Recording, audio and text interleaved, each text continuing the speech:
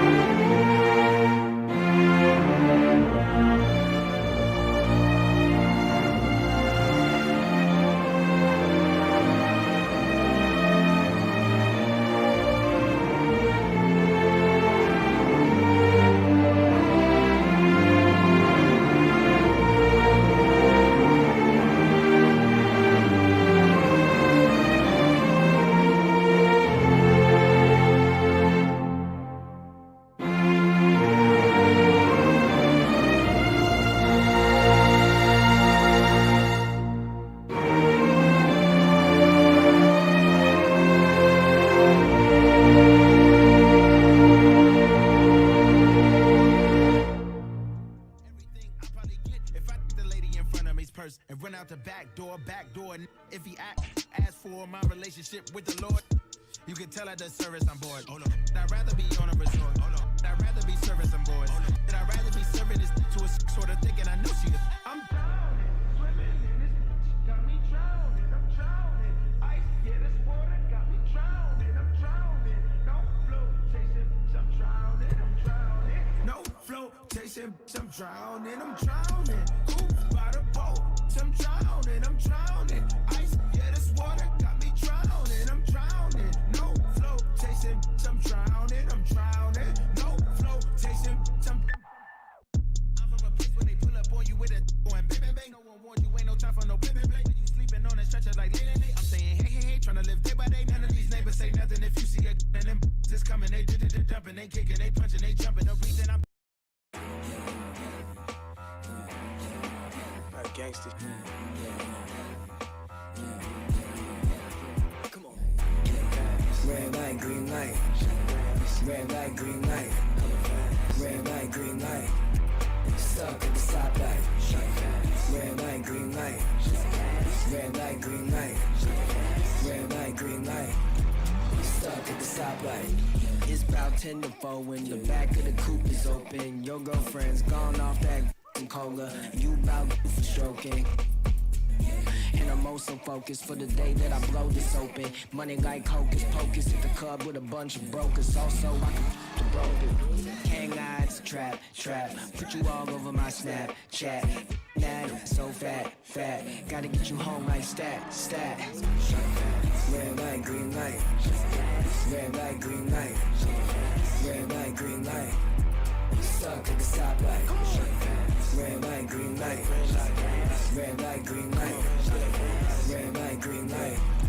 Stuck at the stoplight. You know what I'm reaching for. Shot my 3, who's keeping score? 2 ain't anymore. 1 mile till we make it home. Get a bag, get paid, get low. Ben Frank, don't stop, press go. Pick it up, lot of money on the flow. Keep shaking, 100 days, 100 poles. Hang eyes, trap. Put you all over my Snapchat. Nag, so fat. Gotta get you home like stat. Red light, green light. Red light, green light. Red light, green light. stuck at the stoplight. Red light, green light. Red light, green light. Red light, green light. Are you gonna be in the car? In the back of the black Cadillac, like bad yes, to my mama hatchback, like I'ma let the roof back, put the L on the dash, like smack on the gas, but I hope I don't crash, like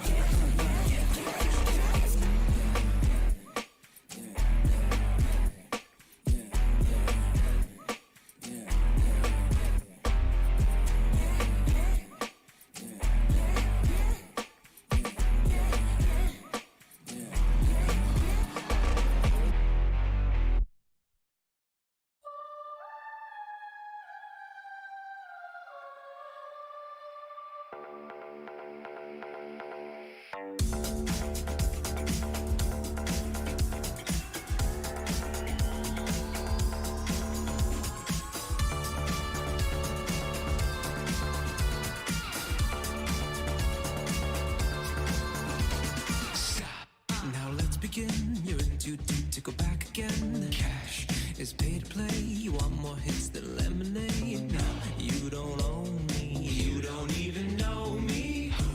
This vagabond with a two-part path to the great beyond. Say genuine, a ground floor up I can help you find. You're a dreamer, call me when you're Bieber. And when they play it, you can't help but sing along. That's nothing odd, that's nothing wrong. 'Cause a good song never dies. It just reminds you of where you were the first time it made you cry, the first time you felt alive. No good song never. No good song never. The first time they made you cry, the first time you felt alive. No good song never dies. The wondered bond don't work no more, think it took too much. Your equity, make the caffeine be your weaponry. Is the reason there never was one needed. It's all around, but it weighs too much to slow you down. It's the time to act, 'cause the best defense is the timeless track. You don't own me, you don't even know me. But when they play it, you can't help but sing along. That's nothing odd, that's nothing wrong. 'Cause a good song never dies. It just reminds you of where you were the first time it made you cry, the first time you felt alive. No good song never. No good song never. The first time they made you cry, the first time you felt alive. No good song never. There was a moment, a hole opened in the sky, a chance to join their pantheon. For all the times they never heard your battle cry, now even angels sing along. 'Cause a good song never dies. It just reminds you of where you were the first time it made you cry, the first time you felt alive. No good song never dies. Like a lover who won't back down, pull you over to the side, look you straight into the eyes. No good song never. Good afternoon, everybody. If you're on the East Coast like me, or good morning if you're out west. We are just about a couple of minutes away from first pitch for ML Ball today here on Twitch.tv. I'm EB from Toronto, bringing you the first game of the day. We will have the Padres and the Dodgers at Dodger Stadium. You see the starting pitchers there on your screen. Just went away, actually. It will be Walker Buehler going for the Dodgers. Good record, 10-3, ERA 2.47. Zach Davies for the Padres, complete opposite, 3-10 record, high ERA 5.18. Padres 51-62, fourth in the NL West, and 14 games behind these Dodgers, who are 65-48. And they've won their last three. They took 3 or 4 from the Diamondbacks in Arizona to take over first place. And then the Padres lost their last 2 games to the Phillies at home before coming to Dodger Stadium.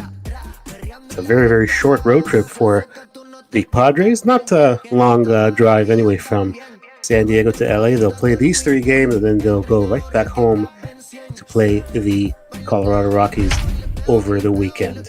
So we're just about to get underway. Everyone's enjoying their Monday. As we see some stats, walk leaders in the majors. Always interesting to see Cody Bellinger there at the top for the Dodgers. So we're getting started. Since I'm alone in the booth today, let me start off like Vince Scully. It's time for Dodger baseball. It's the Padres and the Dodgers here in this NL West showdown. There's Walker Buehler on the left, preparing to take the mound, and the former Dodger, Manny Machado, playing third base, getting ready to take swings. He's due up fourth. Walker Buehler making his 23rd start, 10-3 record, 2.47 ERA. You see a lot of strikeouts, 156 and 127 and 2/3 innings, with just over 1.17. Fernando Tatis Jr., the shortstop, leading off for the Padres, followed by Tommy Pham in left field. Eric Hosmer batting third, playing first base. Talked about Manny Machado, he'll play third and bat cleanup. Ryan Dozier at second, Franchi Cordero in right. Austin Hedges catching, batting seventh as the first pitch is in for a strike. Justin Dean, recently called up, will play center field and bat eighth. Zach Davies, the pitcher, batting ninth. Defensively for the Dodgers, left to right in the outfield, Jorge Soler, Cody Bellinger, and Mookie Betts. As the pitch from Buehler to Tatis is going to be called a strike. 0-2, 99 miles an hour on the fastball there. Infield for the Dodgers, Justin Turner, Gavin Lux, Max Muncy, and Jock Peterson. That's third to first. 0-2 pitch, swing and a miss, strike 3. Buehler starts his day with a strikeout. Behind the plate for Buehler is Will Smith. The left fielder, Tommy Pham. Good pitch there to Tatis to get him swinging. And here comes Tommy Pham, acquired from the Tampa Bay Rays in the offseason. 248, 14 home runs, 54 RBIs for the left fielder for the Padres. He goes after that pitch. It's going to be on the ground to Max Muncy, who throws him out at first. And quickly, there are 2 outs here in the first inning. Batting third, the first baseman, Eric Hosmer. Eric Hosmer signed to a long-term contract a few years ago. 292, 10 home runs, 45 RBIs. Pretty good year for Hosmer. Left-handed bat. Most of this Padres lineup will bat from the right side, with the exception of Hosmer and Franchi Cordero, the right fielder. First pitch to Hosmer inside, ball 1. 4 for 22 is Eric Hosmer against Walker Buehler, and Buehler has struck him out 6 times.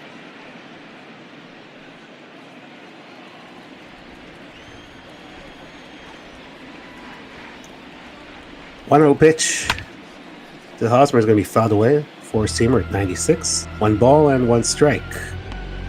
Looks like a nice crowd at Dodger Stadium today for this NL West matchup.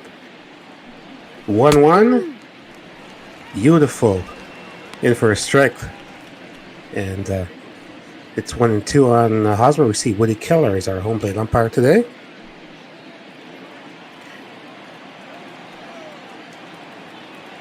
Buehler sets, fires. 1-2 is going to be high. 2 balls and 2 strikes. That was the slider. 2-2 pitch is going to be inside. So full count. Manny Machado, we talked about him a little bit. He's on deck if Hosmer can reach.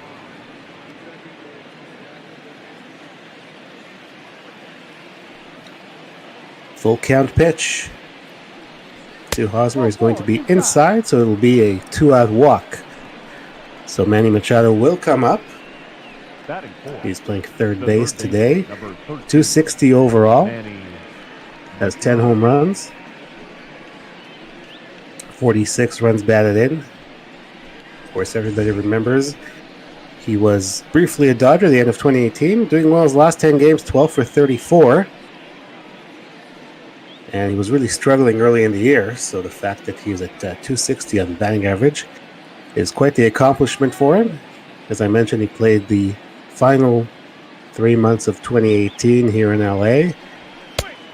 Came over from the Orioles. He takes a strike from Buehler. 2 for 11 against Buehler. Buehler struck him out 7 times.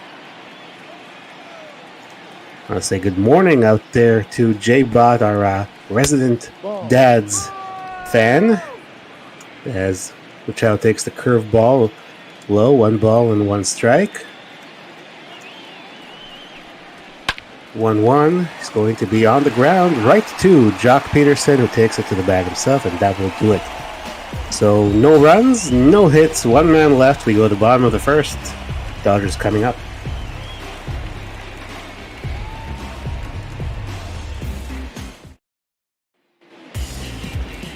Padres starter for today, Zach Davies, making his 23rd start. You see the record, 3.10 ERA, very high in 123 and 1/3 inning. Had a very solid year last year in Milwaukee. Pitched 159 and 2/3 innings, ERA of 3.55, and had a 10-7 record.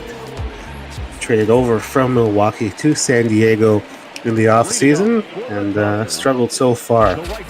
And Mookie Betts leads things off here for the Dodgers. He is playing in right field. He'll be followed by Max Muncy at second, Jorge Soler left, Cody Bellinger in center, Justin Turner batting 5th and playing 3rd base as the pitch is swung on and missed. Jock Peterson is at first, batting 6th. Gavin Lux at shortstop, batting 7th. Will Smith behind the plate, batting 8th. And pitcher Walker Buehler batting 9th. San Diego Padres coming in 4th place in the West. 14 games back of these Dodgers. As I mentioned, the Dodgers have won their last 3. They won 3 or 4 in Arizona. Diamondbacks are off today. They'll be in Houston for 2 games starting tomorrow. I'm sure they hope that the Padres can pick up a win here in the first game of this 3-game series, so they are a little bit closer to first base. 1-2 pitch to Mookie in play to center field. But right there is the rookie Justin Dean, and that is the first out of the bottom of the first. Batting second, the second baseman, Max Muncy struggling his last 4 games, 3 for 17. 176 overall, 260, 20 home runs, 75 RBI. Dodgers picked up Jorge Soler before the trade deadline, meaning that Jock Peterson slides over to first base against right-handed pitcher, as that is going to be put in play, and also to the center fielder. So 2 quick outs here. That realignment of the defense means that Max Muncy plays second base and Gavin Lux moves to shortstop, with Corey Seager on the bench. We'll give you that defensive alignment for the Padres from left to right in the outfield. Tommy Pham, Justin Dean, and Franchi Cordero. On the infield, 3rd to 1st, Manny Machado, Fernando Tatis Jr., Brian Dozier, and Eric Hosmer. Austin Hedges behind the plate for Zach Davies. And here is Jorge Soler, the aforementioned trade acquisition, tearing it up. He was tearing it up in the American League, and he's continued to do that in the National League. Had a home run in the game yesterday in Arizona. And overall, he's had 47 home runs and 108 RBI. Swings and misses there, it's 0-2.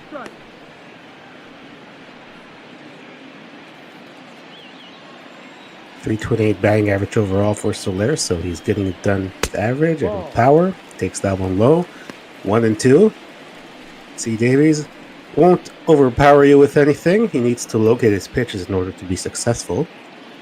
Had some good years with Milwaukee, and as we mentioned, traded over to San Diego in the offseason. 1-2 pitch to Soler is going to be in play to the right side, and that's going to drop over the wall for a ground rule double, so it's going to be a 2-out double for Soler.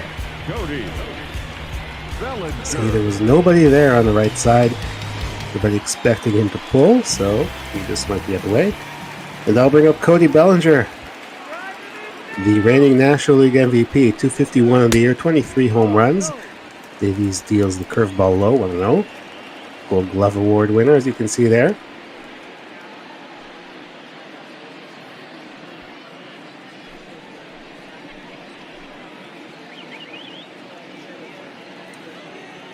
Davies sets, fires, and that's going to miss outside, so it's 2-0. 23 home runs for Cody. Third on the Dodgers. Soler, as soon as he came over, automatically led the team. He has 47, as I mentioned. He's over there at second base with 2 outs. Davies fires, and that's going to miss. Pretty close pitch. Didn't get the call. It's 3-0. Justin Turner on deck.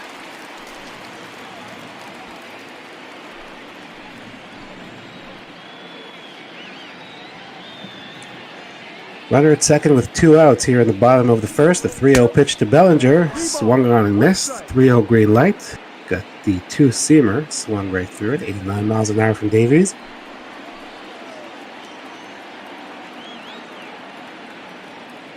Dodgers looking to get on board here in the first. The 3-1 pitch is there for a strike. Full count. Another 2-seamer. This time 88 miles an hour. Full count to Cody.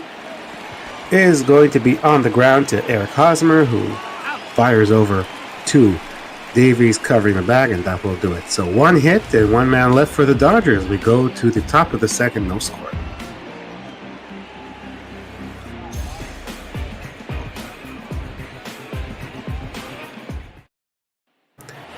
Brian Dozier will lead things off here for the Padres in the top of the second inning. The second baseman, Brian. Of course, in real life, Brian Dozier went from the Padres to the Mets. Didn't really leave on great terms. But in Buckball, he's still a Padre, playing pretty well, 255. And he, too, is a former Dodger. Everybody remembers that from end of 2018. Traded over from the Minnesota Twins that year. 1-0 pitch. Going to be down the left field line and foul, 1-1. Dozier had some good years with the Minnesota Twins. Always hit for power. Played some good defense at second. 1-1 to him. It's going to be fouled away, 1-2. Struggled a bit with the Dodgers. Last year he was with the Washington Nationals, and obviously they won the World Series last year. 1-2 just misses. 2-2.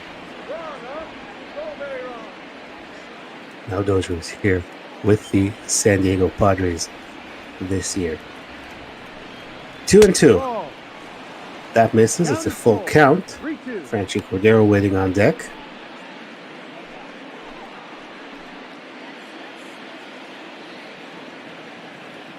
Top of the second, no score here at Dodger Stadium. Full count pitch to Dozier. It's going to be swung on and missed for strike 3. Buehler goes with the cutter, gets his second strikeout of the day. The right fielder, number 33, Frankie Cordero.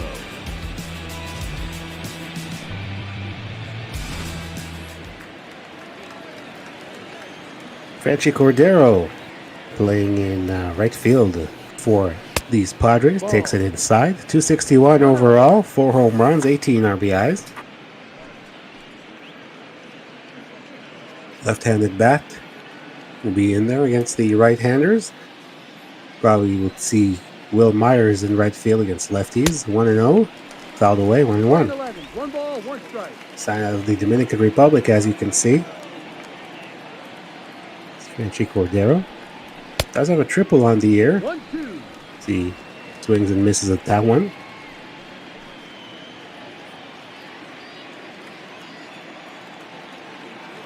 Buehler looking for another strikeout. He deals the 1-2 pitch, and it's going to be on the ground to Jock Peterson, who will take it to the bag himself, and that is the second out of the inning. The catcher, Austin Hedges.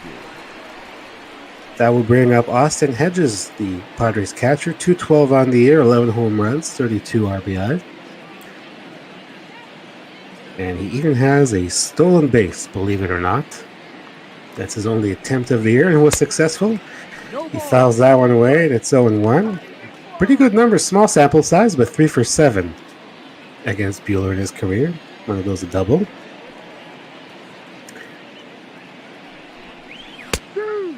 And there's another strike, and it's 0-2. 99 on that fastball from Buehler. Francisco Mejia was expected to do most of the catching for San Diego, but he's been injured, so Austin Hedges is getting most of the work in. He's going to ground that to second base. Max Muncy fields and fires, and that will do it. So a quick 3-up, 3-down inning for Buehler. We go now to the bottom of the second, still looking for a run.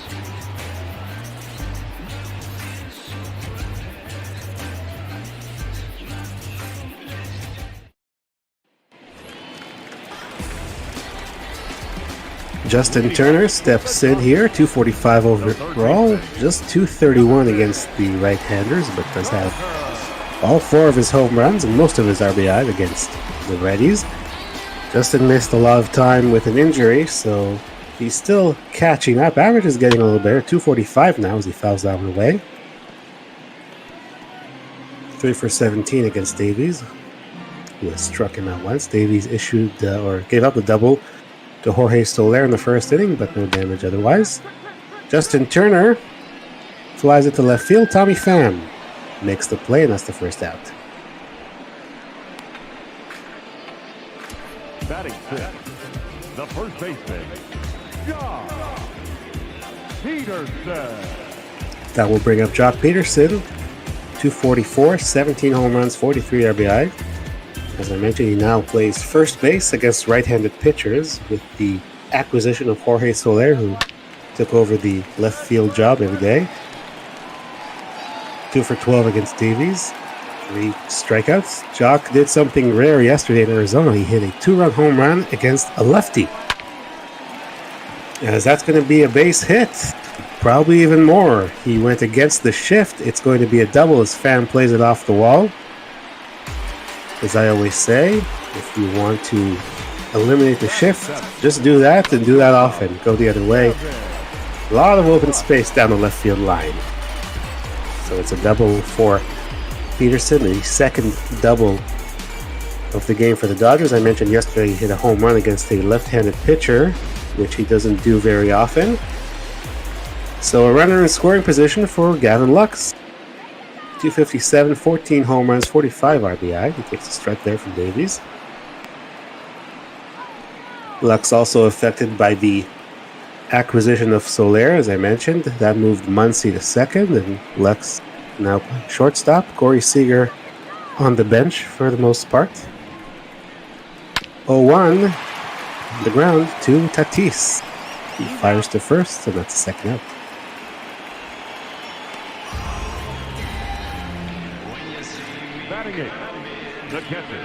Runner stays at second, and Will Smith, Dodgers catcher, will come up. Smith, 225 overall, not doing so well at home, just 179, 4 home runs, 14 RBIs. So maybe he wanted to stay in Arizona. Can't do that though, you have to play 81 of your games at home. So he's going to have to try to pick it up here at Dodger Stadium as well. That one is hit pretty well, but Tommy Pham has a play. So another runner stranded at second for the Dodgers. We go to the top of the third, still with no score.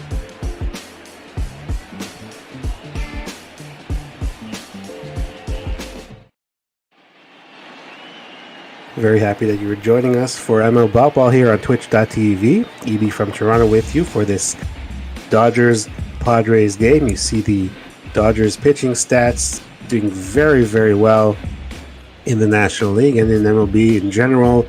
Third in ERA, second in WHIP, second in opponent's batting average, fourth in strikeouts, fourth in walks issued.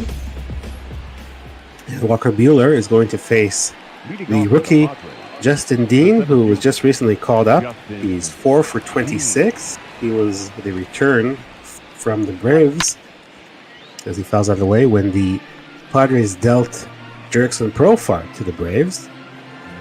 That was one of many, many moves that the Braves carried out before the deadline as they tried to take their third division title in a row, swinging a nice 0-2. So Justin Dean getting his first taste of the majors. As I mentioned, he is 4 for 26 so far, 154. He has a double, scored 2 runs, couple of RBIs, but no walks. You always look at the average and the on-base percentage, and when they're the same, you know the guy isn't walking. So As I said, still early in his career. He takes that outside, 1-2.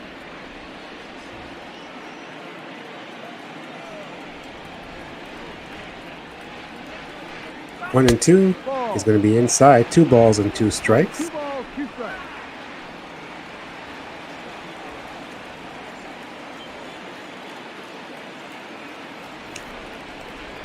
Two and two. Going to be in the dirt, so full count from Buehler. Zach Davies, the pitcher, on deck. Bottom of the order, always the guys you want to make sure you're getting out.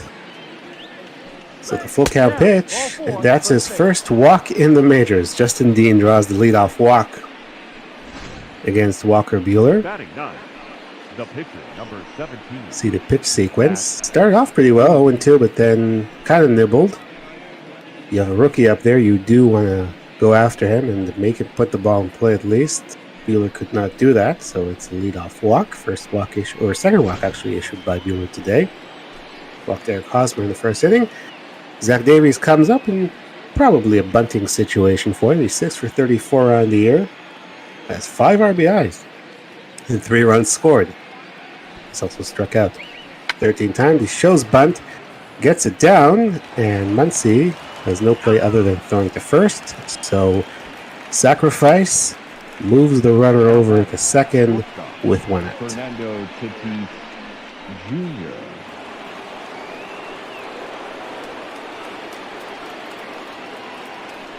That'll turn the lineup over. Fernando Tatis Jr. struck out, leading off the game.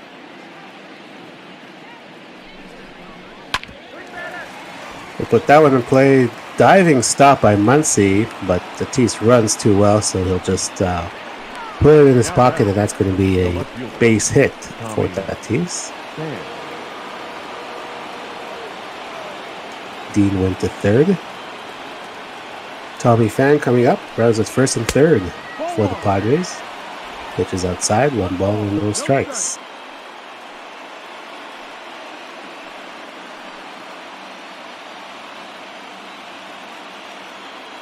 Pham having decent year, 248. He's coming in at 248. And now in the first inning, acquired from the Rays, as we mentioned, in the offseason. Started his career with the Cardinals.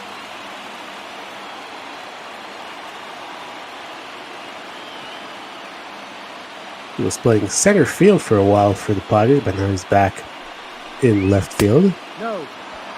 Lays off that one. Looked like a pretty good pitch, but Buehler didn't get the call, so it's 2-1. Dodgers will look to turn the double play here and get out of this inning.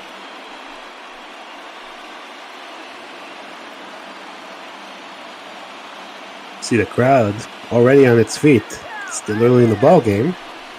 2-1. Fly ball to center field. Oh, that's going to drop, actually. It's going to be a base hit, and that will score the first run of the ball game. Thought Bellinger might have a play on that, but he just kind of let it drop in front of him. So an RBI single for Tommy Pham, 1-0 San Diego. Kind of a hanger. And I think Buehler, lucky that it was just a single and nothing more. Eric Hosmer walked his first time up. Get another opportunity here with the runners at first and second.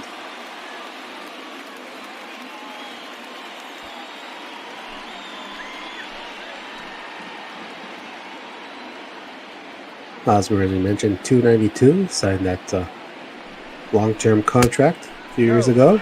Takes it high. Still 4 for 22 against Buehler since he doesn't have an official bat. He walked his first time up. 1-0 is going to be inside, 2-0. A little bit surprising that Buehler is pitching around Hosmer, as we just saw. Not the greatest success against him, so once again, you want to get ahead of these guys, put him away, as he crushes that one, but it's foul. 2-1. You'd have to assume guys like Hosmer, Machado do have the green light and hitters counts. 2-1 is going to be fouled away.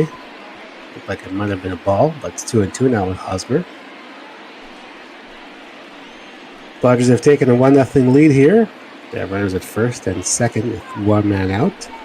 2-2 pitch on the ground to Lux. He goes to second for one, back to first, and there is that double play.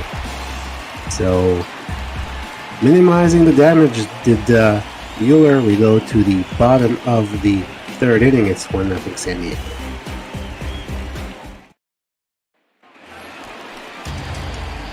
Bueller would just got that double play. Will lead things off for the Dodgers here. He was an all-star this year. 0.49 batting average.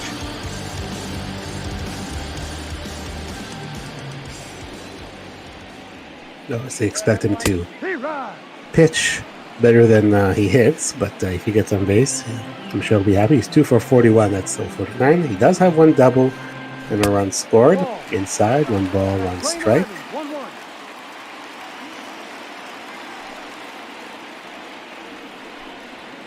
1-1. Going to be foul down the right field line, 1-2. Sean 67986 in the Twitch chat says, yeah, a run. So I'm guessing he's a Padres fan as Bueller takes that one low, 2-2.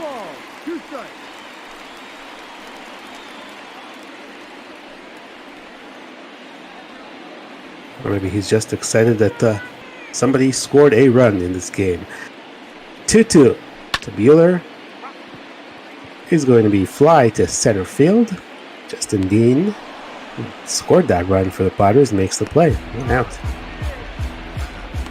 Up next for the Dodgers, the right fielder, Mookie Betts. I'll turn the lineup over. Mookie Betts. 0 for 1 today.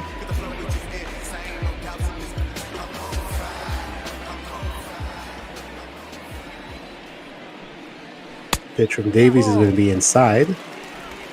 Take right from Boston right before the start of the season. Of course, in real life, signed that big extension, so he's not going anywhere. And that is going to be foul ball, 1-1. Barring any crazy, disastrous developments, I think Mookie finishes his career in LA. As he's going to put that one in play, and that's going to drop for a base hit. Fumbled a little bit by Dean, but not enough to allow Mookie to advance, so it's going to be a single. Third hit for the Dodgers. Haven't scored any runs yet. Muncy steps in, 0 for 1 today. And he hits that well to the gap. That is going to go all the way to the wall. Mookie will stop at third on the double for Max Muncy. Second and third with 1 out for the Dodgers.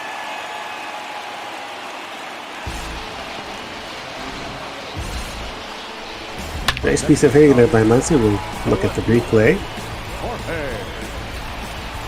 No chance for Dean to make a catch on that, but he played off the wall pretty well to ensure that Betts stayed at third and didn't come home.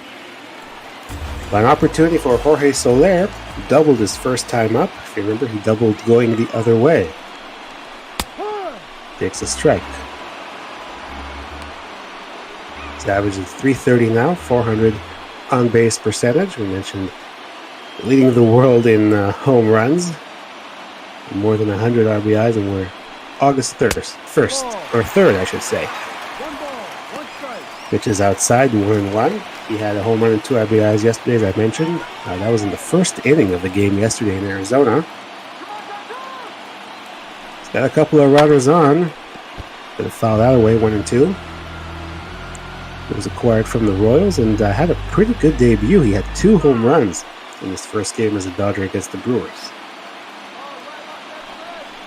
1-2. Misses, 2-2.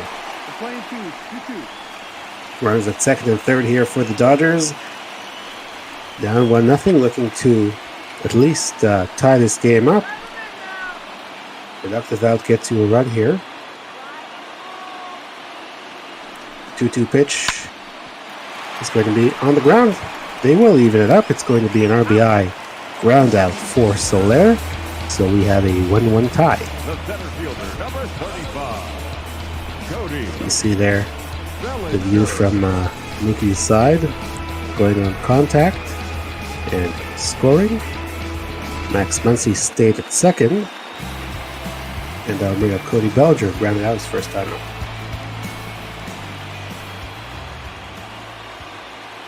Dodgers quickly tying it up here in the third inning. Bellinger takes a strike, 1-1.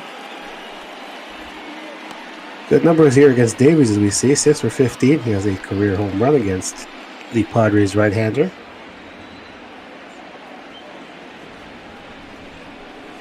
Oh, 1 pitch. Right there for a strike, 0-2. See the two-seamer 88 from Davies, as I mentioned earlier. Won't overwhelm you, but if he locates, batters will have a hard time. You have to throw hard, you just have to locate your pitch as well. Cody fouls that one away, so it's going to stay 0-2.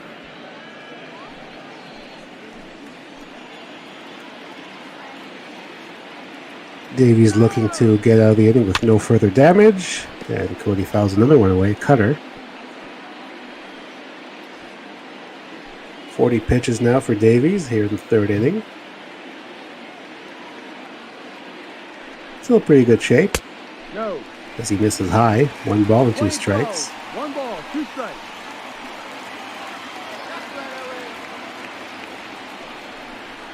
One and 2 is going to be on the ground and through for a base hit.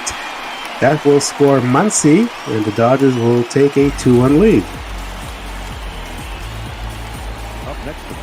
That'll bring out the pitching coach, Larry Rothschild, to talk to Zach Davies as the Dodgers have taken the lead here. See, Davies nodding in agreement. And looks like Rothschild had his word, and now Justin Turner will step up. Fouls that one away, 0-1.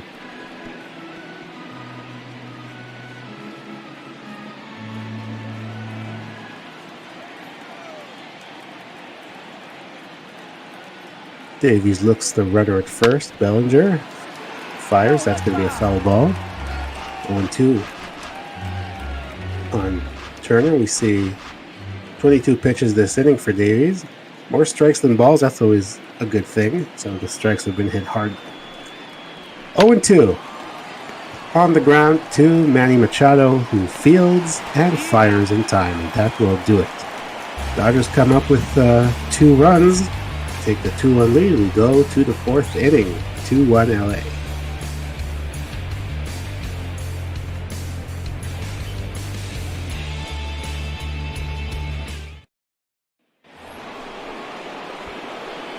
As we go to the top of the 4th inning here at Dodger Stadium. Dodgers have a 2-1 lead. I'm EB from Toronto on the solo call today. Hope you're enjoying so far. Still have a lot of great baseball content coming your way today as Manny Machado takes a strike.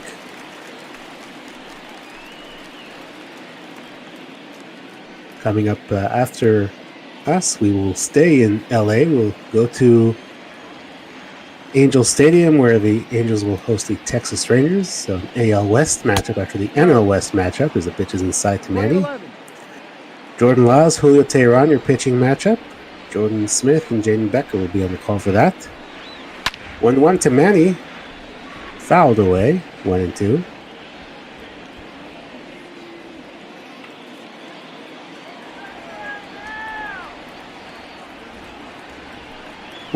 To Machado. He swings at a pitch in the other batter's box pretty much and strikes out for Buehler's first or third strikeout of the day.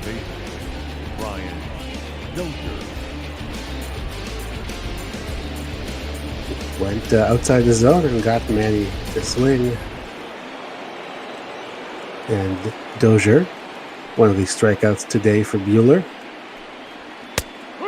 Takes one for a strike. Cutter at 94.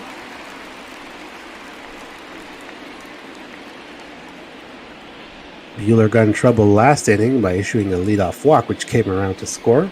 Those are always dangerous. Walks in general, but leadoff walks in particular. That's fouled away, so it's 0-2 on Dozier. 2 runs scored in his last 4 games. We mentioned the Padres coming off back-to-back losses at home to the Philadelphia Phillies. 0-2 is way outside, 1-2. Looks like he tried to do the same thing as he did with Machado, but Dozier did not bite. Padres coming in 14 games back of the Dodgers for first place in the National League West. Bit of a disappointment for them this year. 1-2 to Dozier is going to be high. I thought that they would compete much more in ball than they actually have. 2-2, fly ball to left field, and right there is Soler to make the catch. 2 outs. See the pitch comparison, pitch speed comparison. That is, Davies just 90 miles an hour. As I said, he won't overwhelm you, and Walker Buehler has reached 100. So 2 very different pitching styles on the mound here today. Buehler with overpowering stuff, and Davies, as I said, needs to locate in order to be successful. He's done that to an extent today, but some of the pitches he's thrown will hit hard. Reggie Cordero grounded out his first time up, and he's going to fly that to center field. Cody Bellinger has a play, and that will do it. So quick 3 up and 3 down for Buehler after his team gave him the lead. We go to the bottom of the 4th. It's 2-1 Dodgers here in LA.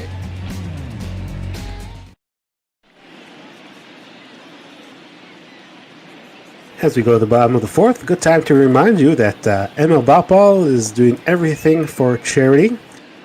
And we are continuing to raise funds for Meals on Wheels, at least for today, maybe even longer. Meals on Wheels supports more than 5,000 community-based programs across the country that are dedicated to addressing senior isolation and hunger. This network serves virtually every community in America and enables America's seniors to live nourished lives with independence and dignity. And as I always like to say, since I live in Canada, Meals on Wheels operates not just in the United States, but also in Canada and in several other locations around the world. Very, very important organization. So if you can donate, please do so, as Jock Peterson takes a strike. You can find the link below our stream, or you can put in exclamation point donate in the Twitch chat, and you'll get the link there. I just did that for you. So if you're in Twitch chat, there's the link if you wish to donate to Meals on Wheels. 1-1 to Jock is inside, 2-1.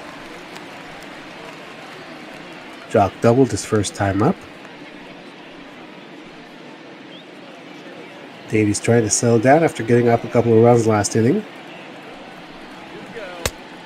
2-1. Swung on and missed. 2-2. Went with a curveball there. Well located, which is what he needs to do. 2-2 is going to be fouled away again. There's the 90-mile-an-hour fastball from Zach Davies.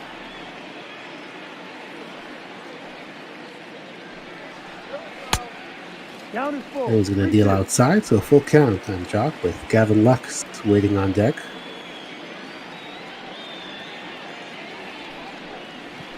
"3-2, loses the bat, and it's going to be a foul ball. I think he not only lost it, he shattered it.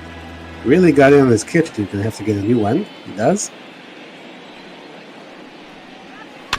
And he's going to foul another one away. Previous pitch was great. He was able to pretty much break Peterson's bat in half. Another full count pitch. Another foul. So lengthy at bat here from Jock Peterson leading off the 4th inning. Here's another full count pitch and another foul ball.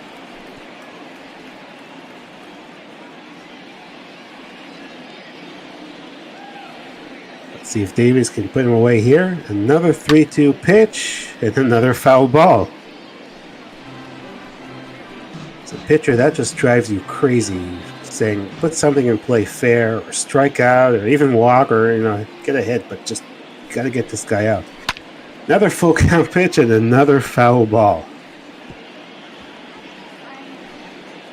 Hitter just staying alive and pitcher doing his best to put him away.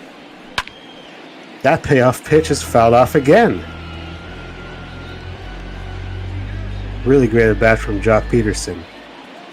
Leading off this 4th inning, working the pitch count. It's at 58 for Davies. Another payoff pitch and another foul ball. 14 pitches. You see there on the screen, seen by Jock Peterson so far. He's going to see a 15th. And he's going to pop it up. Austin Hedges coming in and making the play. A hard-earned out for Zach Davies to lead off this fourth inning. Shortstop, Gavin Lux. Gavin Lux grounded out his first time up. We'll come up here. I know that ended in and out, but that was one of the best plate appearances I've seen in a while from Jock Peterson as Gavin Lux takes the ball. 2 for 4 yesterday in the game in Arizona. 1-0 pitch is in for a strike, 1-1.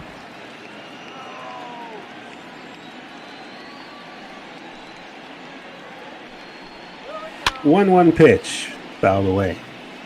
Davies will look to get a quicker resolution to this at bat than to the one against Jock Peterson. 1-2.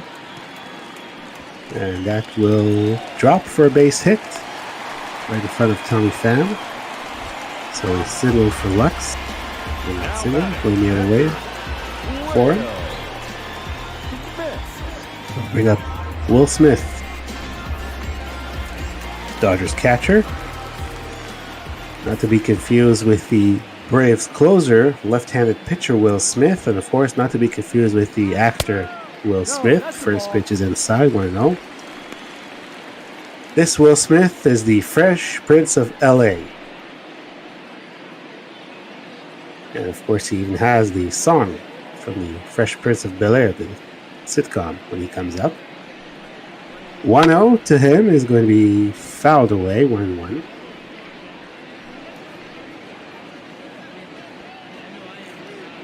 Justin, J-Man93 says, anticlimactic at bat. Yeah, he pops up after 15 pitches. That was about Jock Peterson, but it was a really good at bat. 1-1 to Will Smith is low, 2-1. We don't see a lot of that, at least not in ball. 2-1, fouled away, 2-2. Davies about to throw the nicest pitch of the ball game. The 69th pitch, that is.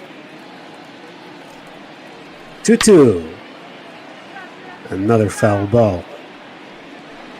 We're not quite in Jock Peterson territory yet, but Will Smith has fouled off 3 pitches here.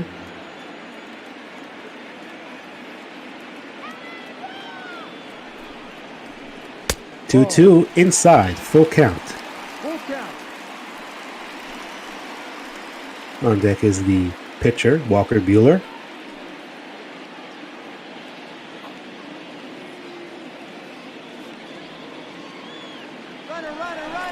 And the full count to Will Smith. That's going to be popped up to Fernando Tatis Jr., who is a shortstop, but he's in shallow left center field to make that play. That's the second out. And, the Dodgers almost traded Jock Peterson to the Angels in the offseason, but he stuck around, and he's having a pretty good year here in LA. Now he's playing first base because of the Soler acquisition. Walker Buehler had a fly out his first time up. J-Bot says Lucchesi should be back this week, maybe next for the Padres, and they'll move Zach Davies to the pen. Joey Lucchesi is having an excellent year. When he got injured, Buehler swings and misses. Joey Lucchesi throws that pitch that he calls the churve, which is kind of like a hybrid of a changeup and a curve. He's a very interesting pitcher. 0-1, going to be fouled away, 0-2. If you ever watch him pitch, you'll see that he's a left-handed pitcher. His windup is very similar to that of Clayton Kershaw of these Dodgers. 0-2, swing and a miss, strike 3. So another strikeout for Zach Davies. No damage despite the lengthy at bat and the base hit. We go to the 5th inning. It's 2-1 Dodgers.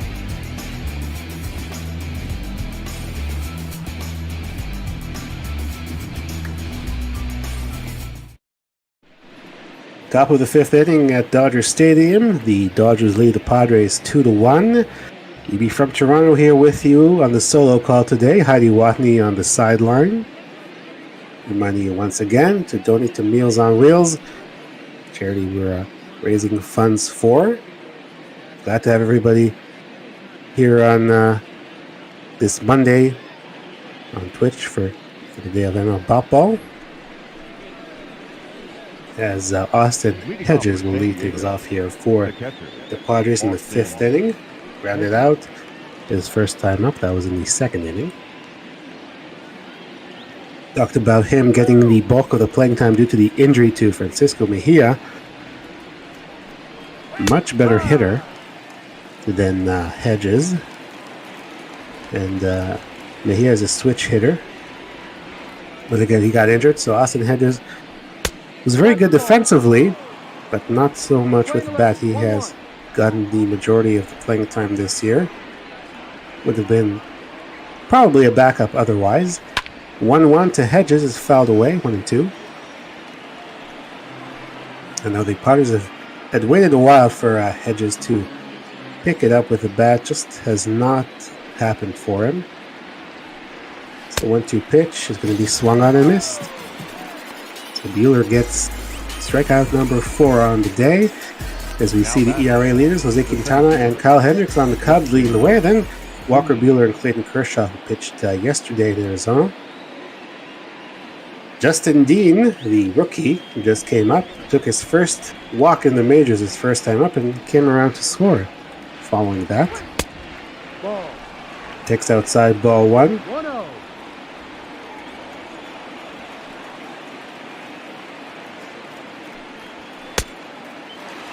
1-0 pitch is going to be called a strike. 1-1 on the cutter from Buehler.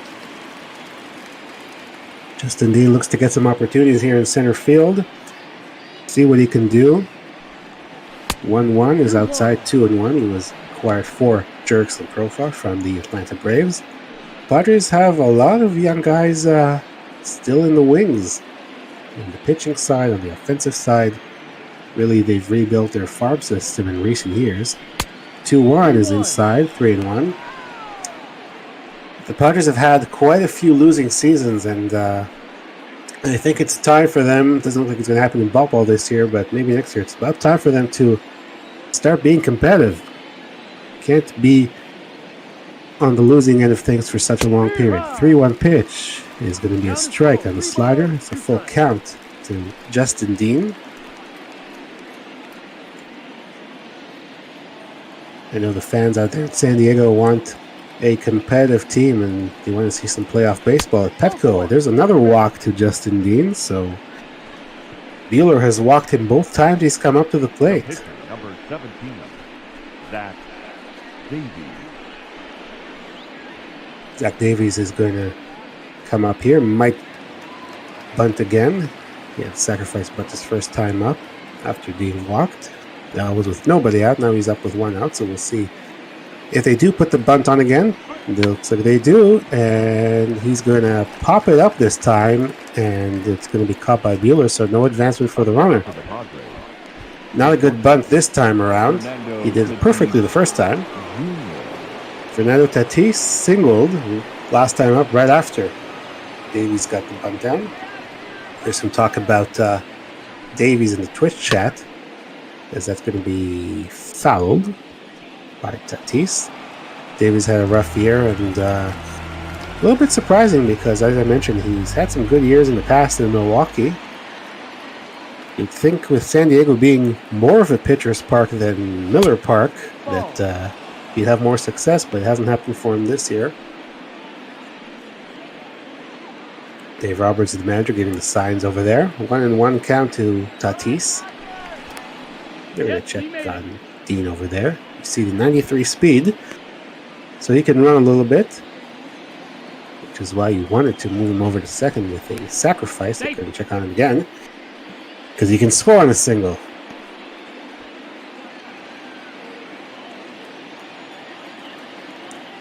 One and 1 to Fernando Tatis.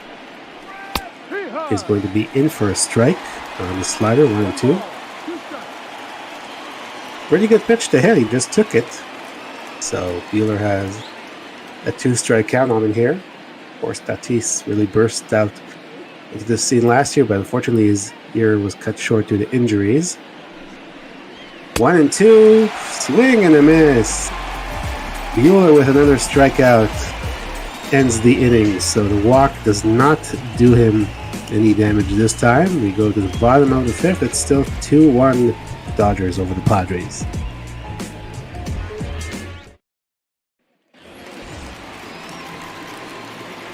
Bottom of the fifth, 2-1. We see some action in the new bullpen for the Padres. A couple of long men, Drew Pomeranz and Luis Perdomo. Mookie Betts takes a strike. 75 pitches now for Zach Davies. They are the relievers. Getting ready in case they are needed in this inning. Davies gave up those 2 runs. Pitches outside.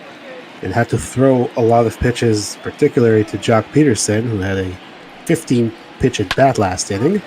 Mookie fouls that away. So Davies will probably not be in there too much longer unless he really gets some quick innings here. He's facing the top of the order here. And Mookie swings and misses. That's a good start for Davies. He gets another strikeout at second. And I actually said when he got a strikeout to end last inning, another strikeout, but that was his first. This is his second. As we mentioned, not overpowering and not a lot of strikeouts. He only had 81 in 123 in the third inning coming in today. Muncy fouls it away.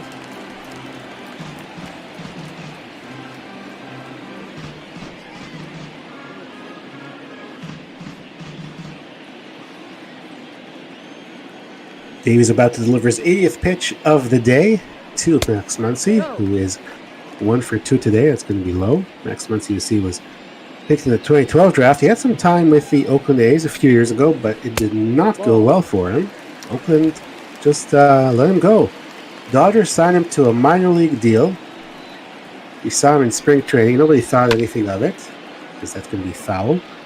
And he was sent to AAA to start the year. We just thought, hey, there's another guy you signed for depth. You know, if something really goes wrong, you'll bring him up. And Max Muncy was brought up as he's going to put that one in play. That will fall for a base hit. Yep, and Muncy came up and started doing things like that, getting a lot of hits. You see he is third on the team in hits. Jorge Soler acquired a lot of hits in Kansas City. 147. But yeah, Max Muncy really burst on the scene in LA. Had a great first year, with a good year last year, and then Dodgers gave him an extension before the start of the season, so you never know what you're going to find. And Soler takes low. We like to call that the scrap heap, right? You went to the scrap heap, you found a guy who was just let go by his former organization. A lot of times fans, and I admit I'll do it too, fans make fun of such acquisitions. Who needs this guy? He's been terrible. And then he ends up breaking out like Muncy did. So you never know what you will find. Sometimes you sign the high-priced free agents and you get nothing out of them. 2-0 to Soler. Outside 3-0. Soler started his career with the Chicago Cubs and then was traded from the Cubs to the Royals before the 2017 season for Wade Davis. Never really worked out for him in Chicago, but he did very well in Kansas City. He's going to pop this one up. Swinging 3-0, of course, he has the green light, but he makes it out to Austin Hedges, and that's the second out of the inning. The center fielder, number 35. Soler had a very good year last year with Kansas City, and then he's off to a scorching start this year, so the Dodgers acquired him for the stretch run. Not a great outcome there, but he's been pretty good so far for the Dodgers as well. Cody Bellinger 1 for 2 today. Got a swing and miss at that one.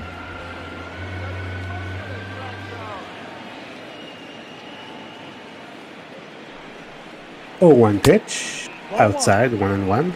Dodgers obviously very good drafts, despite being in the postseason every year, meaning they're winning a lot of games, but they draft very well, and they find guys like Muncy better than anyone I've seen. That's going to be on the ground to Eric Hosmer, and that will end the inning. So base hit, but nothing more for the Dodgers. They still lead 2-1 as we go to the 6th inning.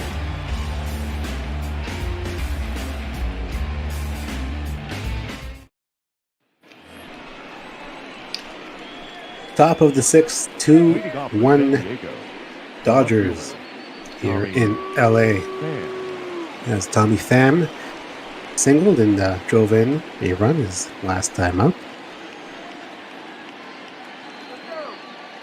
Tommy Pham played, I want to say, about a season and a half in Tampa Bay, and he was sort of critical of the fact that Tropicana Field is usually empty when the Rays play there. Even when they are fielding a competitive team, not a lot of fans go out to their ball games, which is a shame because you want to see, when your team is doing well, you want to see the stands full, you want to hear everyone cheering, as that's going to be a fly ball to left field. Going back is Soler. He has a play. That's the first out. So the fan was a little vocal about the fact that there's not a lot of fan support down at St. Petersburg, Florida, but they sent him to the Padres, and so far, not a bad year for him. Of course, as I mentioned, he started his career with the St. Louis Cardinals. That was 70th pitch from Bueller. The 71st is going to be outside to Hosmer. Hosmer walked and grounded out. Pitch is inside, 2-0. 2 balls, no strike.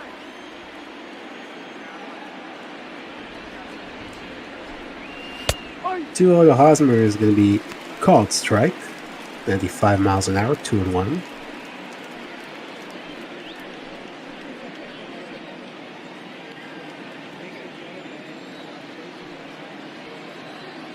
Bueller sets, deals, 2-1, fouled away, 2 balls and 2 strikes to Eric Hosmer.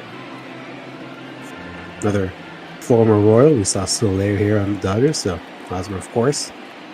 Drafted by the Royals, played there for many years. He's going to put that one in play. It's going to be on the ground. And nice play there by Gavin Lux to get him.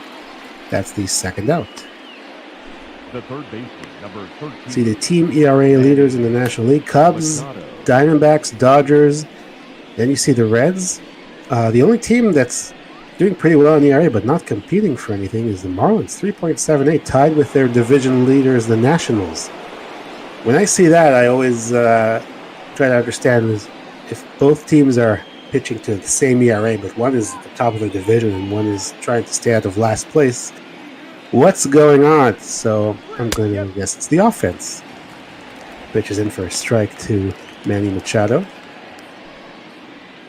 Had a similar thing with the Blue Jays and the Yankees. Blue Jays are my number 1 team. Call a lot of games for them here on Bop. I'll be calling a couple this week. And I had a Yankees game, Yankees Blue Jays. I looked at the stats, and it said they had the same ERA. Yankees were in first place, Blue Jays in third, hovering around 500. Then I looked at the batting averages, and I saw where the difference is between those two teams. So you have to have good pitching, but you also have to get the runs in. 1-2 to Manny, outside, 2-2. As we mentioned, Manny had some time with the Dodgers, 2018. Played in the postseason against the Brewers and then the World Series against the Red Sox. 2-2 pitch. Fly ball to right field. Mookie Betts has a beat on it. That will end the inning. So, good inning for Bueller. He still has a 2-1 lead as we go to the bottom of the 6th inning. Your attention, please.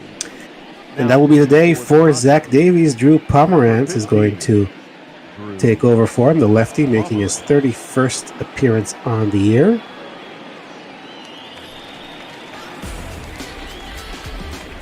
Leading off for the Dodgers, the third baseman. In the face, 5, 6, and 7, Justin Turner. 0 for 2, Drew Pomerantz, formerly with the Red Sox as well. He was with the Padres, and then he was dealt to the Red Sox 2016. Spent a few years there. Last year between the Giants and the Brewers. He was actually drafted by Cleveland originally. I don't know if you guys know that. And then he was traded from Cleveland to the Colorado Rockies, part of a package in which the Indians received Ubaldo Jimenez. So he's had an interesting career path as Pomerantz. He's had stops in Oakland as Turner fouls out of the way. This is his second stint with the Padres, as we mentioned. And the Red Sox as well, where he was mostly a starter. 2 runs outside, 3-1. Was on that World Series winning team in 2018. Now he's settled into the bullpen after starting so many games. As Turner puts a charge in that one, that is going to go to the gap and over the wall for a ground rule double. So it's going to be a leadoff double for Justin Turner here in the bottom of the 6th. See some action in the bullpen. Greg Stammen. And Castillo up in the pen. Jose Castillo as Peterson takes a strike. I mentioned Peterson not hitting very well against lefties, but he shut me up yesterday by hitting a 2-run home run against the lefty in Arizona.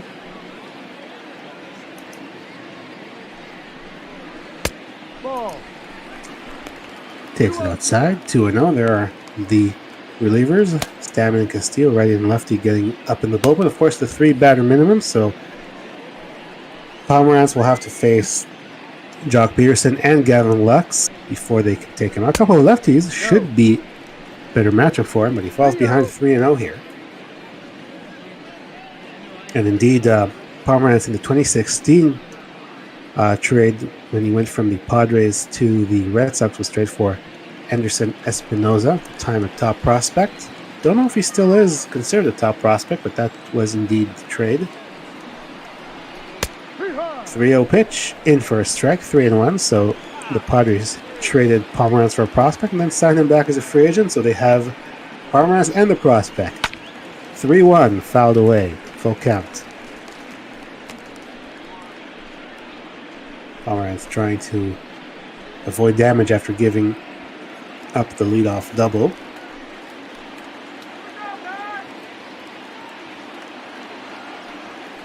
Full count to him. And he fouled away. Jock had that great at bat last time up against Zach Davies, seeing 15 pitches before popping it up to the catcher. So we'll look to do it again here. Full count. On the ground to short.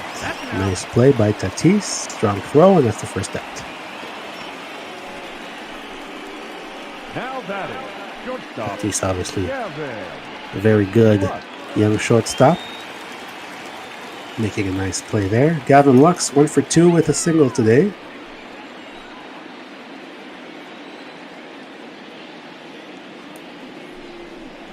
Pitch from Pomerantz is going to be outside. Ball 1. 95 on that fastball from Drew Pomerantz. I remember him in Boston. Had some good games as a starter, but at times would struggle. Pitch is low 2-0, and then they would bring him out from the bullpen sometimes, and you'd see the velocity go up. A lot more success, and that's what the Brewers did with him when they acquired him last season at the trade deadline. Used him strictly out of the bullpen. It's Gavin Lux. Hits that one hard, deep to right field, but it's going to be caught there by Franchi Cordero. No tag from Turner. That's the second out. Now batting, catcher, Will Smith. So it'll be up to Will Smith. They're going to leave Pomerantz in there. He gave a double, but they got a couple of quick outs relatively quickly. So Will Smith 0 for 2. Will try to drive in that run. It's going to take a base hit now. Probably even more. Which is outside. Will Smith is 2-2 with runners in scoring position. Turner, not the fastest runner out there at second. So as I mentioned, it would probably take maybe more than just a single to get him in. Although he does get a head start with 2 outs, so he could possibly score on a single. 1-1 to Smith. On the ground, and it's going to be a fair ball, and what a play by Manny Machado. Let's take a look at that. in foul territory, the jump and the throw, and he gets him no problem. Now we're going to have a double switch. Let's see if we can figure out what it is. Your attention, please. These changes for the Dodgers. Now pitching and batting in the eighth spot, number 36, Keone Kela. Now catching and batting ninth, number 15, Austin Barnes.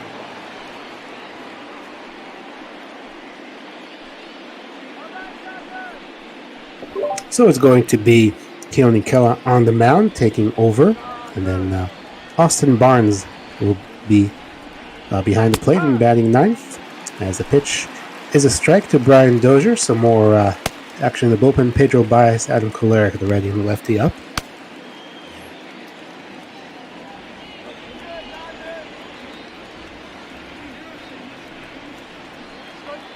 Oh, 1 pitch is fouled away. 0-2. Keone Kela being acquired by the Dodgers from the Pittsburgh Pirates. He was a closer for the Pirates. Slots into one of the middle relief roles here in LA. 0-2 on the ground to Gavin Lux, the shortstop, makes the play, and that's the first out. The right fielder, number 33, Frankie. So as we mentioned, pitcher spot now in the number 8 spot in the order. Makes sense. Will Smith made the last out. Austin Barnes is now catching and batting ninth.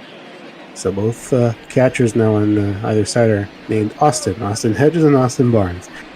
Franchi Cordero is 0 for 2. He takes the ball.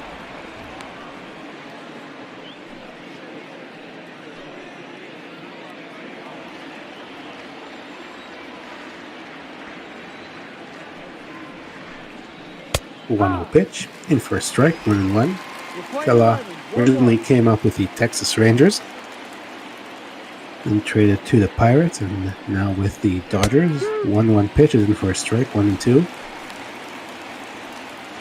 See the good fastball there, 98. Pretty good numbers closing for Pirates. Here, as I mentioned, you can just settle into a middle relief setup type of role. 1-2, swing and a miss. He gets his first strikeout of the day. Went up with the fastball to Cordero. Walker Buehler pitched the first 6 innings for the Dodgers, gave up just the 1 run. Will be up to the bullpen to take it the rest of the way. As Hedges takes outside, 1-0. He's 0 for 2 today. Zach Davies, of course, pitched the first 5 innings for the Padres, gave up those 2 runs, both in 1 inning. Before his day was done, Drew Pomeranz took over for him. One of the Hedges outside, 2-0. Justin Dean, the rookie, on deck, and will get a chance to hit here if Hedges can reach. 2-0 is inside, 3-0. There is Justin Dean, who's walked twice today, after not having walked at all in his brief major league career so far. A 3-0 pitch to Hedges. It's going to be a walk. So a 2-out walk, and here is Justin Dean. Center fielder, number 8, Justin Dean.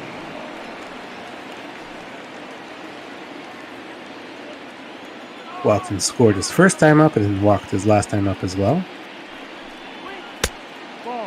And he takes low. So Kela now has thrown 6 balls and 6 strikes out of his 12 pitches.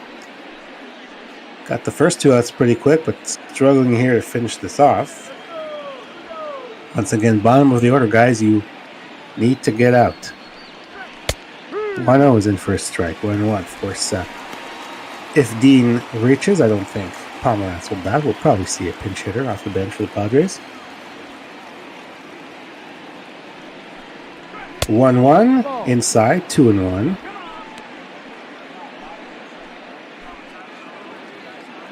Dean not looking too happy. I don't think anyone's trying to hit him. 2-1. Swing and a miss. 2-2. Fastball at 96 from Keone Kela. Edges at first with 2 outs. 2-2 pitch. He's going to... Oh, they're actually going to say he swung at it, so it's going to be a strikeout. And that will end the inning.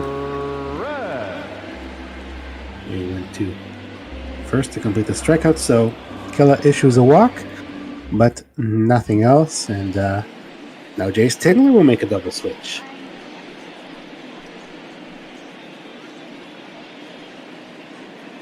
Ladies and gentlemen, your attention please.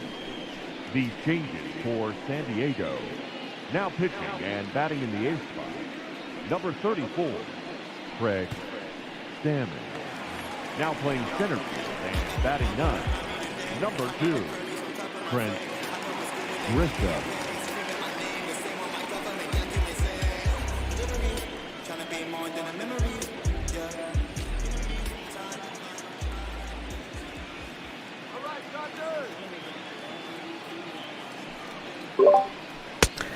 So we see Craig Stammen taking over on the mound. He will bat the number 8 spot, and Trent Grisham is now in center field.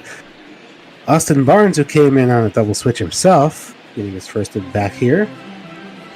So both of these managers actually making double switches. It sort of makes sense as the pitch is fouled away by Austin Barnes. Last guy who made the last out in the last inning is taken out of the game. Sometimes these double switches are out of whack, to say the least. 1-1 to Barnes. Swing and a miss on the curveball from Craig Stammen. 1-2.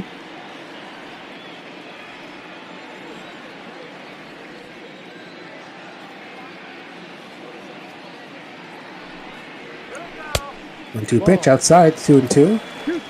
Mookie Betts would be next, and then Max Muncy, top of the order for the Dodgers.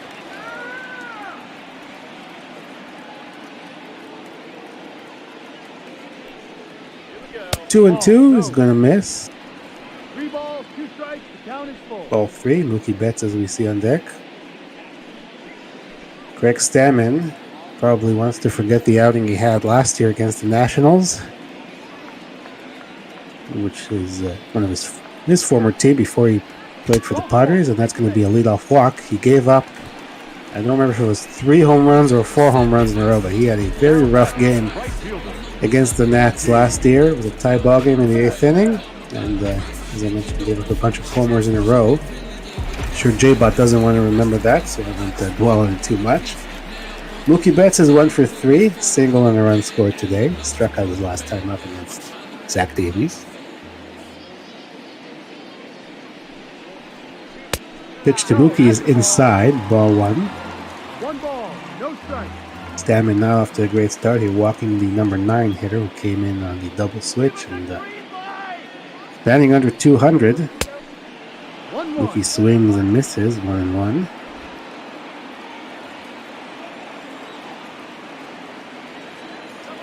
Dodgers leading 2-1, looking to add on here in the bottom of the 7th. Swing and a miss, and it's 1-2. 1 ball, 2 strikes. Slider there from Stammen.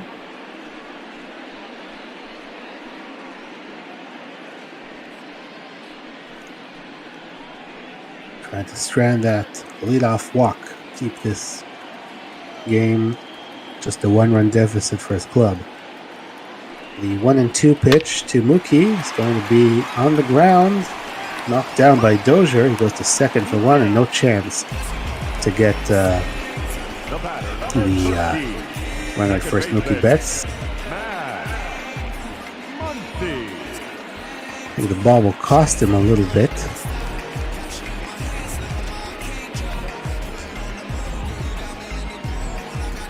Of course, Mookie runs pretty well down the line, so he may not have got him anyway. But it's a fielder's choice regardless. Runner at first with 1 out. Another double play, and I get out of it. Max Muncy fouled it away. Just 1 for 7 in his career against Craig Stammen. He's 2 for 3 on this game.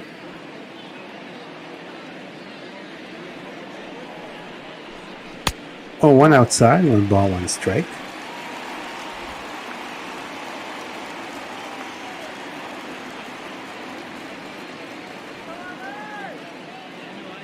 Betts at first with 1 out.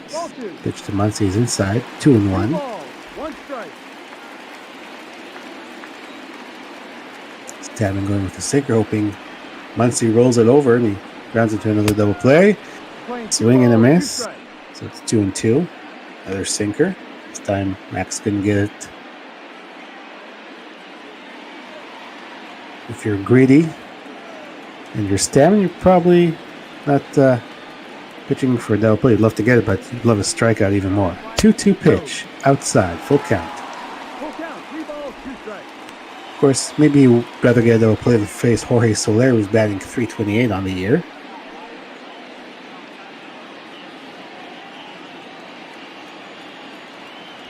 Full count pitch to Max Muncy.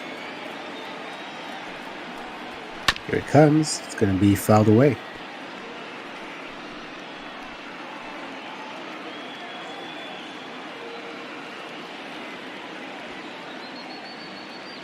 Stammen looks the runner at first. Mookie Betts fires.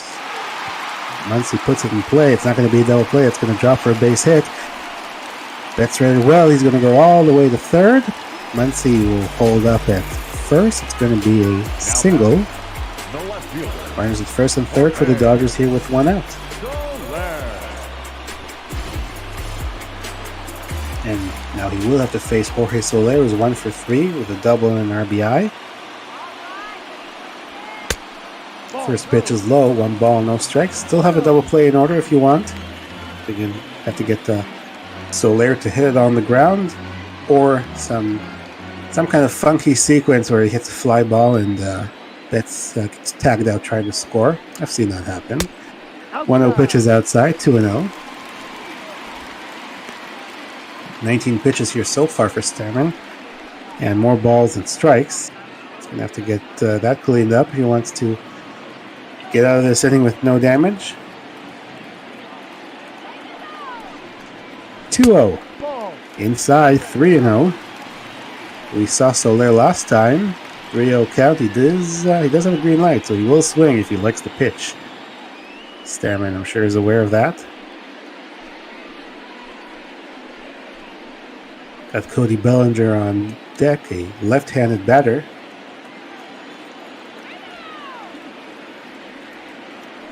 .30 pitch to Soler.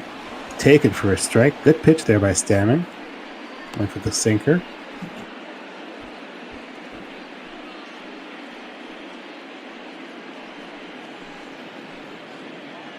Soler has an RBI opportunity with a runner at third and less than 2 outs. As Stammen gets set to deliver the 3-1 pitch, and that will be ball 4.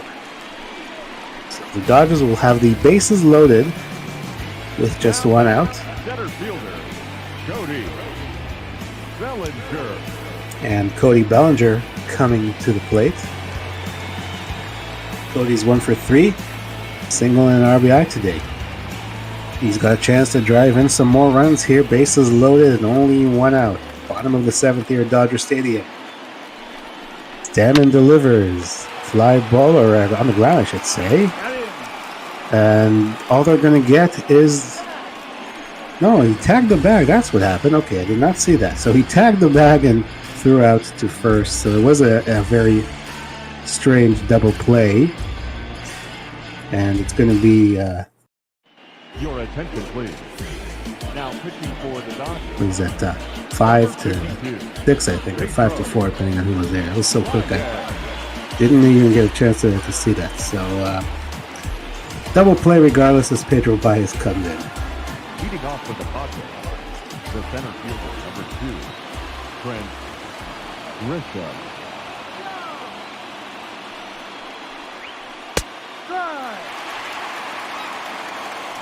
Pitch a strike to Grisham, getting his first at bat.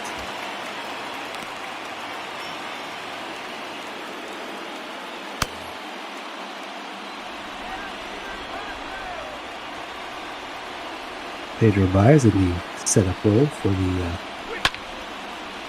Dodgers, and that's fouled away, so it's 0-2.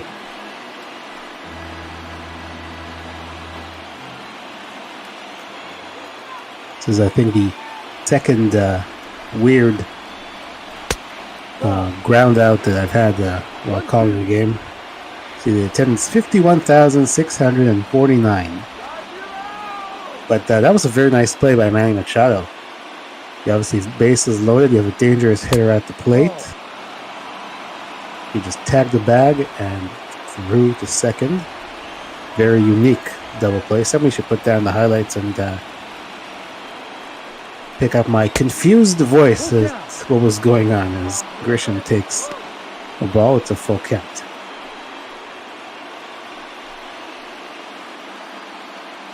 You see strange things in bulk ball, that's for sure.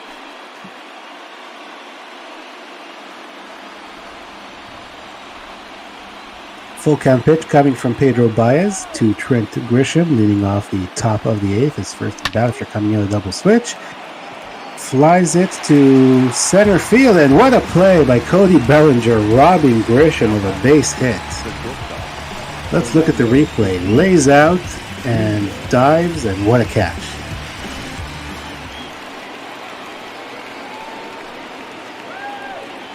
Saw a very nice catch like this yesterday in the Diamondbacks-Dodgers game. It was Ketel Marte who made a diving play in center field as Tatis takes the ball. He's 1 for 3 today.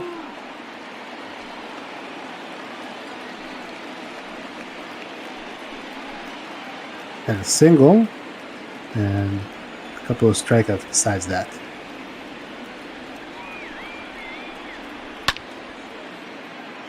Flies that to right field. Mookie Betts has a beat on it. That's the second out. Now batting, left fielder. See the starter comparison. 5 innings for Zach Davies. 2 runs, 7 hits, couple of strikeouts. No walks. Buehler 6 innings, 1 run, couple of hits, 3 walks, 5 strikeouts. Not a terrible outing for Davies. We mentioned his struggles coming in, the ERA over 5, but he did keep his team in the game. As Tommy Pham, 1 for 3 today. Faces Baez, takes the ball outside.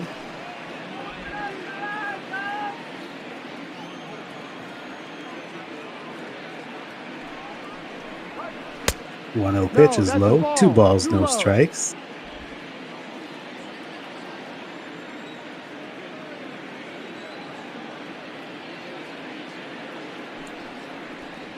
To Pham, it's going to miss low, 3-0. Hosmer waiting on deck.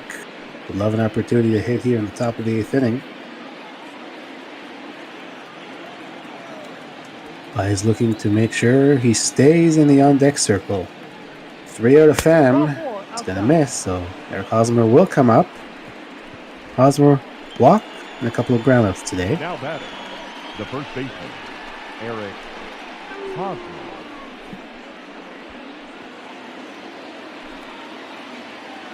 So Hosmer 0 for 2. Up there from the left-hand side. Takes a ball. Just 1 for 8 against Baez. And Baez has struck him out 3 times.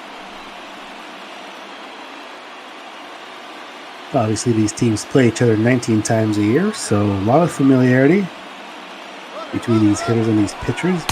1-0 pitch. Runner takes off, and he's going to be in safe. Tommy Pham with a stolen base. That's his 9th on the year. No chance. So the tying runs in scoring position now. 2-0 pitch. It's going to miss. 3-0. Manny Machado on deck.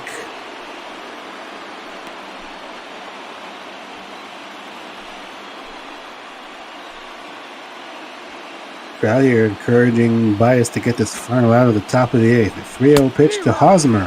Takes a strike on the corner there. 96 on the four-seamer.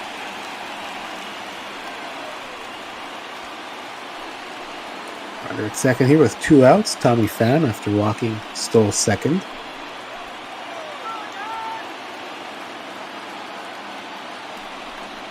The 3-1 pitch is going to be in for a strike. Full count.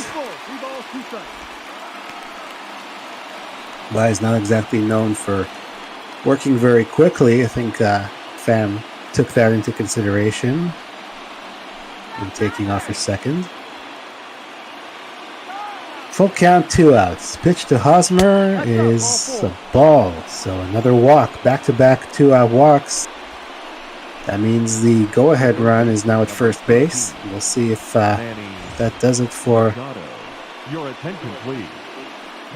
Bai is what's going to happen here is we're going to see a pinch runner for Eric Hosmer. It's going to be Will Myers.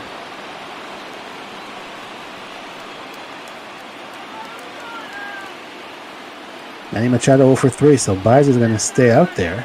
Very dangerous hitter. Ex-Dodger. And now that he's come up again, we can talk about how he was not a fan favorite in Milwaukee during that postseason. I see Fire Scam is in the chat, so I'm sure he knows all about that.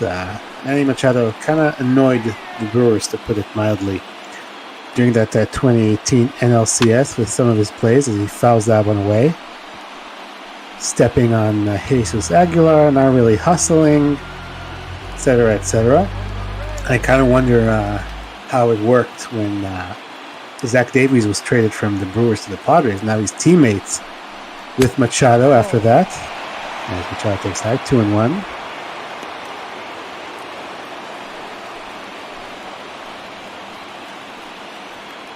So Machado can rub some players on the other side the wrong way.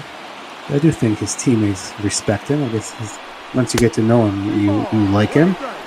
As he's now has a 3-1 count with Brian Dozier on deck.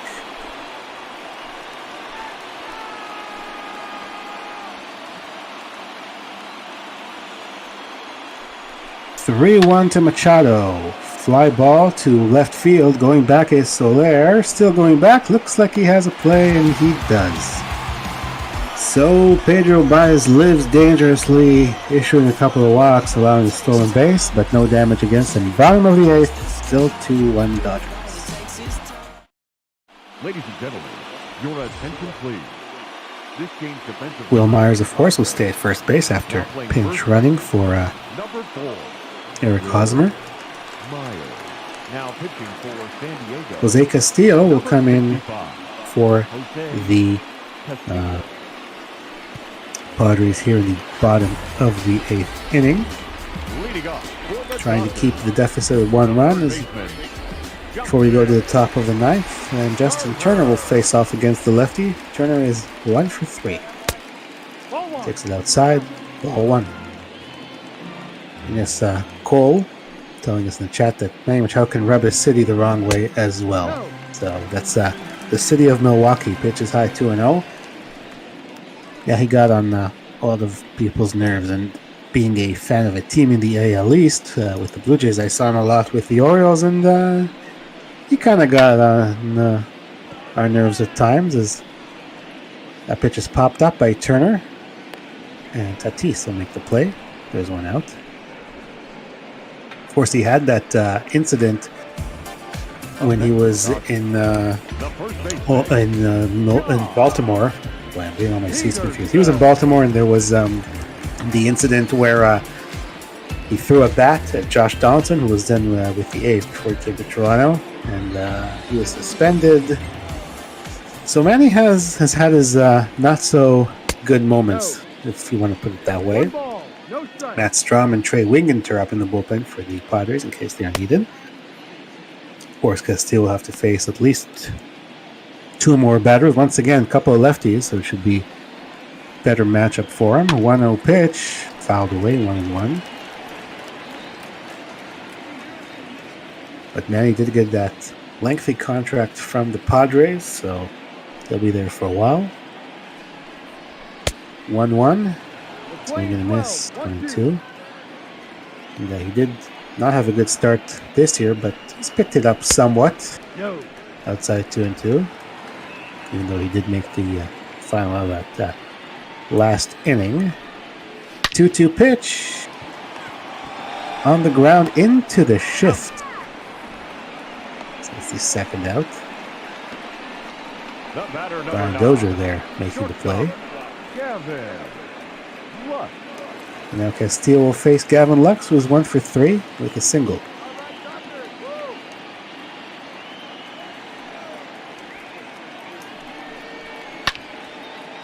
Pitch is fouled away. Slider there from Castillo.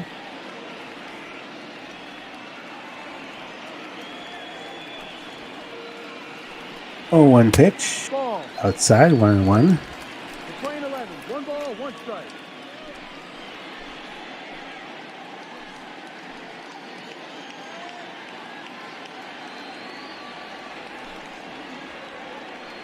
One pitch.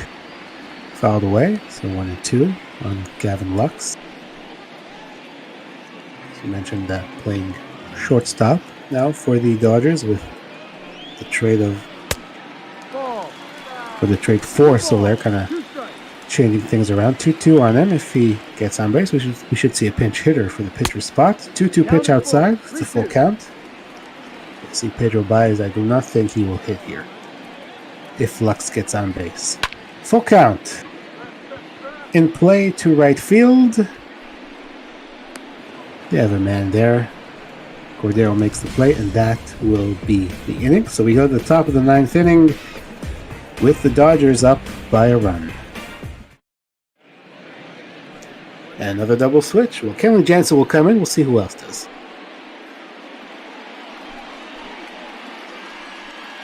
Your attention, please. These changes for the Dodgers.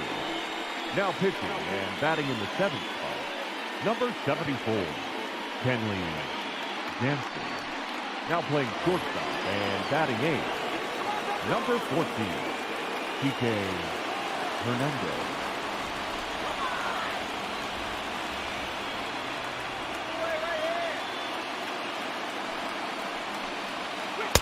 Ball.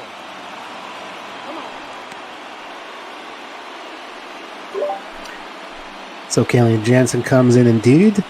Deals the first pitch ball to Brian Dozier. Kike Hernandez will now be at shortstop for the Dodgers. Sure, Gavin Lux made the final out. So again, double switch that makes sense. 1-0 pitch to Dozier. 1 on and missed. 1-1.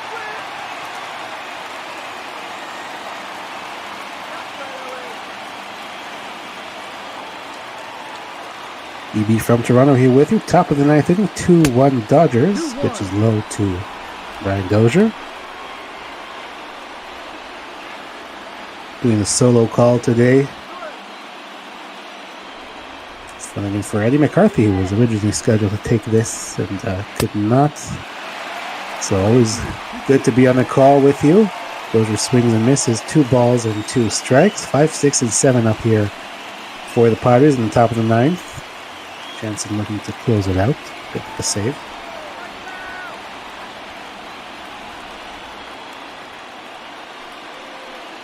Two and two. Swing and a miss. Strike 3. Jansen picks up the strikeout. Looking for his 33rd save. The time for 3rd in the National League with Pedro Strop and Dan Winkler. You see Sean Doolittle of the Nationals in first place with 37. Hector Neris, Phillies, has 34. He's 2nd in the National League. Franchi Cordero 0 for 3.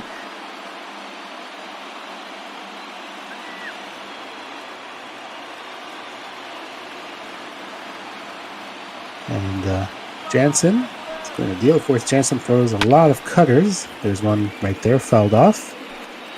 He will mix in some other pitches, but he was originally a catcher, signing with the Dodgers of Curacao. And he saw he could throw very well from the catcher's position. Oh, one pitch is swung on a missed 0-2, but he didn't really hit. So they suggested to him, why don't you go from throwing from behind the plate to throwing on the mound to the plate. 0-2 pitch, swing and a miss, strike 3. So Jansen did that. He gets a couple of strikeouts in a row. And then as he was learning how to become a pitcher, he asked the coach, why are my pitches cutting so much? I mean, what can I do to stop that? The coach told him, no, don't stop that. Keep throwing the cutter. You'll get a lot of outs with it. So he's done that. He's had a pretty successful career. Leads the Dodgers all-time in saves. past the Canadian Eric Gagne a few years ago. Austin Hedges here with 2 outs, looking to keep it going. Takes a strike there, 1 for 6 against Jansen in his career.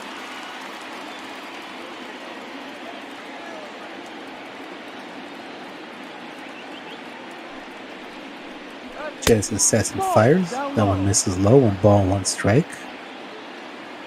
There's a 4-seamer there.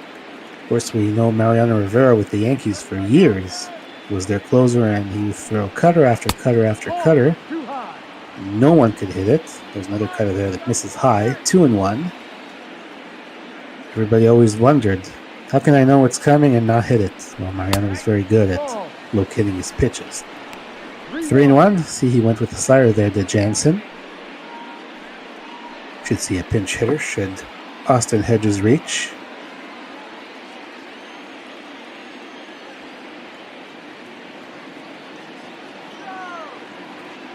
Three-1 pitch to Hedges is going to be called strike. So the Padres down to their final strike today. Crowd on their feet. Hedges looking to get on base and keep things going. Full count. Swing and a miss. And that is the ball game. Kenley Jansen strikes out the side, picks up the save. Dodgers continue to roll. They win this one by a score of 2-1 to maintain their first place standing in the National League West. See, Walker Buehler will pick up the victory today. Very good 6 innings out of him. Bullpen held it down the rest of the way. Got a little bit hairy there in the 8th inning, but Byers was able to get out of that jam. Kenley Jansen will pick up save number 33. Zach Davies with the loss. Didn't pitch all that poorly, but not a lot of run support for him, so he will go 3-11. Walker Buehler will be our player of the game, thanks to those very good 6 innings that he pitched here today. So that will improve the Dodgers to 66-48 as we see the first run of the ballgame scoring in the top of the 3rd. Tommy Pham lined single to center field, bring in that first run. Jorge Soler picked up the game-tying RBI and the ground out, 3rd inning. And then the second run the Dodgers scored would come in thanks to Cody Bellinger with the RBI single. And that was all the runs. That was all the offense in this game. In the 3rd inning, 1 run for the Padres in the top of the inning, and then the 2 runs in the bottom of the 3rd for the Dodgers. There's the bottom of the 3rd. There's that double play, the 5 unassisted 4 double play. That was something. That was really... So he actually didn't tag the bag. It's like, he did tag the bag and then went to second. Grisham lined out to center field in the 8th inning. That was the amazing play by Cody Bellinger. Still trying to figure out that double play the inning before. Well, they got the outs. That's all that matters. Tommy Pham with the stolen base there in the top of the 8th. That was a pretty big spot. He was the tying run. He got into scoring position. And then Manny Machado with a couple of runners on was able to get, or was flying out. Pedro Baez got Manny Machado to fly out to left field in the top of the 8th. And then top of the 9th, Kenley Jansen trekking out the side to pick up the save. There he gets Brian Dozier.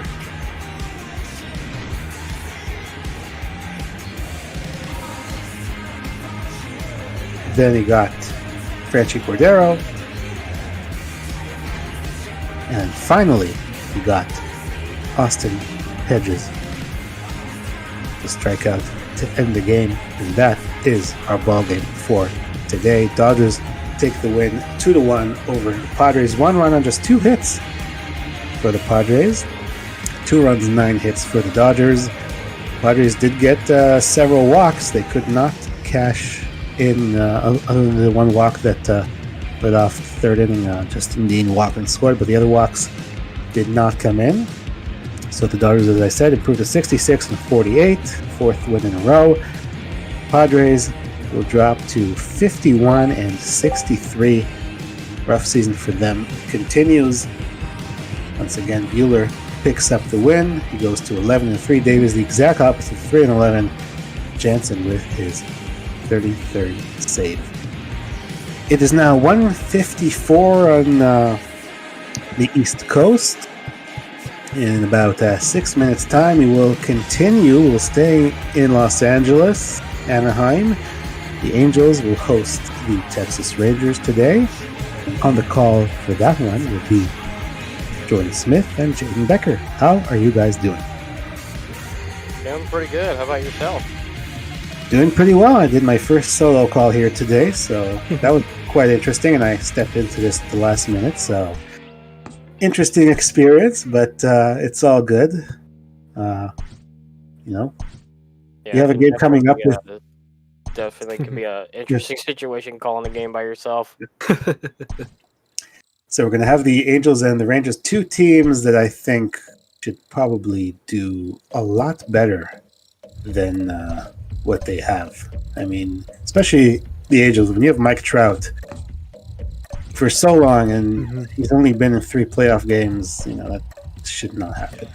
Well, don't sleep on the Angels now. They're on a hot streak as we speak, on a 3-game winning streak. So they are trying to make their way in that confusing AL West. So anything can happen here. And if it's going to happen, it's going to happen now when they're going to beat up on the Texas Rangers, who have been on the opposite side of that spectrum, losing their last 5.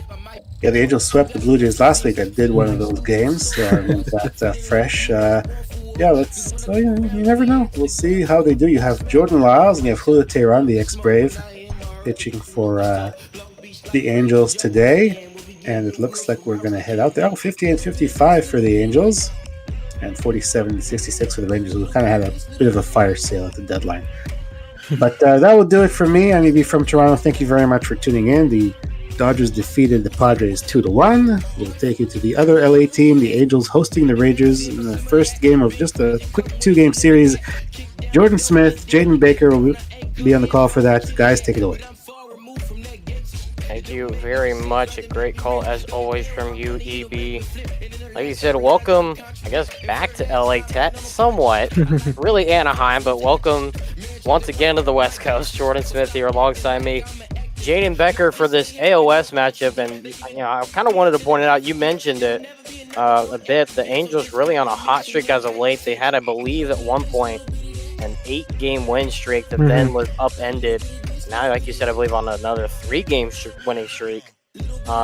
They're really trying to make that push. And that right now is a good time as any, especially right after the deadline. Getting some pieces, I believe. Did the Angels. I know the Rangers went and got a couple of arms for their rotation and their bullpen, but really just trying to get ahead and try to somehow get to at least to second place, to surpass the Astros, and then try after that to get to the A's before the end of September. Yeah, anything can happen, and the Angels are really making a push here in the second half, looking really good after the All-Star break. Should be fun to watch this game for sure. It'll definitely be fun to watch, and we'll get into it later. Something that EB mentioned, the talent on both of these teams is pretty good. It's a pretty well-rounded roster and lineup for both these teams, but it only seems like one side's really starting to pick it up as we bring you to Angel Stadium of Anaheim for the AOS matchup between the 4th place Texas Rangers and the 3rd place Los Angeles Angels of Anaheim. There you see the starting pitcher, Julio Teheran, for the Los Angeles Angels, getting it started here on the bump. Yeah, Teheran has had a tough first half of the season, 4.98 ERA, but really looking to bounce back. We got to remember, this guy's a 2-time All-Star. He's able to put up some good numbers, especially when it comes to strikeouts. 121 strikeouts this season, second in this rotation, so really looking good. And also, he also had a solid second half last year as well, so maybe he's able to find his way after the All-Star break. First pitch of the ball game in there. 4-1, first pitch coming a minute early. 1:59 out on the East Coast. 707. See there the record for the Angels, 58, 55, as that one is chopped away foul. The leadoff hitter in Elvis Andrews. Andrews hitting very well this season, leads the team in batting average and OPS. Also has a considerable amount of power numbers, 15 home runs on the season. So great leadoff guy. Also performed pretty well last game, 2 for 4 against the Seattle Mariners. And great weather for some baseball here this ML Bop Ball season, as that one is ripped down the third base line but foul. Keep things at a 1-2 count.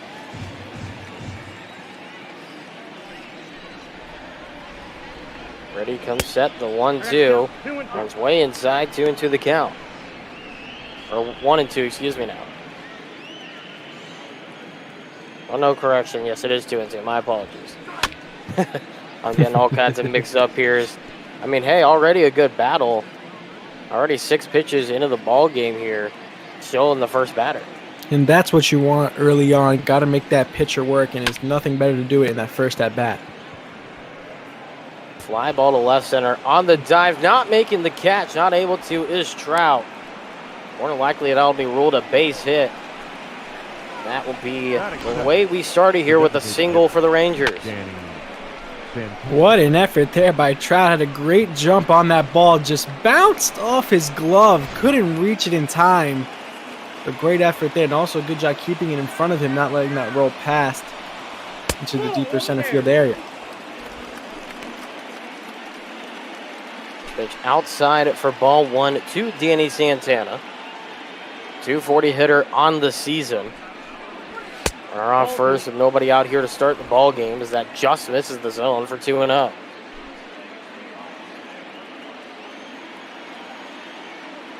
See there, we'll get to that in just a little bit. Third on the team with a 240 batting average. That one's fouled away. I guess we can kind of go ahead and get into it a little bit now. Really, for this Rangers lineup, you look at this lineup and you're thinking that they're contending, and they should probably be up there right now for top in the AL West, as this one is a deep fly ball to center field. Trout backing up on it, making the catch for out number 1 as Andrews retreats back to first. Yeah, you think that, and by looking at the lineup and looking at the guy who's coming up now, Joey Gallo, you think, hey, you got a guy like this on your team who could really hit hard for power. They should be in contention, but I see a lot of underperformance here. 226 batting average from Gallo, only 19 home runs on the season. I know there was some injury issues, but at the same time, the numbers are very low. Does have the RBIs intact as we see on our screen, but I think you could say that about a lot of this lineup here in Texas. Very underperforming when it comes to the bats. It's something that's haunted them really for most of the season, as the 1-1 will catch the edge. The rest of the 1-0 catch the edge for 1-1. I think the score bug here on this one may have gotten a little ahead of the pitch there on that one. So catch the outside edge. The 1-1 finds that outside bottom corner. 1-2 the count now.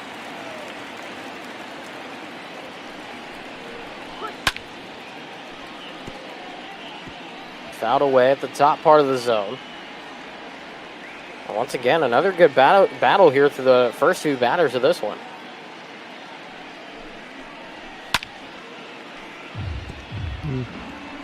Yeah, good battle indeed. You see 2 pitches at the top of the zone there. Gallo fighting them off, but he needs to make Tehran punished here, leaving those balls easy to hit. That one swung on a chopped foul. Hard swing, but not doing much of anything. Once again, 1-2 the count now.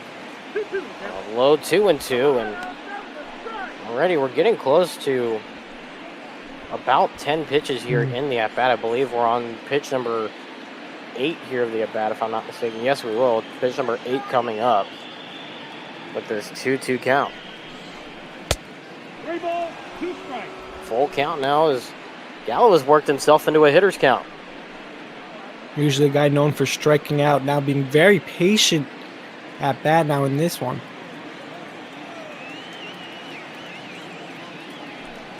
Three-two pitch. Swung on, fouled away. You mentioned it, Jaden. That's the way to really get after this pitching staff is to extend at bats and really try to challenge him as he thought about swinging at it, but smart decision there by Gallo to not. Now there's runners on first and second. Talk about the wrist strength here. Really held that bat back, and I thought he was going to let that one rip, but saw that ball was high by the neck area, and sometimes those are the hardest ones to lay off. Your eyes blow up like saucers. You really want to hit that ball because you see it so well. Just held that one back, knowing better. Now runners on first and second. Now with the runner in scoring position, Willie Calhoun to the plate. As that one misses for ball one. You see there's 10 stolen bases, a 71% stolen base percentage this season. A pretty good mark for them for sure. Love to get a hit. Two runners in scoring position, if not, at least get a run in. And I just want to go back to a comment you just made a little bit ago. Did you say exploding like sausages? Like saucers. Like saucers. I have to say like man. that makes more sense. I don't have the best of hearing, so it makes a little more sense. You said saucers, but yeah, either way, the 3-0 count. That one swung on and chopped foul. Oh man, too early. It's too early, and it's 1 o'clock my time, so that kind of tells you how my day's been. 3-1, big swing and a miss. Good job on the breaking ball there. You see there 26 pitches through the first third of the ball game. Now 27 outside the zone. Bases loaded for the first 4 batters of the ball game. Odor coming up. If you could punch one into the gap, you could see a considerable amount of runs come in, especially from the runners in scoring positions. There aren't no slouches here on the base paths. They do have some speed.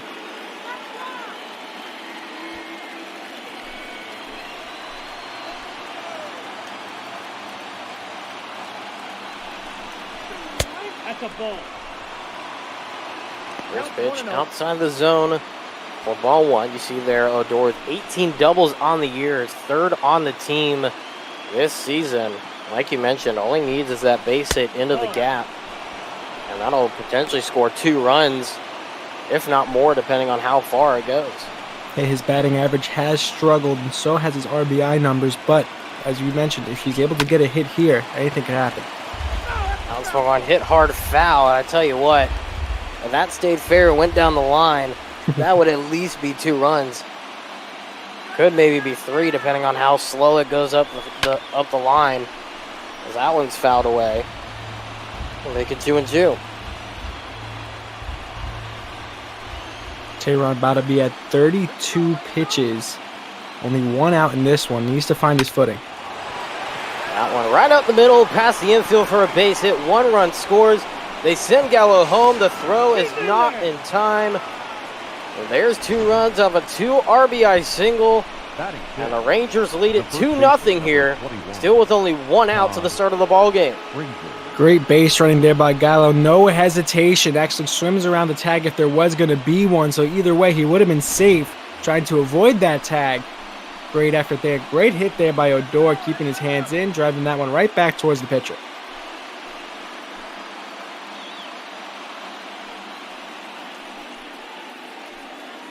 Now you see what many nickname the Todd father, Todd Frazier, up to the plate. A little bit of an underwhelming season in comparison to what we're used to over the years, as this one will get into center field for a base hit. They'll go ahead and send Calhoun home. The throw will not be in time as the pitcher cut it off in Tehran. There's an early 3-0 lead. Well, the Rangers are rallying here early, and they're going to need to continue this down the stretch of this game. They've lost the past 5 games in a row, and now finally getting it all together here in the first inning of this one against a strong team. Tehran's really getting pelleted pretty hard. You mentioned it. They're really stacking it on here. An early 3-0 lead, trying to set the tone early on. And as you see here, Drew Waters up to the plate. Not much of an average, 143. Has had limited action this season. I believe was just called up recently, if I'm not mistaken. He was just traded over. He just found his way to Texas. They traded away Corey Kluber to the Atlanta Braves, and Drew Waters being one of their top prospects found his way over to Texas. And now, this being his first rookie season, he really needs to improve here a little bit. But thought he stepped on first. I thought he stepped on first base and got the out there, but I guess not. They get the out at second. And so that will go down as a fielder's choice. And, oh, look at that replay. Just barely missed it. Otherwise, that would have been a pretty smooth double play right there. So runners on the corners now for the catcher, Robinson Chirinos, the number 8 hitter, with finally the second out here at the top of the first. Ball, left out. Side for ball 1. The runners on the corners here. Once again, the run still can be tacked on. Chirinos not really known for his bat as of late. But with the way that these Rangers have been hitting here in this first inning, I wouldn't be surprised if he also was able to get on base.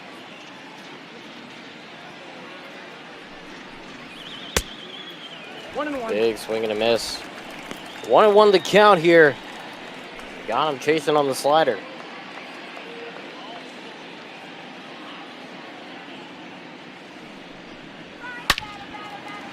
Throwing hit hard on a liner, but foul.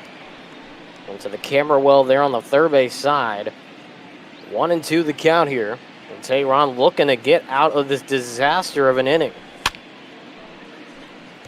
Fouled away. Even at the bottom of the lineup, they're still continuing to fight here in the first, fouling away good pitches at the top of the zone. Big swing and a miss. That's a relief for the Angels, but not before the Rangers get it done. 3 hits and a lot more on base than in the inning. They lead it quickly, 3-0.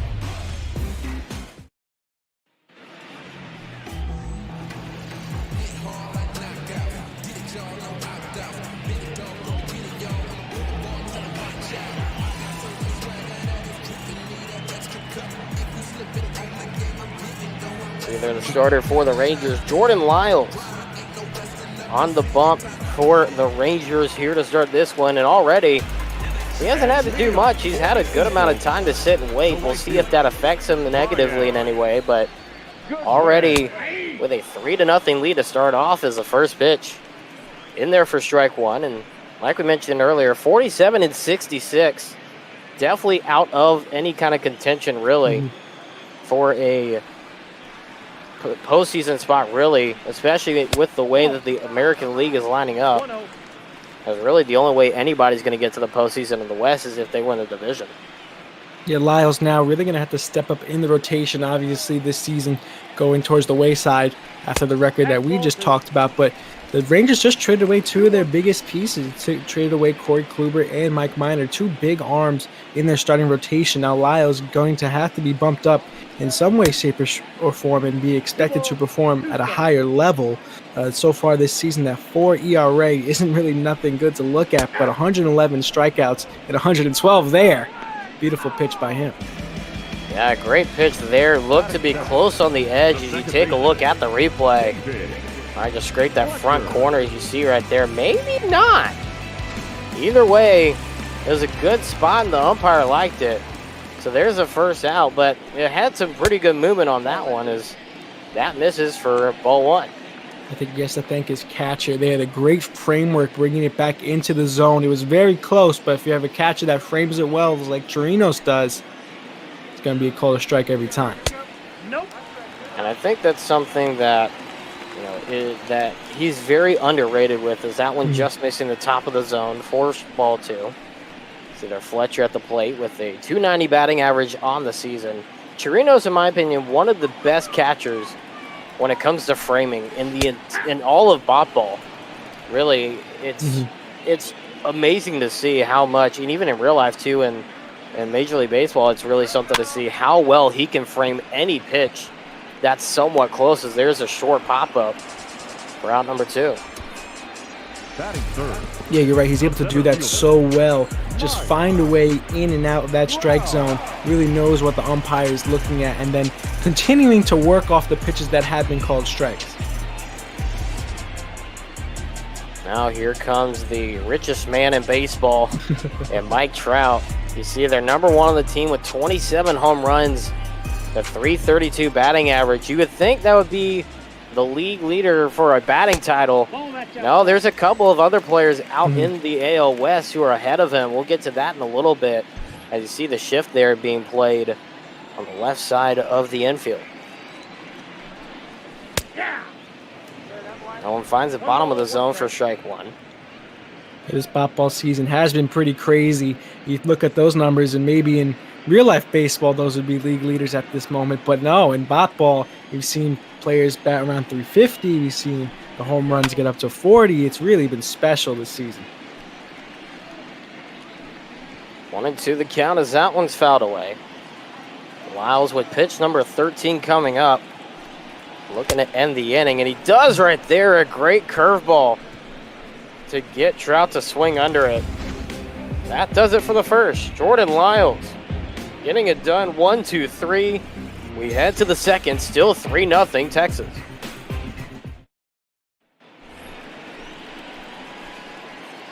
Leading off for Texas, the third baseman, Johan Camargo up to the plate. The only hitter who has not hit in the lineup so far. We're only in the second inning of play. Is pitch number 41. For Julio Teheran will be outside for ball one. See, they're 0 for 3 in his last game.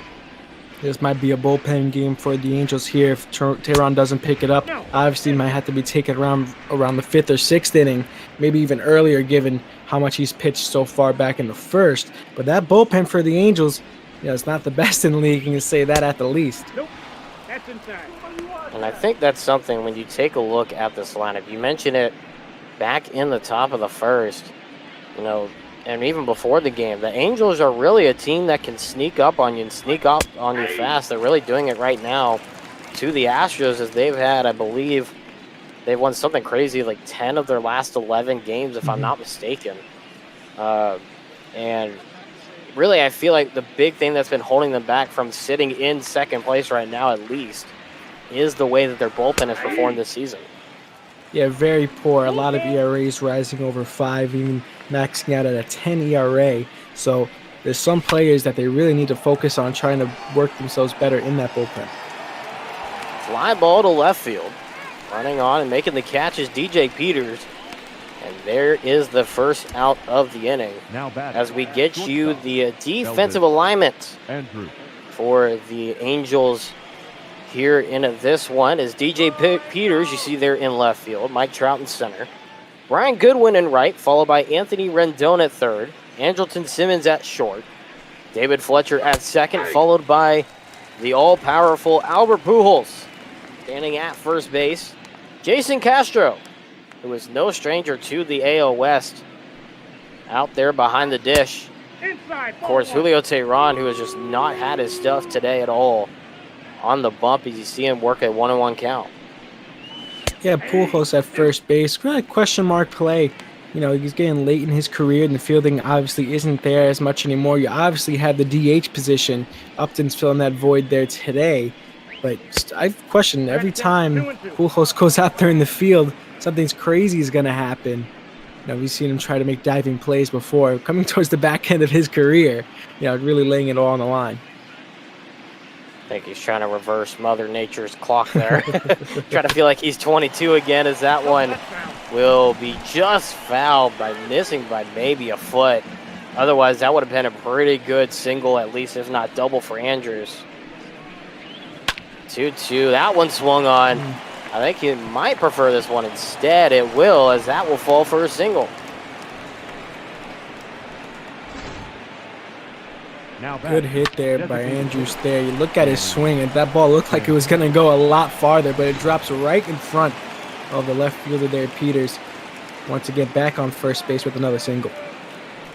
Yeah, the way that he swung at that and just kind of stood there and watched it, I thought this one was fixing to go 400 feet, but but no, instead it goes maybe 200 as that one be outside for ball one to Danny Santana. He's 0 for 1 with a fly out so far.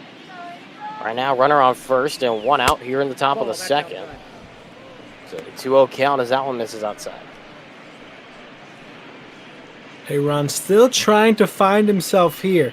Really having a tough time on the rubber. A lot of his pitches aren't falling in for strikes. Already has 2 walks given up in this one and just needs to focus himself here. 3-0 the count. 3-0, and we've seen that a few times already today, starting out the at-bat with a 3-0 count and not really being able to get ahead of hitters. Really, for whatever reason, it just seems like the Rangers have been working on plate discipline more than anything. In practice, it seems like, as you see their ball 4 and you take a look at the stat line. Already at 56 pitches. I'm wondering if anyone's already started to get warmed up in the bullpen. Definitely going to have to look at Dylan Bundy, the lone relief arm, just to eat up some innings here. 56 pitches. I'm still scratching my head at how much he's thrown, and we're not even through 2. Only through an inning and a third so far. Ball 1. That one outside for ball 1 once again. See there, 57 walks, tied for 3rd in the American League for Joey Gallo. So don't look at that 226 and say he's having too terrible of a year, because he's still able to get on base. Now, granted, like you mentioned earlier, you expect Gallo to have a higher batting average with the amount of power that he's able to produce, and he already has, I believe, 19 home runs on the year. But either way, you still expect him to have upwards of around 275 and up for a batting average, and it just has not been that kind of year for him. Now, you understand the home run or bust concept there, but at the same time, 19 home runs and you're a home run or bust guy, I'm expecting that number to be around 30 at this point if you're really just going for that long ball night in, night out. I don't care what your average is if your home run numbers are that high, but no, he's only at 19. 2-1 is fouled away. 2-2 the count here. The top of the second with 2 runners on and only 1 out. We almost had a 4-way. That one swung on and fouled away as well. 2-2 the count.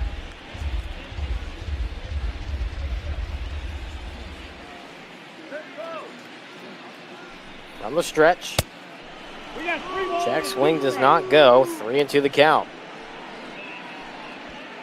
And the pitch count is just going to on deck. The pitch counts continue to go up and up. 3-2 count, not where you want to be if you're Tehran. Big swing and a miss there. Got him on the changeup. Gallo looking at him saying, okay, yeah, you beat me on that one. So there is out number 2. The runners stay put at 1st and 2nd. Good pitch there, dropping across the knees. Couldn't reach it with the bat of Gallo. Great pitch there, but needs to find more of those in this one. Ball 1. Low for ball 1. Calhoun, you see, he's gotten on base already in the game. Got on base with a walk. Ended up loading the bases before Odor and Frazier came in, who were both on deck and in the hole. Both came in and hit RBIs to put the 3 runs on the board last inning. Zauer misses outside for 2-0. He has 20 home runs for a reason. This guy can hit. His swing is very pure, especially coming from the left side of the batter's box, so he can do some damage here. 2 balls, 1 strike, the count. Tried to get one into the gap, but missed on a whiff. 2-1 the count there. You see there 26 pitches this inning. A little bit better, but still not what you want to see, especially when you compare it to the first inning and having 33 pitches. Swung on and fouled away into the seats. 2-2 the count.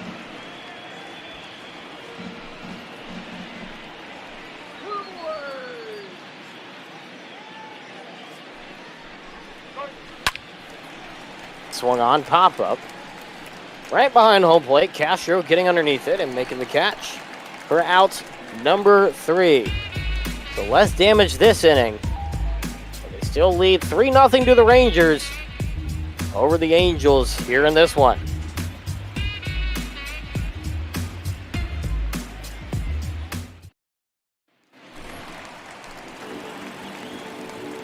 And leading 4, 5, 6, 2 up for the Angels here in this bottom of the second. We'll start with Anthony Grandone, Justin Upton, and following him, Albert Pujols. 3-0 the score. Rangers ahead in this one, as that one misses high for ball 1. See their last 3 games, Rendon has found his stride, 4 for 6 for Rendon with that 291 batting average. Trying to make the most of that huge contract he signed, 7 years, $245 million deal. Some which can't fathom that much amount of money, but he's trying to make the most of it. Home run numbers have been here and there. Obviously, 26 home runs, nothing to scoff at. And the 291 batting average really looking nice for him this season. Also leads the team in RBIs with 78. Swung on, and his hitting success will continue with a single into right field. There is a first base hit for the Angels in this one. That's got to come as a sigh of relief. Yeah, definitely. Sometimes the first hit is the hardest one for a team, but as soon as they get the ball rolling, anything could happen, especially with this Angels team who is really hot right now.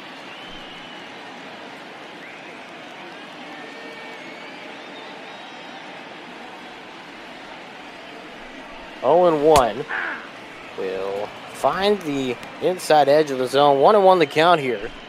See, they're acquired from the Tigers back in 2017.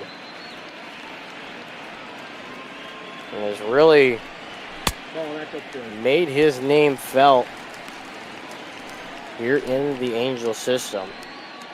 Yeah, coming off of a really tough season last year, batting .215, the lowest of his career. Sort of bounced back slightly here, .241 batting average. But you got to remember, Upton has really been through a lot. 3-time Silver Slugger, 4-time All-Star, and injuries have been an issue for him. Now more of a DH role, playing the field when he needs to, really finding his own, trying to regain his swing. Definitely been, like you said, a bit of a resurgence from last year. Definitely been a positive sign for him, and especially from this Angels team, to see him do so well. As there's a guy you expect, you kind of mentioned it earlier with Gallo, home run or bust for the most part. And Albert Pujols says that one's fouled away.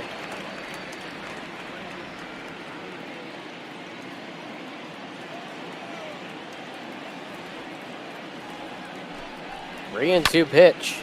Swung on, chopped away. Talk about Anthony Rendon's contract, $245 million. I'll take 1% of that. I think a lot of us would. $2.45 million? I'll still take that. That's my retirement. Are you kidding me? I think a lot of us would, but he's really earned it. He spent a good amount of time over there in Washington, and he really made his name and definitely deserved every penny that he got coming into this season with the Angels.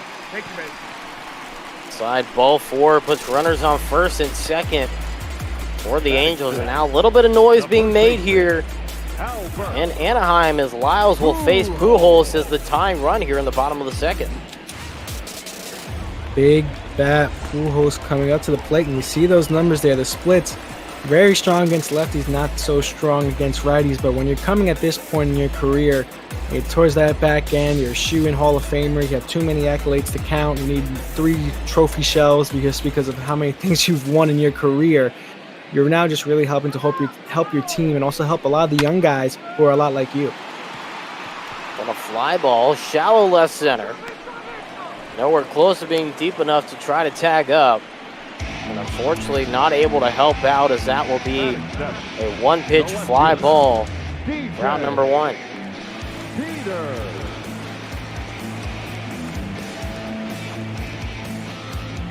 Now DJ Peters will step up to the plate. The number 7 hitter, number 7 on his jersey, 375 on the season. They drop just a bit as that one will be a pop-up. A good catch on the run there being made by Waters. 2 pitches, 2 outs, both of them to center field.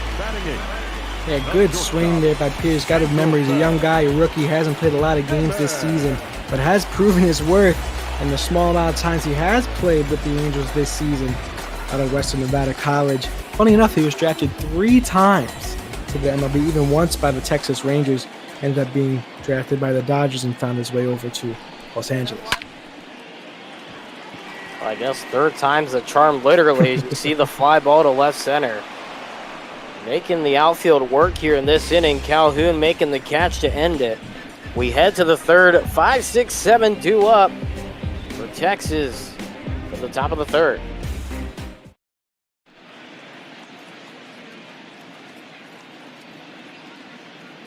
Either Heidi Watney bringing you back here on ML Bot Ball. So glad you can make it here for this one. Jordan Smith here alongside me is Jaden Becker. Just to let you know, just like we do every week, every single one of our proceeds, any money that's donated, any subscription is being donated to our charity of the week. Our charity of the week, once again, Meals on Wheels. A great cause for sure. A little bit of information about them. They support more than 5,000 community-based programs across the country that are dedicated to addressing senior isolation and hunger. This network serves virtually every community in America, enables America's seniors to live nourished lives with independence and dignity. A great cause for sure. An absolute favorite here for the Bot Ball family. You can donate in one of two ways with either typing !donate in the chat here on Twitch. The link will be provided for you to donate. You can also scroll right below this stream and click the PayPal button. Donate that way as well. Be sure to, if you haven't done so already, and if you're able to, a great cause to donate to for sure. As you see there, Todd Frazier coming up with a runner on first base from a single to right.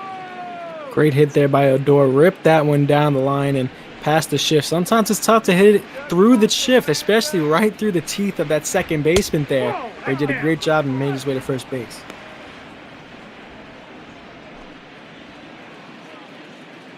Two 2-0 to Todd Frazier, who's 1 for 1 with a single, brought in the third run of the ball game. RBI single as that one somehow missed the zone, but called ball 3.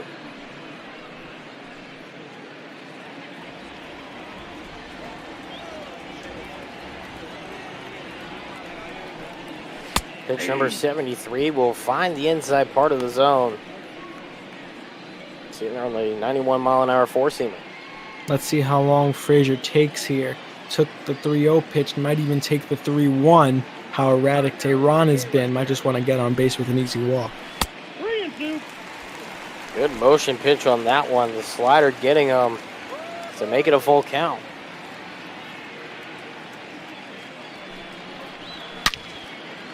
Swung on, hard hit in the left field, still backing up, but a line drag catch is made by Peters. There's out number 1 as Odor will head back to first. Up next for the Rangers. If Peters took a misstep there, that one might have gone over his head. A great rip there by Frazier. Waited in the count, ended up being 3-2. Ripped that one almost over the head of Peters, but did a great jump there, catching that one over his shoulder.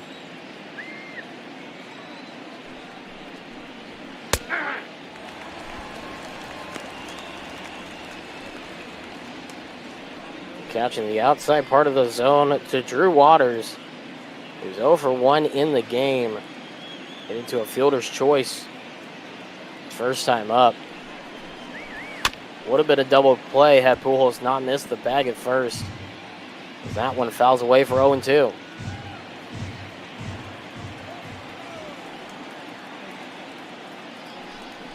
Ready now, the 0-2. That one swung on, hit hard into left center. Right center, excuse me, still going and bouncing at the base of the wall. That'll put 2 runners in scoring position. And a double for Drew Waters, his first hit of the ball game.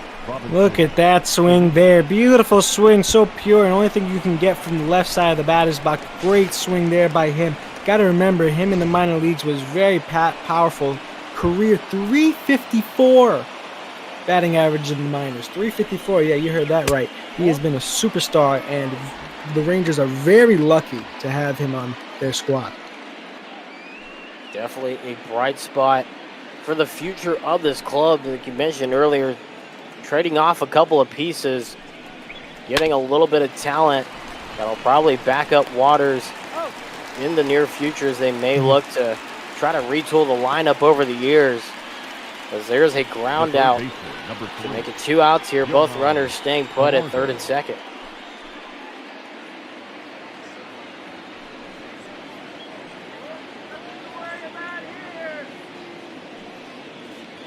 Now Camargo to the plate.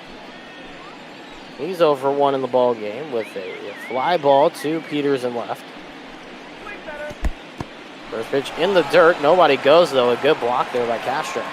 Yeah, the backstop for Los Angeles Angels Stadium is pretty wide, so you got to be careful whenever there's a ball in the dirt.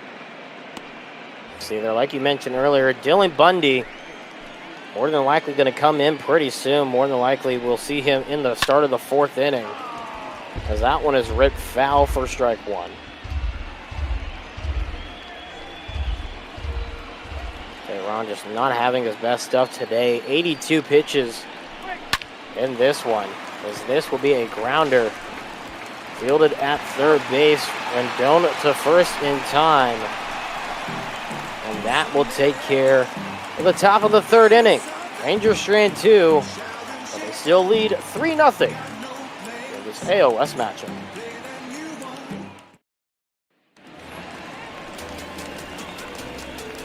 And leading up for the Angels, the catcher. The number 9 hitter in Jason Castro coming up to the plate. A 168 hitter.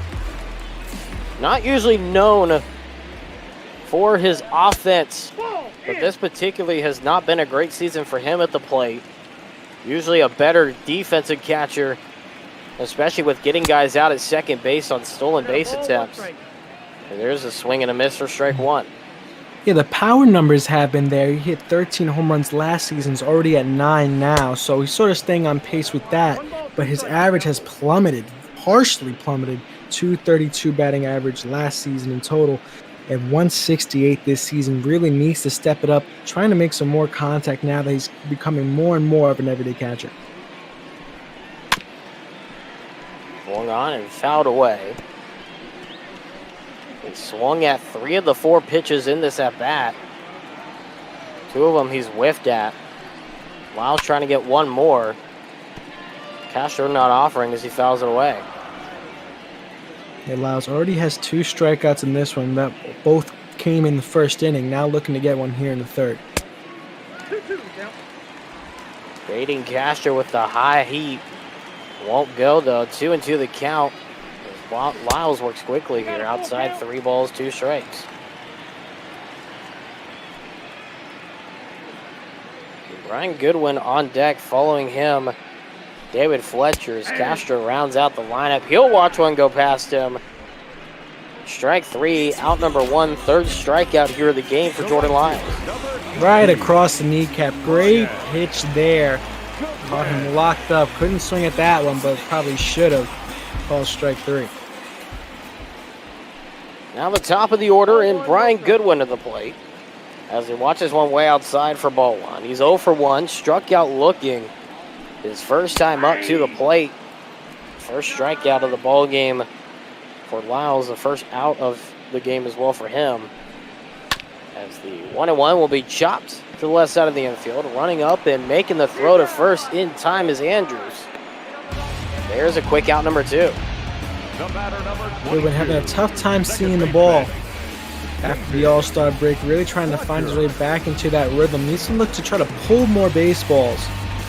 That's really what gets you out of that slump that you're in. And I know that 299 looks good, but he was once a lot higher when it came to batting average. Long line will get past the outstretched glove. Margo over there at 3rd. Looked like a mishandle there by the left fielder in Calhoun. Wasn't able to read it properly.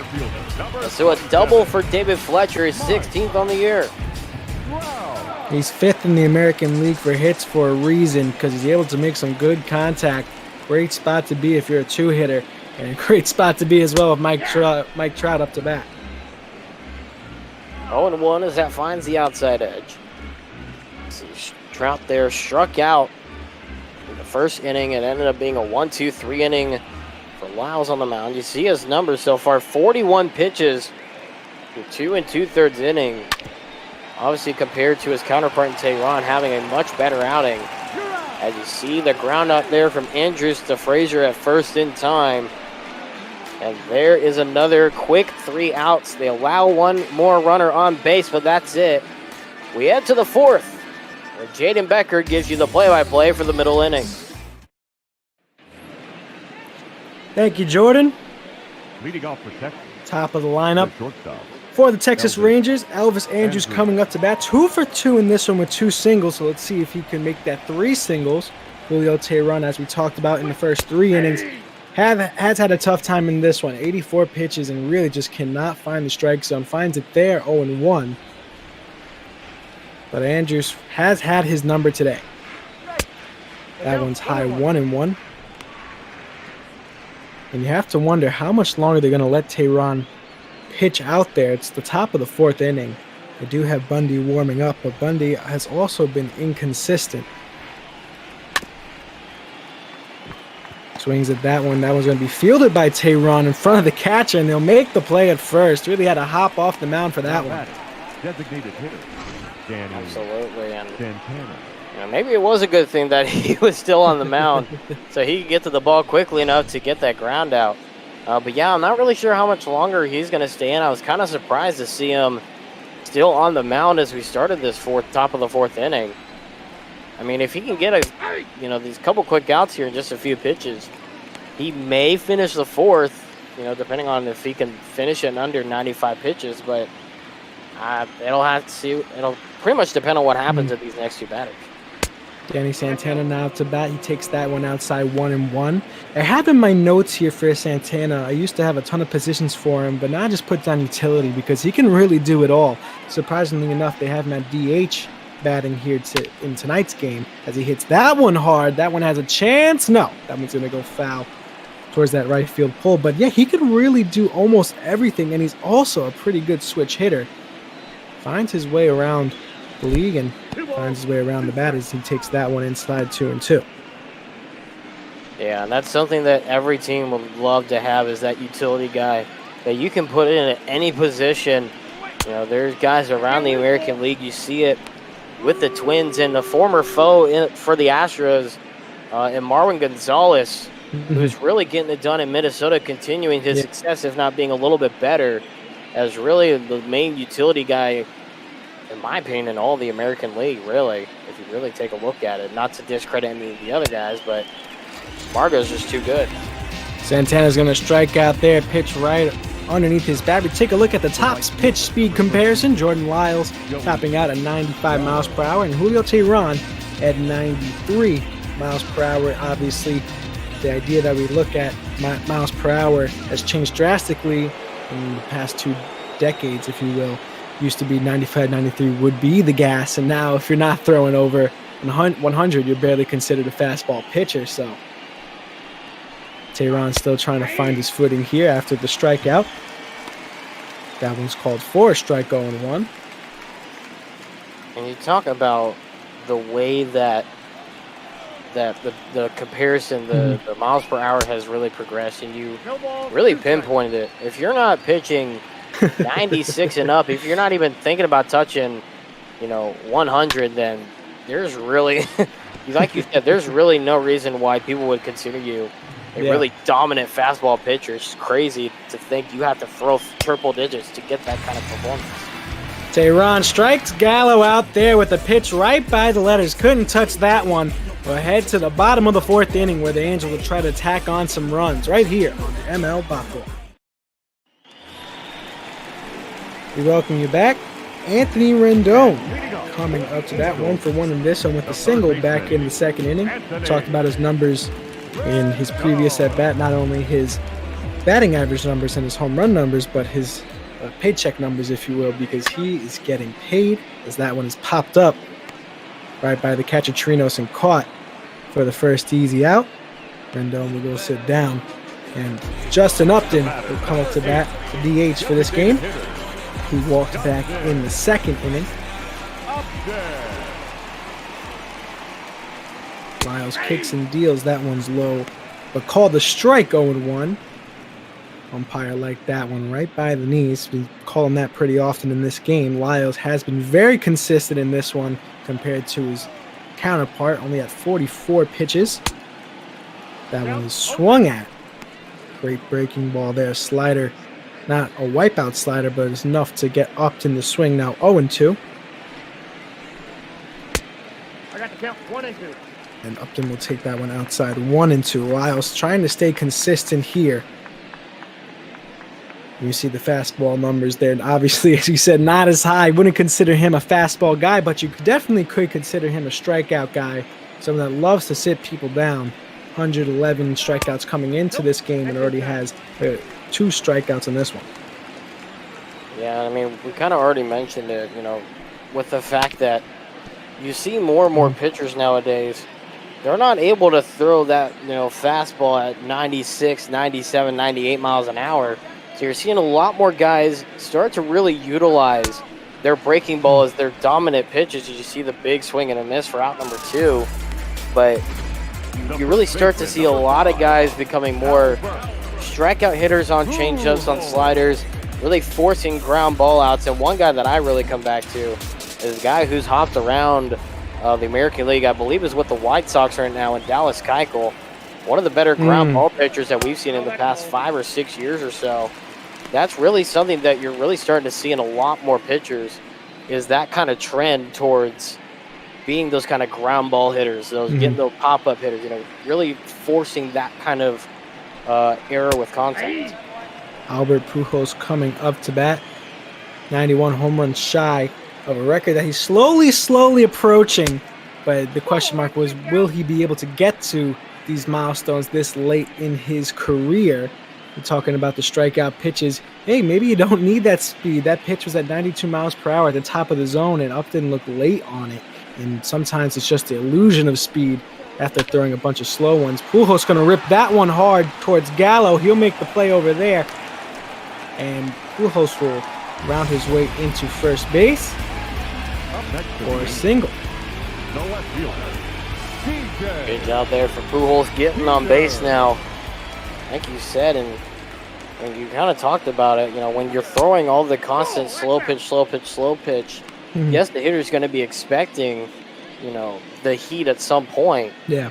But, like you mentioned, when you're constantly throwing the slow-moving pitches, the breaking ball pitches, any rising pitches, you're kind of looking at that and you're saying, it, like you said, it might look a little bit faster than what it actually is when you compare it to some of these other pitchers who throw 5 miles an hour faster, and you may say, okay, well, 5 miles an hour, what's the difference? It's a huge difference to a batter at the plate. DJ Peters pops that one up to Calhoun for the final out of the 4th inning. We'll head into the top of the 5th as we see a pitching change. Dylan Bundy coming into this one, 4.92 ERA this season, and long relief on for the Los Angeles Angels. Taylor has had his work cut out from this year. 113 1/3 innings of work at that 4.92 ERA with an 8-10 record. Definitely somebody they love to rely on. And I will say this as well, while you love to use him, the fact that you've had to use your long reliever for 113 innings, I think really tells the whole story, and it kind of contributes back to what you talked about with the struggles of the bullpen earlier in the broadcast. Yeah, bullpen issues have been an issue for the Angels. Also, injury issues in the starting rotation. Bundy has to fill in a couple roles here and there, a couple starting spots, if you will, throughout the season. As Willie Calhoun comes up to bat, that one is called a strike 1 and 2. He has been able to fill the void, and he has been able to do so in some consistent role, given that they've been bringing him out so much. That one's going to be a drop third strike. Castro's going to throw over to Pujols for the first out. Now batting, second baseman. See, there are 2 more arms in the pen for the Angels, a righty and a lefty. So we'll see how long Bundy goes. I'd expect him to go at least 1, if not 2 more innings here for the Angels, especially if he gets it done like this. Odor hits that one hard. Trout's going to have to fall back towards it, but he'll catch it by the warning track. Odor punched that one pretty hard, and I thought that one had a chance, maybe if the wind helped him out there a little bit. But Trout able to settle underneath that one. Yeah, it seemed like for whatever reason, at first, I may have been wrong on that one as it seemed to carry a bit, but then it seemed like the wind just picked it up and maybe took a little bit of air underneath it and hit it more so up than out. And that's what caused it to fall short, as you saw Trout had to come back in. The 2-time All-Star and Toms Rivers, New Jersey legend, Little League World Series legend now to bat, Todd Frazier, 1 for 2 in this one. Had a single in his first at-bat, then lined out on a very hard hit ball to Peters in left field. 1-1 count to him with 2 outs here in the top of the 5th inning. Bundy kicks and deals. That one's inside, 2-1. I'm glad somebody mentioned it with his status in the Little League World Series. I tell you what, that is probably my favorite thing to watch every August. I tell you what, I love the Little League World Series. I don't know about you. I love it as well, but Frazier's not loving that call, as that one was called the strike on the outside part of the plate. He'll go sit down as the Angels once again will try to break their scoreless streak in the bottom of the 5th inning. We welcome you back to ML Bopball. Heidi Watney joining us. Mic not working, but usually that's how it goes here on Bopball, talking about Albert Pujols, and I was talking about him earlier about how he is at that back end of his career, but now his main focus is more focused towards other players than himself. He's no longer the main focal point of this Angels team or any team that he was on previously, obviously the Cardinals, but now it's more focused towards Mike Trout, the living legend. But now, Pujols obviously going to be put to a Hall of Fame at some point when he does retire. But now you have to wonder what he's doing now with a lot of these younger guys in the minor leagues and even players like Trout who are gaining all this popularity and fame, how he's able to handle it. And Pujols being that voice in the locker room to help them out is always a great piece. Yeah, I think that was part of the reason why they gave him such a long contract with that 10-year deal. Not only at the time, of course, his performance was starting to really rise back up to where he was in his prime and really being off the charts, but also part of that, like you mentioned, is really helping the young guys that come in and really try to make their spot in the major leagues, as well as really being that mentor for the guys in the locker room, and especially, like you said, for the living legend and Mike Trout, who is being regarded as perhaps the greatest baseball player of all time. And really, you really at this point, like we've already mentioned a couple of times in this broadcast, he's on this team to be a mentor. That's all he is. He's there to be the old guy, the guy that gives the rocker, and to really be that mentor for all the young guys that come through. Simmons hits that one hard. Gallo will settle underneath it in right field for the first out at the bottom of the 5th inning, and I agree with you there. He really is that voice that a lot of people are just going to be able to go talk to and say, hey, I'm struggling with this in my game. I'm struggling with my swing. I'm struggling with my view of the baseball, and Pujols has been through it all time and time again, forward and back, and just to have that voice there is very important as Jason Castro comes up to bat, takes that for strike one. As you see the shift there to the right side of the infield, I think there's something else with that too.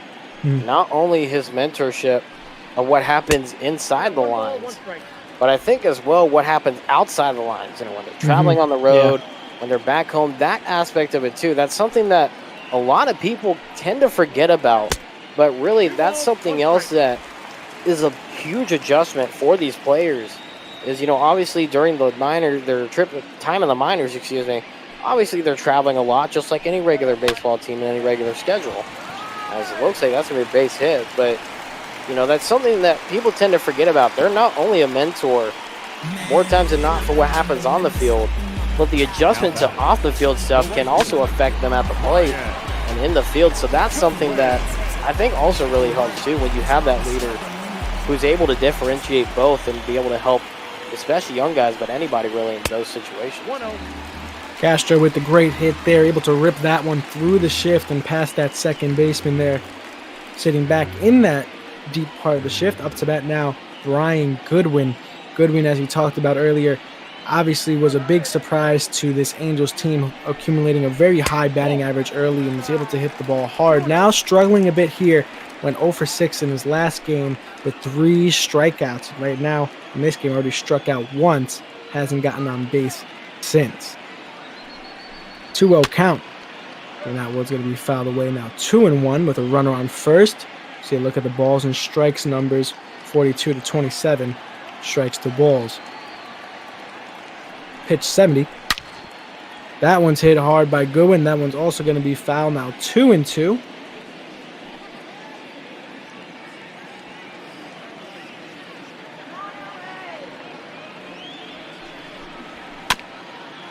That one is swung on and hit towards Frazier. This could be 2, 3, 6, 1. No. Oh, yes, it is. Very close play. The umpire calls him out. And we'll head to the top of the 6th inning. Angels still scoreless here, 3-0.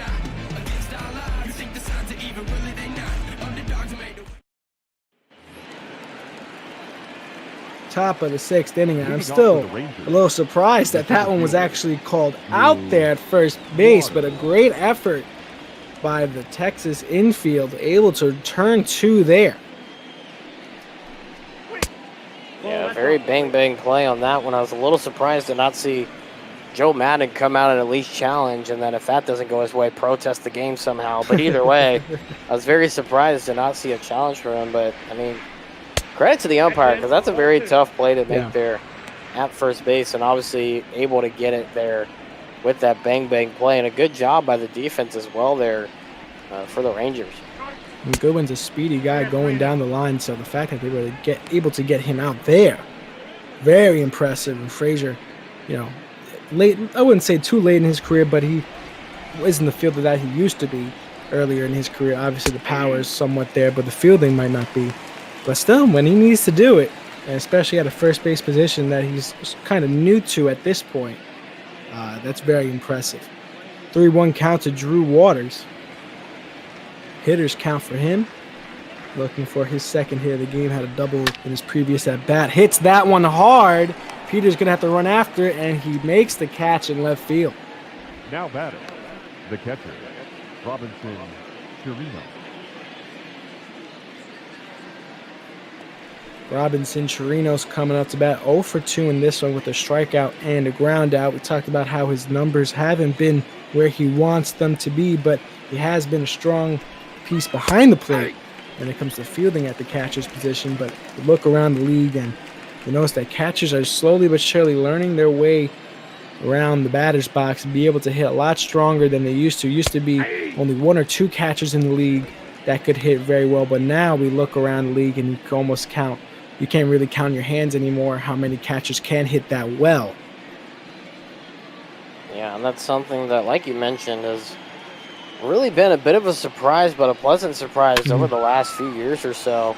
You see that one, a hard foul ball for an 0-2 count still, but you know, it's been something that a lot of teams obviously appreciate, is having that extra bat in the lineup that you can rely on, instead of usually relying on seeing him being stuck there at the end of the lineup at the 9-hole, just hoping to get back to the top of the order. Take a look at this replay here. Was he going to hit that one ever? As he just swung to swing there. That was a wipeout pitch, and he wiped him out into the dugout with a strikeout there. Swinging that one like he was fixing to miss the thrust to the and I tell you what, I'm not sure why he swung at that one, and for that matter, why he swung that early.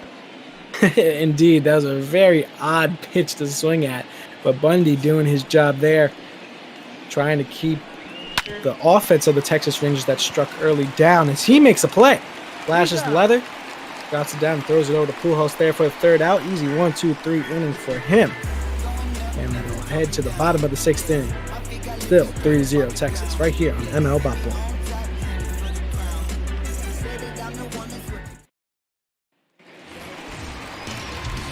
Welcome you back. David Fletcher coming up to bat 1 for 2 in this one with a double. Great pitch that he hit to be a double, but his numbers have not lied either. First in the American League for at-bats at 466 and 5th in the American League in hits for 135. He's been hitting very, very well and also very consistent. He batted last season 290 and came into this one batting 290, so you really know what you're going to get from him. He's been a very solid piece and very consistent for the Angels as we look at the Rangers bullpen, as we see Jesse Chavez and Luis Garcia warming up, 2 righties.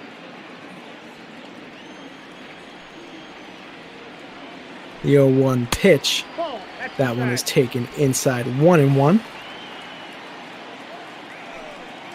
Fletcher had trouble with plate discipline last season, but has sort of found his way around it just by being so strong with the bat. That one's called a strike 1-2. That one's outside now 2-2. And those would be some of those pitches that he would swing at, those wipe away sliders that would just catch him off his feet. Hits that one hard and it starts to travel. Odor catches it just in his reach. Had to flash the leather there to get to that baseball, and he does. Great play there by Odor. Not only can he throw haymakers, but he can catch no look over the shoulder. I tell you what, that was a pretty good defensive play there to just barely look over your shoulder and make the catch over your shoulder as you run away from home plate to try to make that play in shallow right center. Good job there defensively by Odor. Mike Trout coming up to bat. Fouls that one away 0-1, and I have in my notes here, it says 3 times AL MVP. And it's very rare to write that about anybody in this world, 3-time MVP, but there it is. He has just been that good at the sport of baseball, and he continues to wreck things in bop ball. Absolutely, and that's something that, obviously the Angels, love to have as a guy who's such a well-rounded player, such a well-acclimated player, an accoladed player at that as well, as you see the ground out for out number 2. But it also comes at a cost too, because now you're thinking, okay, we want to make sure that we win with him. So they got to make sure they put more pieces around him. They've gotten close a few years in the past, but they haven't been able to make that extra push they need to get to the postseason. They've got to put some more pieces around him if they want to give Mike Trout a chance to win the big one. Angels haven't been to the playoffs since 2014, haven't been to the World Series since 2002, when they won it all. In the beginning of the century, Anthony Rendon up to bat, 2-1 count, 2 outs here in the bottom of the 6th.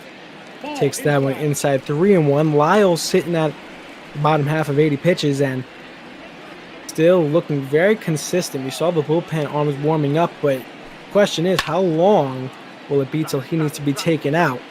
Gonna have to wait till next inning as that one is flied over towards Gallows for final out of the bottom of the 6th. I'll head it back over to Jordan Smith for the play-by-play as we head to the top of the 7th.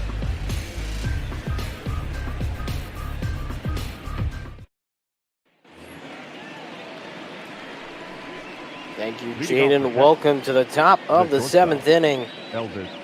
Still see a 3-0 scoring line. Not much has changed offensively. There's had a few more hits on each side since the top of the 1st.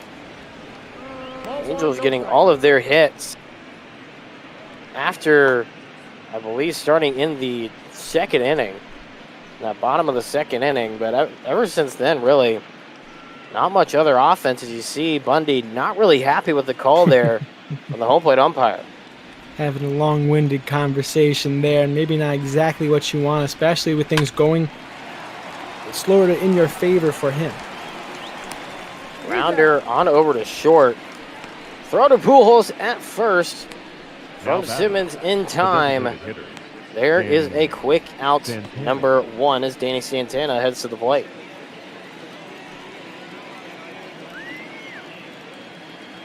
So he's 0 for 2 in the game. Average dropping down to 239 on the season.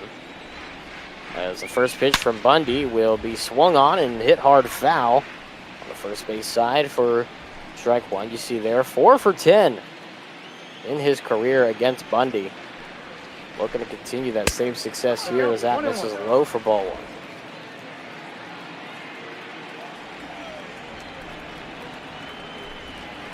1. 1-1 pitch inside. Not really much there for Santana to swing at. Really knew it wasn't going to be anywhere close. As the 2-1 misses outside. 3-1. Looks like Bundy's losing his control here a little bit after the conversation that he had with the umpire. Might still be in his head. No, ball 4. Maybe so, as that one misses inside for ball 4. Number 13. So that puts a runner on first here. Not expecting him to go too much longer, I would expect. Like we said earlier, they do have the righty and the lefty in the pen. He could still get out of here with a double play. Get a full few innings of work. I believe that would be, that'd be 3 innings of work if I'm not mistaken, if he gets through this 7th inning, as that one's a swing and a miss for strike 1.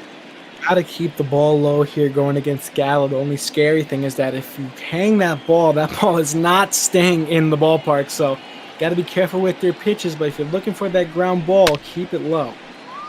That one a hard hit ball. That one could have been if it stayed fair, but that will be foul. 1-2 the count. I rest my case at that point there. 1-2. He'll take the strikeout instead on the 92-mile-an-hour four-seamer. There is out number 2 in the inning. The runner at first will hold in Santana. Great pitch there. Bundy does so well. He's able to control his pitch, and that really comes from his motion and his windup. Steps over that front foot and really charges downhill with his pitches. First pitch to Calhoun misses inside for ball 1. He's 0 for 2, but he's been on base once with the walk that coming in his first plate appearance. So his 4th plate appearance of the day. Last time up to the plate. Called out on a drop third strike as that one finds the corner for strike 1. Check the runner at first, not in time, but a little bit of a delayed return from Santana there. And probably was surprised that he's being thrown over at first base. Not known for someone that really is speedy on the base paths, but I just wanted to keep him in check. Rangers still lead it 3-0 here. Top of the 7th. That one chopped foul. Otherwise would have probably ended the inning. And he swung on it and missed. Right now 2 outs, a runner on first, 1-2 count.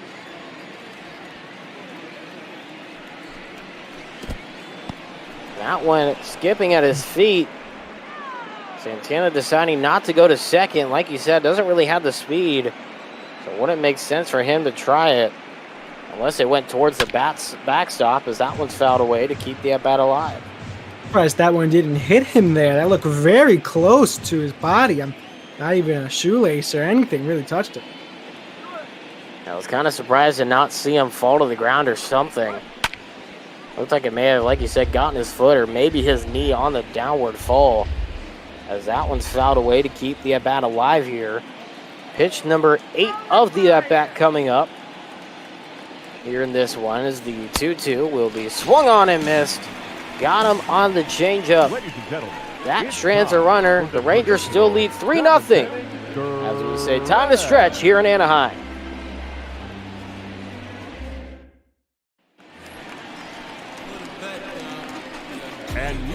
Miles coming back out for the 7th inning.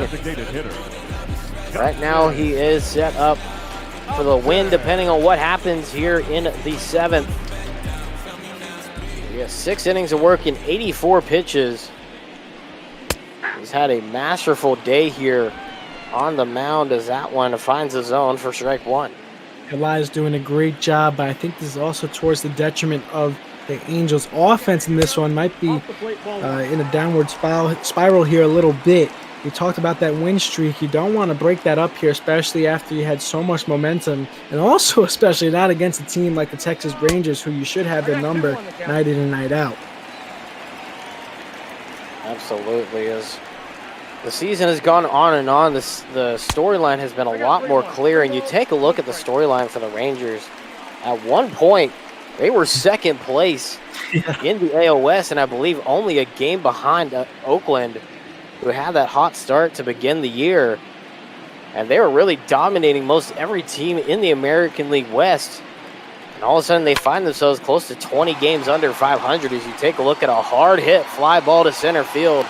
Still backing up on it, but making the catch at the wall is Drew Waters, and there's one away here in the inning. And sometimes you just have no luck. That's the exact pitch you wanted. That's the exact swing you needed to get on that baseball. Just did not leave the ballpark. The ballpark just needed to be smaller there for that to be a home run. And put a perfect swing on it. Really nothing you can do there. Swung on and fouled away for strike 1, Albert Pujols. He's 1 for 2 in the game. Got a single his last time up to the plate. And nobody on, and 1 out here in the bottom half of the 7th. Is that one a big swing and a miss. And you take a look there, and pretty consistent numbers for Lyles every inning, going between 13 and 15 pitches each and every inning. That one a fly ball to center field. Waters once again backing up. will make the catch. A little bit in front of the track for outs number 2. The left fielder. I think they'll probably end up keeping Lyles in here to finish out the 7th. The leash might be short here. However, we see those two righties warming up, and Leclerc and the setup man, but got to be careful. Both of those balls have been hard hit, and they might start seeing him pretty well now at this point. There's that leash that may have just gone away that you talked about, as there's one into the left center gap, all the way to the wall, and Peters on base for the first hit of the ball game. Now 1 for 3 with a double, his 2nd on the season. Great hit there, and they're seeing him well. They're seeing Lyles very well. That he was out in front of that baseball, high in the zone, able to put some good wood on it, and that's an easy double every day.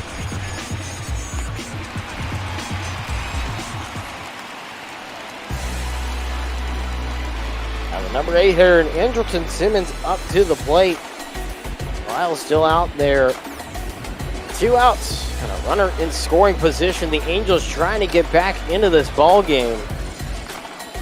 The Angels hoping that Simmons does not do anything to, or the Rangers, hoping Simmons doesn't do anything to change the scoreline right now, as it's 3-0. This one hard hit in the right field. Making a little bit of a move to his right, making the catch is Gallo. And that will finish the night for Lyles. 7 innings of work, masterful performance. We head to the 8th, 3-0 Texas.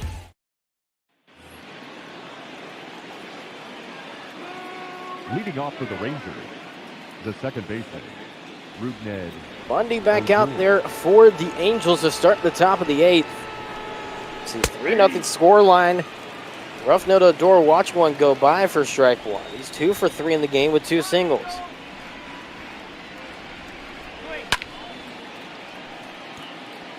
Oh, 1 fouled away. 0-2 the count here. Jordan Smith here alongside me, Jaden Becker. Bringing you this bot ball action here on this Monday afternoon. Coming up right after this one, Justin Rock and J-Man 1993 bring you the White Sox and the Yankees, followed by another AOS matchup with the Mariners and the Athletics. Brother Beard and P. Mr. 3 later on in the afternoon. The next few matchups, of course, you can find the entire schedule for the rest of the day today on our website at mlbotball.com, as well as being able to type, I believe, exclamation today's games or exclamation schedule in the chat, and it'll show you the entire schedule of Bot Ball in the day that you are at. Odor did a great job there beating the shift ball on the outside part of the plate, but then he did exactly what he needed to with it. Took it also towards the other part of the field, right through the shift. Great piece of hitting there by him. A quick 0-2 count to Todd Frazier. He was 1 for 3 with a single. That one outside for ball 1. And now runner on first and nobody out. Rangers looking to just get runners on base, maybe add some more insurance. They won't get it done that way, though. There is a strikeout swinging. You take a look at the 2 starters now that more than likely both of them are done for the day. Yeah, and it was a tale of 2 different stories, right? Julio Teheran came into this game and really gave up all the offense that the Rangers were going to produce in that first inning. Sort of settled down later on, didn't give up any more runs, but the pitch count was way too high to keep him in. And for Lyles, he, as you mentioned, pitched a masterful game and really was pretty impressive in this one. Now really trying to prove his own with a lot of big pieces in this rotation like Kluber and Minor now being shipped off to other teams. 1-0 as that one will miss outside the Drew Waters. Made a couple catches out in center field in the bottom half of the 7th inning. He has a double in the game, and that's the only time he's been on base with a hit. He got on base with a fielder's choice his first time up. 2-1. Outside, 2-1 the count now. Runner on first, and that's it.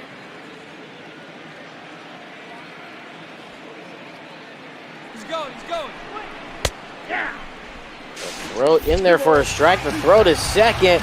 They get him at second base just barely. As you take a look there, maybe a bit of a late start by Odor. by about half a second, but a perfect throw from Castro. And that's something we talked about earlier. That's something that's pretty much the reason why you have Castro on your roster. Yeah, exactly. Castro can make those throws, but I'm going to attack that one against Odor there. That was a late jump. He really missed the opportunity there. Probably would have been safe, and it was a close play. Castro did a good job there firing that ball in, but Odor did have a late jump. That's what it seemed like to me, to be honest. I wasn't really sure. I thought if he was anywhere close to being safe, he would have jumped at least when he started throwing, but it didn't seem like he started running until when he was almost about to release the ball. So very odd choice there for Odor to, I guess, decide last second, really, as you see the walk there to put a runner on for Robinson Chirinos.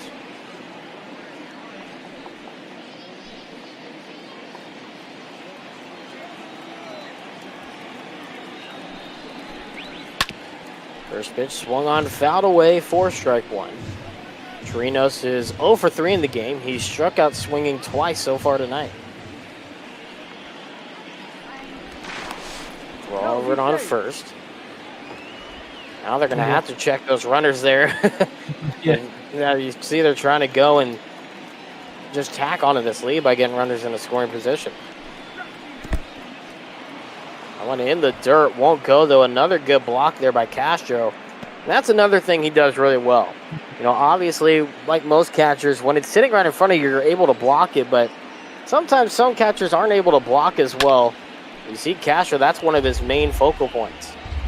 Yeah, and he really keeps that ball right in front of him, bounces it down right in front of the plate. And that's exactly what you want to do. You make your body like an angle of a triangle, and you want to bounce that ball directly down into home plate. Does a great job there. Fly ball to center field, caught on a run by Trout. That does it for the top of the 8th. Castro to lead it off, and then the top of the order to start the bottom half of the 8th. Your attention, please. Now pitching for Texas. See, there's the official end of the day for Jordan Lyles. Another masterful performance. And they bring in Nick Goody to do work here in the bottom of the 8th. Yeah, it's a pretty good season so far, and the bullpen for the Rangers hasn't been that bad this season compared to the Los Angeles Angels. Goody, 3.86 ERA this season, also leads the team in holds with 16. This is obviously a hold situation, being a save situation if we were in the 9th, but you know, Goody has been very consistent, also spent some time around the league with the Yankees and the Indians, and ended up making his way over to Texas off waivers, so lucky him, able to find his way into a brand new stadium. I got 1 ball, 1 strike. And a pretty decent ERA as well with that. I believe it said around a 3.3 ERA. I could be wrong on that from my memory, but I thought I saw something like a 3.28. And it's weird nowadays because, you know, obviously when you think good ERA, is that's a swing and a miss or strike two, you think below 3. You know, you think that the good average is below 3, and then a great average below 2. Nowadays, a good average is starting to climb a little bit towards that 375 mark. And so it's really interesting to see the amount of pitchers really in that 3.5 to 3.75 ERA mark, as there's a hard hit ball to right, but caught by Gallo for out number 1. That's really separate the boys from the men. And we're going to take a look at Lyles' final stat line. 7 innings pitched, 5 hits, 94 pitches on 4 Ks. Yeah, the strikeouts weren't as much as I usually expect from Lyles, but that did not matter. He was masterful, 0 earned runs, kept the Angels offense at bay, did a great job in this one. I just caught the Angels on an off night, but either way, really made the most of that performance. Ball 1, no strike. You said only the 5 hits for the Angels. Neither team committing an error. The Angels not able to put a run on the board as that one is chopped foul for a 1-1 count. Going back to the ERA conversation, you know, yeah, and that's where it really does separate the boys from the men. And you look at pitchers that had those great seasons with the under 2 ERA now, in the way baseball is today, you really just, it's like is shoo-in for a Cy Young because you never see that. You never see a pitcher go under 2 that often anymore unless they're really the best of the best, and that's really how it's separated now. That one falling in the top part of the zone, strike 3. You see the flare of the dramatic from the home plate umpire. That one catches that edge at the top part of the plate. Watches him go to the dugout for out number 2. It's the second time Goodwin has struck out looking in this one. And obviously finding some struggles now in the second half of the season, really needing to improve for this Angels team if he really wants to get back on track.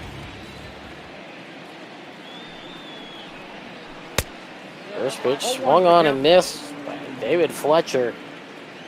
Strike 1. He's 1 for 3 in the game. He's flown out twice in this one, but has a single to his name so far on the day. Responsible for 1 of the 5 hits for the Angels so far in this one, as there's 1 low for ball 1. Now the 1-1 is inside ball 2.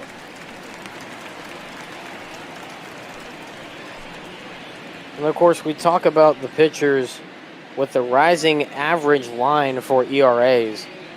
But then you take a look at anomalies, like, for example, Bartolo Colon, as he saw the meme and the GIF out in the Twitch chat from GoatBot2.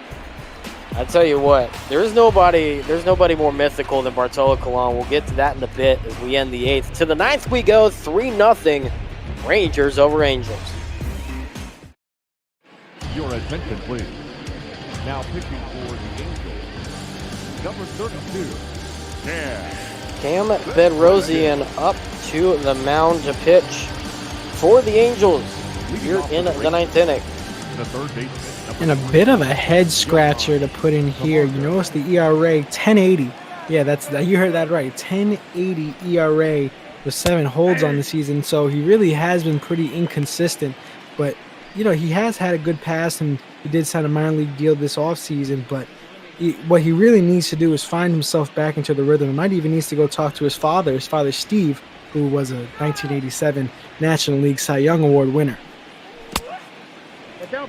Definitely some great family lineage to have for sure. Is that one low and in the dirt for ball 1 to Johan Camargo.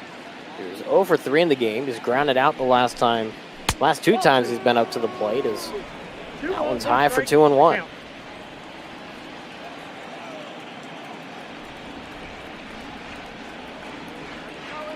From his natural position of the stretch, the 2-1, big swing and a miss on the splitter that chases into the ground. 2-2 the count. Pitching from the stretch always boggled my mind sometimes, but sometimes it works. Hasn't worked for him this season, but in the past he's found some success. Same location there. This time Camargo no swing, full count now.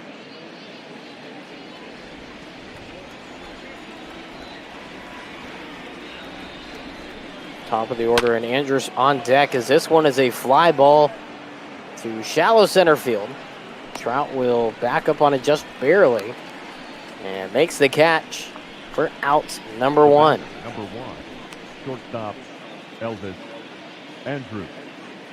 So Elvis Andrews comes to the plate. He's 2 for 4 on the day with 2 singles. We go back to our conversation of the anomaly and the legend. And one Bartolo Colon. And I remember having a conversation about this in one of my recent broadcasts, I believe with Justin Rock, great broadcaster here on ML Bop Ball. And I tell you what, there's no legend better. There's going to be a time when we're going to get to reflect on and tell the future generations, yeah, you missed out on one of the greatest characters in all of baseball, the big sexy, and Bartolo Colon. And I'm telling you, don't be surprised if we see him play in the 60-game abbreviated season. A lot of pitchers are either dropping out due to opting out or injuries because they weren't able to warm up properly for the season. Now batting. Hard liner caught on a quick run by Rendon, and there is out number 2 here in the top of the 9th. And yeah, that'd be interesting to see Bartolo Colon come in an abbreviated season, especially. Like you mentioned, with some players and pitchers and position players and whoever just opting out due to concerns, obviously, with the situation going on with the pandemic and such, as that one is a fly ball to right center field. Trout will make the run over to his left and make the catch for out number 3. No runs score in this inning. We head to the bottom half. The Angels need a rally. They're down 3-0. Your attention, please. Now pitching for the Rangers, number 25. Jose Leclerc. Get things started. They try to shut the door here in the 9th for the Rangers. Tell you what, that is the kind of arm you want out of the pen if you're looking to close things out. Yeah, now is the time for him to come out. And, you know, he's been huge with the save this season. 26 saves this season out of 27 opportunities, only blew 1 save. But in his ERA is also at 2.21, and really a solid piece for this team in the back end of that bullpen. At one point, he was leading the league in saves, ended up falling off a little bit due to injury, I believe. And then we really look at these Angels bullpen and what they've been able to do. Surprisingly enough, their closer, Ty Buttrey, 1.91 ERA with 36 saves on the season. So if you really want to look at a high point, I guess it would be the Angels closer this year. But Leclerc ready to make a play here with the 3, 4, and 5 hitters coming up for the Angels. There's the extra high heat with a 98-mile-an-hour four-seamer that misses high for ball 2 to Mike Trout. The guy looking to get his first hit on the day. And there's a way to get your first hit. A high, deep ball to left center, and that one says, see you later. The first run of the ball game for the Angels. A 428-foot statement to now make it a 2-run ball game.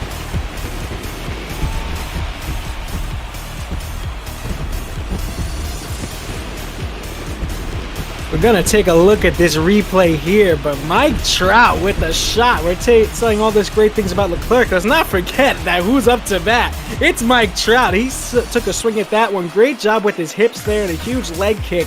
Ripped that ball far. Wow, I'm still in shock. 428 feet.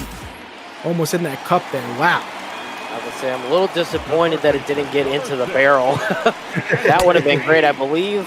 The thing is, when it gets hit into that, I believe there's a donation made of $1 million to a education foundation from the Angels organization. If I remember correctly, somebody correct me if I'm wrong on that, but I believe that is the case. If somebody hits a home run there, then $1 million is donated by the Angels to an educational foundation. Is that one outside for ball 1 to Anthony Rendon? 1 for 3 with a single. Nope, inside, ball 2. 2-1 as you see the high heat again, 97 miles an hour. Yet I feel like you'll see a few more fastballs as Leclerc may be a little upset that he gave up the solo shot to Trout. 3 balls, 1 strike.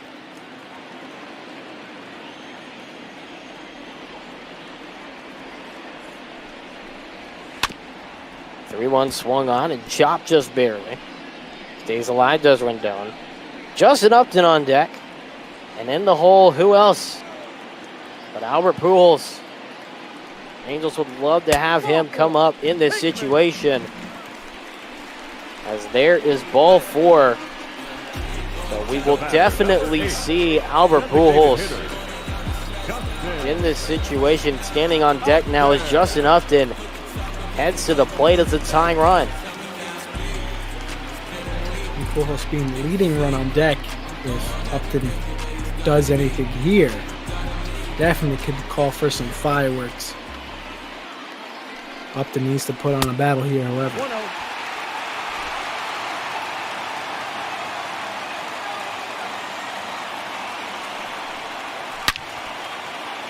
That one swung on, hard hit ball to center field.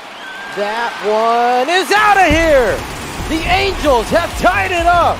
Justin Upton with a 2-run shot to straightaway center. And the Angels have put 3 runs on the board. We've got a fun one here in the 9th.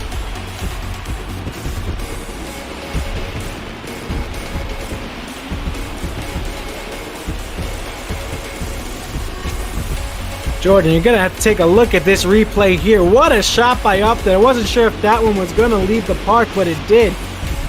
Take a look at this swing. Let's dissect it there. Good leg kick, drives his hips up, bat flares up, keeps the bat head level, however, and launches that baseball to dead center field. 410 feet, 103 miles per hour off the bat. Leclerc is going to sit down with the second blown save of the season.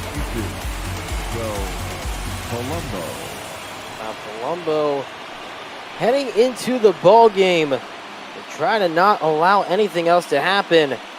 First guy he's got to face is Albert Pujols, and before we get to that, thank you, Evie, for Toronto for clarifying that the home run lands in the paint can. Sherwin Williams, the sponsor for that paint can, donates $1 million to a foundation. So thank you for that clarification, EB from Toronto. As here's Albert Pujols, like you mentioned, the go-ahead run. If he touches home plate, the game-winning run. And boy, what a win that would be for the Angels. Definitely would be a huge spot. Palumbo going to need to do some magic here. No outs in this one. Crowd on their feet as he was trying to send that one out of the park and send the fans home happy. The 1-2 pitch coming up. Big swing and a miss. He got Pujols to chase it one. The slow curveball at 75 miles an hour. Now that brings up DJ Peters.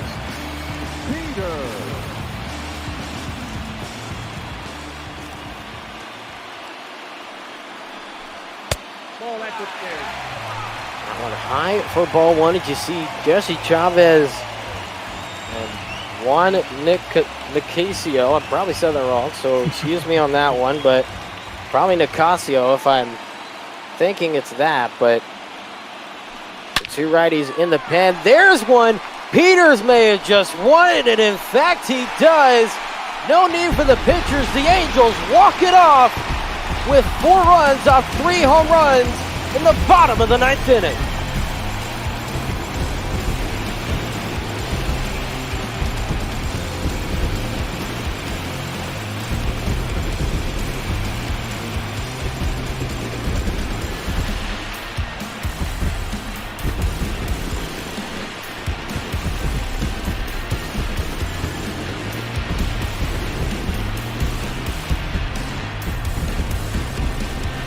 Take a look at this swing here.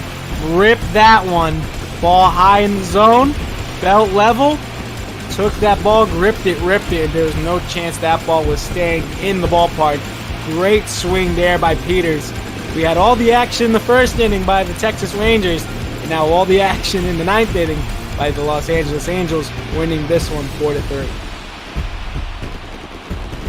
The Angels not getting their first run to the bottom of the 9th with a solo shot from Mike Trout. And here you see the player of the game in DJ Peters. His teammates having a little bit of fun with him. And rightfully so, player of the game with the winning shot to left field that hung around the third base line and was hit on a laser shot. See the swing there, great swing. No leg kick, he didn't need it though. Just turned on one and flipped the bat as he knew as soon as he hit it.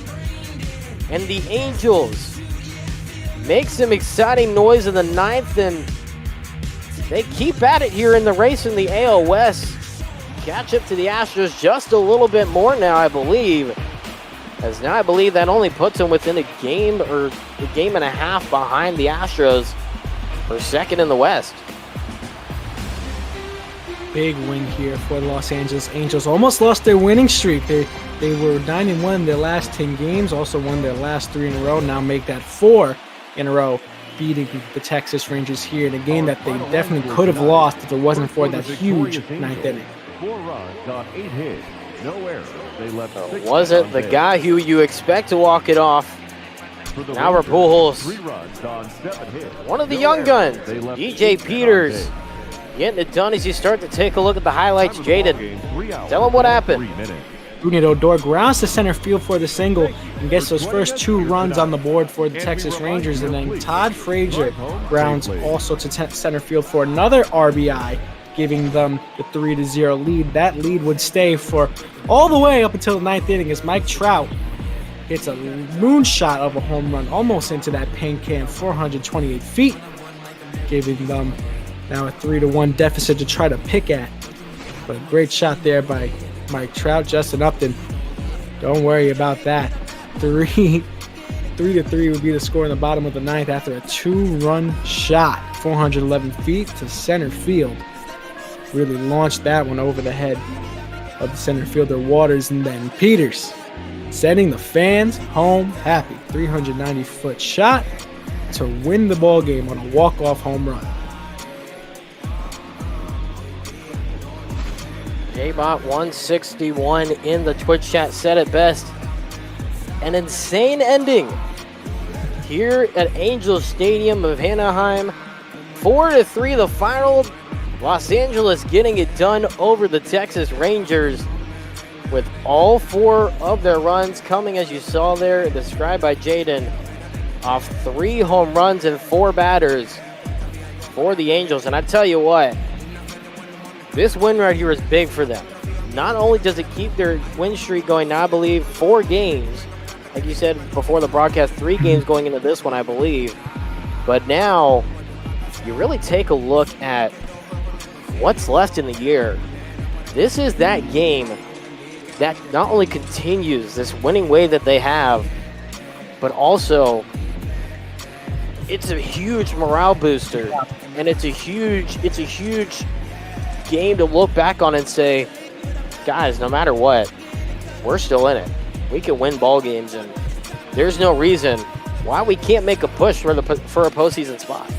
Definitely, Jordan. And it's all about who will win the summer. And right now, the Angels are doing a great job of that, trying to win the summer. Going down that stretch, going to end up into September, into those dog days. And you really want to be in a good mood when you're heading into those dog days in those back end of the season. We're in August now, finally. And now the Angels are going to try to find their way into the playoff race, now up 4 games over 500.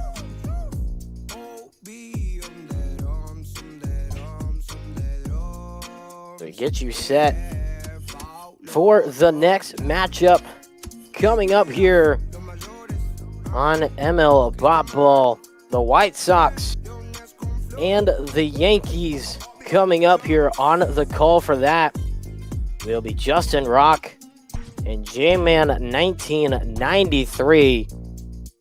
And kind of talking a little bit more about the way that this game went. Obviously, we mentioned it before, and now the no decision going to Jordan Lyles. Yeah. He was in complete control of the game, and for a good portion of it, it looked like Texas is going to get the win.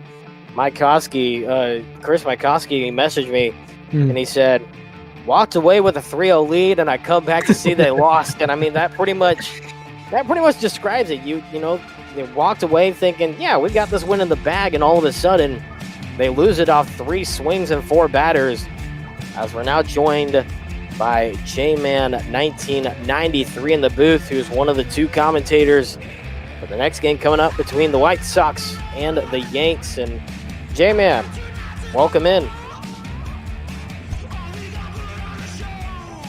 Oh, hey, how you guys doing today? Gotta hit the unmute button. Pretty good. No worries. Everybody's done that every once in a while, so you're good. But I mean, interesting matchup coming up here between the White Sox and the Yankees. As you see there, they're pretty much neck and neck in wins with 67 and 68.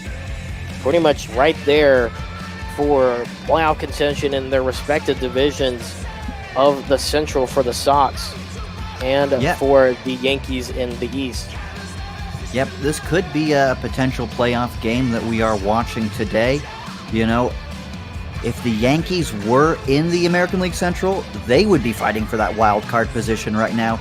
You said the records are similar. Chicago is 4.5 games back of the Minnesota Twins with that 67 and 45 record. So that's the impressive thing right there is, there's going to be 2 wild card teams coming out of that AL Central, it looks like. And don't discount Tampa either, because Tampa is coming on strong. They made some good moves, and there's just there's someone's going to be playing musical chairs at the end of it in the American League for a playoff position. Could be Tampa, could be Chicago. Yeah, and we've mentioned it, during this broadcast a little bit, and in the past month, it's been kind of thrown around. Really, if you're not in the Central, the only way you're getting into the wild card is by winning your division. You see there the Yankees first in the AL East with those 68 wins. And you mentioned such an interesting race. You said the White Sox with that record, you saw they're sitting third in the Central behind Minnesota, who's sitting in first, obviously, as we're joined by Justin Rock as well. The other guy coming in the booth for this one, just talking about the matchup here between the White Sox and Yankees, as myself and Jaden Becker will go ahead and jump out of y'all's way and let y'all call this one a fun one in Anaheim. A walk-off win by DJ Peters. 4-3 the final. The Angels keeping pace.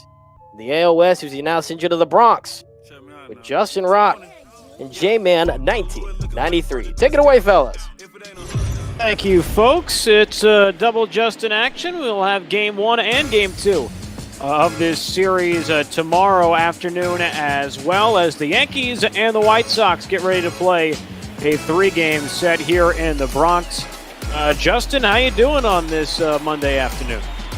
Doing pretty good. I'm looking forward to this matchup between these two teams.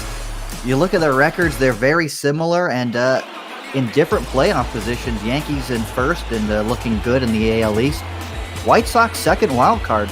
Shows you how strong that American League Central is, and they're going to get a look at James Paxton today, one of the Yankees' better pitchers.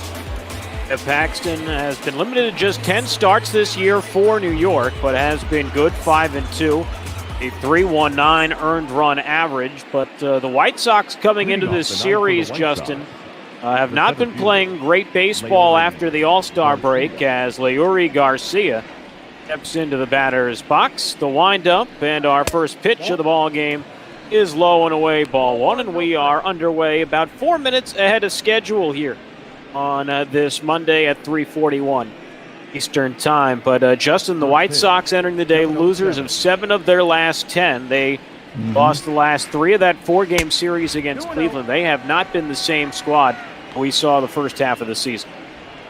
Yeah, and I look at that lineup, a lot of guys struggling that started off the year very great for Chicago, and a little bit of problems coming into the starting rotation for them. But, I mean, you run into that buzzsaw in that AL Central. Cleveland lost 3 out of 4 in that series. Yankees going the other way. They won all 4 games against their rival, the Red Sox, in the AL East this weekend. The Red Sox trading away some pieces at the deadline, and James Paxton sort of looking like James Paxton from last night in the Bronx as he walks Garcia on 4 pitches to begin the ball game. Not exactly what Aaron Boone and the Yankees had in mind. No, especially you talk about the White Sox offense struggling, and one guy that has not struggled all year is Tim Anderson. Still hitting .340 and .946 OPS, 13 home runs, 29 doubles. Really picking off where he left off last year. Fantastic, a swing and a miss. Runner going, the throw down by Sanchez, and Garcia's a dead duck. Just like that, the 4-pitch walk erased. Well, he had a pretty good jump, too, but that's just a good job of catching and throwing there by Gary Sanchez.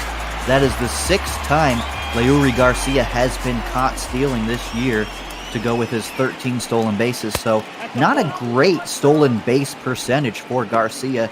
And I'm not a big fan of that stolen base unless, you can be successful most of the time. That is a very valid point. That's a big reason why we've seen the stolen base slowly be worked out of the ball game, as this one fouled away. The count now 1-2 on Tim Anderson. Rusty Valentine, by the way, our home plate umpire tonight. 1-2 pitch, and Anderson swings and misses. Got him. Chasing out a cutter up in the zone, and Paxton comes back from the walk. Caught stealing, and now a strikeout 2 away. Yeah, I believe it's in Moneyball. They said 75% is the rate you need to be stealing bases at for it to be an effective tool. And you're right, we have seen stolen bases go down quite a bit in the, I guess if you want to call it a Moneyball era of baseball, the analytical era maybe. As here is one of the few pieces the White Sox actually traded for at the deadline in Jonathan Schoop. Schoop, 259, 15 homers, 43 RBIs. This is 100th game of the year between the White Sox and Detroit. Is that low and away, ball one. Schoop acquired by the White Sox from the Tigers on the 31st. Change for outfielder Luis Gonzalez, who is now up with the big league club in Detroit. This is an interesting move by the White Sox to acquire Schoop, and kind of based on the way things are going for them right now, a little surprising, Justin, that maybe they didn't go out and get more. Yeah, I know what you mean. And the fact that he's inserted right into that number 3 spot in the lineup, a big power spot, really speaks to how this lineup has been struggling. Schoop with an even count, 2-2, and this one fouled. On the third base line, 2 balls and 2 strikes, but Schoop's an interesting guy. He just has seemingly found a way to put himself on postseason teams year after year. As that one's outside count now, full 3-2 on Jonathan Schoop. Obviously last year signed as a free agent with Minnesota and helped lead them as an unsung team into the postseason. As a 3-2 is hit in the air to right. Drifting back is Aaron Judge to the warning track, and in front of the fence, the man with a 6'7" frame reaches into the front row and takes away a home run. Don't know if many other outfielders could have done it quite like that. Had the White Sox bring the minimum to the plate. Chicago nothing, and the Yankees coming to bat. Yeah, people forget that Aaron Judge is a very good defender out there and right, and he showed us just how good of a defender he is. And not only is he a very good defender in right field, I would go to argue that he is a great defender in right field. And obviously his power bat is what makes him such a household name. But if anyone has watched over the last few years, particularly when Judge has been struggling offensively, and struggling in a relative sense, of course, as DJ LeMahieu leads off against Gio Gonzalez and takes a strike. But he has continued to improve his defense, not just his cannon right arm, but his range, his ability to get to balls in front of him, behind him. He is really, really, really good in the outfield. 1-1. And being a 6'7" helps. I don't think Jeffrey Meyer would have been able to pull that one away from him. I don't think so either, as this one lined into right field, and Omar Mazzara coming on to make the basket catch. So leadoff batter retired for the Yankees here in the bottom of the first. And that'll bring up Gleyber Torres. 11-game hitting streak for Torres. 27 home runs, a 400 on base. I mean, this guy has done everything. When I'm looking up at this lineup, I'm trying to think of who, there's a lot of MVP candidates on both sides of the ball, Torres is one of them, Tim Anderson on the other side, Giancarlo Stanton.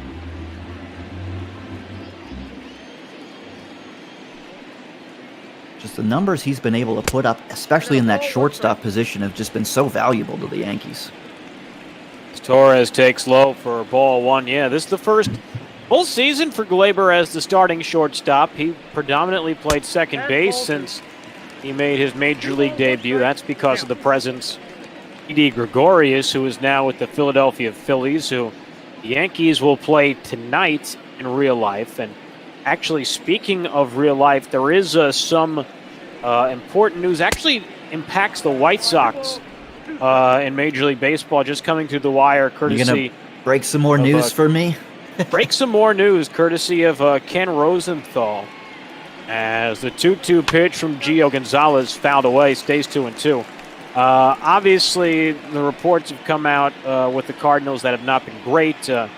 I think their weekend series has already been postponed as well as their midweek series, as Torres strikes out the second out of the inning. But Ken Rosenthal reporting that the Cardinals-White Sox game at that supposed Field of Dreams in Dyersville, Iowa, which was supposed to be next Thursday. That has been canceled. Reasoning not to believe tied to additional positive tests on the Cardinals, more of a logistical problem. And that makes sense. I never understood why in the world they would try and continue to enact that game if fans couldn't be there. Yeah. Well, I was thinking Toronto doesn't have a place to play. Maybe they could just make the Jays play at the Field of Dreams all year. That's not a bad idea. I've heard of worse ideas. The 0-1 hung on and missed 0-2. The other idea that I just thought of, and I don't know why it just came to me now, but the other possibility is just based on what Major League Baseball's been able to do in recent years is that's low 1-2 is you think about maybe Williamsport, Pennsylvania, where they were able to stage the Little League Classic games previous 2 years, as that one low ball 2 to Aaron Judge. And in addition to that, remember, I think it was 2 years ago now that they built a stadium at Fort Bragg in North Carolina. Not to say that they'd really be able to use a military base to play their games, but, I mean, hey, weirder things have happened in 2020.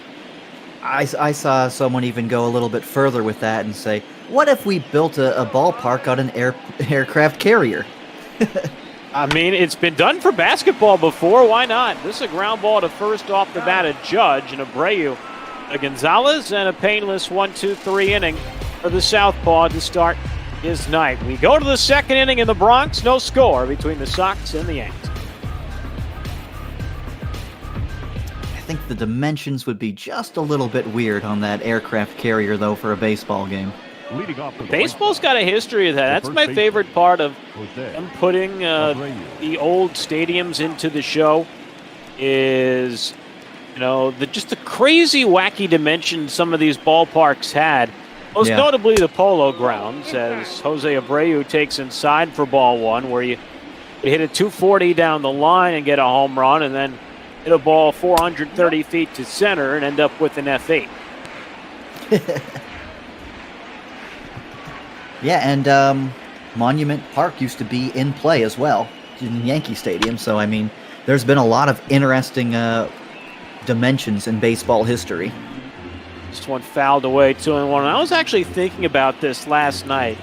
While I was playing the show, playing some Diamond Dynasty late at night, cooling down after an off day yesterday as our technical issues got in the way, as you see a base hit down the left field line, courtesy of Abreu, the first base hit for either side. But since he's got lead in his shoes, he's held to a single.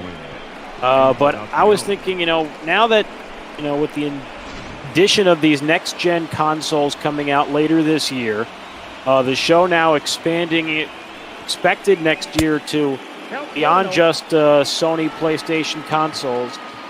What other stadiums, classic stadiums, I would want to see put into the ball game? And one of them I thought of, as you mentioned, was like the original old Yankee Stadium with the monument still in the field of play. Got 1-1 on former Yankee Encarnacion.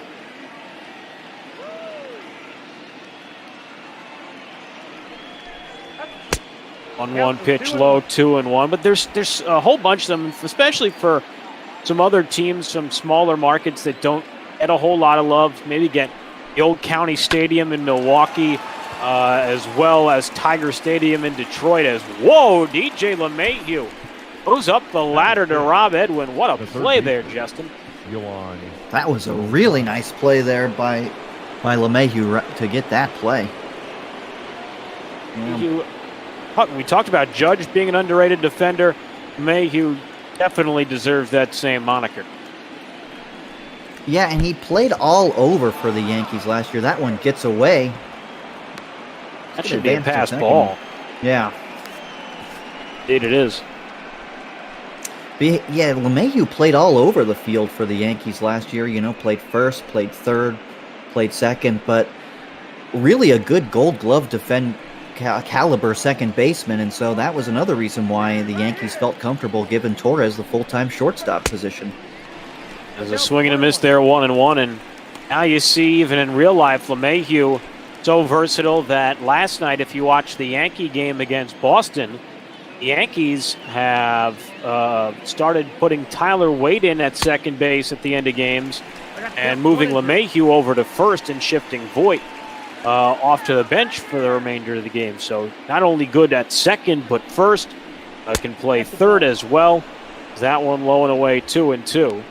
So to follow up on our previous little talk about old stadiums, JBot161 in the Twitch chat bringing up old Qualcomm Stadium where the Padres used to play.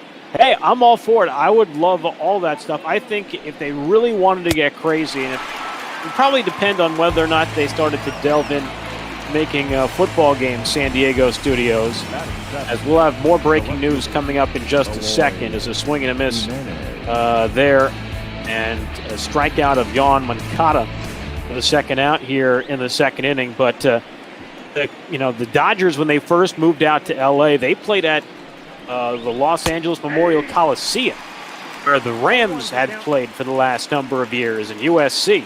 So that I thought would be like a really cool thing to have in the game, but that would also be really hard to do.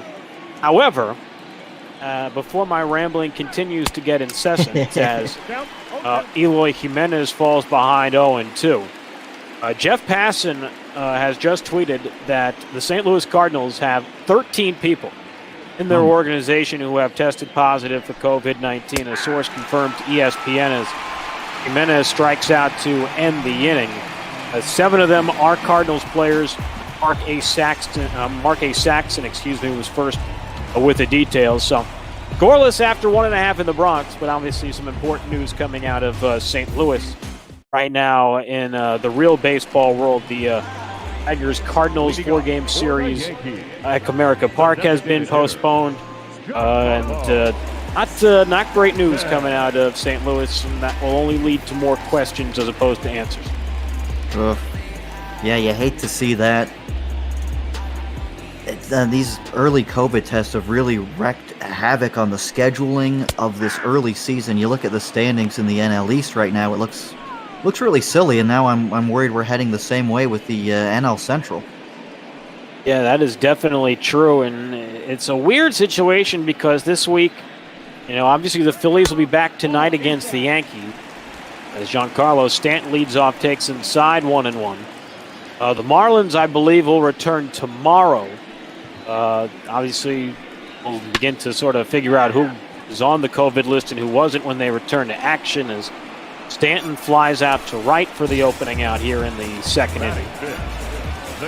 But it's all going to be very interesting to see this unfold, and obviously it goes without saying, but I think, Justin, you can hop on board with me in saying we wish all the best to everyone in the Cardinals organization that has been infected by this, families, players, staff. Wishing everyone gets well and healthy soon, and hopefully as many can go through it asymptomatically as possible, regardless of how they ended up contracting the virus, whatever dumb or not dumb reason may have caused it. Yeah, it's a contagious virus, I'm not going to pass judgment on people for catching a disease. You got to assume. Certainly doesn't mean we have to stop wishing for the best as Gary Sanchez takes a strike 1 and 2, and Sanchez has been in a little bit of a slump here. You were saying, Justin? I was just saying all you can do is just hope everyone wears their masks and follows the protocols, and everyone can stay safe. That's all you can really hope for if they keep playing the season like this. Absolutely, and there's a lot of examples of countries across the world, as that one low 2-2, that have taken the advice, worn the masks, done the social distancing, and you watch some sporting events from New Zealand, and Gary Sanchez trying to send one to Auckland. That one way over to the right field, seats and gone. Sanchez, who's been limited to injuries, just his 12th home run of the year, but the Yankees are on the board first. Their first hit makes it 1-0. Well, you said he was struggling a little bit. He goes opposite field there, and sometimes that can help a player out, not trying to pull the ball, just going with it. And that looked like a little social distance handshake there in the show. I will say that's been one of the fun things this weekend was seeing some of the socially distanced celebrations as We see Sanchez's home run over there to right field. 377 feet, and he got all of that one. Batting fifth. Yes, he did. Using right field, that's something that I think the real-life Gary Sanchez needs to start doing a little bit more. He's gotten off to a really rough start in the Bronx in 2020 in the non-bot ball universe as Aaron Hicks fouls it off 0-1. One foul back, and the count quickly 0-2. Yeah, and the bot ball, Aaron Hicks had missed some time with that Tommy John surgery, and hasn't missed a beat when they inserted him back into the lineup. You look at these numbers of him, 286, 358 on base. The thing that pops out to me, though, is that 604 slugging percentage and 16 home runs and 182 at-bats. Yeah, that is impressive. 26 extra base hits and 27 RBIs for the Yankees switch-hitting center fielder as Hicks stays alive 1-2, and that go down as one of the big trades that Ryan Cashman made that helped revamp this Yankee team. This one fouled away 1-2, and they rebuilt, but ended up becoming more of a revamp as Aaron Hicks was just acquired for John Ryan Murphy, who's a backup catcher. How about the Yankees? I don't know if there's a team in baseball. We talk about this a lot in college sports, particularly in football, like Penn State's linebacker U, and certain schools are XU. The Yankees are an incredible organization when it comes to churning out catchers. If you look at the history over the last 30, 40 years, this is a line drive in his center and a base hit for Hicks. Yeah, a lot of organizations, they're always talking about their catcher of the future, and few regularly produce them like the Yankees. I mean, of course there's Posada, and of course there's Gary Sanchez, but I mean, let's not discount Francisco Cervelli either. Francisco Cervelli, I loved Austin Romine over the last 2-3 years. This is someone who grew up a big Yankee fan, not as diehard as I was, 10 years ago, because I've worked in baseball and haven't been able to really watch and follow one team as a fan, as I've been working during those games. As Voit ahead in the count 2-0. But I always loved the way Romine played, and the Yankees developed him, and Yankee fans, I think, overall were sad to see him go, but we're stoked to see him get a starting chance this year in Detroit. And Kyle Higashioka, who did his time for a long time in the minors, the few times he's played this year, Justin, I don't know if you've seen, but he's looked pretty darn good behind the plate, backing up Sanchez as well. Which is interesting. In the bot ball season, the Yankees actually went out and traded for a catcher, Jacob Stallings. And ironically enough, he has played limited time with the Yankees since coming over in that trade, probably more because Sanchez had been hurt for so long and they want to get him in as much as possible. As this foul down the line, it stays 2-2. Been a busy inning on the mound for Gio Gonzalez. But Stallings has played pretty well. Last night, if you look at the box score from that game against the Red Sox, Stallings started 2 for 4, a homer, 2 RBIs. As Luke Voit strikes out looking for the second out, second bunch out for Gio. The left fielder. Now Voit not happy with that high fastball. Maybe he's got a beef there. Gonzalez has been not had great control, but gets the benefit of the doubt there from the home plate ump. He has not had great control. He's had better control than James Paxton through 2 innings. Yet he's somehow thrown more pitches than the Canadian left-hander as Brett Gardner jumps ahead 1-0. Justin Rock, Justin D'Ambrosio, J-Man 1993, as you see on your screen, with you here on this Monday afternoon as Gardner takes a strike 1-1. Game 3 of a unique-looking schedule on Twitch.tv and MLBotball.com. A 1-1. It's a ground ball to second, should be a force at second. That's exactly what we see to end the inning. But the Yankees do get a run on 2 hits. The big blow, a Gary Sanchez opposite field home run. After 2 innings of play, Yankees 1 and the White Sox nothing.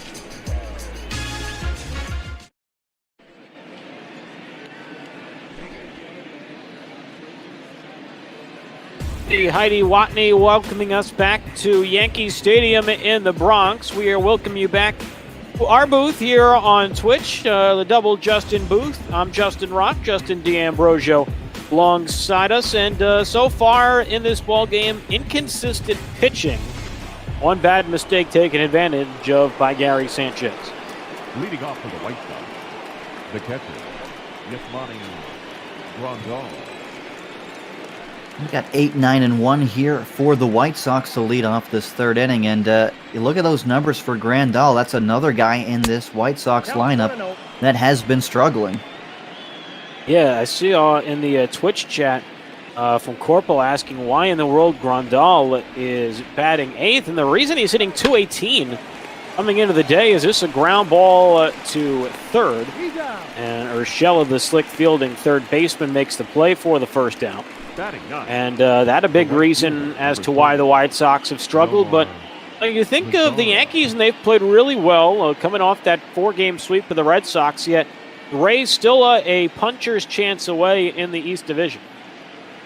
Yeah, I mean, 5 games is still definitely doable. You've got 2 months of the season left to play. All it takes is a 3-game winning streak, 3-game losing streak. And, you know, these teams play each other that often. They can control their destiny in their own hand. All you need is a 3-game sweep in Tampa.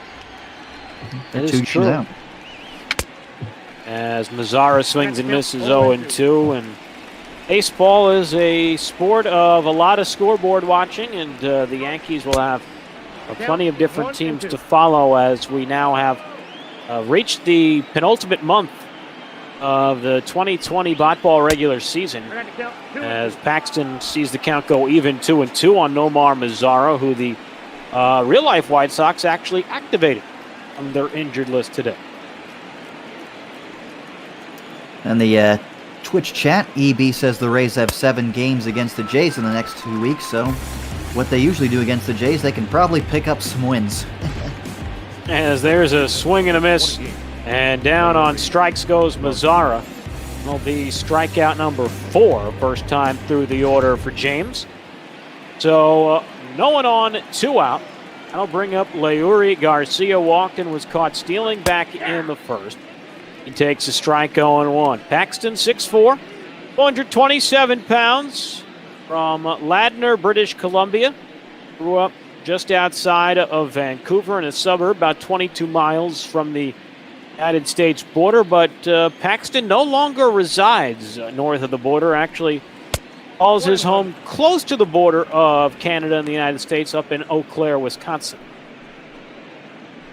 You don't tell a Canadian that a former Canadian doesn't live in Canada anymore. That gets them really upset. Oh, I honestly, I threw that in there because I saw that doing prep today. Once I saw EB was in the chat, I needed to throw that in there just to see if I can garner a response. Garcia makes the count 1-2. And apparently you don't tell him that a Canadian's playing for the Yankees that's low. 2-2. There isn't a crazy long lineage. I was looking at the Yankees media guide prior to this. Only the 8th Canadian pitcher to ever play for the New York Yankees. 2 swung on and missed, got him. Another breaking pitch from Paxton, and after some control issues in the first, settled down as he has struck out 5 already. We go to the bottom of the third, still 1-0 New York. Yeah, Paxton looking really good now as this game has settled on. And that's a stark contrast to what we've seen in real life. I don't know if you've seen either of Paxton's first 2 starts for the Yankees this year, either against the Nationals or last night against the Red Sox. Yeah, I had last night's game on. There is some legitimate concern to the left arm health of James Paxton. His velocity is down. It just looks like he has nothing behind his pitches. And it's concerning, and hopefully it's nothing serious and something they can figure out, because forget his talent, seems like a good guy, James Paxton. Always better to root for the good guys as a fly out to left begins the inning for Shelley. You never know with back injuries. Those things are always really tricky, and something could be lingering there still. Maybe he changed his mechanics. to deal with the back issue. You know, the ramped up summer camp, spring training schedule probably didn't help him either. And the other thing you got to think of is he's a free agent at the end of this year. He's pitching for his next contract. Yeah, that is so true. And to add on to that point, as DJ LeMahieu fouls this away 0-1. Speaking of players in contract years and decisions, what about that decision yesterday afternoon of Mets outfielder Yoenis Cespedes? One of the most bizarre sequences I've ever seen. You know, I'm sitting there on my couch doing prep for my game last night. Is this a ground ball to second? And Scope, a nice play to his right to retire LeMahieu, second out here in the bottom of the third. No, I'm sitting there preparing for the game, and I hear Gary Cohen on the Mets broadcast on SNY say that the Mets have released a statement saying Cespedes didn't report to the game and nobody knows where he is. And the next 3-4 hours were totally bizarre. The speculation of where he was, is he okay?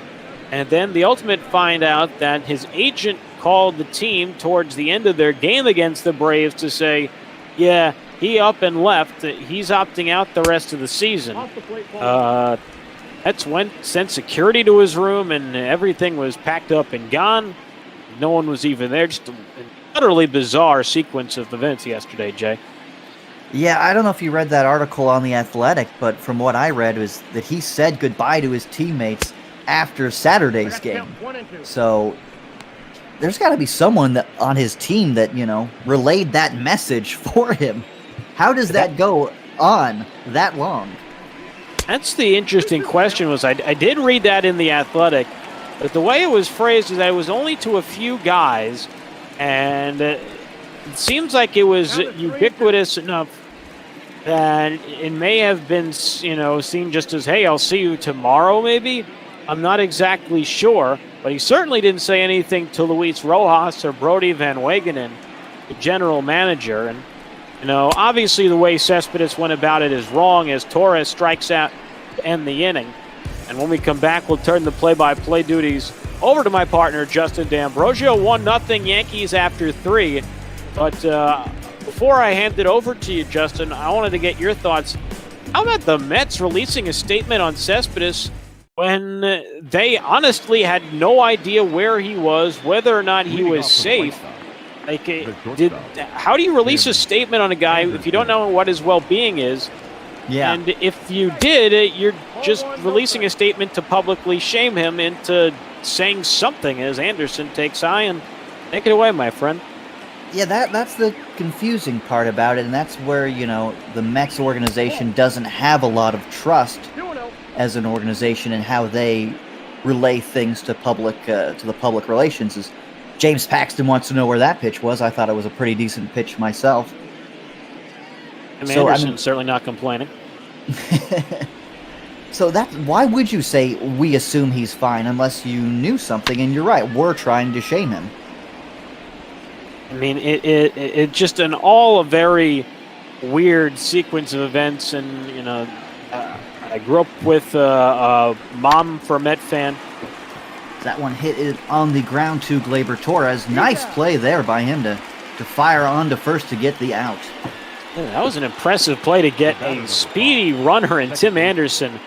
Gleyber Torres saying, I can handle the shortstop duties. Don't think about switching me to another position just yet. But a very bizarre series of sequences yesterday with the Mets. And you know, the big talk, it seems like, among Mets Twitter right now, and I can't disagree, is if and when this ultimate sale of the franchise gets finalized to somebody in the next, 12 to 18 months, I don't know how you don't just take the entire organization and clean house top to bottom. I mean, everything's a mess there, it seems. Yeah, well, it's an interesting decision, too, to make an agent your general manager. That one is hit up the middle for a base hit, so a one-out single here for Jonathan Scope, and the White Sox have a runner on. I think that move from the Mets was more of like a trendy thing. That's become an occurrence in basketball that's Yeah, you see to it some in extent, basketball a lot. the Lakers did it with Rob Pelinka. The Knicks have done it now with Leon Rose. Oh, that's a nice double play. He just tossed the ball out of his glove to LeMahieu, who fired onto first. What a nifty double play that is. The single is erased, and the White Sox go down in order. That really was a absolutely gorgeous play made there by Gleyber Torres. What a defensive inning for him. And, of course, a reminder, folks, that we're doing all this for charity. Our charity of choice this week has been Meals on Wheels. So if you have a dime, please make a donation to our charity of choice, which supports more than 5,000 community-based programs across the country dedicated to addressing senior isolation and hunger. It serves virtually every community in the U.S., enables America's seniors to live nourished lives with independence and dignity. So if you can donate, we'd greatly appreciate it as the Yankees lead at 1-0. Justin. Yeah, it's a great cause, and I just put the donate link there for you in the Twitch chat. So if you can spare anything, Meals on Wheels is our charity for this week. Going to be 3, 4, and 5 for the Yankees this inning. Aaron Judge leading things off here, and he's in a hole 0-2. Judge has had a weird year. You look at the American League leaderboard, Justin, and he is not really in anything in the top 10, top 12, whatever. But yeah. He is still top 13 in the American League in WAR. Well, all of the numbers are there that you'd want. 23 home runs, 22 doubles. Those are good power numbers. 360 on base, 530 slugging. They just sort of get lost when you look around at the rest of the lineup. That one is hit pretty well to center field, though. Going back, Garcia, and he makes the catch at the wall, right on that warning track. And Leury Garcia, who does not usually play center field, made a nice play there going back. Yeah, he's a part of this new generation of guys coming up through systems where it really seemed to start with Joe Madden and the Cubs, where it was like the more positions you can play, the better. We want to get your bat in the lineup, and if you're willing to play more spots, we'll find a way to get you in the lineup if you can hit. That's what the White Sox have done with Leury, and that's why he's still hitting atop their order. And what about the tear Giancarlo Stanton is on, though, right now? 39 home runs on the season. Yeah, looking at trying to find parallels between the bot ball universe and the real world, I think what Giancarlo Stanton has done in the bot ball world might have been very similar to what we would have seen in a real 2020 season from him, based on what he's done through the first 10 or so games for the real-life Yankees this year. I've just been waiting for him to be healthy ever since that season he had with the Marlins, where he hit, I think it was 59 home runs, or I don't think he got to 60. Yeah, he got to 59. He just looks, if you watch him the game, his stance is a little less closed than it is right now than you see in this game. That one is bounced right into center field in front of Garcia. Well, I don't hate that stance, though. It allows him to just dump the ball into the short porch over there in right. No, but that's the one thing I did like that he's done this year is he not only extends his hitting streak to 10, but he still has the closed stance, but it's not quite as closed as it was. His feet are a little more parallel. But the other thing that I really like is he just looks so much more relaxed and comfortable. And I don't know if it's the lack of a crowd, but it just looks like the weight is off of his shoulders, and he just seems he can be himself without really worrying about much else. I guess that makes sense. That's where he had his best seasons, playing in front of no crowds in Miami. Back in the days where it was really dressed like a seat night every night at Marlins Park. Yeah, I mean, my family lives down there in South Florida. My dad was like, I'm going to go and see the final weekend of the series where Stanton's playing. I want to see if he gets to 60. There's not going to be anyone there. And he said it actually reminded him of when Roger Maris went and hit 61. Those seats were not full in Yankee Stadium. Big swing and a miss there from Gary Sanchez, and that's the fourth strikeout for Gio Gonzalez. Gio Gonzalez has done a nice job limiting the Yankees attack, and he's had a pretty decent season with the White Sox. So far in 2020, ERA under 4, 11 wins for the Pale Hose, and he's done a good job keeping his team in this ball game despite the one home run. Yeah, I mean, I grew up, in the 90s, and so I remember Sosa and McGuire in that chase. If a guy was getting to 60, the stadiums were going to be packed.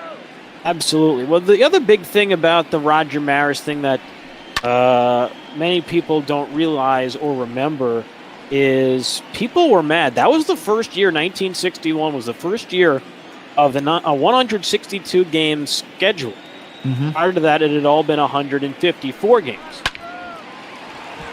Oh, hit down the line, right past the diving first baseman Encarnacion. This one goes all the way to the wall, and stopping at third there is Giancarlo Stanton. Aaron Hicks with a big 2-out double. Gotta love that, especially with him switch hitting that ball down the right field line against the shift. And then Stan being able to go to third. Not a terrible hold there, especially with Luke Voigt at the plate the way he's been swinging the bat this year. But the big reason why Yankee Stadium was partially empty is people were PO'd that Maris, they didn't want him to break the record. If it was going to be someone, they wanted it to be Mickey Mantle, who had been hurt and was in the middle of the chase with him that year. And they felt Maris, sort of like Bonds when he broke the record with 73 and with McGuire and Sosa in 98, that it shouldn't be the official record because Maris hit 61 in 162 games and Ruth hit 60 in 154. So it's just a weird changing of times in that regard, but it's weird. It's changed, but it's still the same if you look at it at a certain angle. Yeah, a lot of people still think 60 is the number, the real home run number. A lot of people put their asterisks by Barry Bonds and Mark McGuire and all those numbers. And, no one's hit 60 since that time frame, and no one's hit 60 since Ruth and Maris. That hit right on the ground. It's going to be a foot race to the bag, and Gonzalez wins it. So the Yankees strand 2 there with 2 outs. We're going to the 5th inning. New York still leading by 1.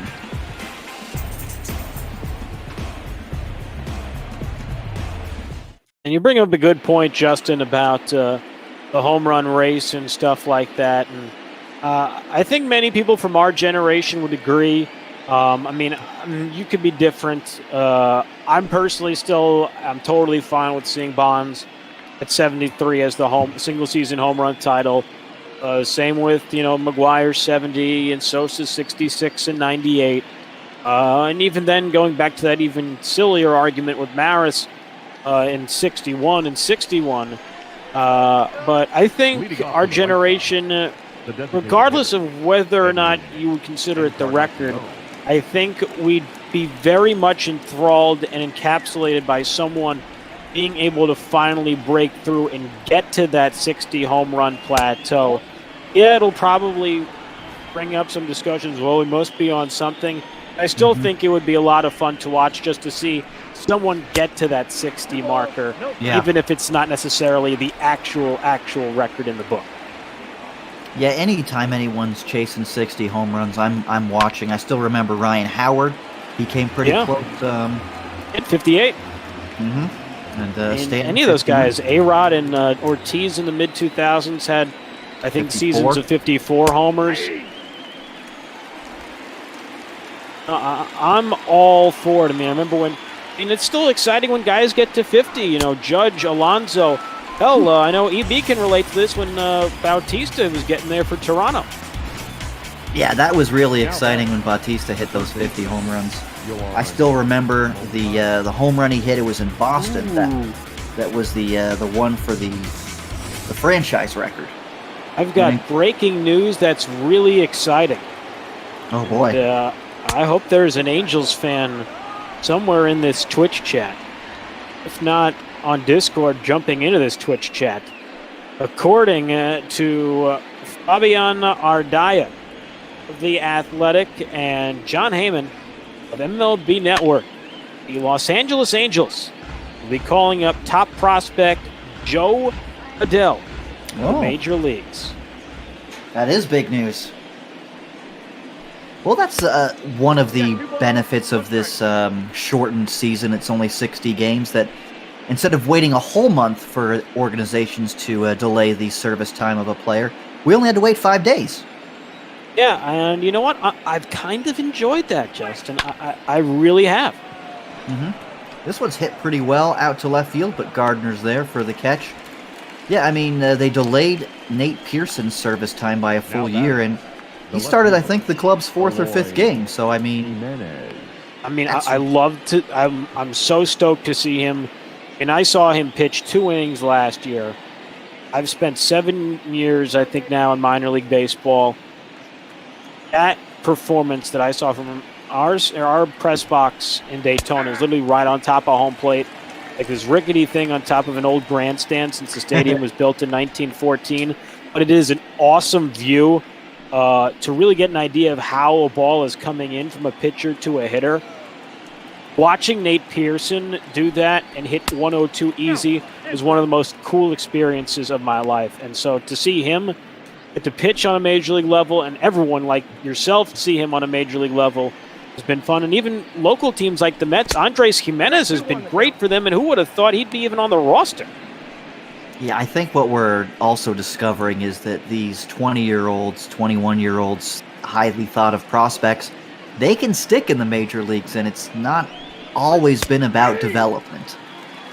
Yeah, absolutely. And these guys are also really, really advanced now, coming out of high school and college.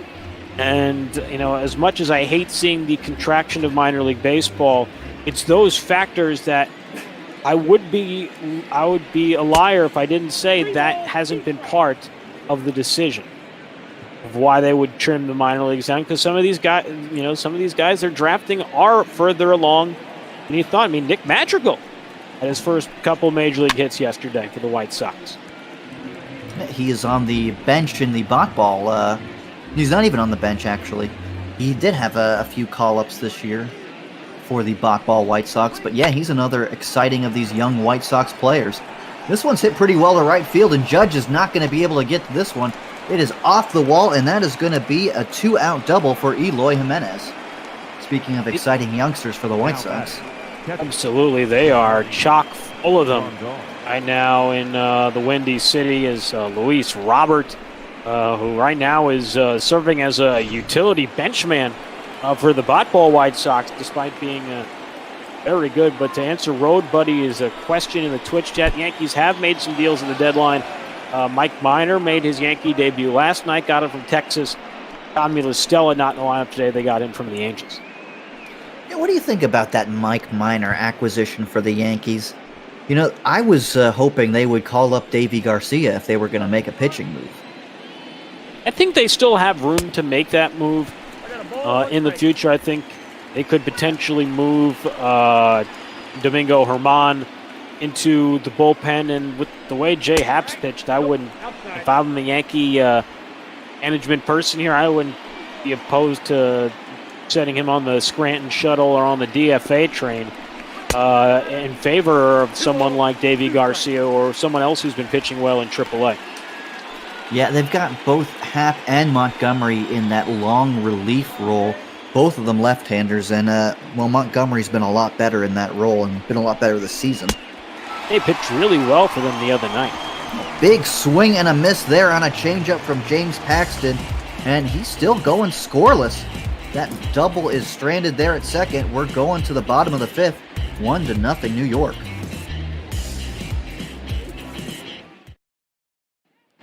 That's 7 strikeouts now for James Paxton. He's pitched a pretty good ball game through 5 innings, only allowed those 3 hits, no walks, and 7 Ks. Yeah, and to go back to that first inning, remember talking about his lack of command through 15 pitches and more balls than strikes. But since then has really settled in. It's just 72 pitches through 5 innings, and yeah, that's a pretty high number, but considering what it could have been, really, really good to see Paxton at that number. And Gio Gonzalez is already at 75 pitches starting the 5th inning, and that's why we're seeing some action down in that White Sox bullpen. Jimmy Cordero, Jace Fry warming. 8-9-1 for the Yankees this inning, though. It's going to be Gardner, Urshela, and DJ LeMahieu. So it's going to be the third time through the order as well for Gio Gonzalez. How about Gio, a guy who was in the Yankees minor league system at the beginning of last year, pitching really well tonight for Chicago as Brett Gardner promptly rips one down the line. Yeah, he's only going to end up at second there. He's got a lot of speed there, but he's in there with that lead-off double. The Chicago White Sox rotation was such a strength early on, but they've come under some problems. Reynaldo Lopez has been injured for a while. Michael Kopech has a broken forearm. And so they're relying on Dane Dunning, and Carlos Rodon actually made his first start the other day and went 5 innings, gave up 4 earned. Yeah, he'll actually pitch for the real White Sox today in their ball game. But yeah, Rodon made his first start yesterday and lost. Dane Dunning's numbers aren't awful, but obviously, losing Reynaldo Lopez is so huge. I remember seeing him for one of the first times after he got called up. Came over in that trade with the Nationals and really, really liked his stuff. And lose him as another young arm to guide and get up innings in this rotation huge, because if you look at the White Sox middle relief, not a ton of eye-popping names there with Jimmy Cordero, Evan Marshall, Jace Fry, and Aaron Bummer. And their numbers just, not exactly earth-shattering. Well, former top prospect Dylan Cease is in that bullpen as well, and he's been in that long relief role and been in that rotation as well. Gotten to 32 games and 104 innings pitched already. That one slowly hit on the ground. It's going to advance Gardner to third, and one away here now in the 5th. And a productive out, especially on a ball hit to the left side. Just softly enough to get the speedy runner Gardner over to third. And speaking of speed, I don't know if you saw that Yankee game last night. How about the Yankees? We were joking about lack of steals in games now. How about Mike Tauchman stealing a base last night, get in the scoring position for DJ LeMahieu, who would tie the game for the Yankees before Aaron Judge hit one all the way over towards White Plains. Yeah, well, I really like Mike Tauchman. He hasn't played much in the ball universe, because, how would you slide him in when you've got Gardner, Hicks, Stanton, Judge all healthy? But to add on to your point, I think you might have been going to this. Even though he hasn't played a ton, only 52 games, he's got really good ball numbers despite the limited action.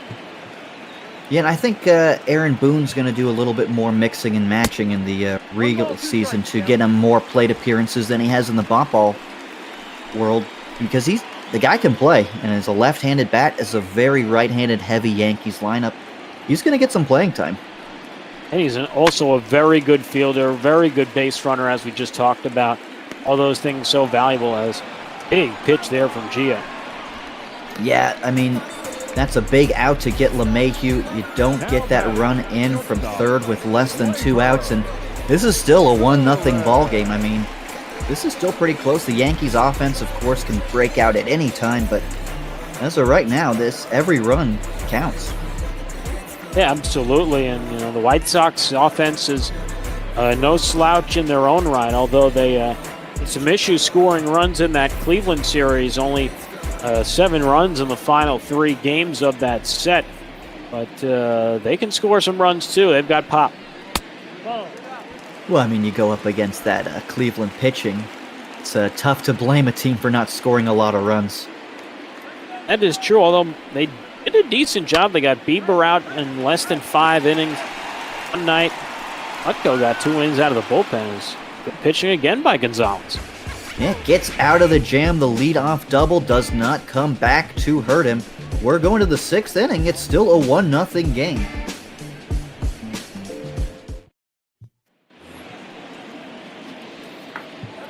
Top of the 6th inning, 9-1-2 for the Chicago White Sox.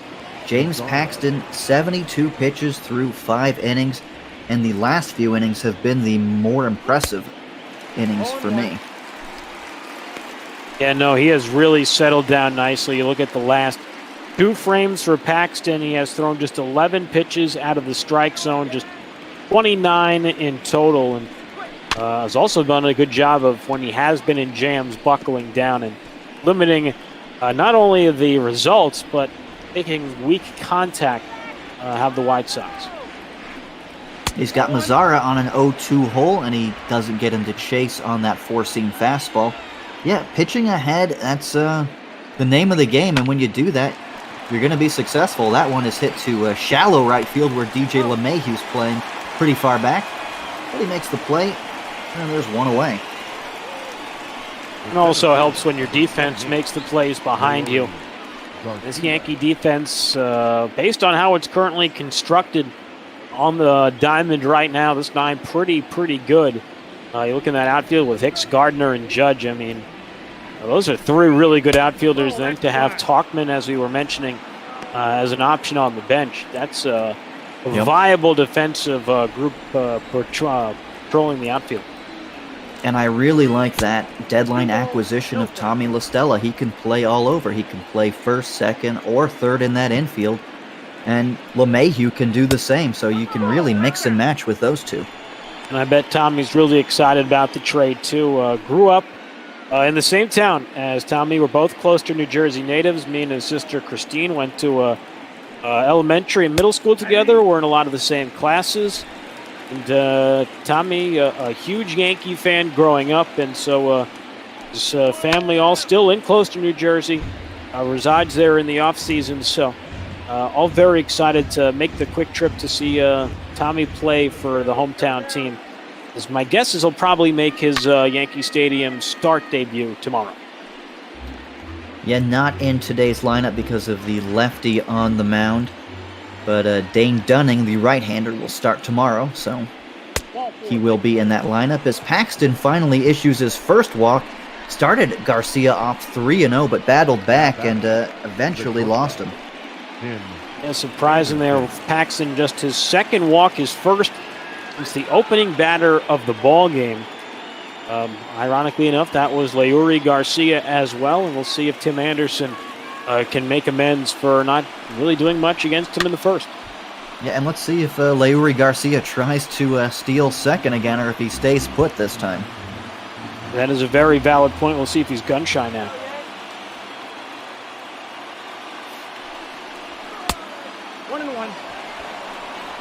Now Paxton starting to miss a little bit this inning. We saw he went to 3-0 to Garcia, and that pitch was not particularly close. Question now is, what did the Yankees do? And they got him picked off. Wow. Another bad base running decision by Leury Garcia. He's caught stealing and he's been picked off. 2 balls, 1 strike, the count. Especially in a 1-run game, you just cannot have those kinds of mistakes. And kudos to Paxton for being alert. That one's hit out to left field, and that is going to do it in the 6th inning for the White Sox. So a walk does not come back to haunt Paxton because Garcia gets himself picked off again. We're going to the bottom of the 6th, still 1-0. And let me point this out. So Garcia was on first as we get a pitching change, caught stealing, and what did Jose Abreu do, the 4th batter? He hit a double. Or what should have been a double if he had any speed. So that could have essentially scored Leury Garcia.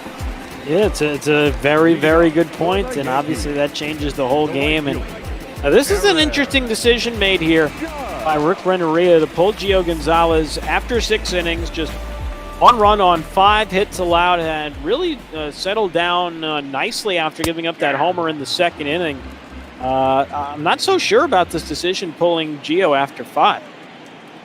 Yeah, I would have liked to have seen him gone another inning, especially when we talked about the weakness of this Chicago bullpen, but maybe not wanting to see the lineup a 3rd time through, especially all these powerful right-handed hitters. Maybe figure get a right-handed pitcher in there, and he Well, Cordero gets a strikeout of Aaron Judge to start off the sixth. Yeah, you're not going to complain about those results. 1, 2, and 3 strikes, you're out. As Judge providing some manual air conditioning for Yasmani Grandal. And strikeouts continue to be a problem for Aaron Judge. That's 147 strikeouts for Judge on the season and only 388 at-bats. And that is not a percentage you want to see, but no. Again, you can't argue with the other offensive results.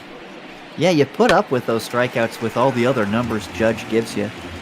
And, the strikeouts have been a bit exaggerated in the ball season. He doesn't strike out quite as much in the real world, but if he did and still put up these numbers, the Yankees would still be fine with it. So it's a different game. Yes, it is. And, I'm sure they would be a little more discouraged. And I think these numbers are a little more indicative of what Judge had done in the most recent years. But now that he's fully back healthy, I guess is when they begin to reconfigure the attributes and stuff like that for 2021. We'll see a little more of a similar result of what we've seen this year and in his rookie campaign. That one's hit well out into center field, but Leury Garcia is there for the second out. Yeah, Judge absolutely crushed one yesterday in that Red Sox game. And that home run to put them up in the 8th inning were good. I think the octave levels of my voice and Matt Vasgersian's voice were about similar at point of contact. And we saw point of contact here from Gary Sanchez earlier tonight. Yeah, opposite field, he's been struggling coming in, and that one just wrapping around the foul pole. He didn't have to hit it that far, you only have to hit it 315 when you go down the line or right, but that one was hitting the upper deck. And that's not easy to do, hit an upper deck opposite field. That is very, very hard to do. And Sanchez able to do it on a line out there to right.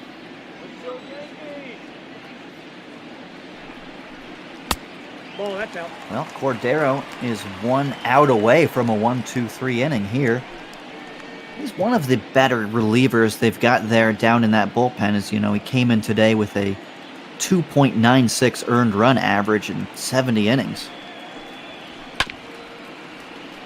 And more importantly for Jimmy, you look at the numbers, just 76 base runners, 52 hits, 24 walks in 70 innings. So not crazy too high over one base runner per inning. Ooh, and it's a 1-2-3 inning for Cordero. He gets 2 strikeouts and a flyout. We're going to the 7th inning, and Justin Rock is going to take over the call from there. 1-0 Yankees. Thank you, Justin. Fun ball game so far this afternoon. A pair of Justins on the call. Justin D'Ambrosio. I'm Justin Rock, Jonathan Scope, Jose Abreu, Edwin Encarnacion. The 3 scheduled to bat against James Paxton, who will work into the 7th inning tonight. And the first pitch to Jonathan Scope is hit in the air to center. Aaron Hicks will make the play for the first out. Oh, that's how you stay long into games. You get 1 pitch and you get 1 out. The first baseman. That's best about way to as efficient as you can be, yeah.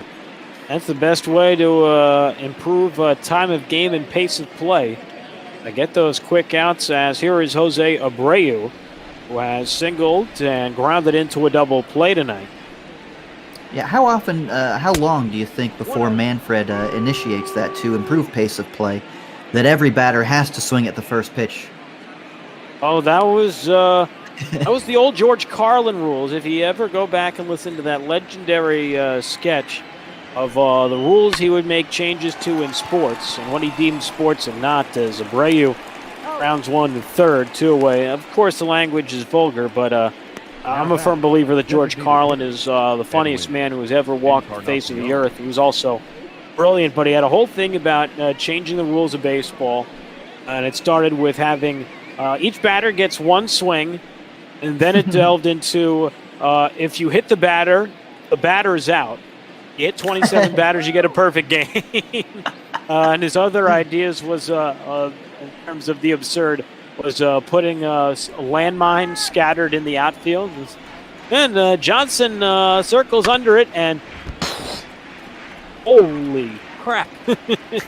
There goes Johnson as Encarnacion fouls it away on one. So maybe Rob Manfred will take his ideas from George Carlin. Who knows? That's a ball. There's a lot worse people to take your ideas from, I could say that. I mean, based on what's happened over the last couple of years, I wouldn't rule it out as a legitimate possibility. As Encarnacion takes low, 2 balls and 1 strike. Yeah, I just said that in jest because I, not a big fan of the extra inning rule so far that I've watched. See, I'm in a different boat since, I've seen it the last 2 years in the minor leagues. This one fouled away 2-2. Here are my official thoughts on it, on the new extra inning rule that has been implemented this year is 2-2 to Encarnacion, grounded in the hole at short, diving stop. Torres to his feet to get him. Wow. Gleyber Torres putting on a defensive exhibition at the shortstop position tonight. Time to get up and stretch in the Bronx. Yankees lead the White Sox in a duel, 1-0. I put a star right next to that one. That was an incredible play, and we've seen a few of them from Gleyber Torres today. He's made him to his right, to his left, coming in, going back. As Kelvin Herrera will come in out of the bullpen. Has had a good year for the White Sox in bat ball. Railroad was designated for assignment by Chicago last week, and I believe yesterday or Saturday was given his unconditional release. But Herrera is still surviving here in the bat ball world and will try and navigate Aaron Hicks in the middle of this Yankee order in the 7th as there's strike 1.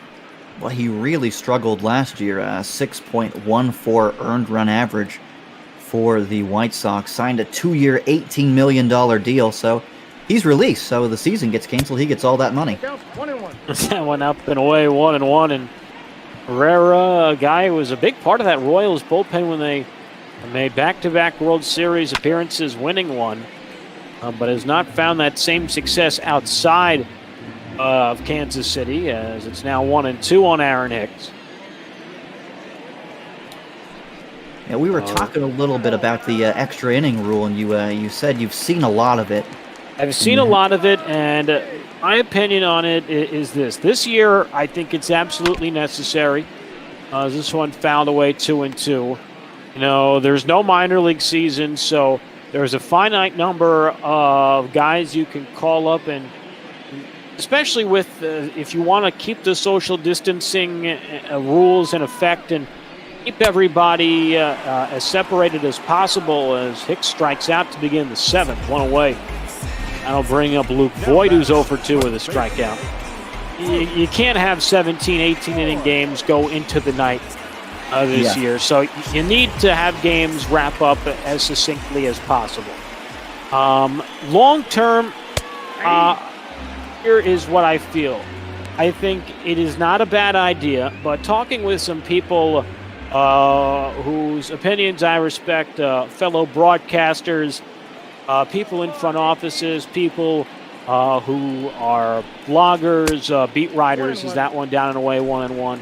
I think the best way to implement it going forward would be to play the 10th and 11th innings as normal, and anything after that, starting in the 12th, then you implement the, runner at second, the international tiebreaker rule as it's called. Is this grounded behind second to his right, scope for the out, and there's 2 away. So in that way, you can still have extra innings the real way. And when it starts delving into way late, okay, we can speed it up. Yeah. But however, regardless, none of it in the postseason. I sort of view it like, the 3-on-3 shootout on hockey. Yeah, it's not great, but let's not be here all night playing, countless overtimes, whatever. So I think that is my best of both worlds proposal would be going down the line, 11 innings normal, and anything after 11 you go to it in the regular season, but postseason, we're not deciding it based on this tiebreaker rule. I think for me what the issue's been is it just completely changes what a baseball game is. It almost, in the absurd, I can say, like, it's almost moving towards cricket. The game changes so much if there's a runner starting on second base, the way you're going to build your roster, you're going to have a lot more strikeout guys down there. And who can afford that is the richer teams, the teams that, are on a shoestring budget. That's where you go penny pitching. So if you're going to start every inning with a runner on base, I feel like there's an economic issue there in part of the game that will be exploited. Because let's face it, everything that can be exploited in this game is going to be exploited and will be exploited. And the second thing is managers don't know how to manage with this yet. Do you save your closer for the 10th inning when you know there's going to be a runner on second base? Because that's going to be a higher leverage inning than a guy starting a clean inning in the ninth. You see after Brett Gardner draws a walk, and then like Leury Garcia successfully slides second base, so the Yankees getting a man in the scoring position with 2 out and a 1-0 count on Urshela. And so I'm just saying, okay, it's absurd. And some people say, well, the home team, they know how many runs they have to score. Well, that's cricket, The first team they bat their whole lineup, and then the next team comes up and they have the advantage because they know how many runs they have to score. Well, I like baseball. I don't like cricket. So that's why I don't like this extra inning. I think it's just a necessary thing to try and save as many arms as possible, especially in a season where things are so unusual, as this fouled away 1 and 2. And to try and bounce off of that point, I just find it interesting is, so many people are against the addition of a universal DH as Urshela. It's one in the air to center field. Going back Garcia to the warning track, and in front of the Yankee bullpen, hauls it in to end the inning. Urshela making a bid for a 2-run homer. It comes up a few feet shy. We go to the 8th inning in New York. Still the Yankees up by 1. Yeah, I can't believe this game is still 1-0 going into the 8th. Impressive performance from Paxton tonight as he will go into the 8th inning. As he has not allowed a hit since the 5th, and Moncada fouls it away, 0-1. But yeah, to go back to that point with the international tiebreaker rule, I think it's just this year it's a necessary thing out of saving arms, but I just find it interesting that, so many people are against the universal DH because it's going to take a lot of the strategy out of the game. And then so many of the same people are against the implementation of this extra inning rule, which does nothing but add extra strategy to the ball game. So which do you want? Do you want more or less? As Moncada strikes out to begin the 8th inning. And how about James Paxton continuing to throw BBs? It appears the bot ball version of James Paxton has gone all Space Jam on the real life version and taken all his powers away, as Roy Jimenez has had a good night with a double. Dig in a 1-0 count. Well, I'm for the universal DH, and I am for the universal DH as well.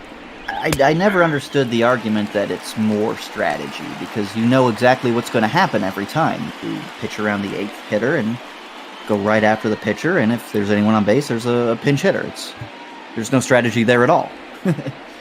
I think more in terms of trying to, utilize double switches, and ends up just becoming, at least from a broadcaster standpoint, it doesn't matter if it's spot ball or real life. Double switches are a nuisance, mainly because I'd be okay with double switches in baseball if they gave the umpires microphones. This is a ground ball knocked down by Boyd at first, recovers the throw, and Jimenez beats it out. Jimenez, who was the last White Sox to pick up a base hit, it's an infield single here, and great play by Voit, and Boone, with the base runner on, gonna take the baseball away from Paxton. Yeah, we see that so often. The pitcher is in the inning until he gives up a base runner.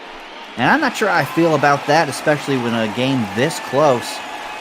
Some relievers pitch better with starting fresh, and, some starters, they want to finish what they start if they start an inning. And I ultra question the decision. As Tommy Kahnle comes in, he's had a marvelous year for the Yankees here in the bot ball universe. But to bring in a right-hander to face a switch hitter in Grandal, will now turn around and bat from the left-hand side of the plate. Interesting decision. I would rather face him from the right-hand side, particularly at Yankee Stadium, as we see Luis Robert pinch run at first. Yeah, that's a really good point. I'm surprised they wouldn't bring in a lefty like Zach Britton or something like that. Especially great lefties in that bullpen, and not just in Zach Britton, but you could also conceivably bring in Chapman for a 5-inning save as the runner goes. Throw down by Sanchez, and Roberts got it stolen. Oh, he had that one. Leury Garcia, he staked second base. He had that stolen easily, too. He was in there as the throw was coming in. And that's the thing that White Sox are really excited about him. He's got all that speed, and he's got a lot of power, too. He could be potentially a 40-40 guy. At least 30-30. See him potentially maybe as that American League version of Ronald Acuna, as Grandal takes a strike 1-1. Well, everyone would like the American League version of Ronald Acuna.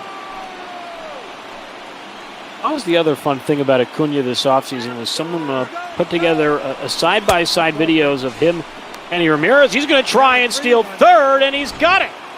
Wow. Luis Robert takes second and third, handling his inner Ricky Henderson here. And the tying run is now 90 feet away and a 3-1 count on Grandal. That is a huge stolen base there from Luis Robert. I mean, everyone knew he was going for second base when he came into the game, and he still stole it. But the stealing of the third base, that was just really impressive right there. 3-2 pitch, got him swinging. Pulled the string on the changeup. Grandal flings the lumber in frustration.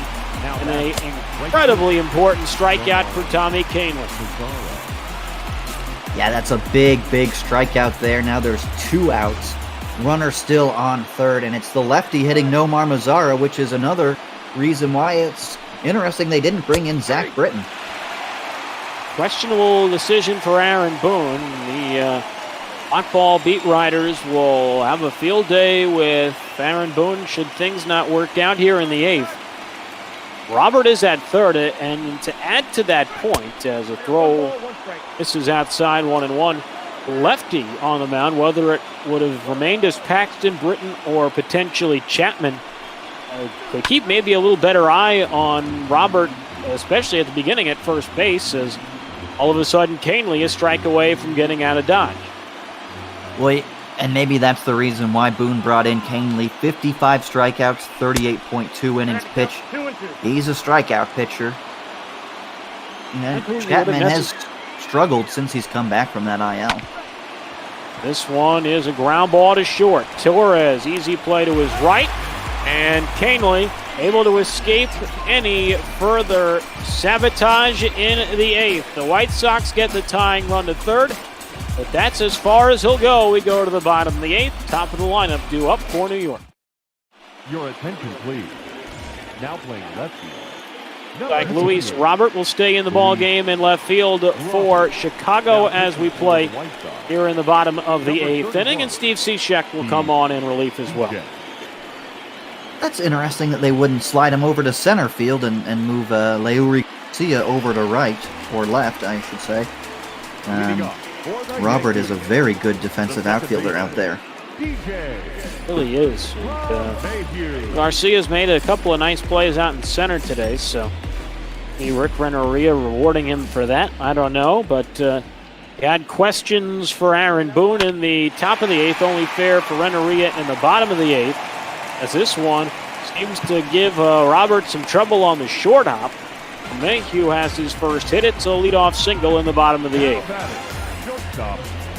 Well, we talked about the White Sox bullpen being the soft part, the weak part of this roster, and well, they've thrown 3 shutout innings here going into the 9th inning, and Steve Cishek has been one of their better relievers, but he gives up a leadoff base hit there. And now Gleyber Torres, that's a guy you don't want to face with anyone on base here. Look at the numbers for Cishek. I think you can make the argument he has been their best relief pitcher this season. ERA under 2 at 1.7. 3 saves. Most importantly, 31 base runners.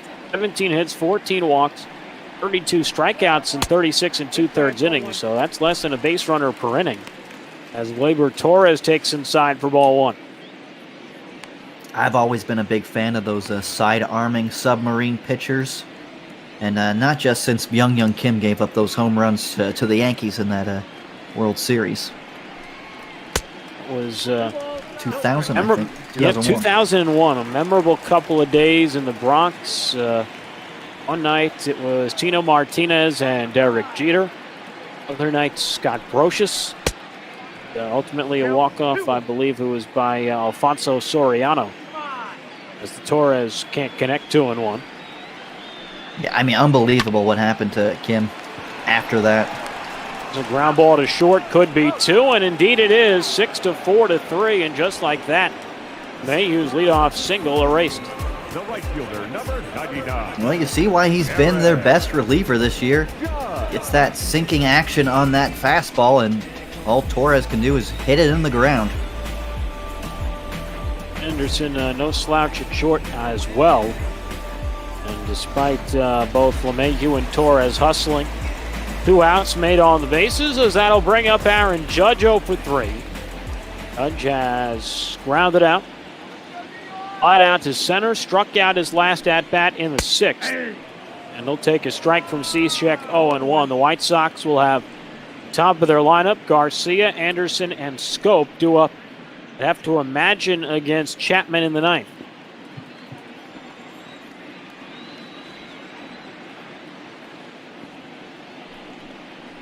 Oh, 1 to Judge, and this one all the way to the backstop, 1-1. Well, after this game, we've got some American League West action. Seattle and Oakland will be playing, and then we've got the broadcaster tournament starting at 7:15. Should be a pretty exciting tournament there.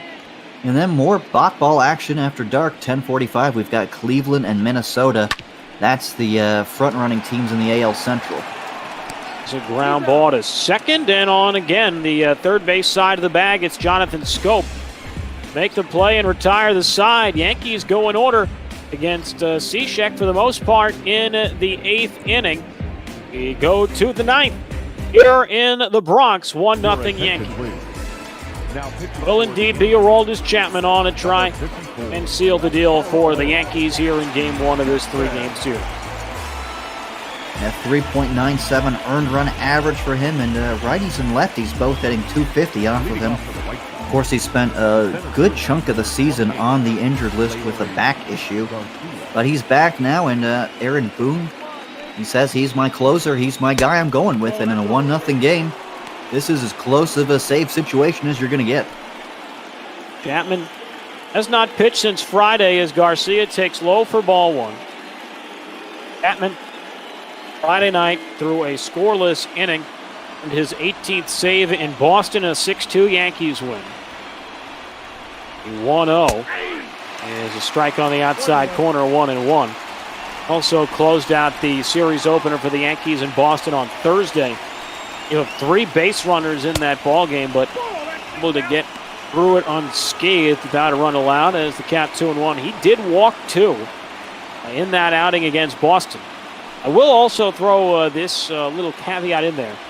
I have done a couple of Yankee games this year, and I've also done some games leading into Yankee games. There are 2 blown saves on Chapman's record. The first one came in a game I did against the St. Louis Cardinals that went into extra innings where Paul Goldschmidt went like 6 for 7 with a homer and 4 RBIs, and one of the best games in the ball season.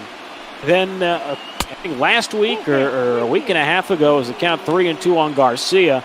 The Yankees were leading into one of my games. I think it was against the Mets, and then Chapman blew it that night in Flushing against the Mets as Garcia strikes out on the slider for the first out here in the 9th. So he'll try and avoid making it 3 with me in the visual audience, as James Paxton is certainly deserving of a win tonight. That's pretty impressive. You've seen all of his blown saves. Chapman must not like it when you watch. Makes him nervous. Apparently not.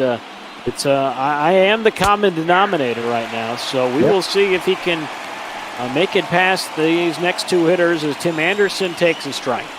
Anderson 0 for 3 in this ball game. The big poppers for these two teams, particularly towards the top of the league in batting average, have been quiet in this one, as that one just misses for ball one. Yeah, it's a 1-0 game. A lot of guys have been quiet. The only offense we've seen all day, really, is that Gary Sanchez solo home run. The White Sox, no runs on 4 hits, no errors. They have left 3 as Anderson falls behind 1 and 2. Yankees 1 run on 6 hits, no errors. They have left 5 at this point in the ninth. There's the 1-2 pitch. And Anderson able to get enough of it to stay alive. Did you see that? That was 102 miles an hour on the radar. I want to know what the exit velo was off the bat then. Anderson, because he was able to at least get around enough on it. But not there. 102 up and in, and that is a hitter's nightmare. And Chapman has 2 up, 2 strikeouts, and the Yankees an out away from a series opening victory. I mean, how do you hit a fastball elevated that much? It's in the strike zone at 102 miles an hour. How do you hit it? It's impossible. I mean, that is the tonight to many players online in the show. A hard fastball up and in. Tim Anderson has proven a victim of that as Chapman breaks off a slider to Jonathan Scope. He misses ball 1. Should Scope keep the game alive, Jose Abreu would follow.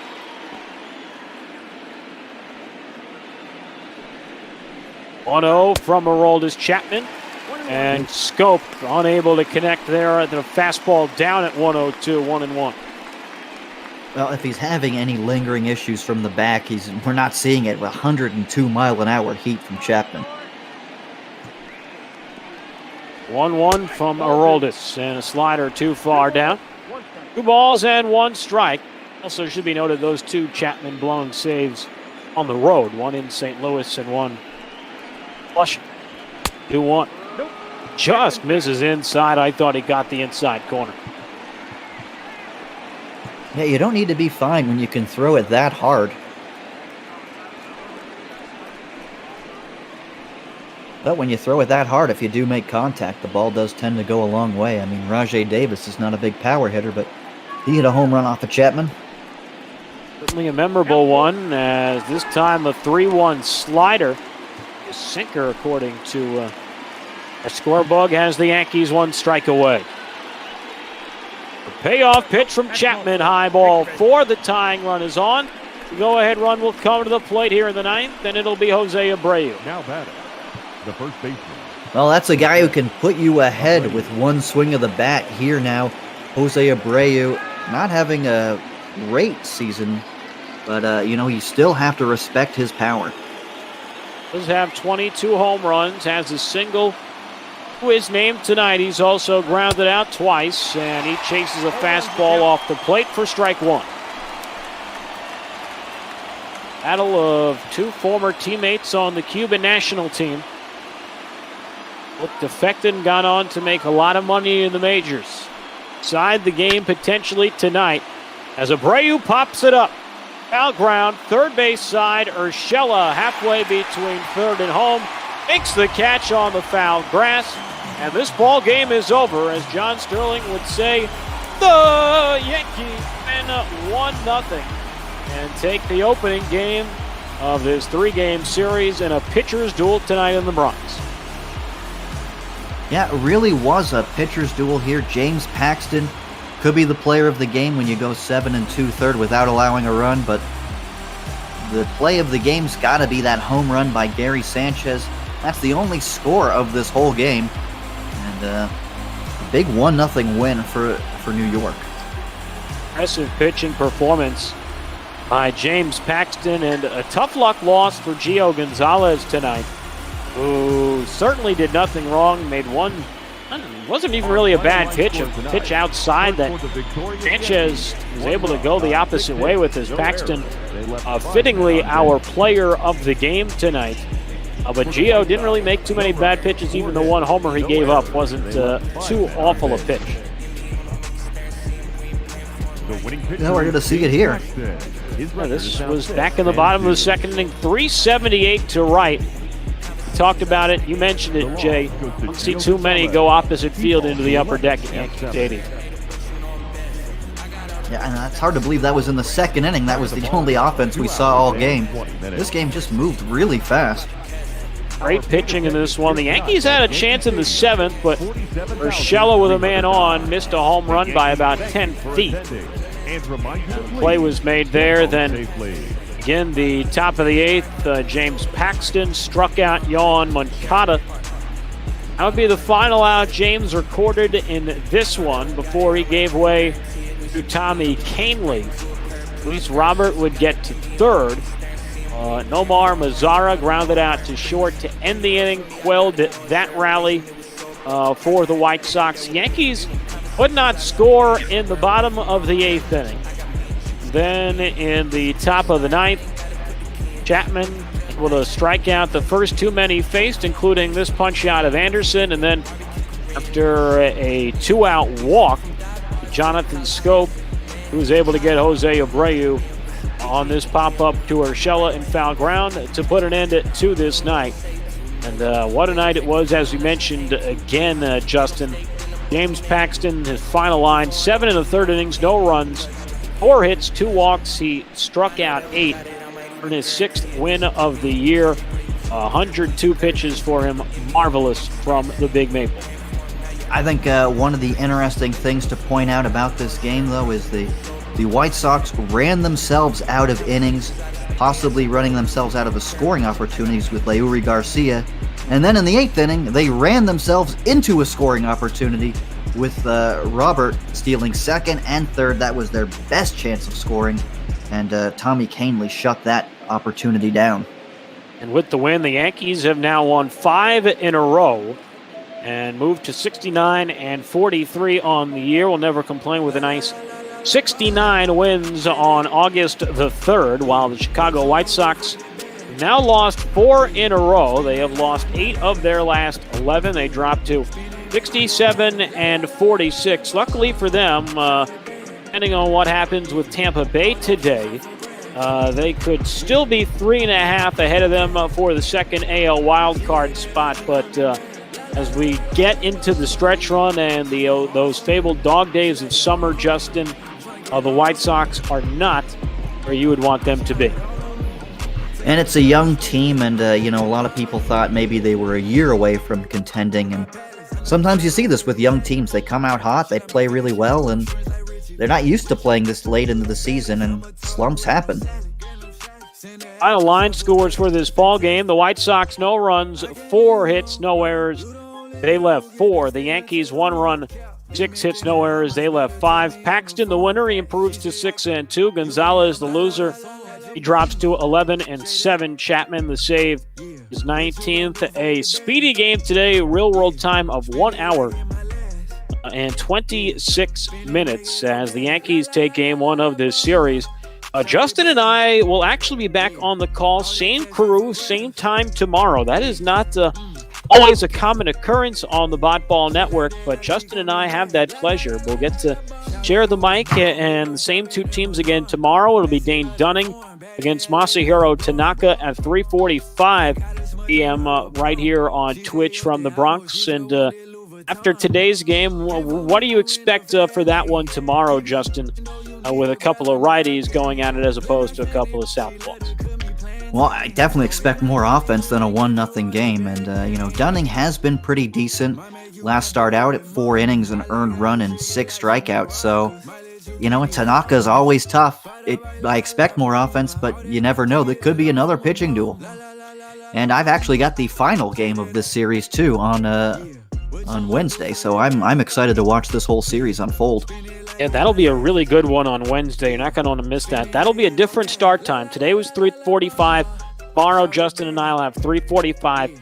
Justin D'Ambrosio, not me. I'll be incapacitated on Wednesday. We're just not in the lineup, depending on which way you want to look at it. Jeremy Goldstein will be on the call with him, and that's going to be a really fun pitching matchup. Lucas Giolito, Garrett Cole, 2 of the best pitchers in the American League, and good measure, 1 and 2 in the American League in strikeouts. So you may get another pitcher's duel again on Wednesday. Yeah, so if I want to see some offense, I guess tomorrow is my my best hope at that. Hopefully I can help bring it. 3 games of our schedule are done today. The Dodgers beat the Padres earlier today 2-1. Walker Buehler led the way there. The Angels, how about that one? And the game that led into ours, they beat the Rangers 4-3. DJ Peters, a walk-off home run. They hit 3 homers in the ninth. Trout made it 3-1. Then Upton tied it with a 2-run homer. And then rookie Peters, who they got in a trade with the Dodgers a few days ago, hits the walk-off to win it for the Angels. But coming up later on today, our next game was supposed to start in about 17 minutes or so. We're obviously running ahead of schedule, which isn't a bad thing at all.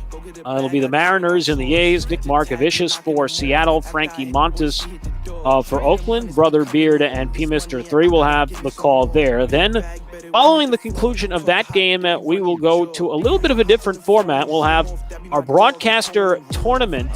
The Broadcaster League has sprung up in lieu of the original broadcaster tournament a few weeks ago during the All-Star weekend. HynesAS versus P. Mr. 3 at 7:15. P. Mr. will be on the sticks again at 7:55 against J.D. Gregory. 8:40, J.D. will stay on and take on Hines.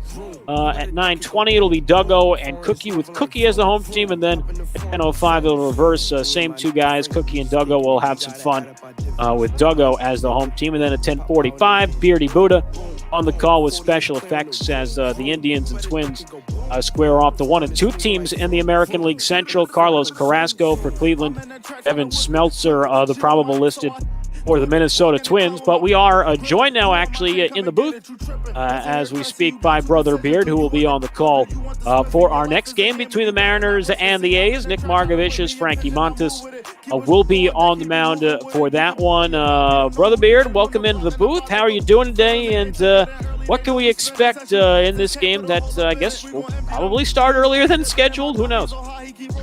Yeah, we're a little bit ahead of time here. It's good to be back in the Bot Ball booth. Of course, we had to cancel a little early last night, so I didn't get to make my return as expected. But here we are. We're going to try it again. Mariners coming off of a late ball game last night, going 14 innings to get a decision. Angels taking the win last night, but some highlights from that game. Austin Nola with his first grand salami of the season. A total of 8 walks for the Mariners and 14 strikeouts across the board for everybody. It's a little it's getting into the later parts of the season. This Mariners team residing firmly in the basement this season here on Bot Ball. Not quite showing that flair that we're seeing out of the real-life Mariners. Gotta say, that is an exciting team to watch right now. But here in Bot Ball, this team, maybe just a little bit less so, unless you are a Mariners fan, in which case, you just love to watch some baseball. And speaking about the Mariners, now that the trade deadline is coming past, well, I think there's a 2-pronged question for you, Beard, before we continue to move towards your contest, which will get underway, scheduled in about 14 minutes or so. So with the trade deadline that has come and gone in the Bot Ball universe, for whatever reason, I have not done a Mariners game yet this year, so I haven't had a chance to watch a ton of your boys this year. Who should we be watching on this Mariners squad into the final 2 months of this Bot Ball season? And with the way things have gone, particularly for your Mariners, through the first 10 or so games in the real world, you mentioned the exciting infield that they have had this year, particularly between second, first, and short. J.P. Crawford, my boy Shed Long, former Daytona Tortuga, and Evan White over at first base. Who's been the most exciting guy for you to watch? Who's been your favorite to watch so far in real life? And who should we watch for in particular these last 2 months for the Bot Ball Mariners? Well, actually, that's a really easy question to answer because it's for me, as a first baseman, it's a real easy question because you got a guy with the elite glove over there at first base in Evan White, both here in Bot Ball and in real life. This kid is just absolutely lighting it up.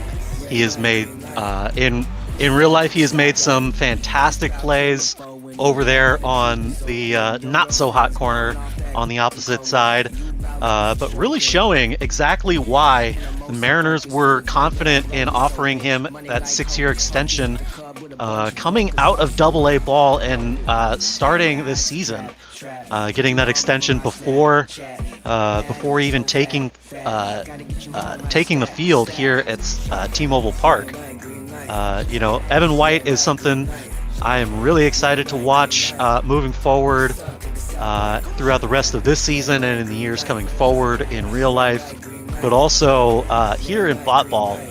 His bat hasn't necessarily been as exciting as I would expect, but he's a young kid. He's got plenty of time to get that straightened out. Just looking at the rest of that infield, here in bot ball, Shed did not do so hot getting the starting job over there after D. Gordon goes down with a blown out knee. He also ended up going down to injury and was hitting below 200. He's been hanging out in Tacoma for a while now. We'll have to take a look and see how he's doing tonight after during the night moves. He's certainly something exciting to watch in the real life Mariners, and exciting to watch J.P. Crawford. This is a guy that's really done some good things defensively last year. There's plenty of highlights of JP making Jeter-esque throws from deep in the shortstop position, and it's going to be exciting to see more of that from him in the years moving forward. That's the exciting news coming out of the young infield for the Mariners. We got a young outfield as well. The exciting news there is Kyle Lewis. Kyle Lewis on a real stretch to start off the season. He's got a hit in every single ball game. Plus, he's working on multi-hit game stretches. The last I saw, he was at 7 games now, tied with a number of number of Mariners. At least one of them's Hall of Famer. He's certainly showing that he has taken the off-season seriously, the summer camp seriously, the opportunity to get a bunch more extra individual workout in to come back and really attack this 60-game sprint here for the Mariners. It'll be a lot of fun to see what the Seattle Mariners will be able to do, not just in the bot ball life, but in the real world as well. And there's a lot of proxy Mariners fans down in Daytona Beach. Shedlong was a really, really big fan favorite, still beloved down there, and everyone's pulling for him as he does big things for the Mariners and the new generation brewing there. But Justin, any final thoughts before we finish and hand off this baton? I'm just looking forward to the rest of this series. This first game is any indication. We got 2 more games tomorrow, or 2 more good games in the series, and a good one. You and me got that call tomorrow at 3:45. I'm looking forward to that. Justin and I will be back at it tomorrow, 3:45 once again. Yankees and White Sox. Game 2 of the series. Dane Dunning will go for Chicago. He's 1-3 with a 4.59 ERA. Tanaka for the Yankees, 11-5 and a 3.46 earned run average. Again, our final score out of the Bronx was the Yankees 1 and the White Sox nothing. Gary Sanchez a homer in the second.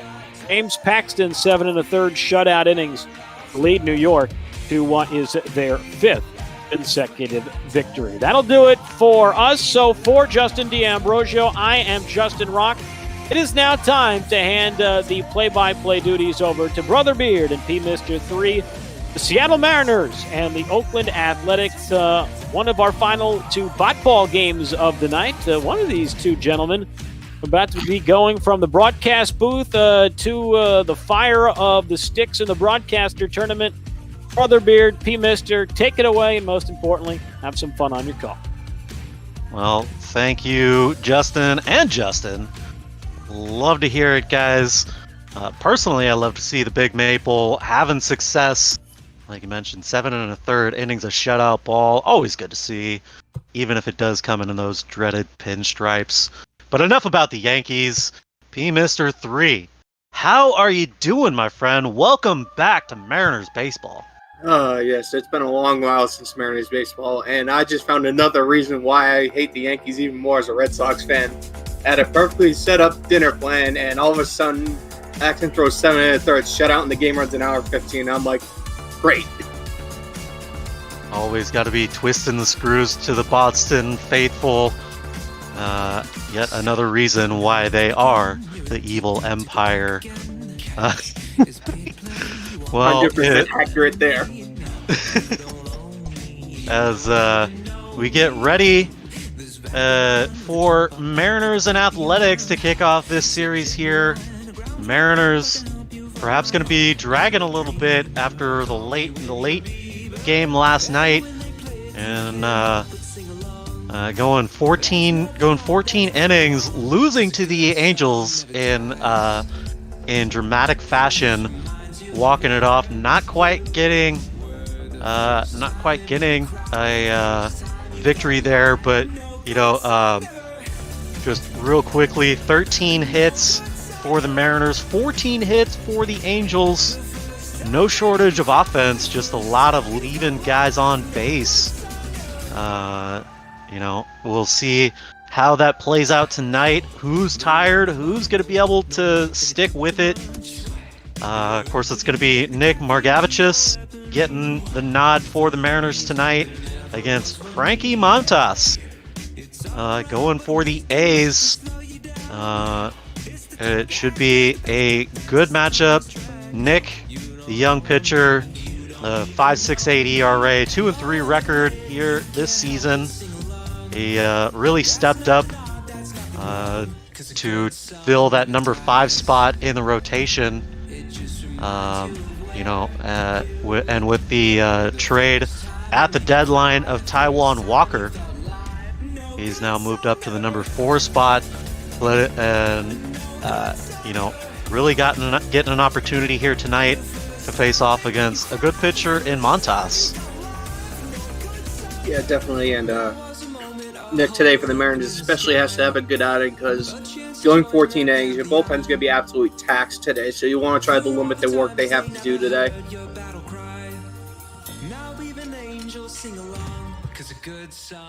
Yeah, it's that's definitely been the goal of the starting rotation all season long. However, this Mariners team has not exactly been able to fulfill those goals, as some of these guys have been getting rocked a little bit harder than some others. Of course, Taijuan being one of the better arms coming out of that rotation this season.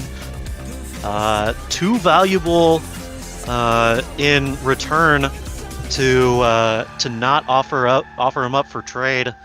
Of course, that brought back a couple of prospects from the Tampa Bay system.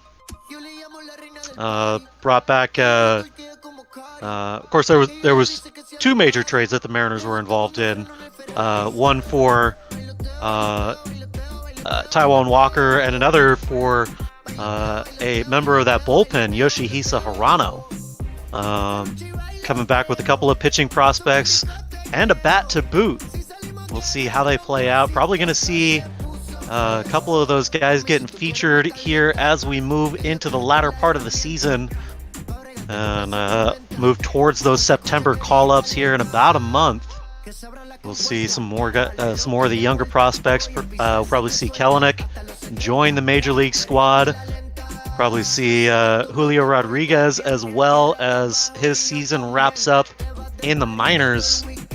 It'll be interesting to see how this organization responds moving through the rest of the season here.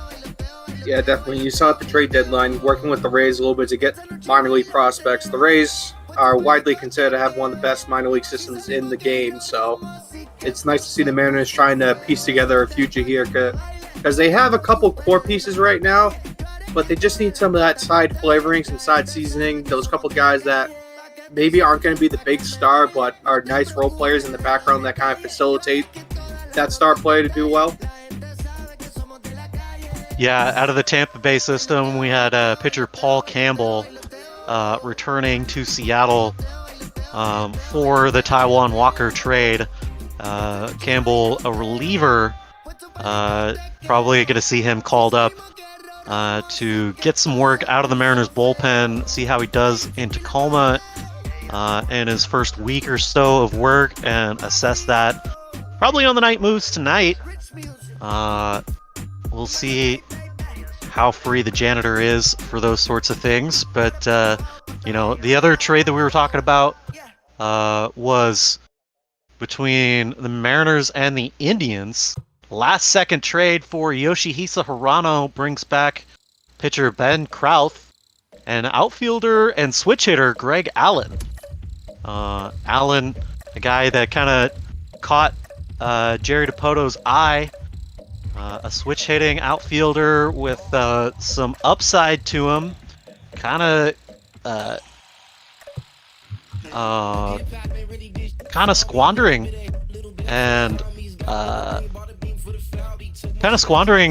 his opportunities in the depth of that Cleveland organization. Mariners hoping to find him a spot out there in the outfield somewhere among all of the talent that we got coming up through the system. We'll see how that all plays out moving forward. Right, yeah, and Yoshihisa already getting some work on Cincy. I covered one of the games recently. Came in relief, had a pretty solid inning of relief work there as they picked up the win, I believe, that day. So nice to see that he's paying off dividends for Cincy. But yeah, again, Seattle just absolutely loaded right now with young, promising talent. Just gonna need time now to see if a couple of those hit.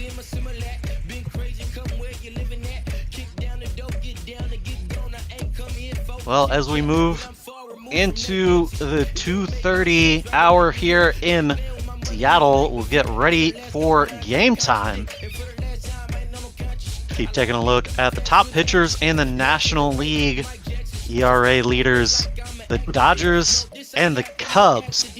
Well, they're just taking up all 4 of the 5 top spots there.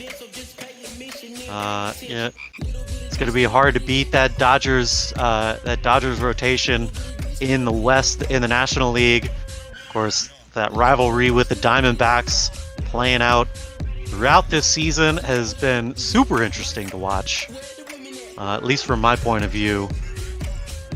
Yeah, it's definitely been a fun series to watch, especially because the last series they had both Cookie Eater and Duggo in the booth at the same time. So if you're looking for comedy gold in addition to a baseball game, those two are a great tandem right there.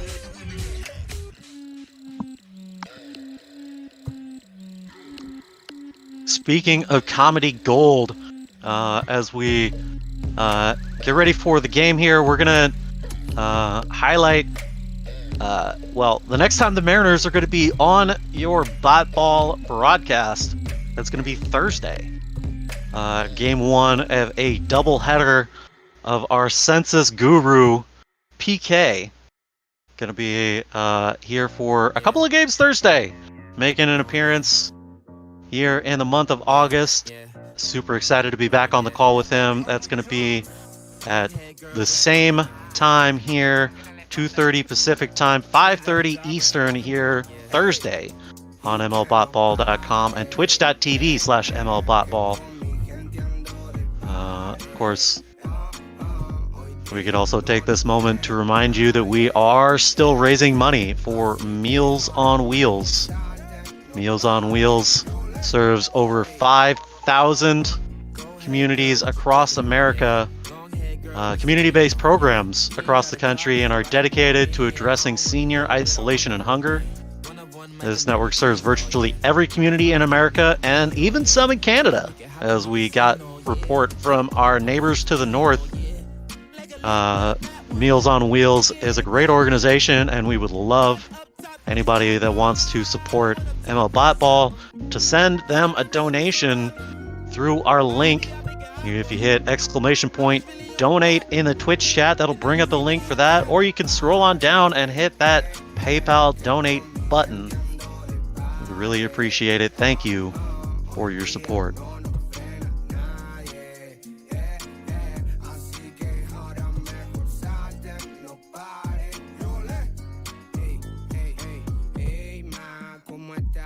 Well,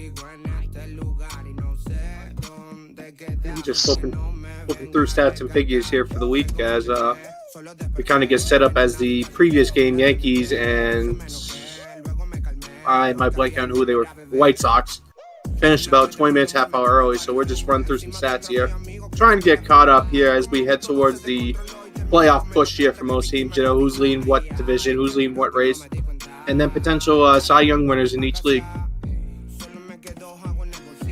Yeah, it's always fun to see those races develop across the leagues. You know, as a fan of pitching, first and foremost in this game, to see these the best of the best every single year compete, and see who can contribute the most to their team's playoff run. It's always so much fun, especially as we get down to the last couple of months of baseball here in Bot Ball. We're already in August, folks. August 3rd, and we're just that much closer to playoff baseball. And, you know, as we wind down the season, we're going to be featuring more and more of our broadcaster tournament throughout the week.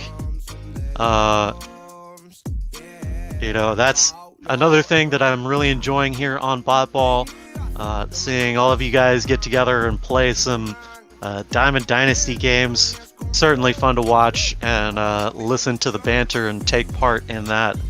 If you want to take part in that as well, come on over and join the Discord. We'd love to have you. And, you know, we invite everybody to check it out. Thank you once again to everybody that has helped make this this experience happen throughout the year. It has been some of my favorite times of the last few months have been here in Bot Ball, and I, you know, just from the bottom of my heart, thank you each and every one of you. Well, you see there the lineups for today. We got a little bit of mystery. I don't know why. I don't quite understand why Austin Nola is starting at first base when you've got that glove of Evan White available to put over there. Because game logic and the overall ratings of the two players, I guess, must be something to do with the ice cold factor. Hey, Garrett. Of course, our janitor joining us. Thank you, Garrett. I think that was it. So Evan slotting in the number 2 hole here at first base, right-handed DH. Yeah, and that should accurately reflect the sidebar. Great, thanks for bearing with me while my call ran a little long. No, thank you. No, thank you. Thank you for putting this all together, man, honestly. Well, we're heading out to Oakland to get this game underway. I want to welcome you to another edition of ML Bot Ball here. Mariners taking on the Athletics. You see there the Athletics sitting 67-45, leading the American League West. Looking to put another game under their notch here tonight. Mariners 46-67, good enough for dead last in the West. Yeah, I had a little bit of a rough season so far. A couple of key injuries really biting them in the backside, but honestly, at this point, they're just looking to play spoiler today against the A's, who are kind of fighting tooth and nail with the Astros for the top of the division. Well, you see there, Frankie Montas is going to make his 23rd appearance of the season. 5-6 record, a 3.9 ERA across 117 2/3 innings of work. This is a 27-year-old guy who can really get it done for these A's. He's been a solid feature in their rotation all season long. He gets the first pitch over for strike one here. First pitch officially 2:38 here in Oakland. So a typical baseball start time, you start about 5 to 8 minutes after the hour for who knows what reasons. Fouled off here by Crawford. 1-1. Did I see the weather right now? It's 57 degrees out in Cali. That does not seem right whatsoever. Unless one of the nearby ice boxes exploded. Fouled off here, 1-2. Yeah, that's a little interesting. 58 degrees. That would seem more appropriate here in Seattle than it would down in Oakland. But J.P. Crawford is going to go down on strikes here to lead off the ball game for the Mariners. Frankie Montas gets him to swing over top of this one away here in the top of the first. Yeah, that was just a beautiful breaker to the outside there. Couldn't really do much with it. We'll see the first baseman, Evan White, dig in. First pitch misses, ball one. Evan hitting just over 200 on the season. 202 to be exact, but he's got 5 home runs so far, and for a guy making his first major league season, on a team that is really struggled, quite frankly, at the plate this season. He's joined in those struggles, hitting 200 so far. Yeah, and it seemed like coming into the game with some of the infographics, stat guys that brought us, looked like the entire roster, except outside of 2 or 3 guys, are ice cold for one reason or another right now. So you just kind of have to ride this out, and hopefully they can salvage some type of halfway decent season out of it. Yeah, perhaps a good example as to why we may need to shuffle things here tonight. Maybe see how some of the prospects are doing in Tacoma. We'll address that later. 2-2 pitch now to White.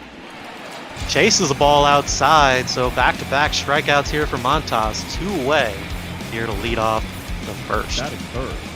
The third baseman. Yeah, again, just a beautiful breaker low and outside there.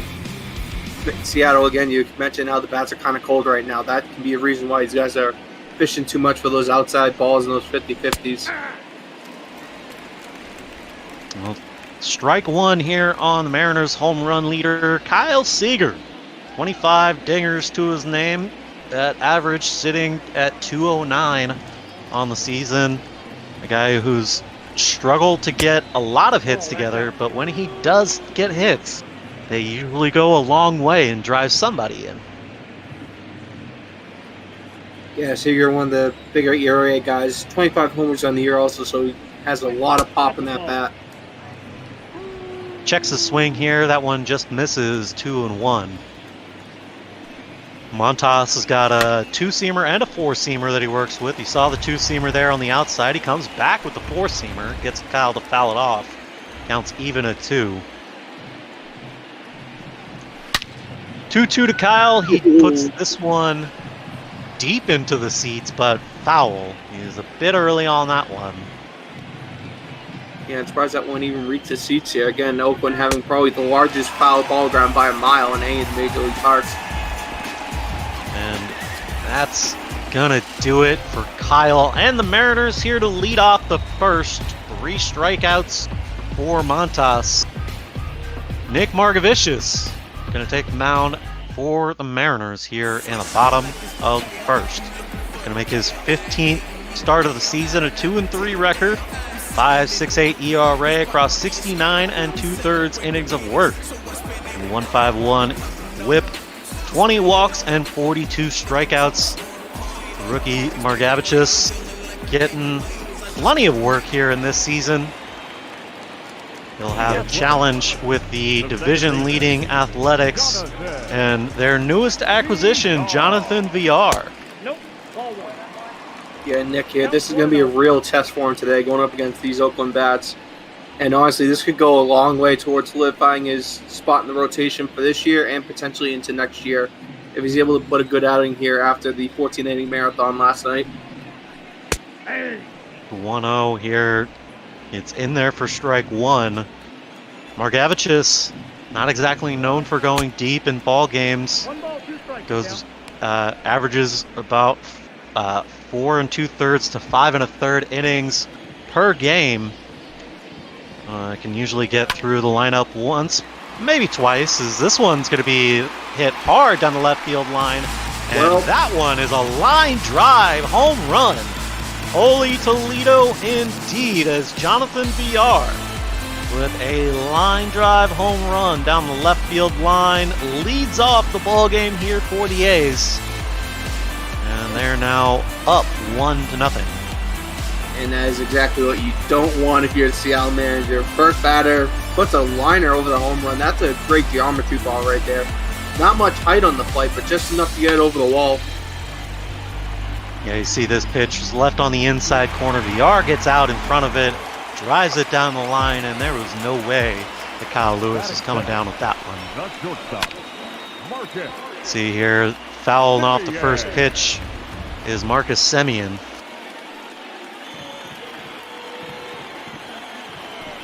Semien batting .281 on the season.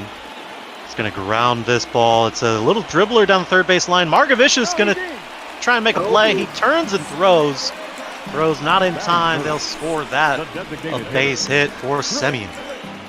That's what we call a swinging bunt there. Not intended to be a little grounder like that, but just enough to get in there for the hit there. So nice running on the base pass.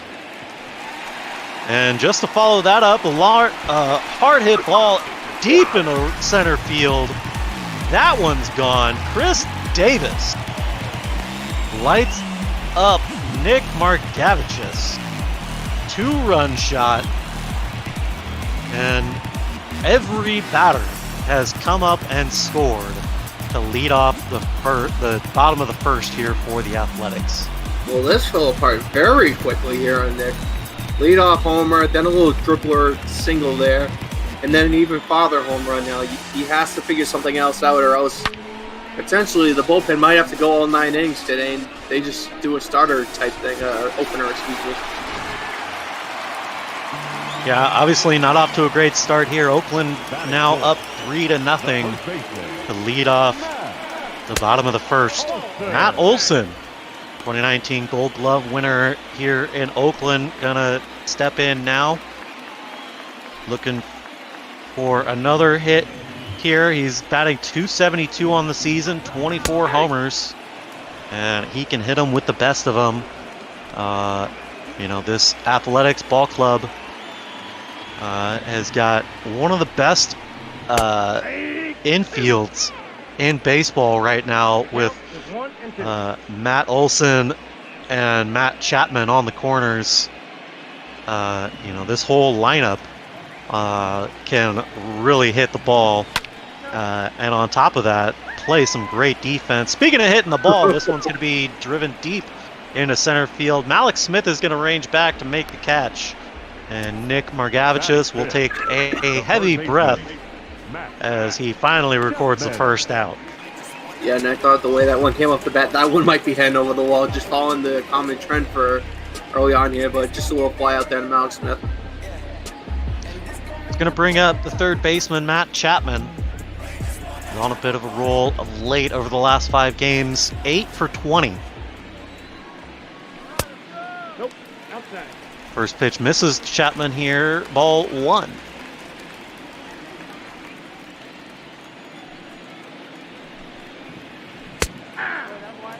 Strike 1 here from Nick. 88-mile-an-hour fastball from Nick.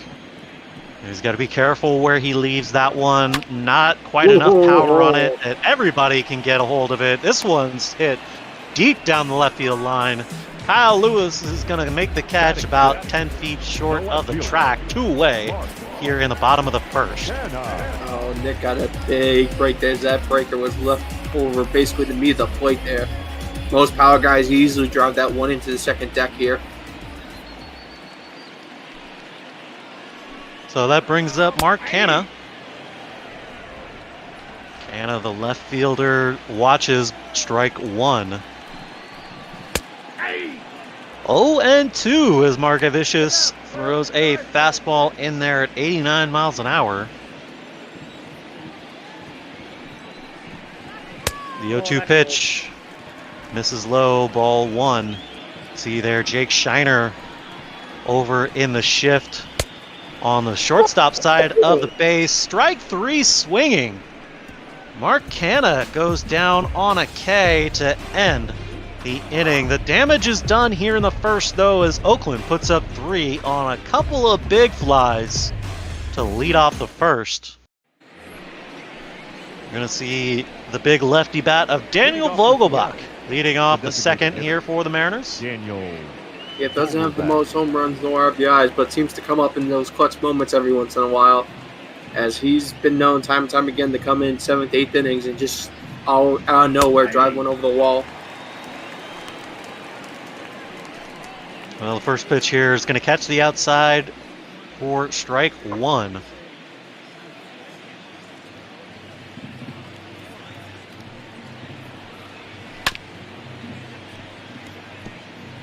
Fouled off here, 0-2.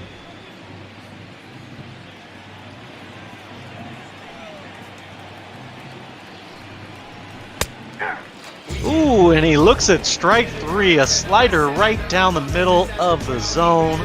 4 strikeouts in a row for Frankie Montas as he starts off this inning like he finished the last.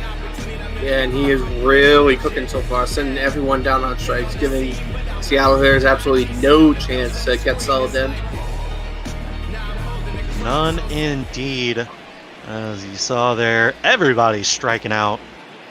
That brings up Seattle Mariners lone all-star Tom Murphy here with one away. Murphy with the catching duties tonight, as per usual.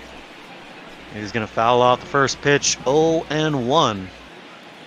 Yeah, Tom Murphy, the lone rep. You would have thought it would be Malcolm Smith with leading the league in stolen bases, but not the case as the managers for the All-Star team decided to bring Murphy on instead.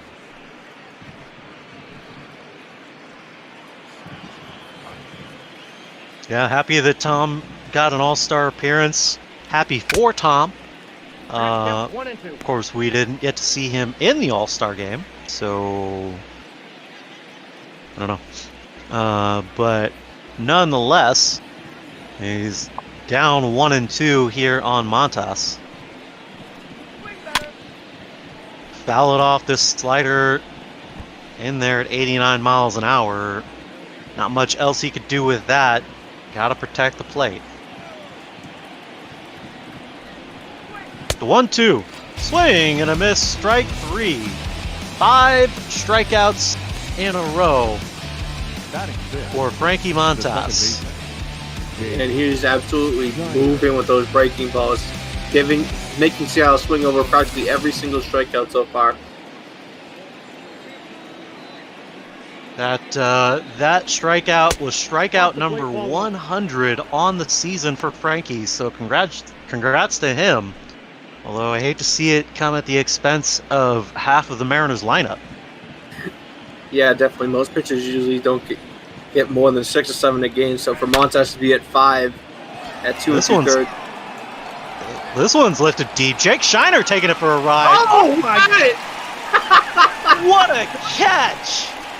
Ladies and gentlemen, Seattle Mariners luck right there. Ramon Laureano with a amazing jumping catch at the wall to rob Jake Shiner of the Mariners' first hit of the ball game and a home run. Oh boy. The center fielder, number 22. So as a Mariners fan, what's your opinion on that last catch there? I mean, Ball, that's out. oh man. That was a beautiful play. That's not exactly a new thing for Ramon Laureano to be able to do, but wow, what a play! I just wish it hadn't come off of the bat of a beautifully hit ball to the deepest part of the ballpark, which should have been a home run, I will also add. This one's lifted deep into right field. Carlos Gonzalez is there to make the catch. He overruns it just a little bit, but sticks his glove out to make the catch. One away here. Laureano, go get some pine, my friend. Exactly, and this is going to be a big game for Nick. See if he can settle down a little bit after giving up the 3 runs in the first. Ball, that's upstairs. First pitch misses inside on Chad Pinder, 1-0. Nope, that's down. 2-0 now from Margevicius.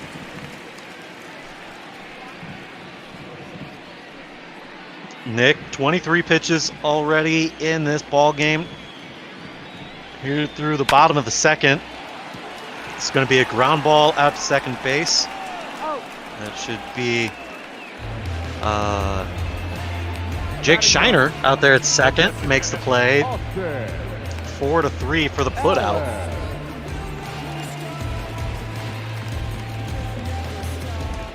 Brings in the catcher and the final batter of this lineup, Austin Allen.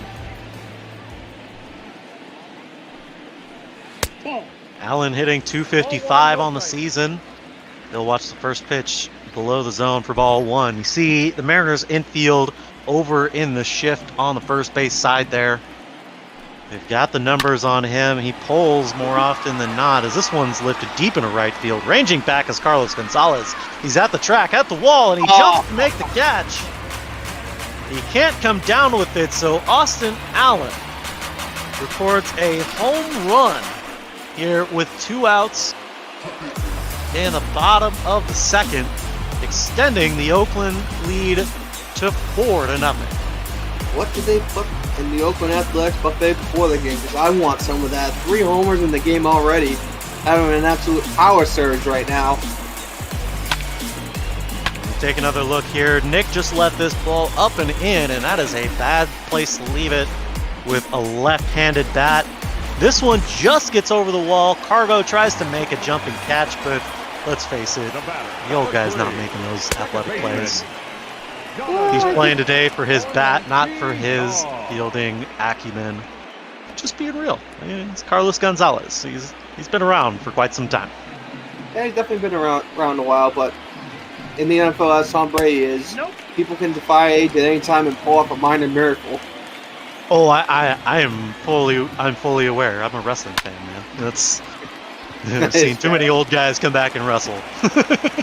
This one's going to be a base hit out to right field. It gets over the head of Shiner. So Jonathan VR with his second hit of the day. This one, that's the other end of the cycle, a base hit.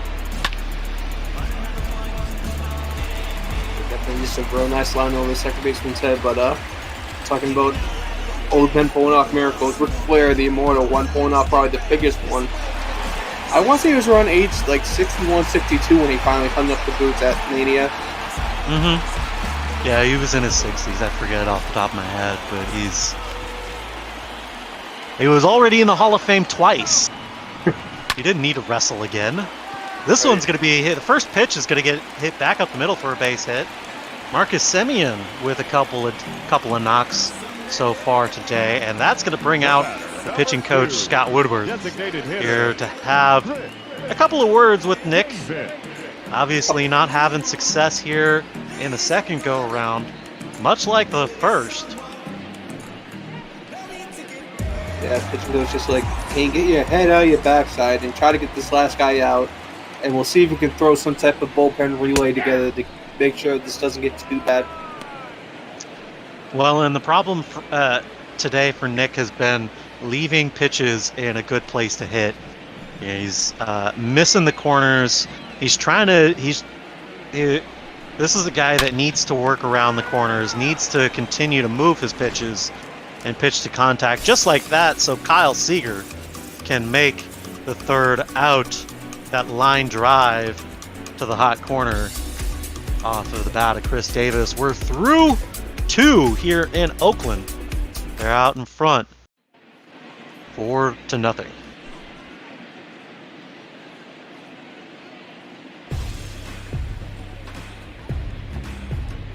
I see there the Oakland Athletics have the best ERA in the American League, second best in baseball. Their pitching stats are absolutely phenomenal this season. It has carried them to a first place in the West so far this season. Yeah, first place in the West, but surprisingly, not first place in the whole AL, as the AL Central is kind of a... what would you call that three-team race out there? A Thunderdome, Chaos, Mayhem, or some? Do you have a better way to describe it? I think the most appropriate way to describe that would be boom. As there seem to be quite a few prolific bats in the Central Division, as Cargo is going to fly out. He's going to pop out to the center fielder to lead off the top of the third. You see there Oakland with a 7.5 game lead over Houston, 67-45, 59-52 for Houston. Houston and Texas trying to battle back and come back against these A's, but at the rate that they're going, these A's are going to run away with the West. Yeah, it looks like they found their form that they had earlier on in the year. Had a really cold June and July, which allowed Houston to come back and actually lead the division for a little bit, but Oakland seems to have refound the form and are now starting to dominate again. Well, and it's all about getting hot at the right time. We'll see if they can extend this good baseball that they're playing for the next 2 months into the playoffs and beyond. As Kyle Lewis down 1-2 here to Montas. This one's hit deep into center field. Ranging over there, that's going to be Simeon. I'm sorry, that's going to be Mark Canna coming off of left field to make the catch. Two-way here in the top of the third. A well-hit ball by Lewis. Just some fantastic defense out there. Yeah, I got a great jump off the crack of the bat there, as that one was basically a line drive out the wall, so he had to move quick to get that. Speaking of moving quick, we have the Major League stolen base leader, Malik Smith. 43 stolen bases to his name, a .270 batting average. As this one's going to get lifted down the left field line. Canna can't get there in time to come down with it as it drops in foul. Yeah, that one was definitely begging the question if that was going to hit the line or not, because Malik could have easily taken second there with the long foul territory. This one's lifted into right field. Easily making the catch there is going to be Chad Pinder. And that's going to do it for the Mariners. Still hitless in this ballgame as Frankie Montas has now worked through the lineup in order. We'll go to the bottom of the third, and Matt Olson digging in for his second AB of the day.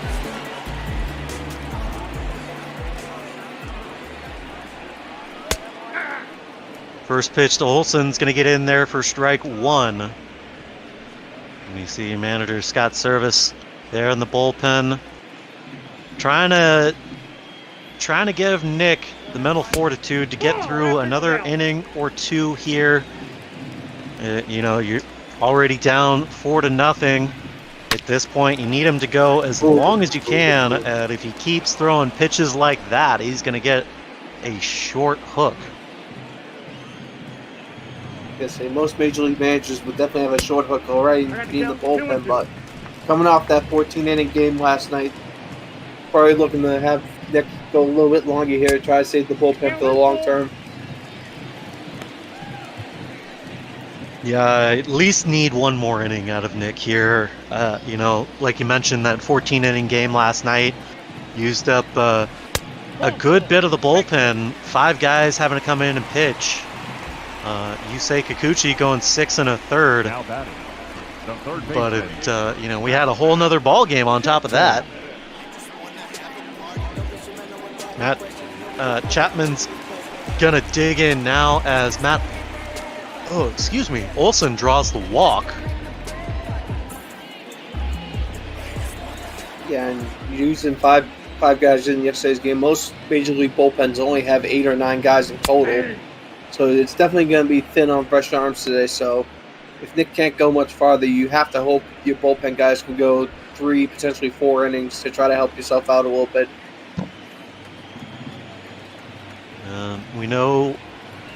I know of a couple of guys out in that bullpen, and including one who's going to possibly get a start tomorrow. This is going to be a ground ball over to Kyle Seager. 5-4-3 for the double play.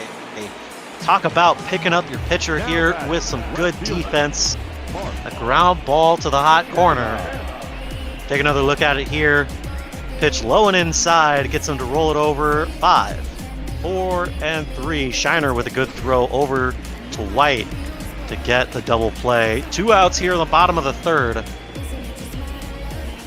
Yeah, and that's going to give Nick a lot of confidence here, knowing that his defense is behind him and they can pull off plays like that.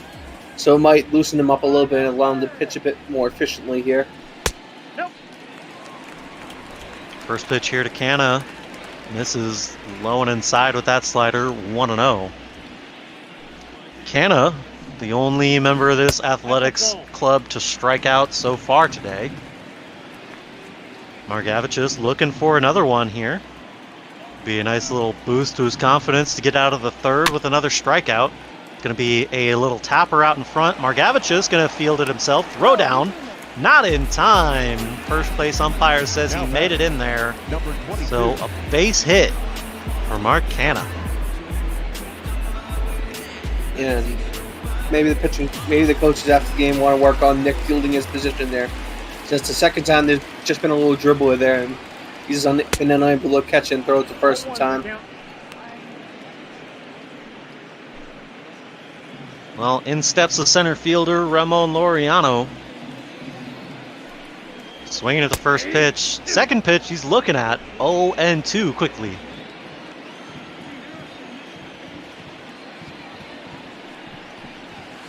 Ball. The count is 1-2. Well, he misses with this one. 1-2.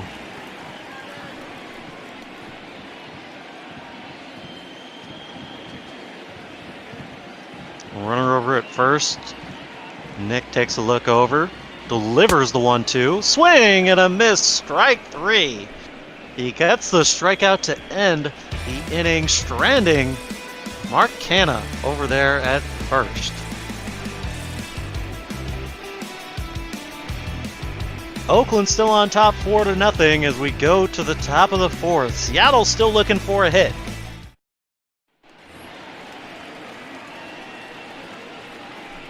Leading off for Seattle, the shortstop. JP. Back to the top of the order for the Mariners. J.P. Crawford going to lead it off here in the fourth. First time through the order. They were set down in order on strikes. 1, 2, 3, 4, 5 in a row. JP looking to repeat as he swings at a pitch outside. 0-1. 0-2 is the count. 0-2. Not really sure why he's swinging at those, but I guess looks like Mariners baseball. Yeah. Oh, it connects with this one, but it's going to hook foul. Yeah, it looks like a Diamond Dynasty swing up there. Swinging at anything close, really. Not trying to take good pitches here and see what the pitcher has. Well, he sets out outside once more. This one gets lifted into center field. Laureano's there in plenty of time to make the catch. 1 away. The first baseman, number 12, Evan White.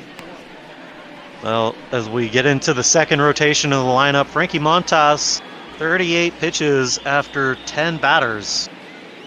Quite the picture of efficiency here for the Athletics. This is the type of performance you like to see in a team that's making a run at the playoffs this season. Yeah, it definitely is. Getting some help from the umpires. That last call seemed to be a ball's length or 2 outside, but still gets called strike. There's a ground ball up the middle into center field. That'll get through for a base hit. Evan White finally records the first hit of the ball game here for the Mariners, and it comes off of this one at about belt high. Just gets out in front of that and puts it on the ground. Okay, and I'm expecting Oakland to go to the bullpen here as there's officially nothing to play for Mondas here. I'm just kidding. He's had a great round so far. Just a really unfortunate pitch there as Seattle has missed a lot of those pitches all day, and he's having to connect with one. Well, even a broken clock is right twice a day. As this one's driven deep into left field. Kyle Seager takes it for a ride, and he makes the catch over his shoulder for the second out. Mark Canha making a few steps back to make the play. Evan White is going to have to retreat back to first base. Brings up the big lefty bat of Daniel Vogelbach. 0 for 1 on the day with a strikeout in his first appearance.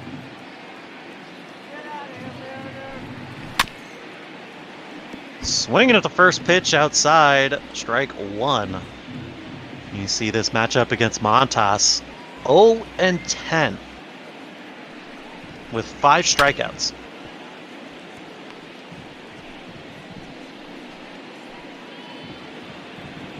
This has got to be a feast for Frankie's eyes. He knows he's got Daniel's number. The 0-2 pitch fouled off here. We'll see another 0-2.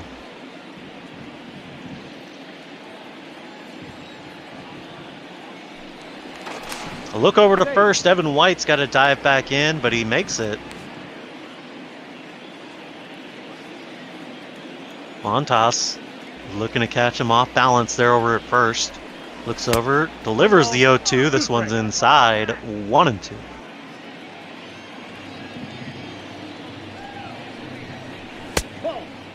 The 1-2 pitch misses low. 2-2.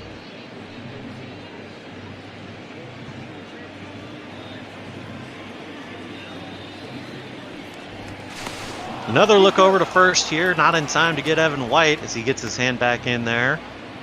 Still 2 away here for the Mariners.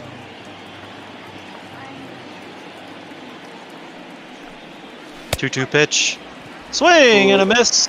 It's in the dirt, so they gotta chase him down to first to record the out. And that is how the inning ends here.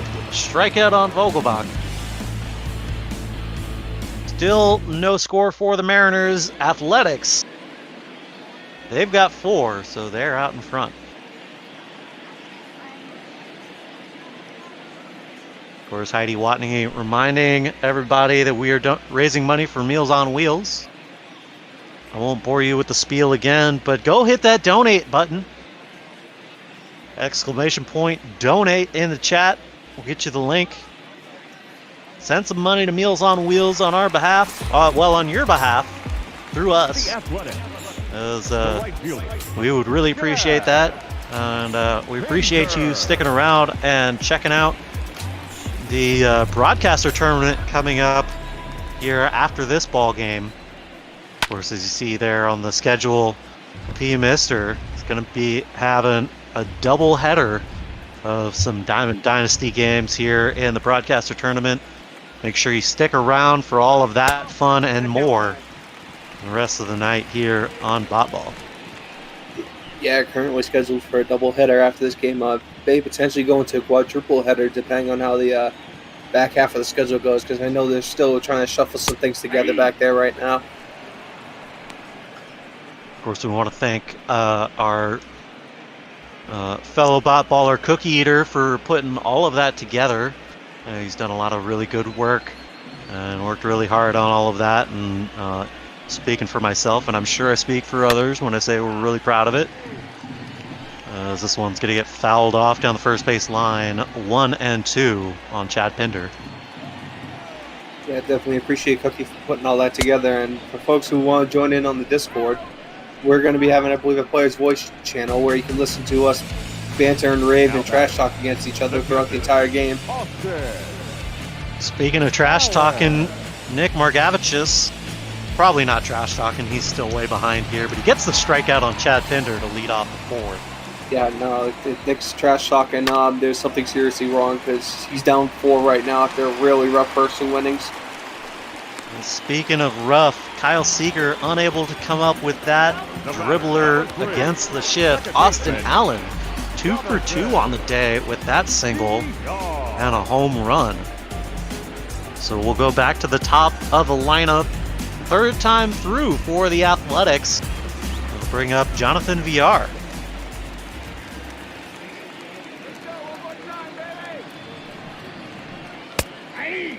First pitch to VR in there for strike one. Say there, a single and a home run today. He led off the ball game with a home run.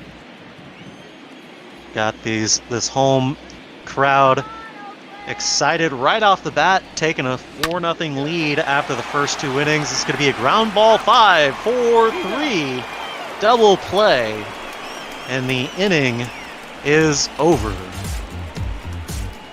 No more damage here after 4. Oakland still on top.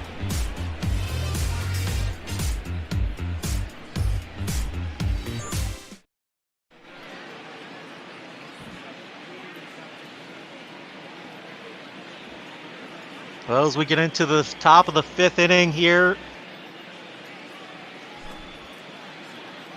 Seattle trying to make a comeback here. They're going to need some production out of all of these guys here. We're going to see Tom Murphy, Jake Shiner, and Carlos Gonzalez due up here in the 5th. Shiner coming up from Tacoma earlier in the season with the injuries out at second base, getting an early opportunity here at the major league level, hitting relatively well comparatively to the rest of this club. Yeah, definitely a nice little call up here from Tacoma, and actually fit in pretty nicely after the injuries at second base. But the bats of Seattle have to wake up very soon here, or else this game's going to basically get out of hand by, I'd say, the 7th, 8th inning if they don't put a run on the board. Yeah, and at this point, it's just all about breaking up Frankie Montas's rhythm out there. He's gone 4 innings of basically easy pitching. 5 straight strikeouts, pop up, fly out, pop out, fly out, fly out, fly out. One hit, fly out, strikeout. So not exactly a lot of work having to be done by Montas, as he's at 52 pitches here with the first out in the top of the 5th. And speaking of, that's another fly out. Well, I guess that'll be a pop out. Kind of the same thing. It just depends on if it's in the infield or outfield, really. But just out there showing the A's have the best pitching ERA in the AL.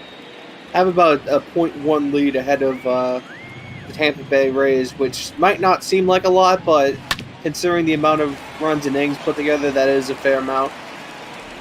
Oh boy, and a nice dive over there at second by VR, but Jake Shiner is able to beat out the throw to record the base hit. Runner here in the top of the 5th for Carlos Gonzalez, facing off against the right-handed Montas. 0 for 1 on the day with the fly out back in the 3rd.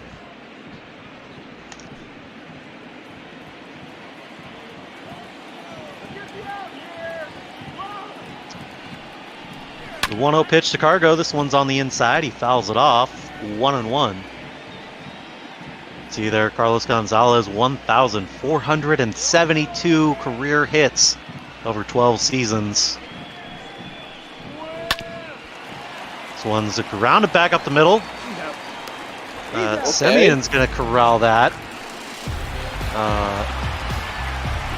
Semien to VR to Olsen for the outs. We're through the 5th, the top of the 5th. And speaking of, Marcus Semien going to lead off here in the bottom of the 5th. 2 for 2 on the day with a couple of singles. 1-0.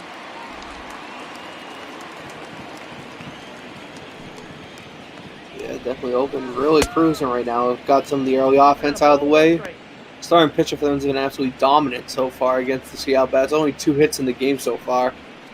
And it's just been an all-around great game for them. But Seattle has a couple bright spots here. Nick's really started to settle down after the rough first couple innings he had. Certainly has. He's definitely brought his pitch count efficiency back down to an acceptable level. 58 pitches here in the fifth already. 3-1 to Marcus Semien.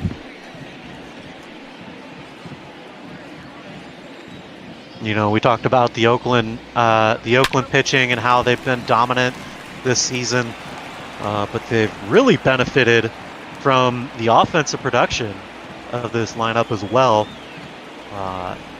They have certainly outclassed everybody in the West. Evan White showing a flash of that glove here, making a good stop on as the only defender on that first base side. The throw a little bit off target, pulls Jake Shiner, pulls Nick Margavicius off the bag, and that is going to do it for Nick here as Scott Service comes out to relieve him of duty.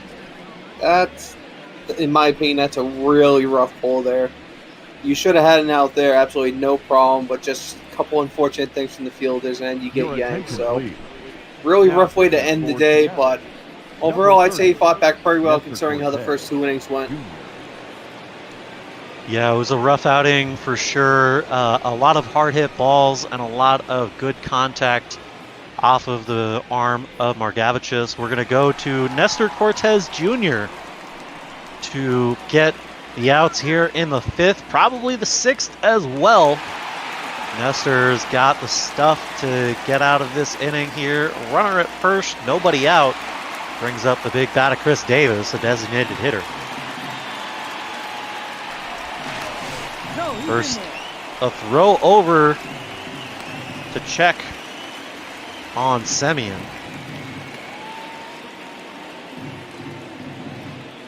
Nestor, the lefty, keeps a close eye on him out there. This one's going to be a hard hit ball out into right field. Cargo comes up with it. It'll be a base hit here for Davis. Yeah, again, it's a good job hitting opposite way there and just getting enough contact on it to put it into the outfield over the infielder's head. So there's about a 5 to 10 foot strip where you can put the ball where neither side can get it really. We saw a flash there. Matt McGill is up and throwing in the Mariners bullpen. Of course, it's going to be another bullpen game here. After a long night last night back in Seattle, the late flight down to Oakland. Luckily, it's the shortest trip the Mariners have to make. It's still a lot further than most teams have to make, but still, what are you going to do when you're the only team in your region of the country? Yeah, it's kind of what happens. I'm actually a little surprised Portland isn't in the talks too much for a some type of potential expansion franchise. They already have a couple professional major league sports there. Yeah, Portland is one of those markets I would really like to see get a baseball team, but they've been a good home to minor league baseball for quite a few years. They've got some good teams down there, and you know, they've got plenty of talent, and you know, a lot of those fans are just lifelong Mariner fans that end up moving out of Washington. You know, they've got quite a large market. Matt Olson's going to strike out at a ball in the dirt here. One away, runners at first and second. Davis at first, Semien at second. First pitch misses inside here to Chapman. Ball one. Yeah, Portland originally having a AAA franchise in the Pacific Coast League before the city was granted an expansion franchise in Major League Soccer, and basically the city kicked the team out even though they were doing halfway decent attendance and everything else was. So if you ever watch a Portland Timbers game, they actually play in the old baseball stadium. They made some modifications to the field, and where the supporters section is the actual like old stands. So the Timbers Army representing the Dougie well and covering up their shady history of baseball is what you're saying. I wouldn't say shady, but the city kind of really did it bad on the AAA franchise. That was it, basically booting them out for really not too much of a reason other than, hey, we have a Major League Soccer team that needs a place to play. Yeah. And to be fair, that the Portland Timbers certainly do draw a crowd, or as Vince McMahon likes to say, they sure put the butts in seats. 3-2 count here on Chapman. Runners at first and second. This one's fouled off down the first base line. Hard hit into the seats. We'll see another 3-2. And speaking of Vince McMahon, I'm not sure if you heard the news today, but the XFL got bought up by Dwayne "The Rock" Johnson along with a couple of his buddies. Yes, I did indeed see the news. Rock the Dwayne Johnson has bought the XFL with a couple of partners, but I mean, did you see how much they paid for it? It was practically pennies.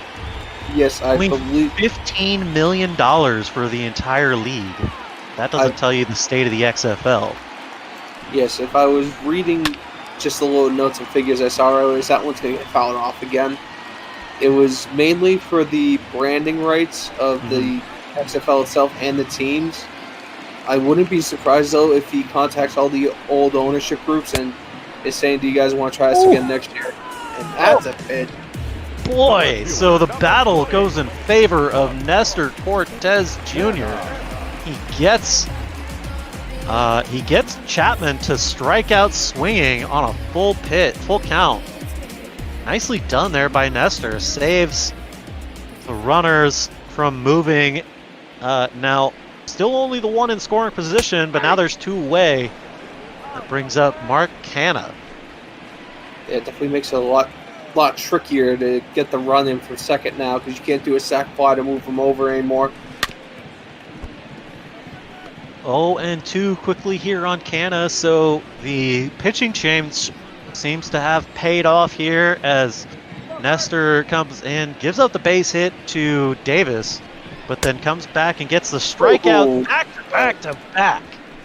3 strikeouts in a row for Nestor Cortez Jr., and that will end the inning. They strand a couple on the bases here, but the Athletics still out in front, 4-0. Off for Seattle, the left fielder, number 1. We're going to see the 8-9-1 hitters for the Mariners. Kyle Lewis with his second AB of the ball game. He flew out back in the third. Looking for a change in his fortunes here. Perhaps Kyle Lewis of Bot Ball can channel a bit of the Kyle Lewis in real life. Gotta say, watching him play here this season in these last 10 games has been a lot of fun. Okay, so what is Seattle's record IRL? Because unfortunately out here on the East Coast, we don't get much coverage of Seattle and a lot of the AOS teams. I believe they're sitting at 4-6 at the moment. But they're in third place. This one is driven deep into left field. Back. John! And speak and ye shall receive. Kyle Lewis with his 12th home run of the season. Finally puts the Mariners on the board here. They're still down by 3, but Kyle showing a bit of pop in that bat. The big step here is to take a look at this swing. Bang. Perfect contact. Left center field. Up over the extra tall wall. It's an absolute perfect swing there. There's only one way to describe that one as a bang, because that's what the sound of the ball was leaving the bat there. Alex now. Alex Smith with a hard hit ball out into center field. Ranging over is going to be Laureano, and that's going to be a stand-up double. Nicely done by Smith. And these Mariners have finally gotten the cobwebs out of their bats. Yeah, it seems like they have something cooking now. Home run and now a double that could have potentially been a triple, depending on how the bounce would have went off the wall there. And now we're back to the top of the lineup here. Well, if he hits a triple, then he can't steal third. As Carlos Gonzalez, I'm sorry, Jake. No, Top of the line, JP Crawford. JP Crawford. The first baseman. JP Crawford is going to pop up here for the first out, stranding Malik's still over there at second, excuse me.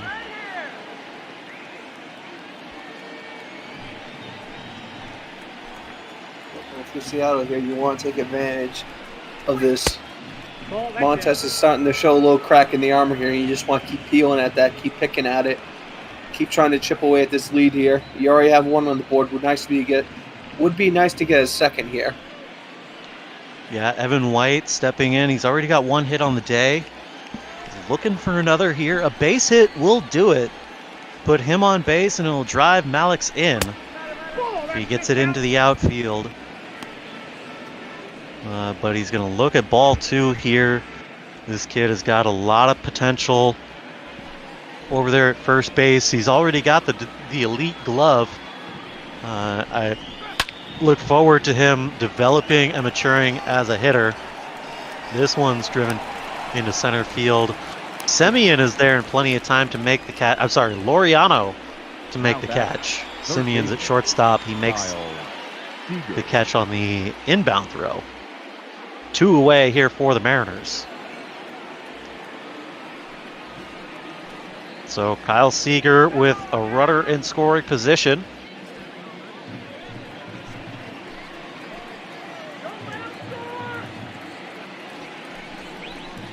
First pitch. It's going to be swung on, and that's going to get fouled down to the Athletics bullpen. Smith takes the lead off second. The 0-1 pitch. Kyle Seager flares that one out into left field. Alex Smith is going to round third. Coming on home, the throw is up the line. He will get in there easily. So an RBI single from Kyle Seager. Now that's designated hitter. I saw Malix rounding third, and I'm like, what's that guy doing? There's no way he's making that, but then I forget this guy leads the league in steals, so he made it in very easily.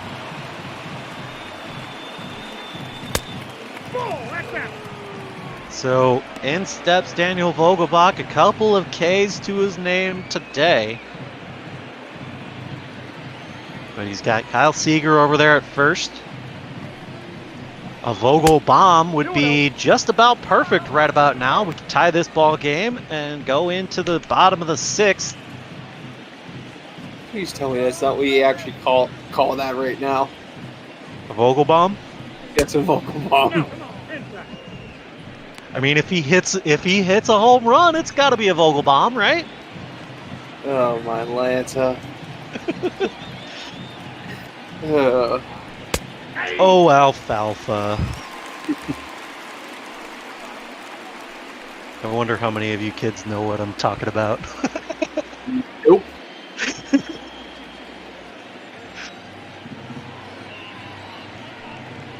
It's 3-1 pitch here to Vogie. Swing and a miss and a ball inside.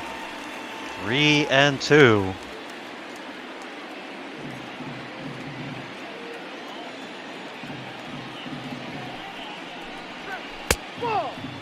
And he lays off of this one, ball 4. So Daniel Vogelbach draws a walk. Now batting here off of Montas. I believe that will be the first walk of the day for Montas here in the top of the 6th. I believe you are correct with that. So, and Montas having a stellar outing up until really this inning, where it's all kind of falling apart over a couple batters here. That brings up the catcher, Tom Murphy. The catcher, all-star, and my very own strikeout king.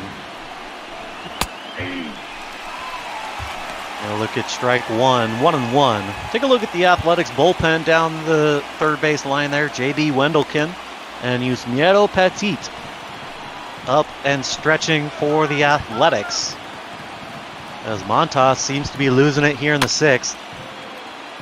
Ground ball right back to Montas. Can he make the throw down in time? He does to get the third out. So he works himself out of a jam here, gives up the 2 runs, but maintains the lead here through 6. Laureano, Pinder, and Allen, 7, 8, and 9, due up for the Athletics. The Athletics, the center fielder, number 22. Nestor's going to come back out and pitch the 6th inning here as he starts off with a fastball right down Main Street for strike 1. Matt McGill and Taylor Williams up and throwing in the Mariners bullpen. McGill's been able to eat up a lot of innings coming out of that bullpen in a long relief, middle relief position. And Taylor Williams, the local Washington product out of Camas, Washington, getting a look here this season. This one's lifted out to right field. Carlos Gonzalez ranges in to make the catch. 1 away here for the Athletics. Mr. Cortez here, just trying to get through 6 here to hand it off to his bullpen, where maybe you can use a guy or 2 to get out of this game. Right now, it looks like he might be in line for the win if the run line keeps going here. Yep, the Mariners can get something put together, and he goes another inning. Just might indeed, as this one's going to get lifted into right field all the way back to the track. That's going to bounce off the wall for a double. Cargo throws it in. He's going to stand up at second, as that's a double for Chad Pinder. Yep, and just kind of follows the tail of the tape today as Oakland getting really solid contact off the Seattle pitching. A lot of balls bouncing off that wall or flying over them. Yeah, a good defensive play there by Cargo, and a good throw back in. Might have had a chance at the play at second, but they decide to hold on to it. We'll flash you back to this home run by Austin Allen. Put the Athletics up 4-0. Back in the second.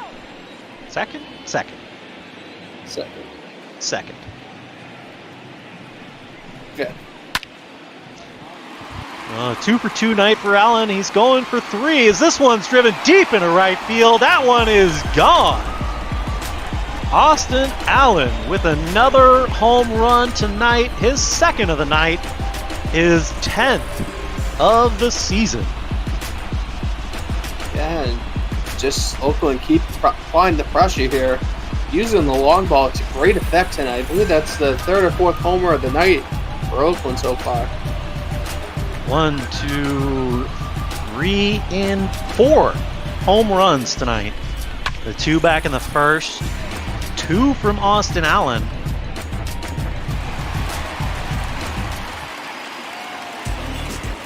So the Athletics giving themselves some insurance here. 6-2 is the score now, as the first pitch to VR somehow misses the zone. It's that umpire eye sometimes. It really likes to fiddle with people. 1-0 pitch. Misses. No, didn't miss. 1-1 is the count. Okay, so I guess this is how this game's going to go. Hard hit ball over to Kyle Seager at third. He fires it over to get the out on VR. VR 2 for 4 on the day with that ground ball. Brings up Marcus Semien. He's 2 for 3 on the day so far. Couple of singles. He's reached base every time, but he reached on an error in his last at-bat. The 1-0 pitch. This one's hit into center field. That's a bloop single for Semien.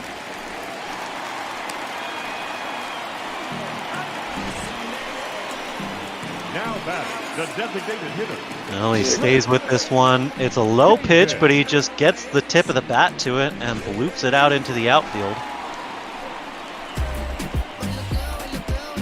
Of course, we'll flash back to this big 2-run shot by Chris Davis all the way back in the first. feels so long ago.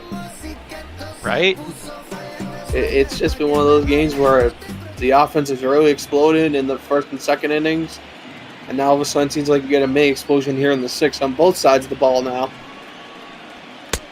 Yeah, as we get into the bullpen of these teams, Nestor Cortez doing a respectable job here. Of course, not the greatest outing, giving up a couple more runs here. But with a team as hot as these Athletics are, you just kind of got to do your best and go out and try and have good at-bats every time. You know, especially a young team like this, they've got to look at this and try and get the work in, man. We're basically already out of playoff contention. You know, I don't, not to be the doomer that says that we can't win it, but it's pretty likely we're not going to win the West. So just try and go out and get the work while you can, and you know, build towards next year. Exactly, and that's kind of what the team did at the trade deadline, is trying to build towards the future, picking up some top prospects and hoping they pan out and are able to build a playoff team 2-3 years down the line here. 2-2 from Nestor is going to miss low, 3-2. Davis continuing to show his patience here, battling against Nestor Cortez. This one's going to be a ground ball in foul territory off the bat of Davis.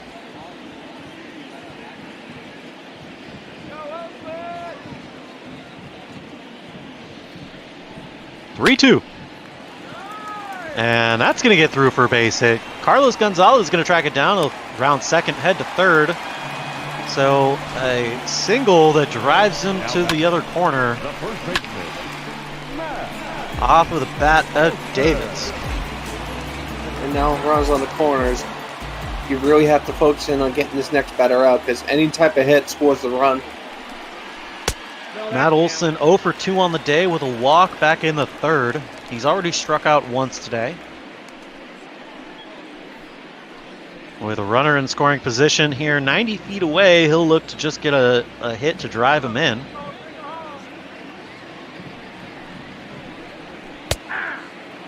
Just catching the outside corner there. 1-1, excuse me.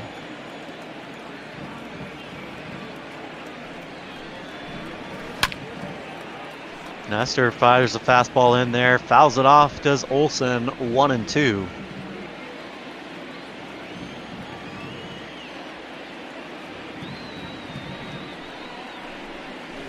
The 1-2 pitch misses outside. 2-2. You see there the pitch breakdown for the inning for Nestor. 8 balls, 13 strikes, 23 pitches. This one's grounded to the third baseman. Kyle Seager gets his glove in front of it. Can't bring it up, so the throw over is not in time. The run's going to score an RBI single for Matt Olson. Yeah, he had the play there, just kind of left the ball in the dirt instead of picking it up. So that's going to do it for Nestor Cortez. Matt McGill is going to make his 57th appearance of the season. 3.68 ERA across 58 2/3 innings of work. We'll see how he does here late in this ball game against this Oakland team that seems to just have the number of every pitcher that comes out of this bullpen. Exactly. And occasionally you just have those nights where no matter who's on the mound, no matter how bad they're throwing, you just can't hit. This one's going to be a ground ball to the second baseman. Shiner flips it over to Crawford to get the third out. But the damage is done here. Austin Allen with a big home run, his second of the ball game. And it drove in 2 more runs. They put up another on that single from Matt Olson. 7-2 as we see Paul Blackburn coming in for the Athletics. He's going to take over here, make it his 28th start of the season. appearance of the season, rather. They'll face off against Jake Shiner to lead off the 7th. And ideally here, you want Blackburn to go 3 to finish out the game, so that way you can really save up your bullpen going into a time where Oakland can basically clinch the division outright. Down 0-2. 0-2 quickly here on Shiner. This one's lifted into center field. There in time is Laureano. 1 away. Yeah, nice to see the crash on the wall earlier on to make the catch isn't affecting him on his more routine plays there. He makes a nice trot over for the catch. It's going to bring in Carlos Gonzalez. 0 for 2 on the day with a fly out and a ground out.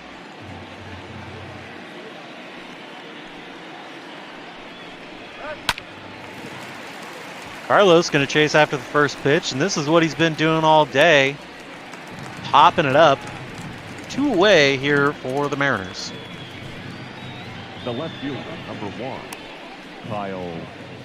That's kind of been the MO for Oakland all day, is just induce these little light contact, pop fly, grounders. It seems like they're going to swing at anything close, so if you give them a iffy pitch, they're going to swing at it and usually make light contact on it. Ball 1. First pitch missing low for ball 1 to Kyle Lewis. Kyle putting the first score on the board here for the Mariners with that home run in his last at-bat.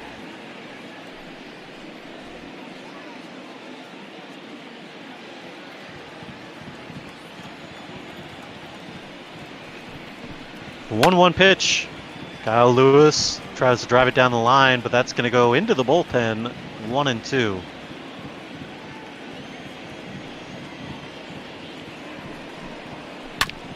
The 1-2 pitch, ground ball over the third base side. Charging there is Chapman, and he throws over Matt to get the out. Nothing doing here for the Mariners as it's stretch time, folks. We go to the bottom of the 7th.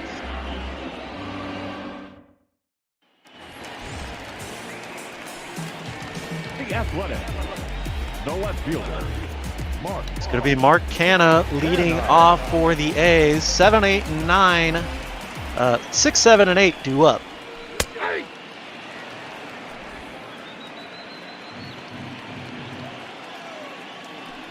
First pitch from McGill gets in there for strike 1. Second pitch misses high to even the count, 1-1.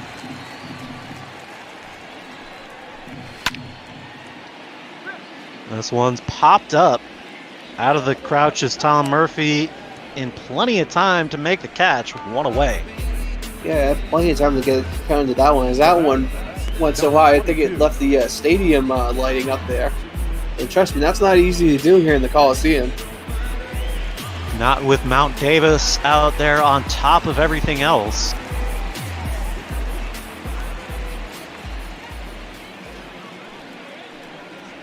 First pitch here to Ramon Laureano. Still looking for his first hit of the ball game. 0 for 3 on the day. Couple of flyouts and a strikeout to his name today.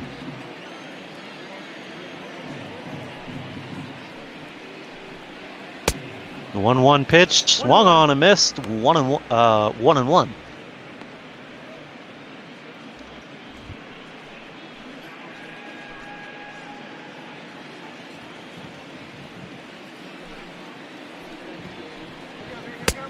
Yep, that ball went out. 2-1 here from McGill. Laureano waiting on something to hit. Oh, perhaps waiting for something else to hit. That's 2-2 now. Yeah, definitely. That one looked good inside. Easy one to try to pull over the wall.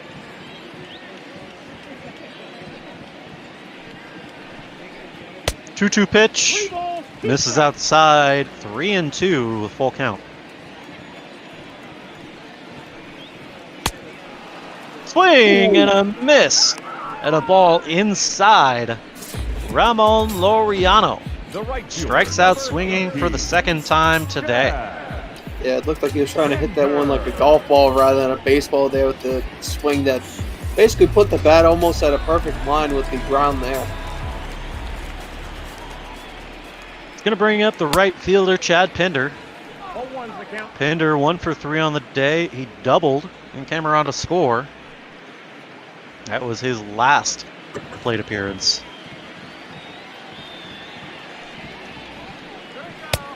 I got 1 ball, 1 strike. Misses outside, 1-1 here on Pinder. 2 balls, 1 strike. 2-1 as McGill misses outside with that slider.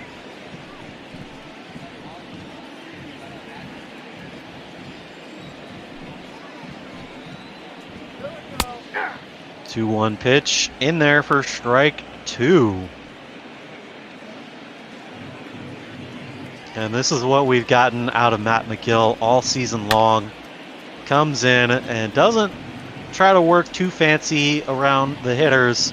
Just tries to attack. That's why he's made 57 appearances on the season so far. Strike 3 looking. Matt McGill racks up the strikeout on Pinder to end the inning. Athletics still out in front by 5. As we get into the 8th inning here, 9-1-2. 2 up for the Mariners.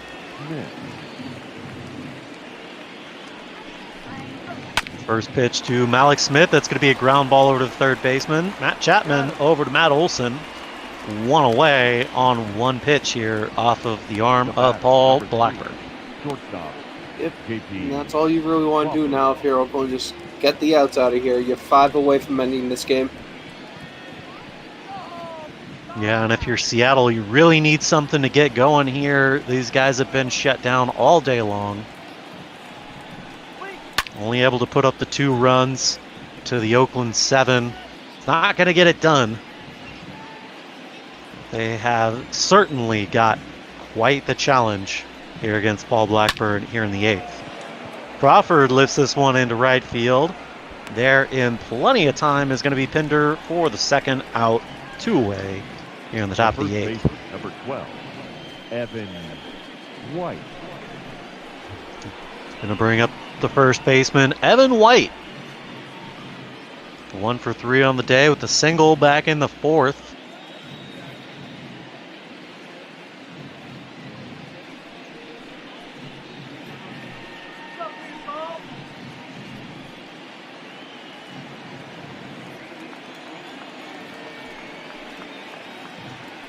First pitch from Blackburn. Evan's going to chase it. That one's going to get foul down into the Mariners bullpen.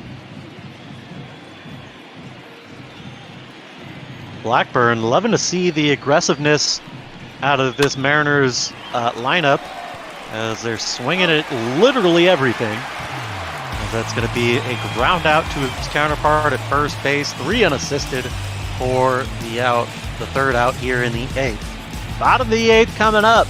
Allen, VR, and Semien. It's going to bring up the young pitcher, Taylor Williams. Making his 18th appearance on the season. 18 1/3 innings work. ERA sub-3, 2.95. 16 strikeouts to 11 walks. This young kid has got a lot of good pitching in his future if he can keep this up.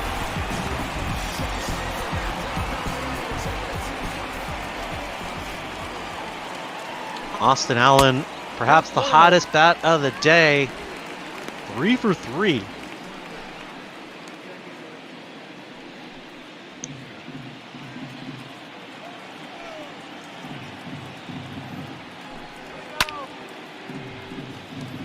One and 0 is fouled off. 1-1.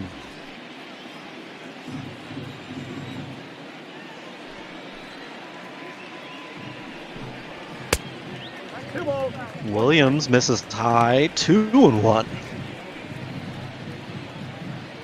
You know, I mentioned it before. Taylor Williams, the rookie out of Camas, Washington, is another one of these local prospects that the Mariners have brought on to see how they do this season. His counterpart in the real world is having a similar appearance in the Mariners system as he gets the strikeout here on Allen. First man to put Allen down for the night.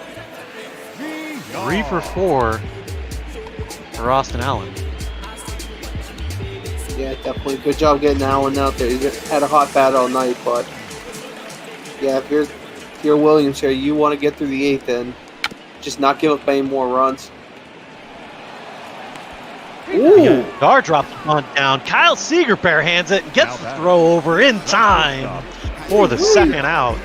A nice surprise bunt there by VR, but Kyle Seager, always the Gold Glover down there for Seattle, makes a beautiful play to get the second out. Someone might want to check that arm to make sure it's legal to carry there. That's a freaking cannon over there at third. Gotta be when you're on the hot corner. And Kyle's been there for 9 years now. Well, this will be 10. The 1-0 pitch. It's a hard hit ball back up the middle for a base hit.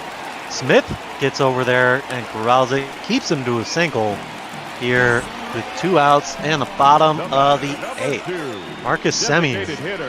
1, 2, 3. That's his 4th hit of the ball game. His 5th appearance and has gotten on base in all 5 appearances. Yeah, Don Williams just doing a survival dive there to make sure he doesn't get cracked in the head with the comebacker there. Yeah, you never want to see that after watching Chris Sale go down to one of those comebackers. I'm sure plenty of players have taken much more precaution to avoid that. Yeah, definitely, and you still see it every once in a while, and it's always scary when it happens because usually it comes straight back, and the pitcher just drops like a rock when they get hit. Mm-hmm. And unfortunately, there are stories, although they're way back in the day, the guys actually getting killed by those comebackers. So luckily, the technology's advanced a little bit to where that doesn't really happen as much anymore, but it's still always a scary sight. 3-0 pitch from Williams. Catches the inside corner to Davis. 3-1. Davis 3 for 4 on the day. He had that big 2-run shot back in the first and a couple of singles. He draws the walk here off of Williams with 2 outs in the bottom of the 8th. The Athletics trying to say they're not quite done yet as we see Matt Olson dig in with a runner in scoring position. Another big opportunity here for the first baseman. First pitch misses low, ball 1.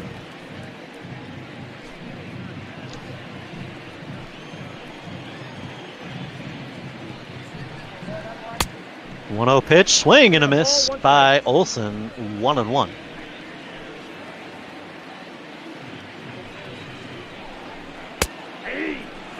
Williams catches the outside corner here, 1-2. Delivers. This one's driven deep into left field. Will it stay fair? No. Matt Olson was on a run here, but it just gets foul. Do it again. He chases the ball outside for the strikeout. Taylor Williams sets him down here in the bottom of the 8th. Last shot for the Mariners as we go to the top of the 9th. Still down by 5. Leading off for the Mariners. It's going to bring in the bat of Kyle Seager to lead it off. 3, 4, 5 hitters due up. Seager, Vogie, and Murphy.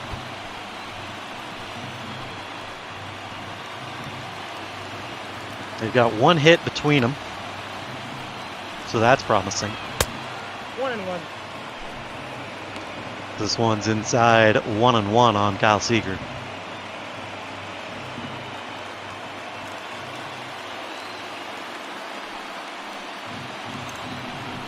The 1-1 pitch, swing and a miss, strike 2.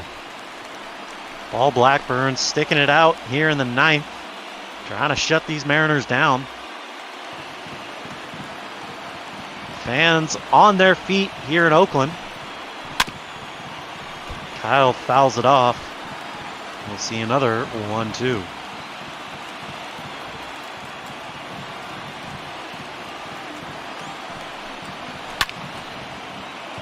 Kyle golfs this one into center field. That'll get down for a base hit to lead off the 9th.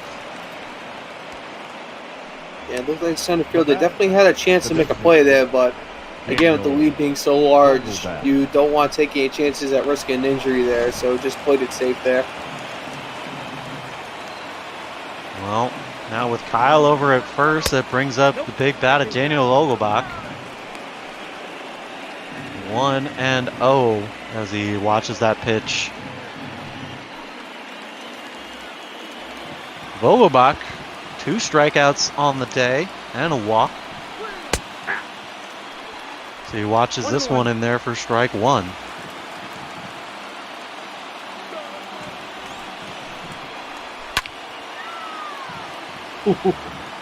A hard hit ball down the first base line, hooking foul. Yeah, heads up down the bullpen there. That one came in as a screamer. The 1-2. Vogie's fouling off this 2-seamer. We'll see another 1-2.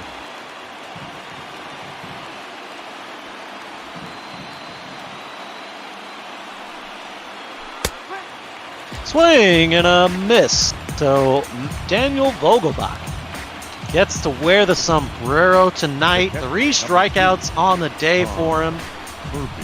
0 for 3 with a walk to his name. Yep, and that means the first round of margaritas are on Vogelbach tonight since he picked up the sombrero in today's game.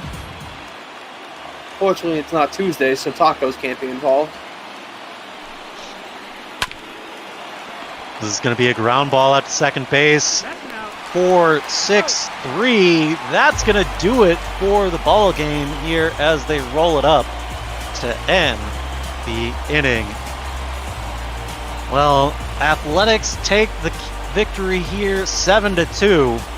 A beautiful outing by the starter Frankie Montas.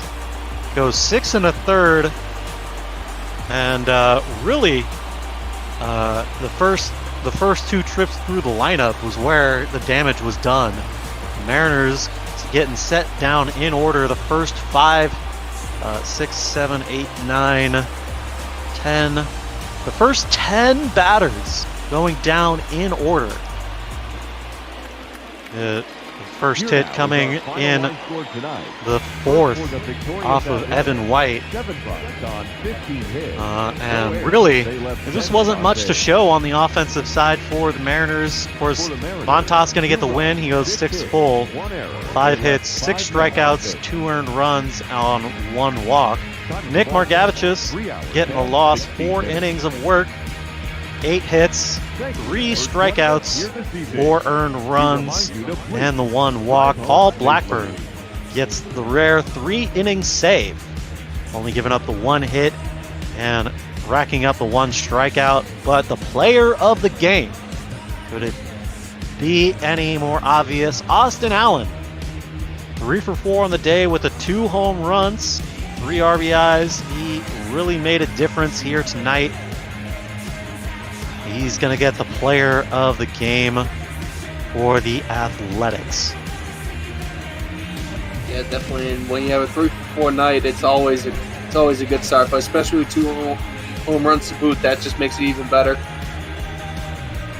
Well, taking another look at the action here in this ball game, it started off in the bottom of the first. Jonathan Villar, the leadoff hitter, leads it off in style with a home run over the left field wall. Not to be outdone, Chris Davis with a 2-run blast to center field. That put them up 3-0. Still in the first inning. They really rocked Nick Margevicius through the first 4 innings. And of course, the web gem home run robbing catch out in center field. Jake Shiner should have had a dinger right there, but instead Ramon Laureano with the beautiful catch out there. And then we take a look at Austin Allen's first home run of the night. This one going out to right field. It was the solo variety, 344 feet just to the steps there. We take a look. Kyle Lewis putting the Mariners on the board finally. The big blast out to left, 388 feet. That was the first score for the Mariners. And then Kyle Seager followed it up with this RBI single to drive in Malik Smith from second. Of course, Austin Allen putting a little bit of icing on top of his cake for the day. Another home run out to right. This one with a couple of RBIs attached, put them out front 6-2. Matt Olson grounds to Kyle Seager.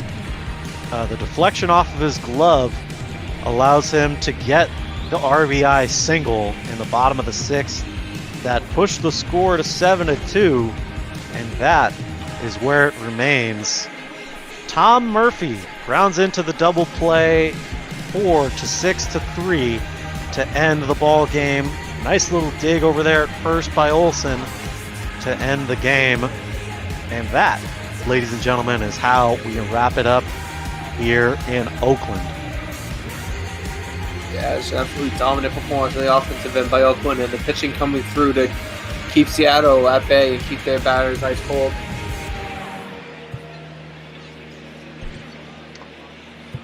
Well, as we take a look at the stats from this ball game, it was really a matter of Oakland showing up the bottom of the table Mariners here, showing why they're out in front of the West. 7-2 is the final here as we get ready for some broadcaster tournaments. And I see we are joined now in the booth by our very own good friend Cookie Eater. He's going to be calling this game with Hines, I believe it is. As P-Mister, you're going to be playing tonight. Have fun with that. It's going to be a fun one tonight. Got at least 2 games going on, so should be a fun night overall, and hopefully I can pull off a win or 2. Yeah, you're in line for 4 right now, P-Mister, I think, unless someone else speaks up. So you're going to have a busy day. Got to get you online, too, so we can get this day going. But, yeah, we got Hines and P-Mister playing each other in our broadcaster league we started coming up, Brother Beard. I think it's going to be really exciting. What are your thoughts on that? Man, I'm just excited to see some more broadcaster action. You know, it's always a lot of fun to watch these guys play. I'm kind of jelly that I decided not to buy MLB 20 this year, but you know, I got a perfectly good copy of MLB 19. It still plays baseball, believe it or not. It does, and it's a lot of fun to play that one too. I think 19 is one of the best MLB the show games that's come out in a really long time. Well, we can also welcome to the booth Tardis. How you doing, friend? I'm alright. I had to get myself situated since I'm probably calling all of the games today for this tournament thing. So hopefully I don't have any tech issues during any of them. Well, here's hoping to solid tech troubleshooting, and thank you once again, folks, for joining me for this edition of Mariners Baseball. I will see you once again right back here Thursday afternoon as the first half of the PK doubleheader. Don't miss it. You will not want to miss this one. I'm calling it right now. No, definitely not. Alright, I'll go get myself set up. I think I'm running live now, Cookie, in case you need that. Garrett should need that. Hopefully he's aware that your game's 1 and 2, because that's what I put in production notes. The 4th off of Evan White. Well, for P-Mister, I'm Brother Beard. Thanks once again for sticking around. Have a good one, guys. Thank you, Brother Beard. Always a pleasure to hear you on the call. Sorry your Mariners couldn't pull out the win. And TARDIS, we're going to have to get used to each other here. I don't think we've called, maybe one game together? I think we called a couple innings of one game that was running way behind, and then we were scheduled to call one, and stuff just never worked out. So I think this is technically our first one together. So that's going to be interesting. We'll have some time to build up some chemistry because we're calling at least 2 or 3 together here tonight and probably some more tomorrow. I encourage anybody listening, if you're one of our broadcasters, if you're wanting to get some action, say something at me and TARDIS on Discord. We'll happily take you to come on here so we don't have to talk for 2 hours or 2 matchups straight. Obviously these are shorter games, but right now TARDIS is going to be calling all 5. I feel awful for him. All 5 today and all 6 tomorrow because I made a form for people to fill out and only 2 people filled it out, including myself. If it ain't 100, it's a miscount. 7 days a week, I 6 ounce. If a chick with me, she like big house. If a chick with me, she like foreign cars. If a chick with me, she like go yard. If a chick with me, she like protein. Make a rich, clothes off. Shout out HynesAS. He's the only other person who filled out the form. Hines, of course, playing right now. Anyone watching, if you want to hear P. Mr. and Hines raging, they will be talking in the Players Live channel in the Broadcaster League section. So, if you give yourself the Broadcaster League fan role, you can listen to them. Otherwise, me and TARDIS will be here to walk you through. So, I'll go ahead. I'm going to start pulling up some tabs and stuff so I have an idea what I'm talking about. I'm doing the game with one monitor, which I haven't done in a long time. And I don't like it, but I don't have room for another monitor right now. So our first matchup is going to be HynesAS. He plays as the Chicago Cubs. P. Mr. plays as the Orioles. Of course, those teams, they're just skins, TARDIS. So they're wearing the team's uniforms in their parks, all that fun stuff, but they're playing with their Diamond Dynasty squads. Hines right now is 1-7 on the year. P. Mr. is 3-5. So a couple teams with losing records facing off. P. Mr.'s been faring a bit better than Hines, but there's definitely potential for an upset. Like every other baseball, ball game, whatever you want to call it, anything can happen.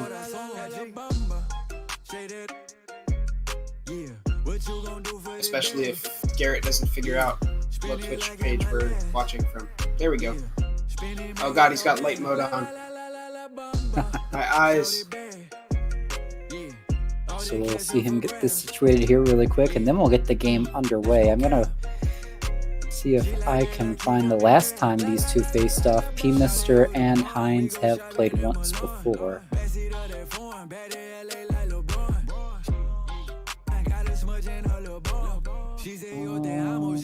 see. Where is it?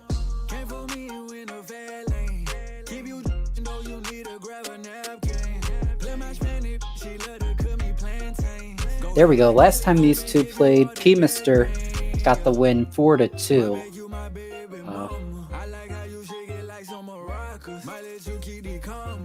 Hopefully we can just get this swirled to the right a little bit. We can get this game going.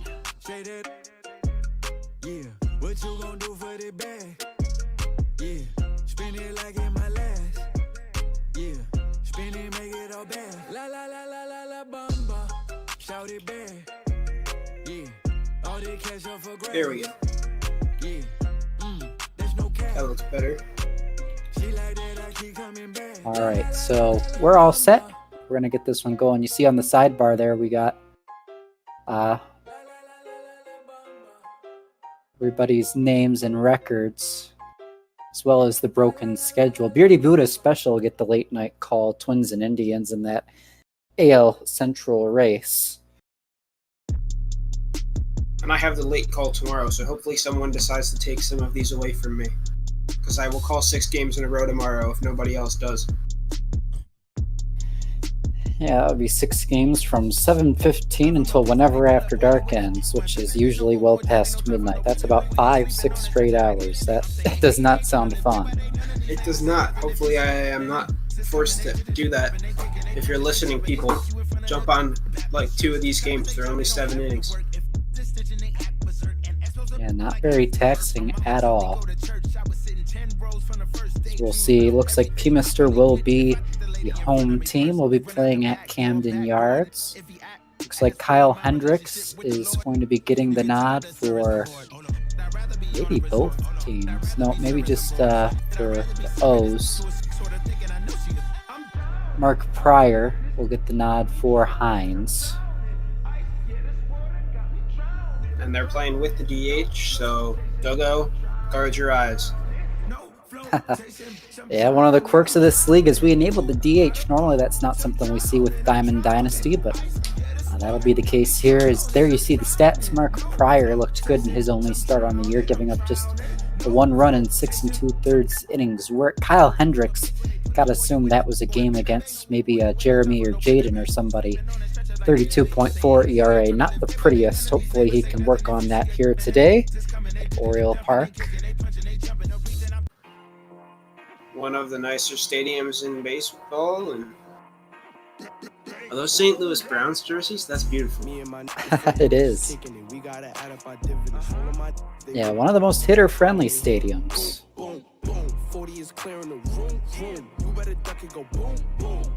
Ken Griffey Jr. will lead off and chase a curve from Kyle Hendricks. So we'll be seeing P-Mister's feed throughout this one.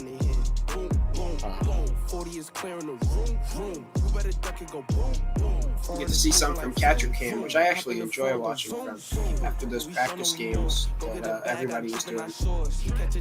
Oh yeah, it was a lot of fun seeing those inter-squad matchups before the MLB got underway this year. And of course, kind of got to rock those catcher cams. Definitely an interesting perspective to see from where they're at. Not something we can do in a regular season game. Of course, the pace of these games are a little bit faster. Fly to center and a throw in all the way to first base. It'll be out number 1. Brings up Luis Gonzalez, the talented right fielder. It's going to be a ground ball.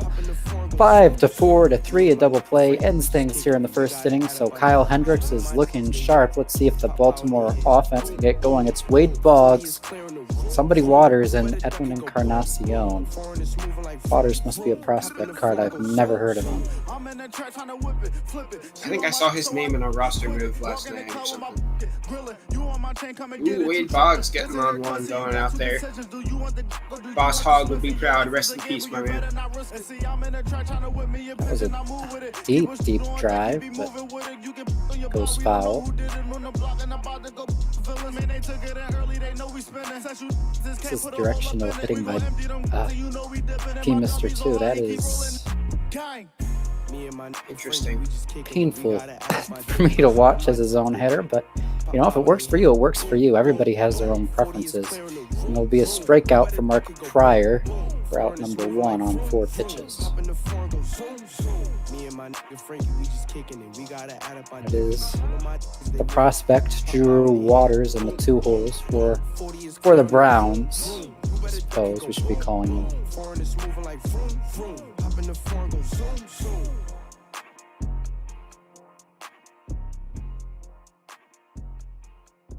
P-Mister will play JD Gregory in game 2, and then JD and Hines will play for game 3. So it's kind of a round robin of sorts for these two and JD to start our game. And then originally we had scheduled a Cookie and Duggo home and home doubleheader to wrap out the day, but it's looking like it might be a Cookie and P-Mister doubleheader. Duggo having something come up at the last minute, not going to be able to make it. Through the shift, it's base hit with 2 out.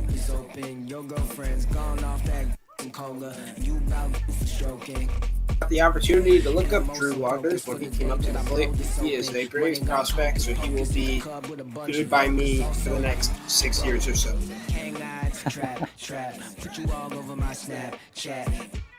Marcel Ozuna up now. That was the Edwin Encarnacion. We'll see him in a lot of lineups today, Tardis. The 95 card, free if you just do a relatively easy starter showdown. SDS added right around the start of the MLB season to kind of give new players a jump boost to their lineup. Make it so they're at least got one card to be sort of competitive off the bat. Good for them, trying to add some cards that you don't need to spend 3 weeks grinding. MLB 18. MLB 18, the worst by far. So Ozuna gets the base hit, but a fly out to right. And the next batter ends the inning. 2 hits for Baltimore, but still no runners across. And ahead to the second. Tardis, also worth noting, these are 7-inning games. They're not 9 innings. That'll be helpful for us calling multiple in a row. I gotta think maybe it's the MLB that copied us doing the 7-inning games for their double headers this year. Rob Manfred, a known fan of the channel.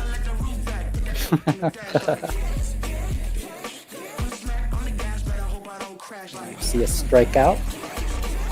Number 1, Hendricks has been looking sharp. Tardis. Yeah, and his ERA was not great. He only had pitched barely over an inning, so he's looking to right the ship here. Dribbler in front of the plate. Throw down. Going to be out number 2. It's going to be a little bit of an adjustment too for us because I didn't make. I'm kind of the commissioner of this league. I didn't make everybody announce their starting lineups and starting pitchers and stuff in advance, like we did for our tournament back in the All-Star break, just because it's going to be a lot of work for Garrett to get it ready. And, you know, this isn't like a winner-take-all. We're playing our best team every day. There's a little bit more fine-tuning because these guys, Tardis, they're playing a 33-game season, 3 games against each of their other 11 opponents. There's 12 people in the league, so it's very fluid, everything that's going on. It's fun that San Diego Studios added the online franchise feature. It really is. It gives a opportunity. You know, you can play against friends and whatever, but you know, those are just one-offs. It doesn't really feel like anything special. So to get this where you're kind of playing out a whole season and you can, you know, the top 4 of our 12 teams will make the postseason in this as well. So it's nice. We'll see a ground out into the shift. 1, 2, 3 goes Chicago. So we head to the bottom of the second. We also get the stats being tracked, so if someone wants to make a stats video, that's entirely possible. Exactly. The other nice thing about the way they implemented it is there's no set order as to who you have to play and when you have to play them. You're essentially, for the season, they say, okay, you got to play 3 games against this guy, 3 games against this guy, and you know, so on and so forth. And whenever you and the other guy are free, you can sit down and get a game in. So, I mean, we have some people in the league right now that have, I think the least we've had played is 5, and we have other guys who are up at 12, 13 already. So it allows some flexibility around people's schedules. It's really nice.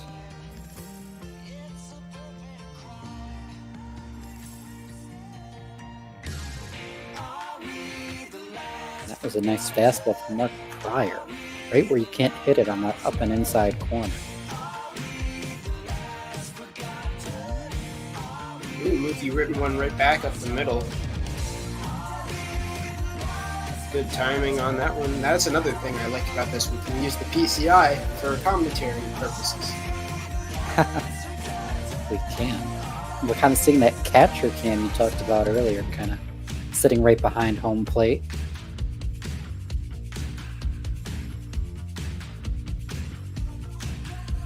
I'm trying to think. I don't remember if I've...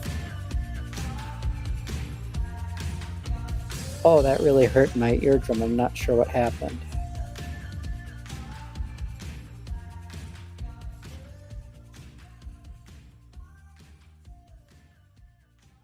You ever get that feeling? It's like an avalanche in your ear.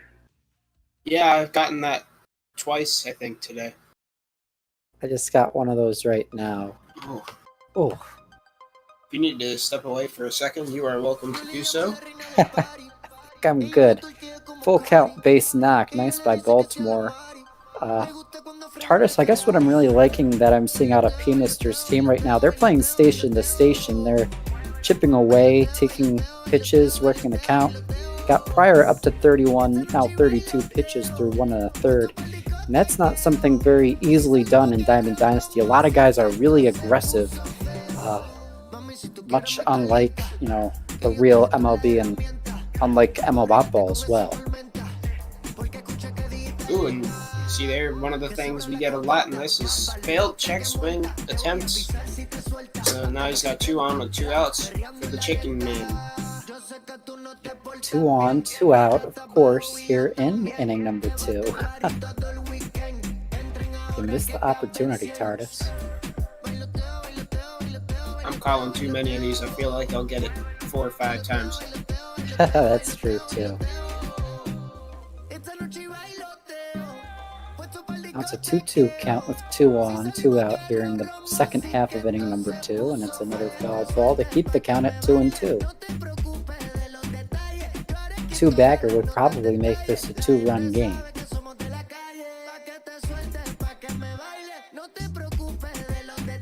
Ooh, get another foul ball.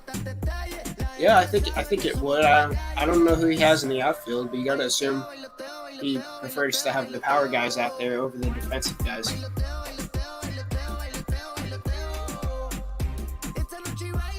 It's a full count now. 3-2.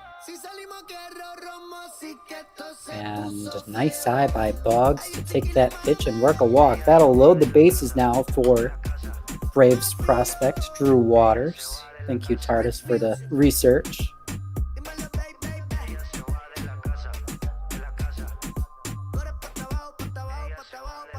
Center fielder for the Browns.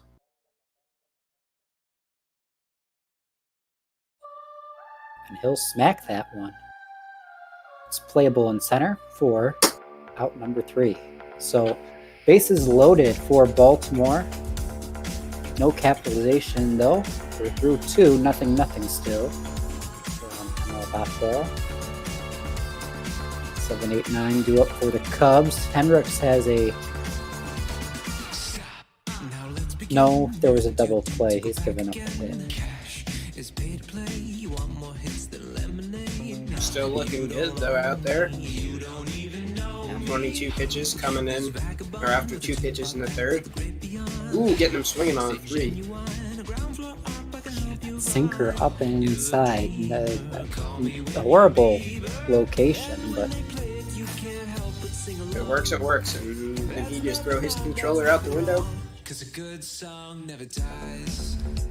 We'll have to find out. You see there, Hines.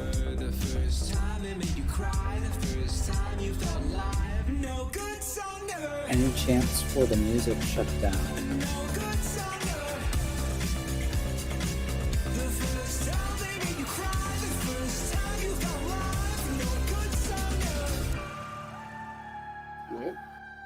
Oh, I see.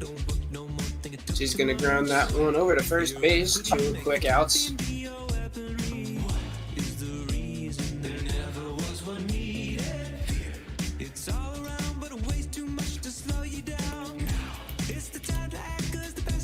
Wonderful sounds of the mechanical keyboard, which I am void of here today.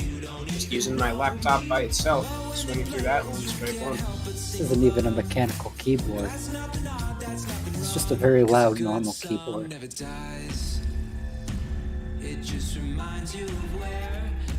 And off another one over there. I wish SDS would let you use some of the older scoreboard options they have in moments and showdowns and stuff sometimes. As he swings through that one. 1, 2, 3 inning for Baltimore. Ozuna, or Encarnacion, Ozuna, and Judge due up here.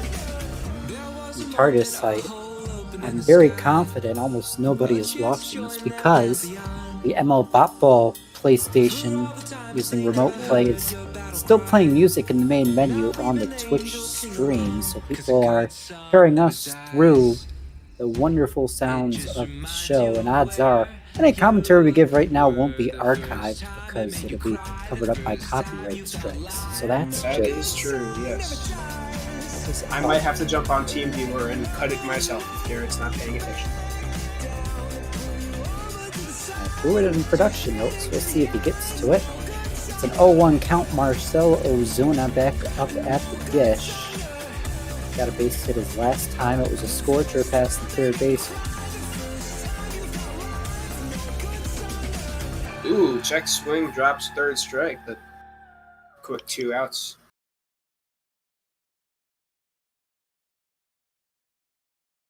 Quick look 2 away. Aaron Judge rounds this one. Second base, throw over in time.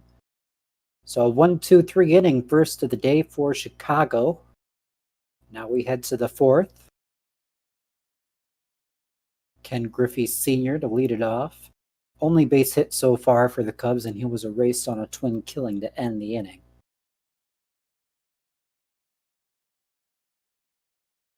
This time he'll ground it to second, and the throw over will be in plenty of time for out number 1. You see on the side panel the standings right now for the league.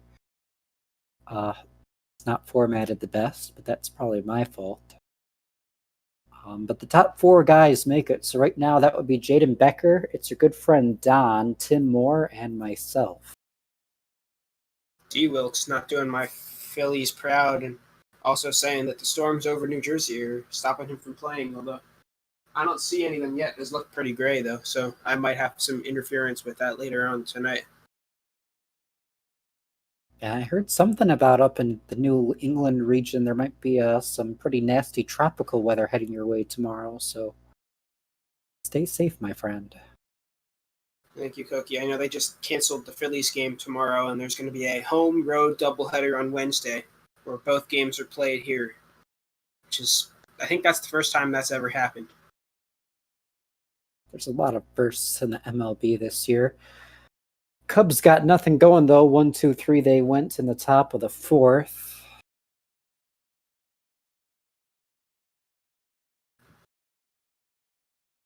This is a test of Cookie talking. All right, yeah, it's good now.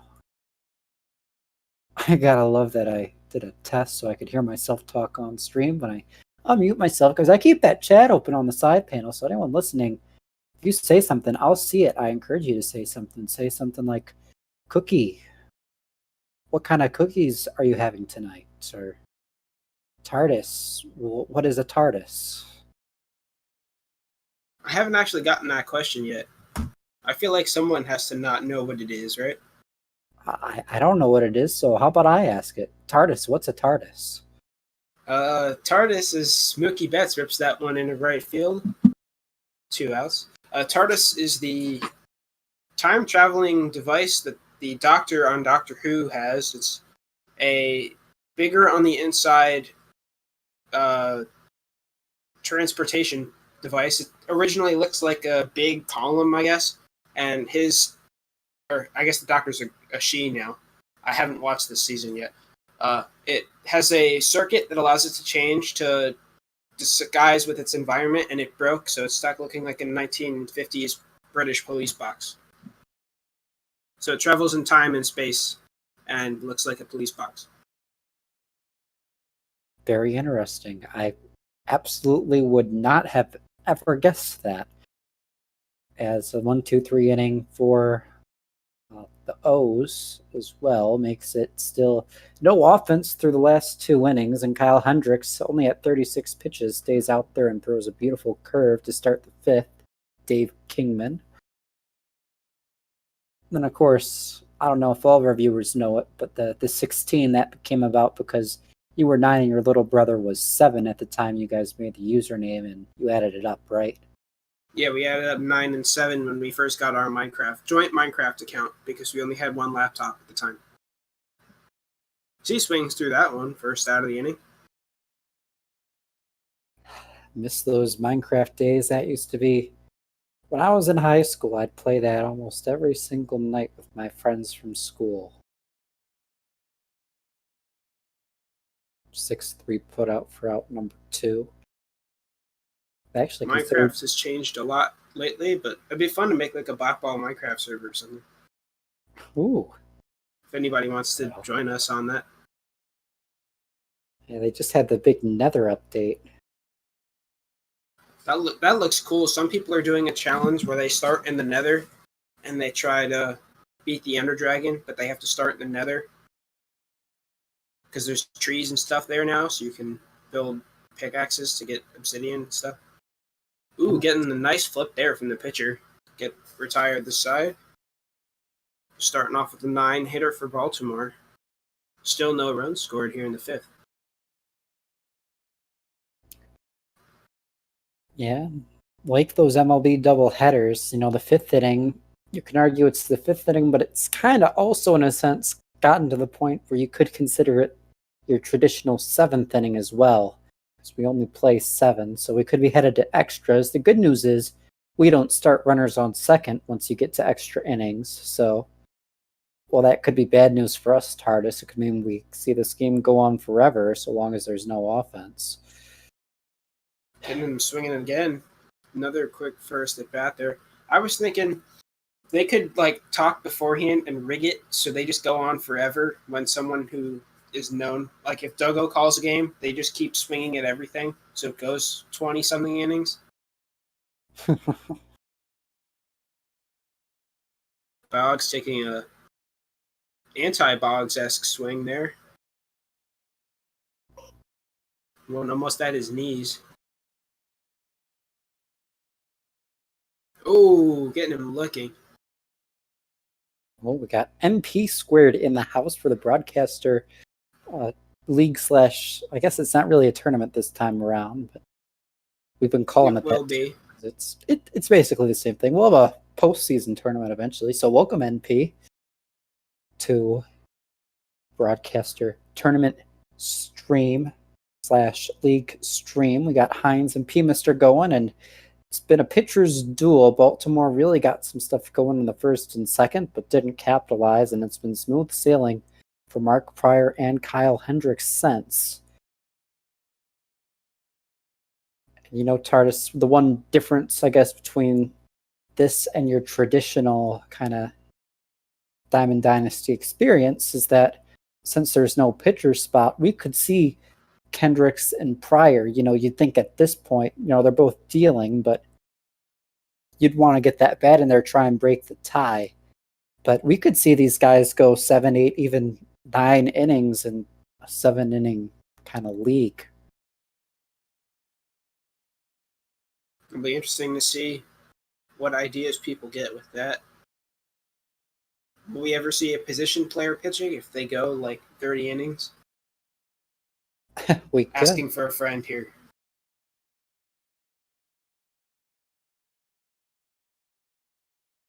So I'm going to be honest, I'm kind of multitasking because the Phillies are on, so I'm watching the MLB.com gamecast of that. The Sixers are on in half an hour, so I'm going to be paying attention to 3 things at the same time as he swings through that one first out of the inning. Well, TARDIS, of everybody here, you're probably one of the best multitaskers on stream, so I have no doubts you'll be able to handle it.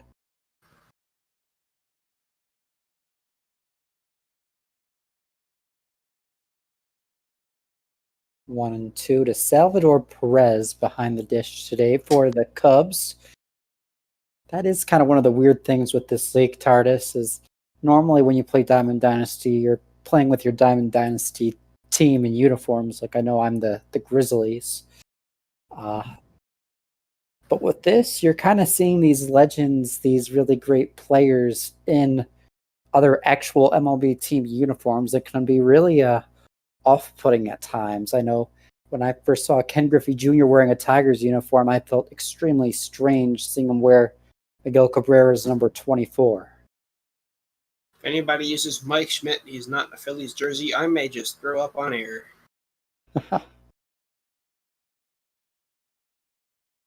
Deep fly Javi ball. Baez. Nice swing on that one. still no runs and come across the plate. Only 5 total hits. They might just want us to sit here for a good 2 hours. As if we aren't going to be doing that already anyway. That is true. They want it to be longer than that. Strike one. The fun part is I'm not going to be warmed up at all for when I play because I'll just be calling these. But that ball was ripped into the gap by Edwin Encarnacion, but unfortunately the center fielder will get right there to it for the out.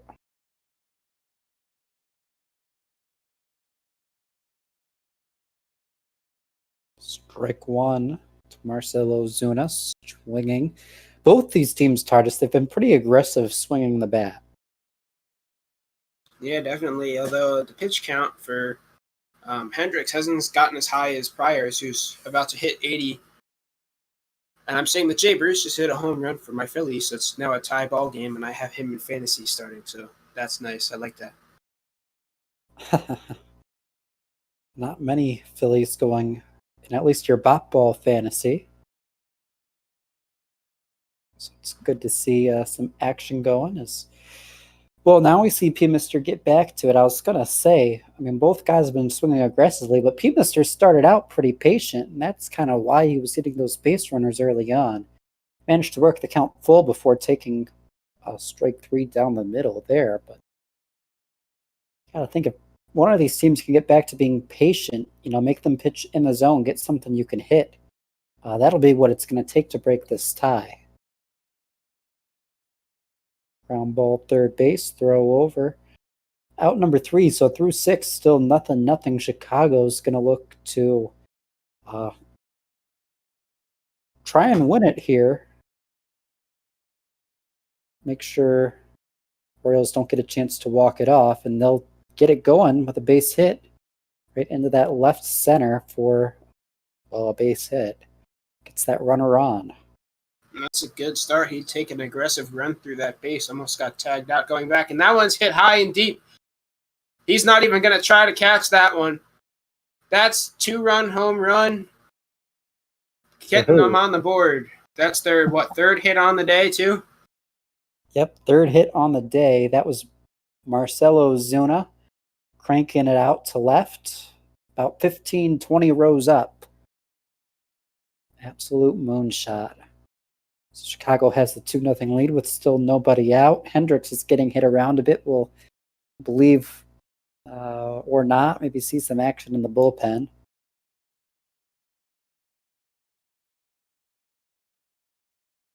Looks like P-Mister is going to try and stick with his guy. And he does fight back and get the first out. Another deep fly ball, though. You got to think he's at least considering getting him out of there. Definitely think that. Dave Kingman, I believe that's the third baseman, taking ball 1. Boy, hanging change up. It's left fielder Dave Kingman. I don't know if Hendricks' confidence is up or what, but he's thrown the last 2 pitches right down the middle. Nice job to get that sinker a bit further down in the zone, get the swing and miss. Confidence looks pretty high, although that might have just gone up a bunch after that strikeout. Oh yeah, that is still way up there.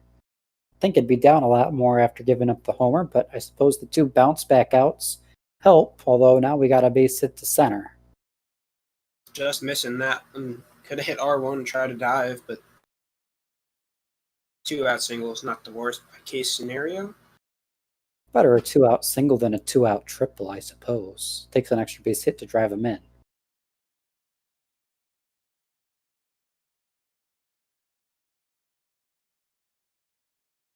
Sky with the change, 1 and 2. Hendricks looks to get out of the inning, give the Browns a chance to either tie it up or walk it off in the bottom half. This one fouled back.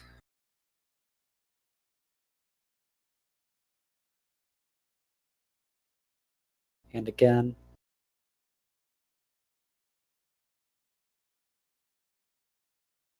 And there we go. Change up, swing and a miss, and changing the speeds, getting the hitter's timing off.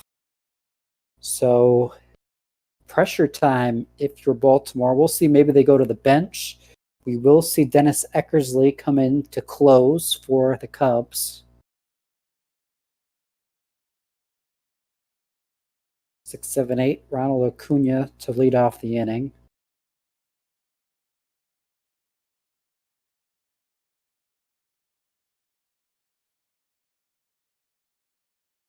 Acuna looking like his real life counterpart here tonight, getting nothing doing so far. Checked it. They'll say he held up. So it's 1-2. Again, P. Mister will be sticking around. He'll be facing JD Gregory coming up. Hines will be back afterwards to face JD after he finishes playing P. Mister. The 0-1, Mookie Betts, 1 for 2 on the day. Doesn't chase, but still misses on a nice slider, darting away from the right-hander. Takes the fastball inside. Yes, MP, that is the Dennis Eckersley on the mound. It's the fun thing about this. You can see players from all over baseball's timeline, from Lou Gehrig to Aaron Judge, Mookie Betts, Babe Ruth, Lefty Babe Grill, Ruth. Cy No Young. Bartolo Colon this year, though. It's a shame. Big sexy list, but what are you going to do? Betts, nice fastball from Eckersley taken for the K, backwards K, and that means it all falls on Alex Bregman without his trash cans to try and give Baltimore hope.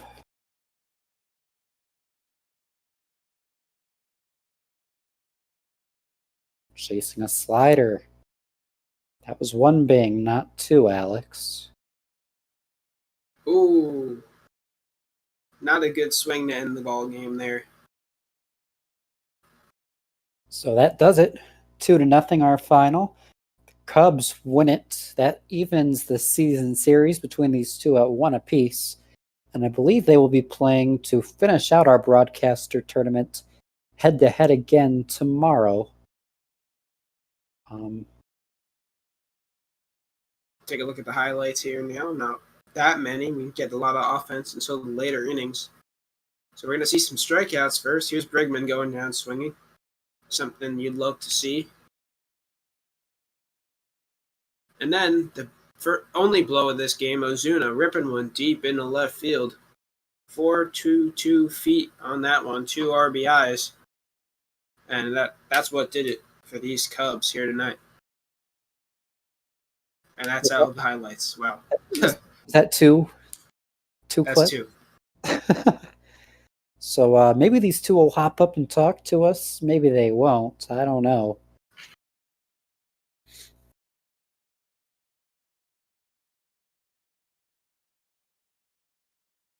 As P. Mister's here, I don't know if Hines on the way. Oh, there he is. So, P. Mister, let's start with you. You lost. It looked like you were really getting the offense going, playing station to station, playing patient baseball in the first few innings. But what happened? It just fell apart after that. I think I tried rushing it towards the back half.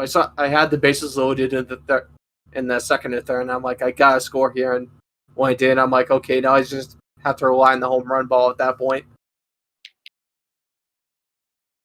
And Hines, the first on-air win, and just your second on the season. How do you feel right now? Well, it feels good because I hit a homer, which, I mean, that made me feel happy. And also the fact that I got a hit on the first batter of the game. And normally that takes me until like the 6th or 7th inning. So I'll take that. That's a win in my book anyway. And I'll take the actual win itself. The small victories, that's what counts. Exactly. So, Hines, you'll be back in just about 40 minutes to face off against JD Gregory. But first, JD's going to be playing P. Mister. Yeah, really, as soon as they're both ready, be able to get that one underway. All right, I'll head back down to the player chat if anyone wants to join in. I believe that's open to anyone that gets what is it, like the league follow or something like that, Cookie? Yep, if you go to the favorite team channel, you can react just like you would to get access to the team channels. You can get the Broadcaster League fan role, and that'll let you peek in. You can talk on a couple channels down there, see the results as they come in for the games played off air, and you can kind of listen in and talk to the guys playing live. So encourage everybody interested to do that on our Discord. I will link that for all 13 of our viewers. I want to quickly give a shout out to Mark Pryor for me. 12 and 2/3 innings, giving up only, I think, 1 run so far. So MVP so far. Just want to say he's amazing. Oh yeah, I was really impressed with his performance today, especially once you got past that 3rd inning. You did a great job, Hines, expanding that zone, getting P. Mister to chase and not have to worry about getting in any sort of danger. That's what Mark Pryor does best. That's what I did against Duggo in a game that went 14 innings. All that slurve, man. It's a nasty pitch.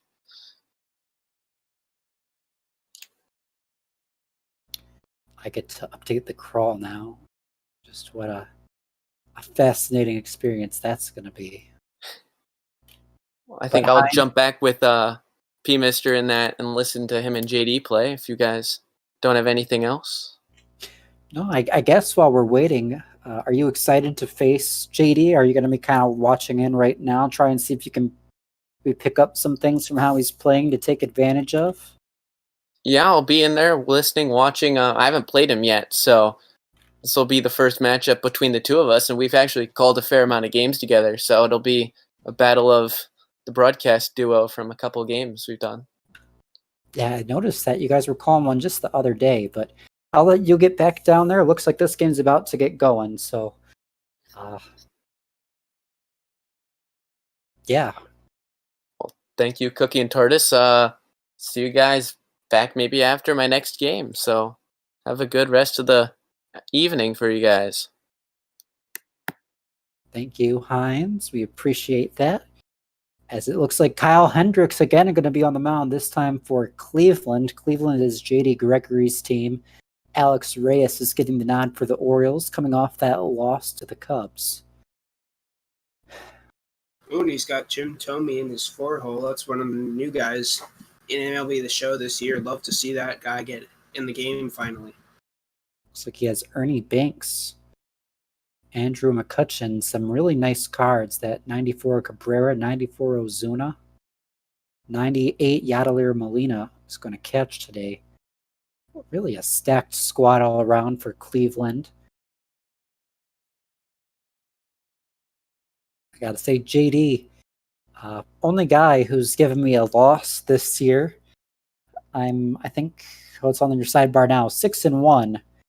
But I won one against JD, and then I lost my second one against him. He, well, I won't say he didn't earn it, but I had a bunch of perfect hits that just died an inch from the wall on the warning track. So what could have very easily not at Comerica been like an 8-0 or an 8-2 game ended up being a 2-0 game that let him come out on top. And you roll with the punches. Nobody's going to go undefeated except maybe Tim. He's the only undefeated guy left. But I still doubt he would go undefeated as this game's underway. We got to fly out deep into that right center gap for out number 1. Cookie, I just made a bad life decision. I pulled up the Phillies game from the streaming app, and the first pitch I saw was a Brett Gardner home run. So that's enough for that for the night. Ooh, Brett Gardner. Isn't he ancient? Or am I thinking of someone else? I'm thinking of Ellsbury. I don't know how old Brett Gardner is. I feel like he's been around a while, though. I always get Aaron Hicks and Brett Gardner and Jacoby Ellsbury mixed up. Oh, yeah, he has been. He's been in the league since 2008. Oh, there you go. I'm not super crazy.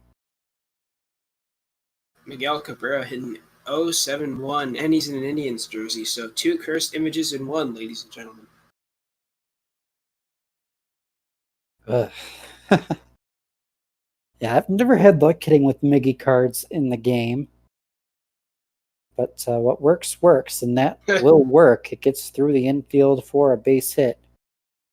It's going to be confusing for us, though, Tars. Both these teams have darker colored tops on today. I mean, white and gray aren't really hard to tell the difference between there. That was a nice snag by the first baseman, Encarnacion, man. Grabbed it with his foot on the base.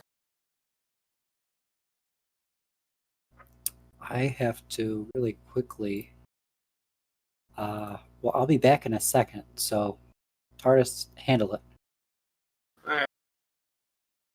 I'm now by myself, and the first pitch from Hendricks to Wade Boggs, taken outside. We just saw this Baltimore squad lose to the Cubs. Looking to turn things around here. Wade Boggs swinging way early on that one. You can see why the PCI feedback in the bottom left of your screen. The 1-1 pitch. Boggs rips that one in the center. But alas, flagged down by the center fielder, Andrew McCutcheon. 1 out.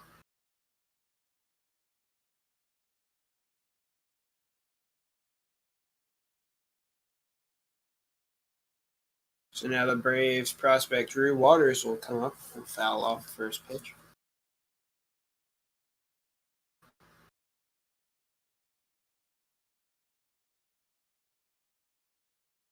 Fouls off another one.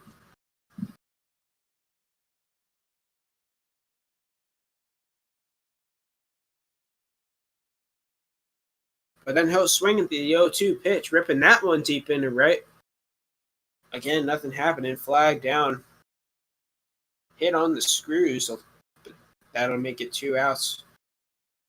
Cookie's back in the booth as we got in with Edwin Encarnacion coming back up. We just saw him last game, not getting much done. Try to turn that around here.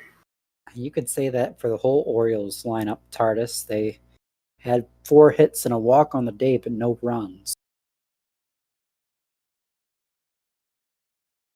Ooh. That's way earlier. Probably would injure myself trying to do that. There you go. Through the shift. Now he gets on the board. Nice hit there. So after 2 long flyouts, Baltimore gets some action on the base paths. Yeah, now we'll have that runner at first base.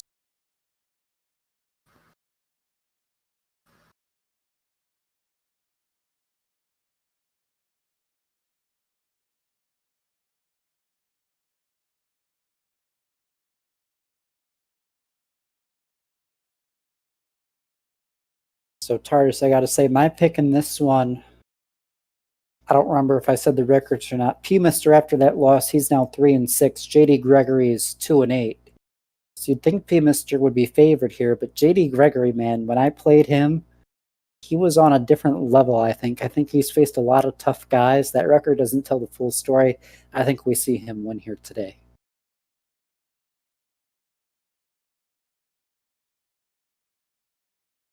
Getting Ozuna fouled off there.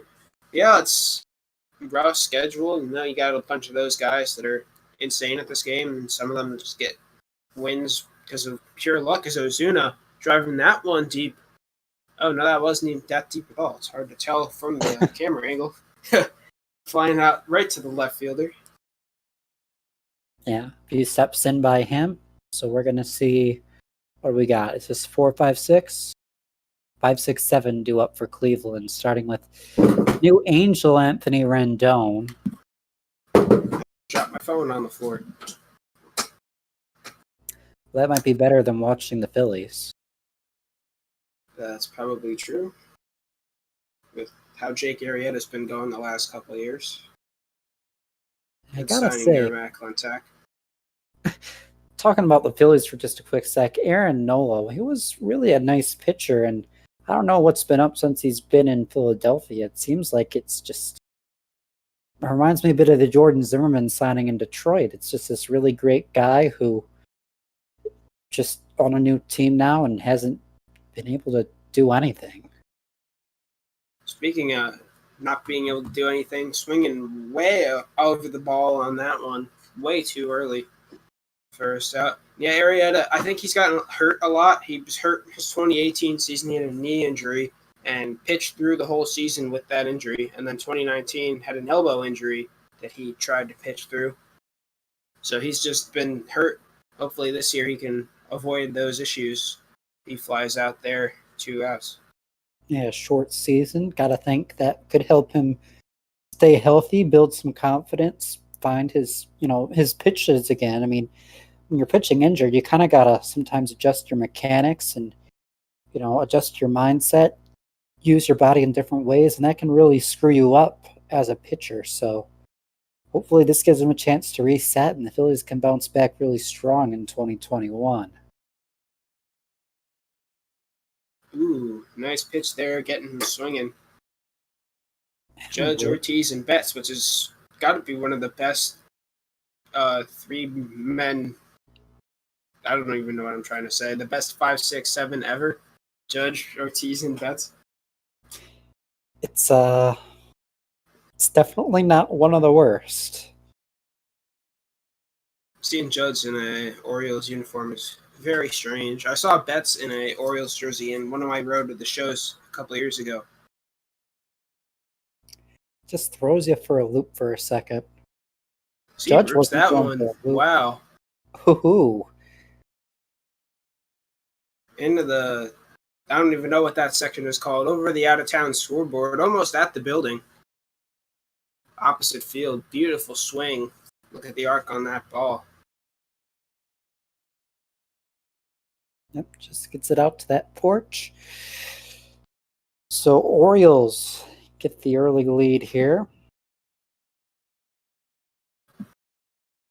First run they've scored today. It's a good way to get it. They didn't get anything last game. They definitely needed it here. Maybe they can use that as momentum to get them through this game. Yeah, it's going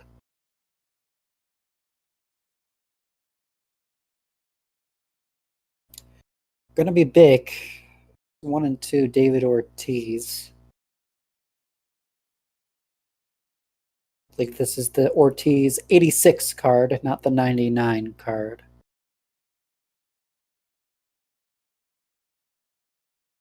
Both of them would have struck out looking at that one, though. You can say that again. So, Oriole Mookie Betts.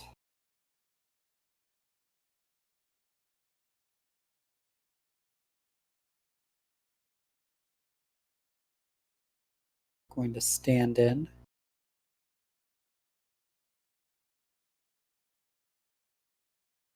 Yeah, Tardis in real life, that high sinker isn't a pitch a lot of players would go to, but we'll see that one roped to first, handled for out number 2. But playing this game, the high sinker, it looks like a fastball that's going to go way high, and then it just dips into the top of the zone at the last second.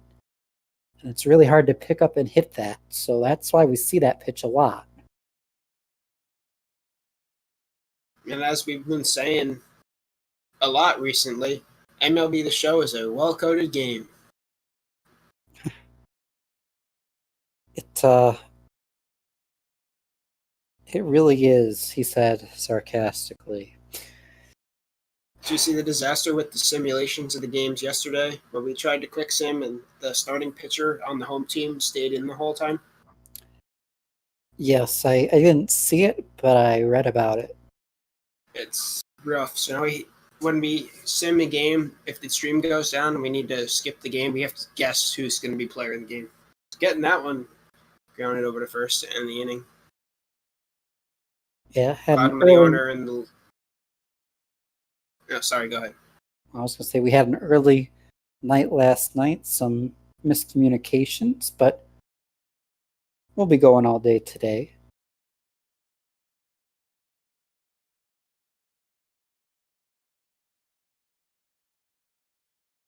What if the Yankees score again?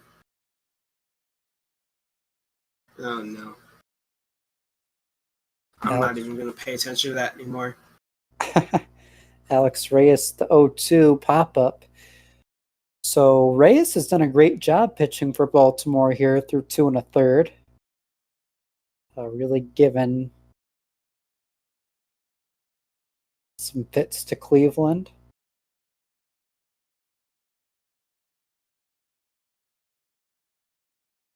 This one's roped to left, caught out number 2. And he's going to have to stay effective, TARDIS, because if he gives up a run, this game's tied. If he gives up 2 runs, it's lead change. So you got to think the O's want insurance runs, but they've done a great job to try and make things stand with just the one. And it will be just the 1 run all they'll need so far through 3. Heading to the bottom of the 3rd, they need to look for those insurance runs. Contreras, and top of the order, Boggs and Drew Waters. Cleveland has hit a lot of balls extremely hard, but they're always right at someone. They're not getting down for base hits. They're not over the wall for home run. Is boy, oh boy, we're down to 9 viewers. So I'll make that 10. So the 10 of you watching, feel free to talk to us. If you absolutely hate this, let us know. If you love it, let us know. We'll know if we should do it again or not. Because this one's another one blasted, but not as hard as it looked. It's handled and right for out number 1. And I think it might actually be 8 because we both have the stream open. That is true. So there is 8 actual people watching. So Papa is dying. Rip. Rob Manfred, do you want to make MLB faster? Stop playing the games.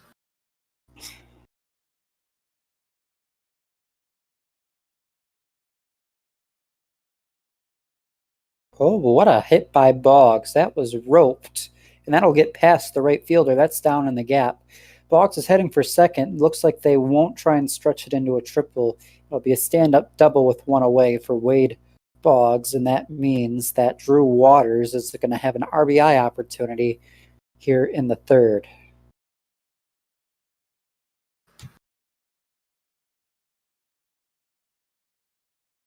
It's cool that they finally get the rights to some of the minor league guys in the game this year. You get to see what the future of the game can look like. And they got the actual animations for them now, which is cool.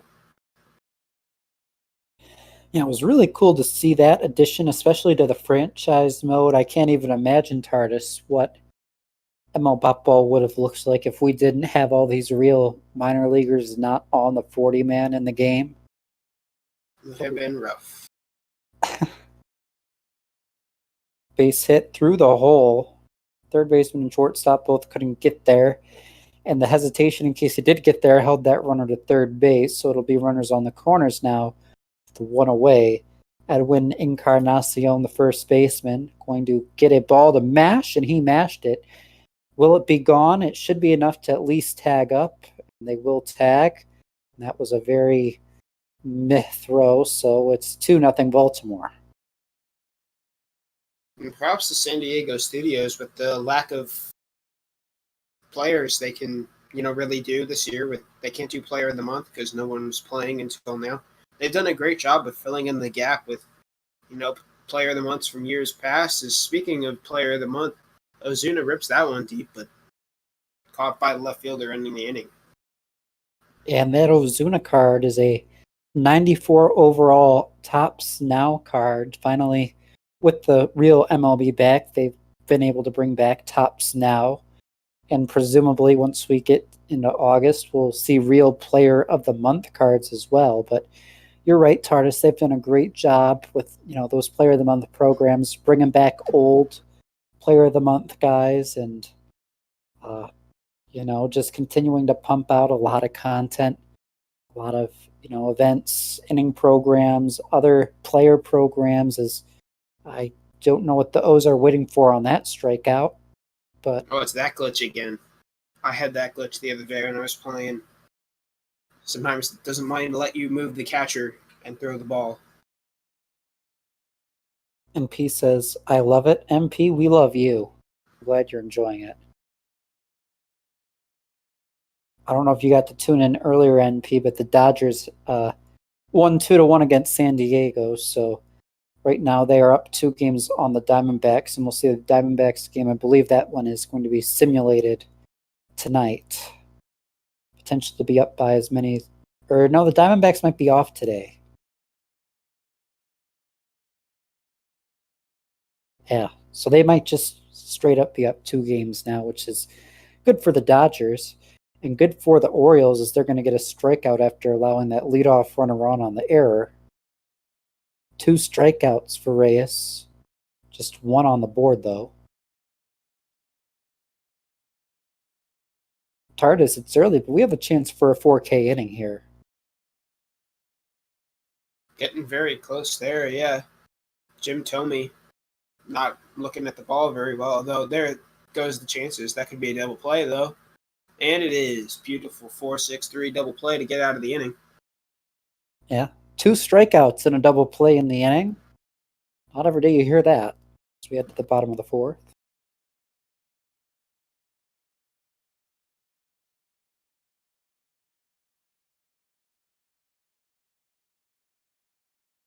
That sidebar not quite up to date. P-Mister now 3-6 on the year.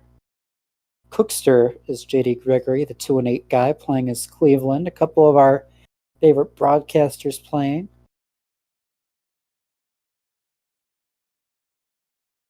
And yeah, Tardis, I gotta say, I love both these guys as people, but looking at our 4-team playoff and where they're at in the stands, it's not looking like these two are going to be able to make it. You're going to have to go on a long win streak for that to happen. Some of these players are hitting like 117 with these great cards. It's a shame that sometimes you can't figure it out with cards. I remember a couple of years ago, I forget what card it was. It was one of the better cards in the game, and I just couldn't hit anything with him. I would strike out or fly out to the warning track every time. Yeah, sometimes a card just isn't your card, and that's the way it goes. Sometimes it's all in the swing, but yeah, you see, looking at the standings, there's really, I'd say, probably 6 or 7 guys who I think have a really good shot at making those 4 spots.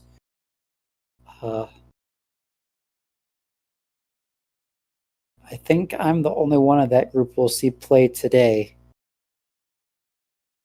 But so that's a MLB The Show is a well-coded game. That pitch hit the pitcher, and just trying to select the right fielder proved to be difficult for JD. So that runner will be on first base.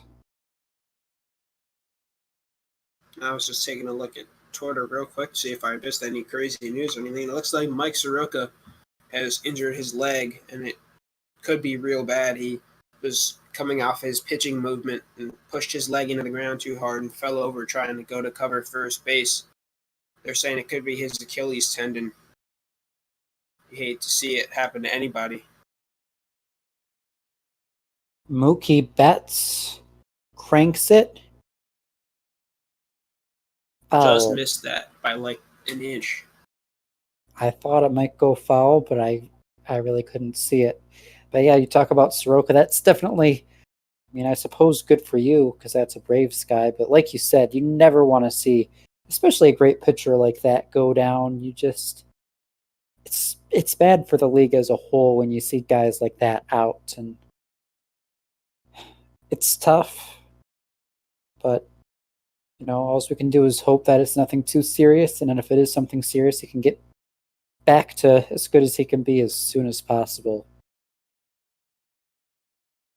As a Phillies fan, I know how rough the Achilles is. That ended Ryan Howard's home run thing. He was hitting over 300 before that, and he never hit better than 280 coming off that injury. And Eagles just lost one of their guards, Brandon Graham, who tore both his Achilles in 2 years. That's got to be some of the worst luck I've ever seen in my life.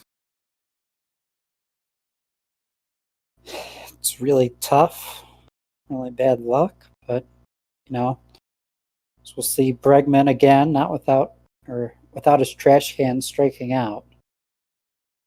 I have a friend in high school who used to always say this to just about everything, usually things that very much can't be attributed to luck, but he would say, truly unlucky, but what can you do? And that's something I have really ingrained in my mind, mainly because of how much he said it, but it's a good saying if you think about it. Unlucky stuff happens, but a lot of times there's nothing you can do to control it. You just kind of got to take the punches and roll with it. Luck is luck. And it makes for a good poem, too. Roses are red, violets are blue. It's true, it does. Unlucky, but what can you do?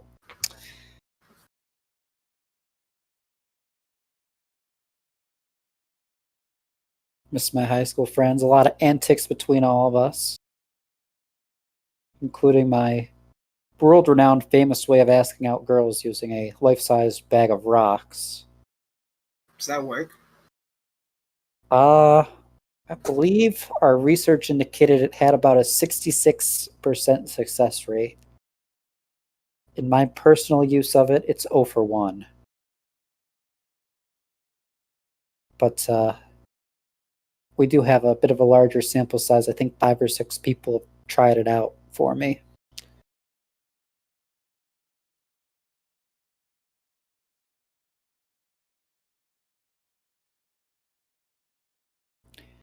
Alex Reyes, 2 out. Marcelo Zuna up. Closing in on 5 scoreless.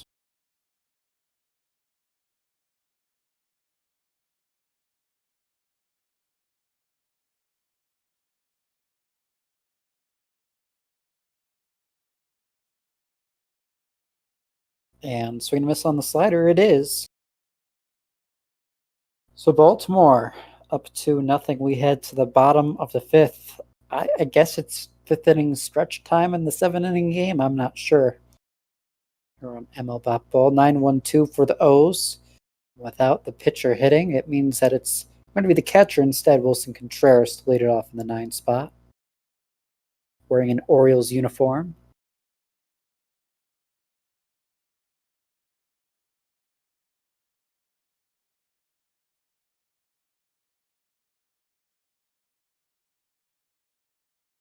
Drive Orioles foul. uniform not helping him much there, though. Ooh, he almost caught that jumping. I guess jumping up. He wasn't really jumping over the wall, even though that wall is 1 step. Yeah, and that's one thing, TARDIS, I'm curious to see going forward is we're seeing a lot of this extended netting safety kind of becoming a bigger concern, especially in an era where more and more people are looking down at their smartphones, not paying attention to, balls flying at their head. It's going to be a lot tougher, those plays. We used to see guys kind of tumbling into the stands. Not going to happen so much anymore.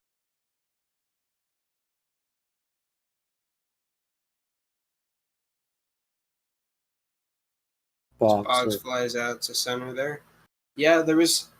Sometimes you'll get something cool where the ball will go into the dugout or the camera well, and there's no netting there, so they can try to get that. But yeah, I'll miss seeing the crowd interaction between the players and the kids out there sitting there. One time I remember Andrew McCutcheon climbed the left field wall to just hang there next to a little kid, and the kid looked up and just kind of scared the crap out of him.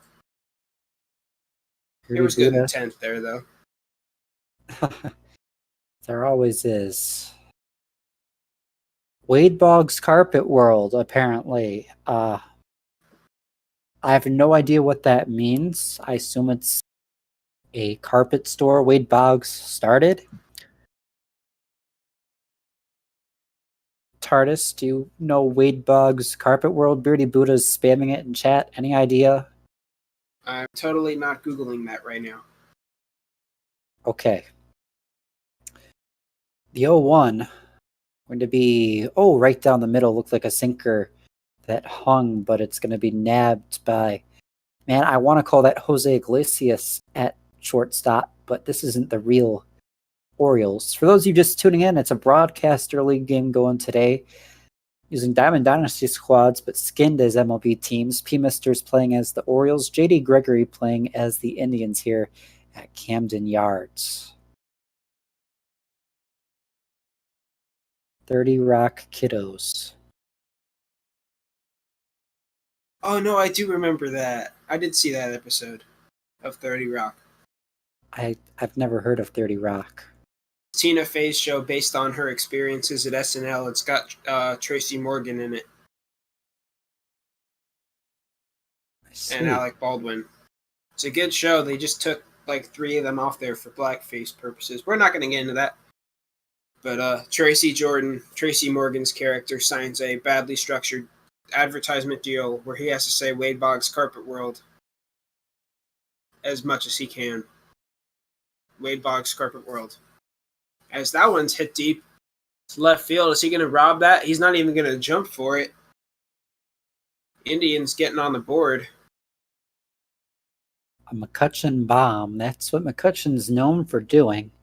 Wasn't anything too special, only 94 off the bat, and it's maybe 2 rows back? Doesn't matter where it goes as long as it gets out for a home run. He's going to go to the bullpen now. Looks like the lefty Josh Hader. No mound visit though, so we'll have to wait and see when he's going to pull him in.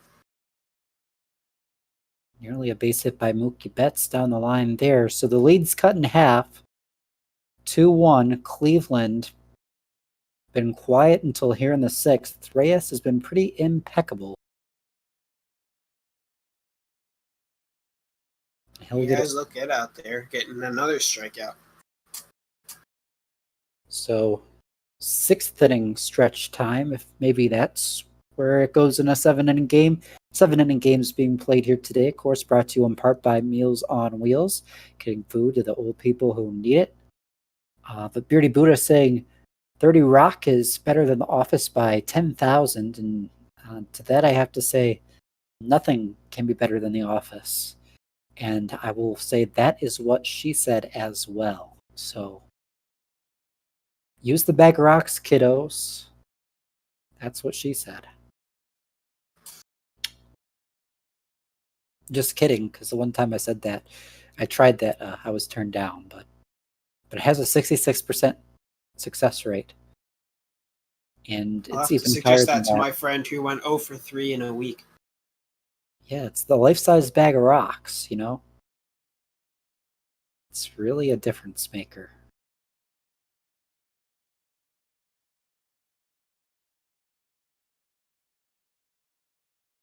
I remember one time I was talking to some of my female friends about it.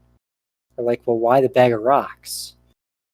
I was, BSing as you do, like you're in school giving a presentation. I was trying to come up with how each rock you collect and put in the bag, it has meaning and it shows how much you care about them or something. Just spew the, symbolism. Base hit for the O's. Eddie Encarnacion. Single into left field, triggering that animation that Sony San Diego studio was so excited about this year for some reason. I don't know why. The risky catch one? Yeah. I've never It's not that impressive. Nobody actually catches balls like that. That's what she said. When they first were showing off that feature, I thought, man, that's going to be popping up every other day. But I've only seen it 2 or 3 times actually playing the game. And I've always just gone the safe route. I just stand there, play it on the hop. Last thing you want is let that ball get past you, turn what could be a single into a 3-bagger.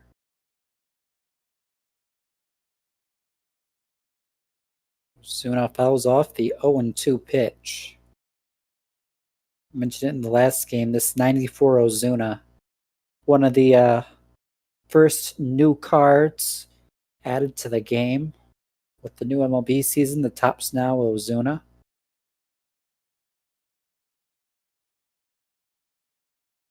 He puts a boogie whip on that one deep to center, but it's going to be caught on the warning track.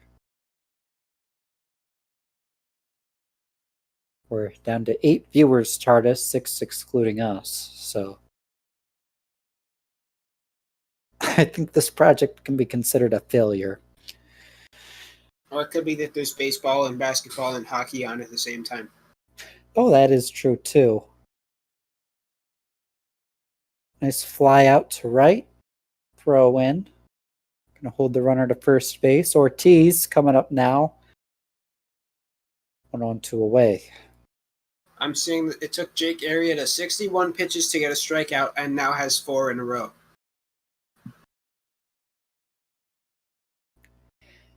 What is he doing? That little tidbit right there kind of reminds me of something I saw with the Tigers yesterday. Tyler Alexander, one of the Tigers starters turned reliever, came out of the pen yesterday. Retired 9 straight on strikeouts, then hit a batter and got a 10th strikeout. So he threw 3 1/3 innings, getting 10 Ks, so all 10 outs on strikeouts. Speaking of strikeouts, Josh Hader out now to pitch for the Baltimore Orioles. That's another weird one, seeing him in an Orioles jersey. He'll face Miguel Cabrera. Started off. Really weird combo right here, but yeah, that 9 in a row before he hit the batter by a pitch of strikeouts, not interrupted by hits or anything like that. It was just 9 in a row by strikeouts. That tied a AL record with Doug Fister, and I'm forgetting the other name, but it was a really, really good guy. And it's also the first time it had been done by a reliever. The MLB record goes to Tom Seaver, who got 10 in a row on strikes. But I thought that was really interesting to see Tyler Alexander, of all people, do that the other day. We were looking at the thing that who was that? What pitcher did that? I forget who it was. Shane Bieber, I think. Oh, never mind. I'm not going to talk about that now. That one's gone. As for Shane Bieber's team, a 2-run blast, Jim Thome, opposite field, and now J.D. Gregory has a late lead.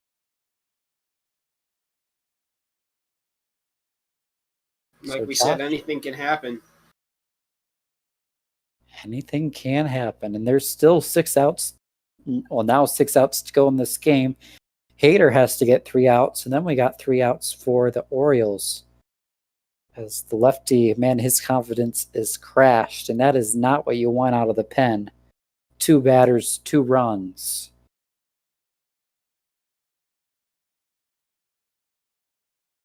Does get a nice bounce back out, ground out to Encarnacion. Out number 1 brings up Ernie Banks.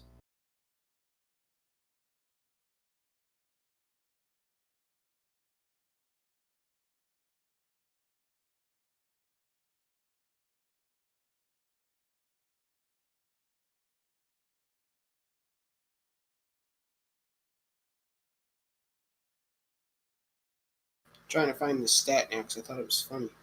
Where did it go?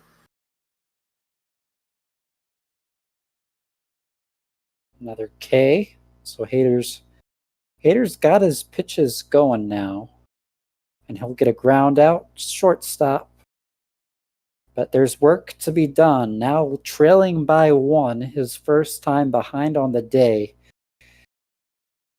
7, 8, 9, Betts, Bregman, Contreras coming up for the Orioles as they look to grab a late lead. There's going to be Ken Giles scheduled to come into the game should they have to go 8. Ron Dibble will come into pitch and close for the Indians. I found what I was looking for, and then my Discord crashed on my phone. Wonderful.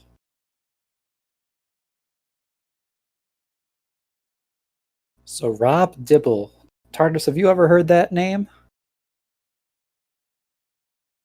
Yeah, a couple times, mostly from MLB The Show, to be honest. I can't say outside of MLB The Show this year I've ever heard of Rob Dibble, but apparently one of the better relievers of all time, considering SDS has gone for his rights and he has a card pitching in today's matchup. 102 down the chute, Betts strikes out. I mean, they got Mario Mendoza, so I feel like they don't really care that much. Well, still, they're not going to go for a guy who, like, played in the majors for half a year. Like, Dibble did something. That's true, he did. I want to see Dontrell Willis. I found the stat. Here we go. So, most strikeouts in first two starts of the season since 1901. Carlos Spooner with 27, Shane Bieber, Kurt Schilling, Vince Velasquez, and Nolan Ryan. Yeah, elite company there for Shane Bieber. I think Cleveland's got something really special in him. I'm not looking forward to facing him as a Tigers fan. I want to know how Vince Velasquez got on that list and why I don't remember him doing that.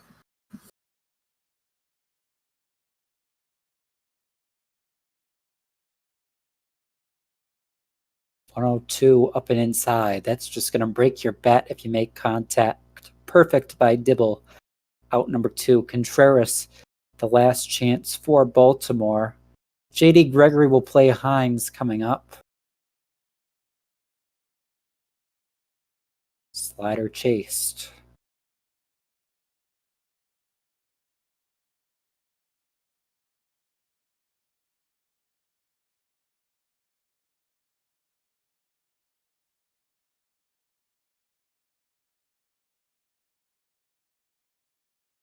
Baltimore down to their final strike.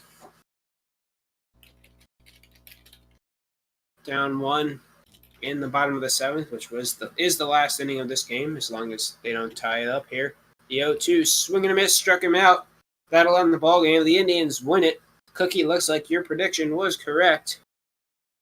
Jim Thome getting player of the game with his home run and 2 RBIs, and we'll take a look at the highlight reel, which is hopefully longer than the one from last game. Yeah. Well, at least there was more than one RBI play, so we'll see a little bit of something. Judge's homer to right in the second. Got things going for Baltimore. They had the early 1-0 lead, and it was great pitching that kept them going until they got a sac fly from Encarnacion an inning later. And then it was pretty much smooth sailing after this.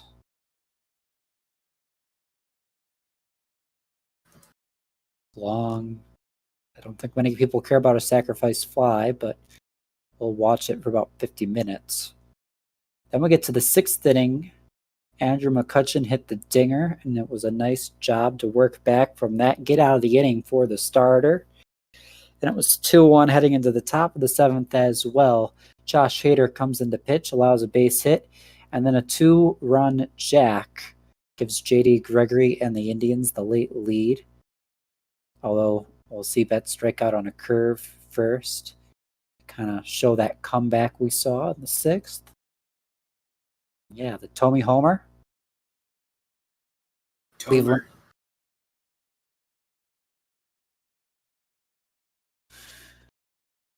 So Cleveland up by 3, and then they close it out. Well, we're not going to see the last pitch to close it out, but there you go. That is game 2. J.D. Gregory and P-Mister presumably about to join us for some post-game interviews. Tardis, if you want to ask them questions. P-Mister's in here, and they're both in here. Welcome to the booth, gentlemen. Good game, both of you. Thank you. Thanks. So, P-Mister, how does your strategy change when you're playing 2 games in a row? Kind of depends on who I'm playing. JD having a bit more stat-based lineup where his hitters generally going to make more solid contact, so it's just kind of pitching around, trying to get a few more strikeouts, a few more swings, stuff like that. Sounds good. And JD, you have another game coming up here in a second against Hines. Are you ready to... Am I ready? Yeah, are you ready to go for this? I am absolutely ready to go. Got to win. Hopefully, I can get another one in here.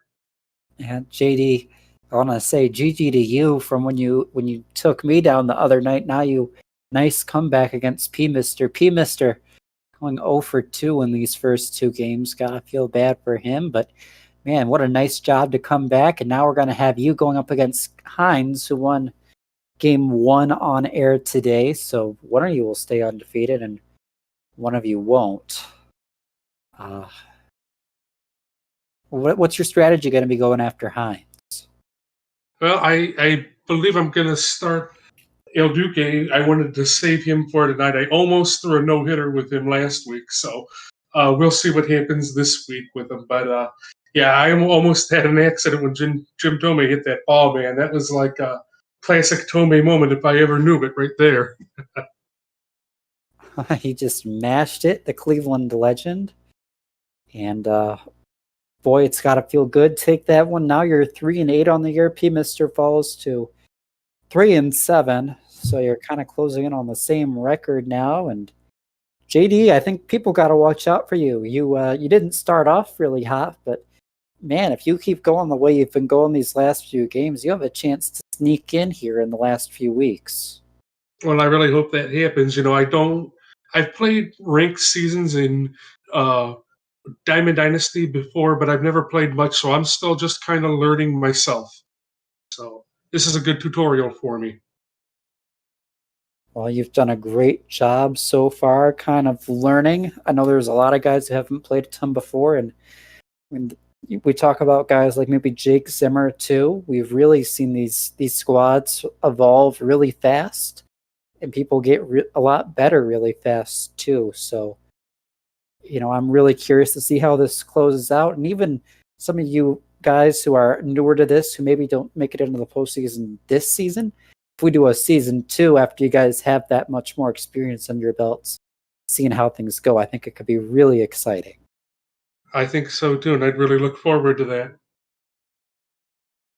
But with that said, I guess if you're ready, JD, we can go ahead and get you and Hines going. P-Mister, I don't think I've seen anyone else speak up, so if you're still down to play a doubleheader against me after this game, go ahead, take yourself a breather, and get ready for that.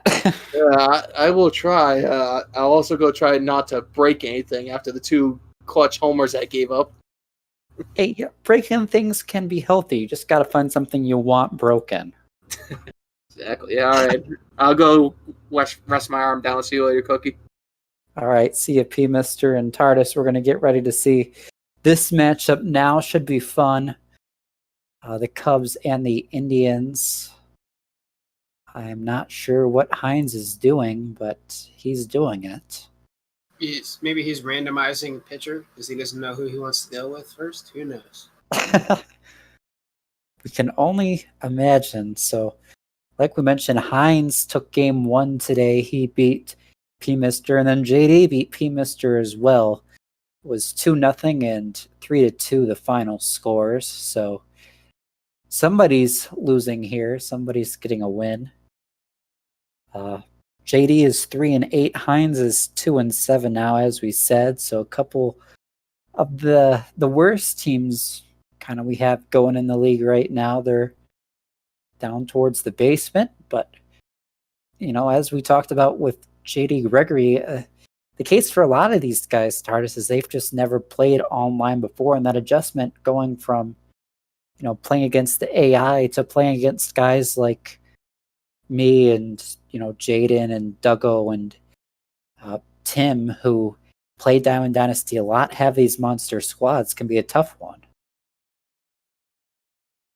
Yeah, and I haven't never actually played against a person besides my brother in Diamond Dynasty since I don't have PlayStation Plus. But even just doing that in person is a big change with how pitch selection goes and what they swing at. So it's a big adjustment, and props to these guys for figuring it out. Well, they've done a great job adapting fast. I've seen a lot of really great stuff out of a lot of guys. JD Gregory, one that comes to mind. He's now on a 2-game win streak, if I'm not mistaken, taking down me and P Mister, and we talk about Jake Zimmer too. He's a guy, he upset P Mister in round one of our broadcaster tournament over the break, and he was playing with essentially all bronze, or pretty much all silvers at that point, because he had never done Diamond Dynasty before. Still using Diamond Dynasty squads now, and he beat Jaden the Smack Talker Becker the other night, and it wasn't particularly close. So he is really breaking out. You can see he started 0 for 5. Jake's 1 and 5 now, but I gotta think he'll be creeping himself up into the postseason talk here in a little while.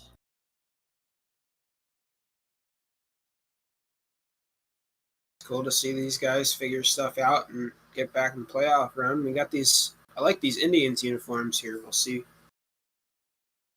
They're very, I want to call them patriotic. You got kind of the red, white, and blue stripe down the edge there. Not sure what year those are from. We got the Cubs uniforms that are almost exactly the same as what they wear now. Just no pinstripes and no name on the back.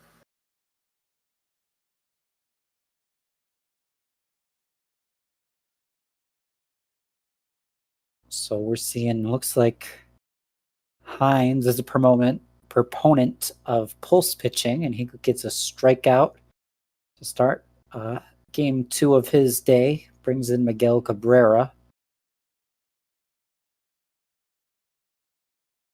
I could never really figure out pulse pitching. It's kind of strange to me. You know, I gotta say, I haven't really given it a fair chance, but I've done well enough with meter over my time playing. I just have no interest in really looking at it, to be honest. I said this in the broadcaster tournament a couple weeks ago. I wish they would find a way to get the old pattern from the 2K MLB games where you had to move your joystick in a pattern depending on what pitch you threw. Well, that'd be interesting. I know I recently bought like MLB 2K 08 or 09 or something for my Wii. I haven't played it though. They're fun. I have 2K10 and 2K13 for the Xbox 360. Back before it was the show Monopoly. Now at least they're coming back to Xbox. Yeah, after a while of just, I think it's been 7 years since they had a good baseball game on console. Getting them looking there for the second now. Yeah, it's expected that MLB The Show 21 coming next year will come back to Xbox and to a Nintendo Switch as well. And like Tardis said, it's been the exclusive MLB game, or at least good MLB game, for quite a while. I mean, there's RBI Baseball, but It's not really the same feeling. Super Mega Baseball is cool, but it doesn't have the real players. yeah, this is far and away the most realistic graphics, and I mean, like it or hate it, the best kind of simulation of pitching and hitting as well, and how, you know, the contact goes with the result you get, and, you know, speed, real players, all that fun stuff. But to finally see this game not be PlayStation exclusive is going to be it's going to be really exciting, and you got to think it'll help maybe get some more young kids into baseball as it comes to these other consoles, as it's a swing and a miss. So Chicago allows the one hit but nothing more. Tardis, I think I'm probably going to dip in about the 5th inning, get myself all situated for the games coming up. That's fine, I understand. Just got Ken Griffey Sr. leading off for these Cubs. Ooh. Throwing it is Calf there. It's a video game character, so he's probably fine. You gotta assume that was a mistake there. It's just starting off the game. First pitch. So. Yeah. He might have hurt a few pixels, but trots down to first. Yeah, I don't think there was intent, like you said. First pitch of the game looked like it was an off-speed pitch that just bad release. And I don't think with Griffey's speed, you'd want to see him on base. See there, I think that says 88 speed, 75 steal.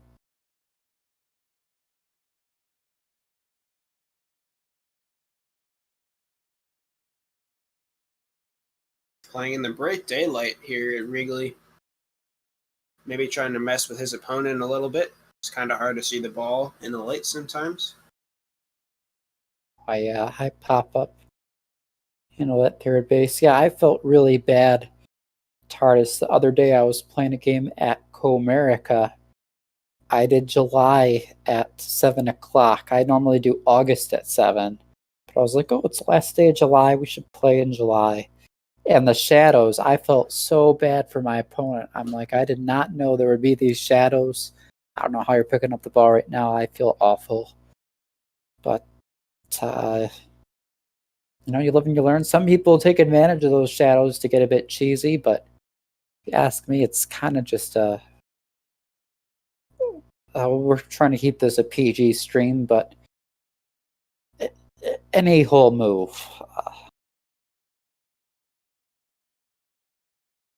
I was doing the archives from a couple days, and Dogo was cursing, and it was like a 2 o'clock in the afternoon game.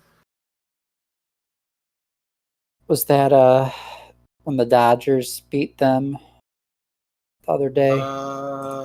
Him and EB? Let me look at the schedule here. Yeah, I think that's what it was. Early. It's weird to see Dogo in an early slot like that, but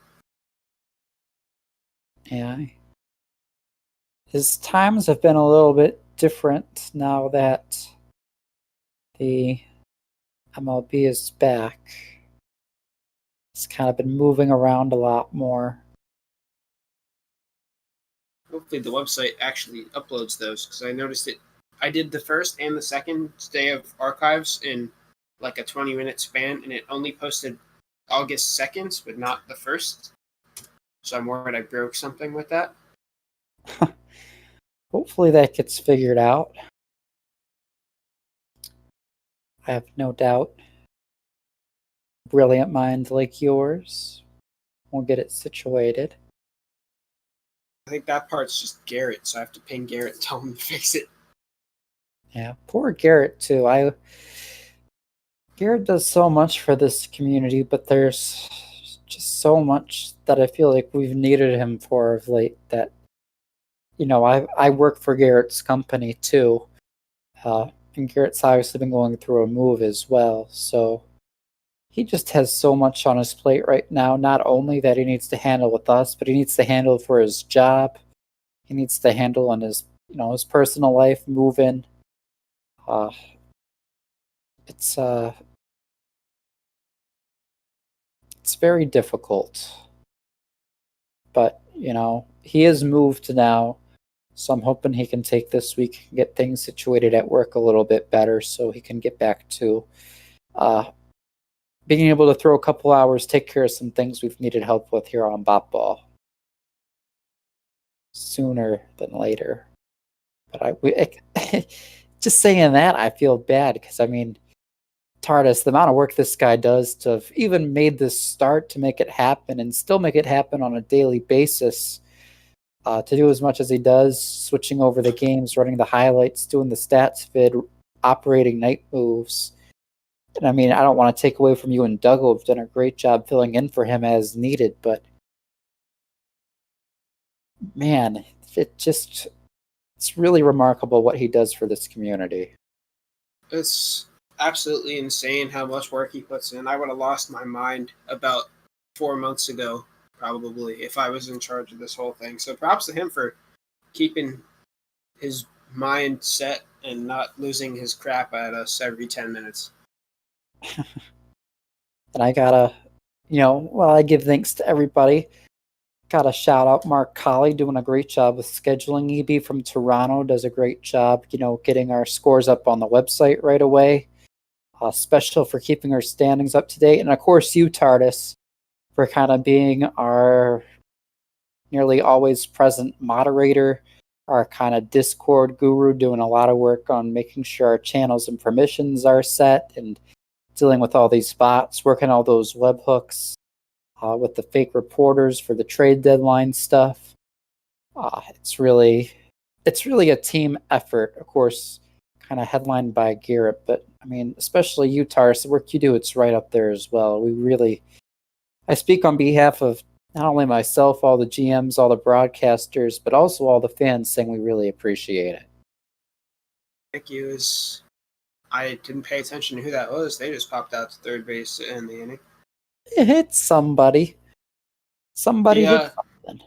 Somebody did something. The webhook thing was probably the favorite thing I've done this whole time. That was fun. I got to make up some random news sometimes. People would send me stuff, and I would put a weird spin on it, like bot nightingale. I would just spell half the words wrong, and the per sauce, which just became a meme, and I use it without bot nightingale now. It's all in the sauce, man. I can't actually spell source now. I tried to type it out with one of the other reporters the other day, and I almost spelled it wrong like 4 times. That's what happens when you do something wrong enough times. As whoa, that's a base hit through the hole, but it gets past the left fielder. The runner holds at first. I'm not sure why. That could have easily been a double, but Daniel Murphy gets a nice single on the changeup. Maybe he didn't realize the ball got away from the left fielder there.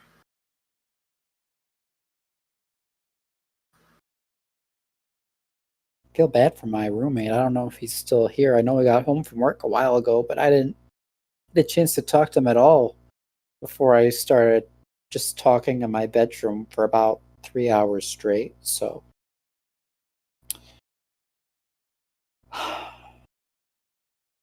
Jack, if you're listening, hi. I hope you had a good day at work.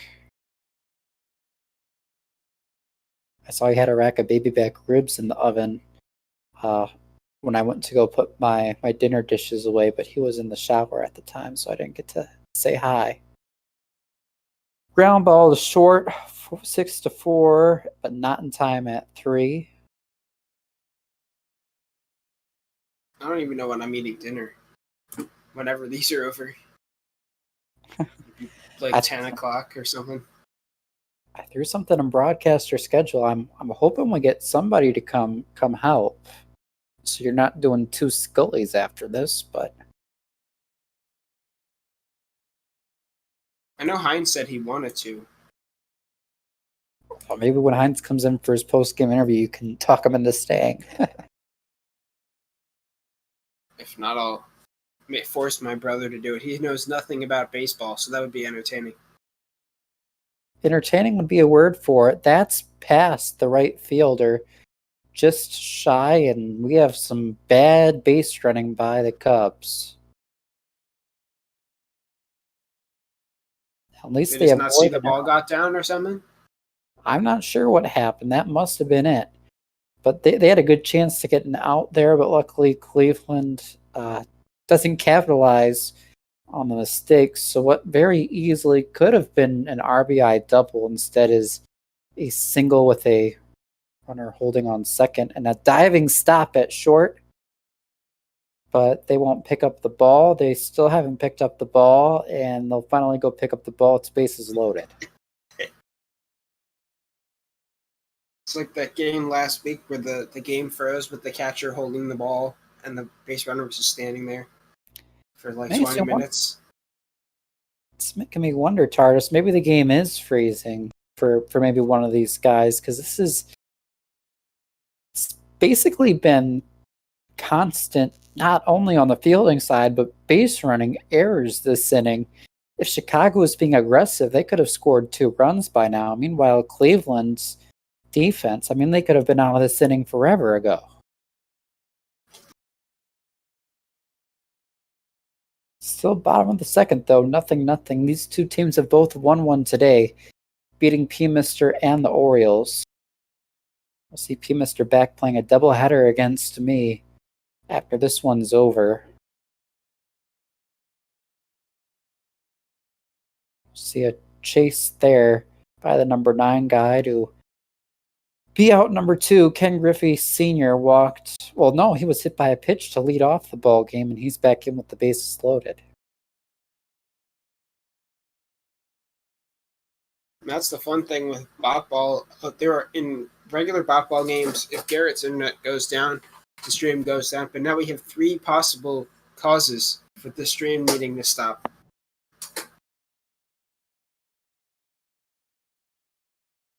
Yeah, it's not the best setup we have going right now, but it works. So we're kind of just gonna have to roll with it. I've thought about some other ways we can kind of cut out some middlemen, but it's not exactly anything ideal, as I think it's starting to drizzle here outside my apartment. It is pitch black outside my window, so I have no idea. Oh yeah, because you're a true East Coaster. I'm still on Eastern time, but I'm more or less right on the border of Central time. So yeah, for me, I still got about an hour of sunlight, whereas you probably are just about now hitting that pitch black. So ground out ends the inning. No capitalizing on that for Chicago. We'll see if that comes back to bite them, as it's 8-9-1 for Cleveland.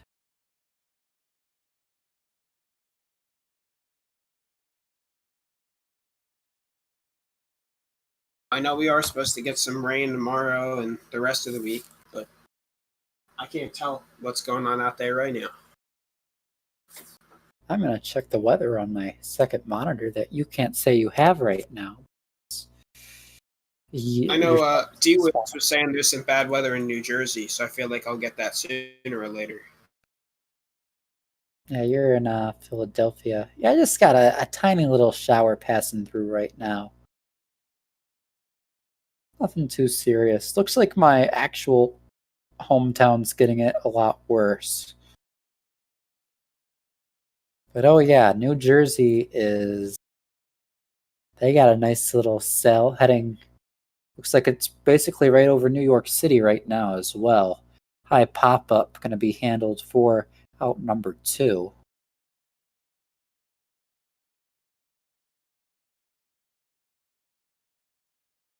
Yeah, looks like that's going to miss Philly. There's some drizzles in the area, but that really bad stuff, at least the wave that's in New Jersey right now is past you guys. So Hopefully they didn't cancel that Phillies game tomorrow for nothing.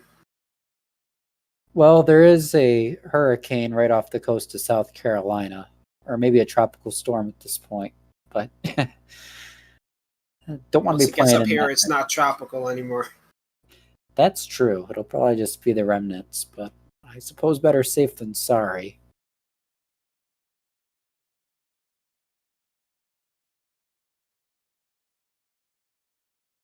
Andrew McCutcheon. Strikeout.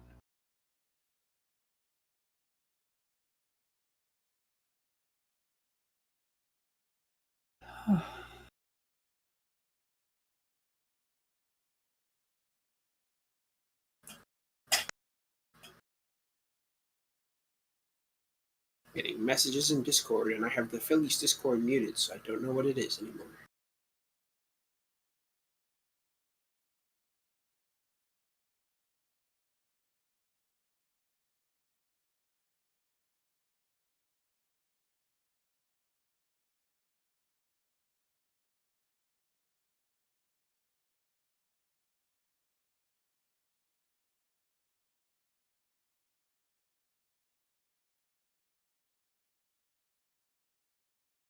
Looks like there's a car leaving in the parking lot down there.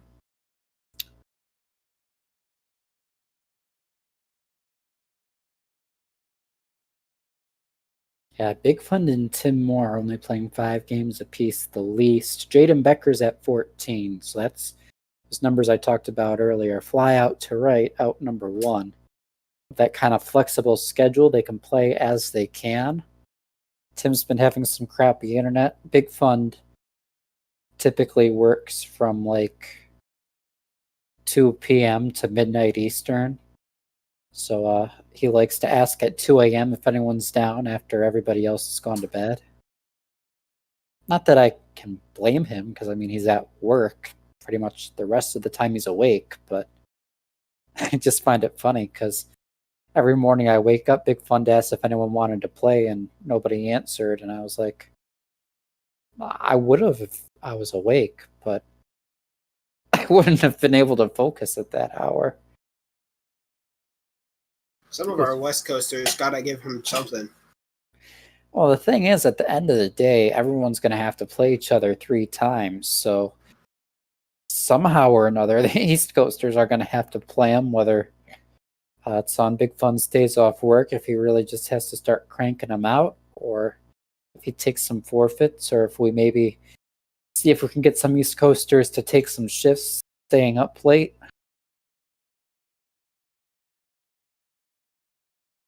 Like, I'm up until about 3 for no apparent reason, pretty much all the time.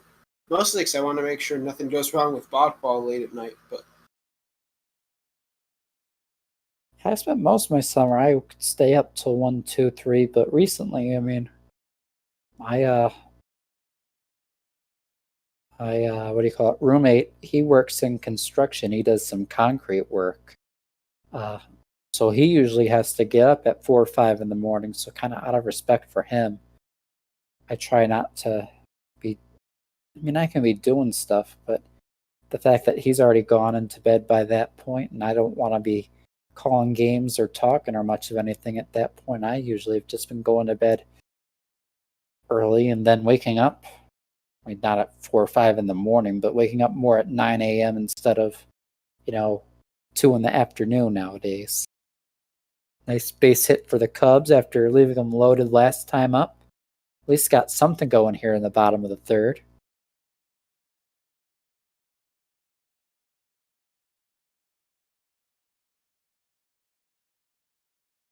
another high sinker.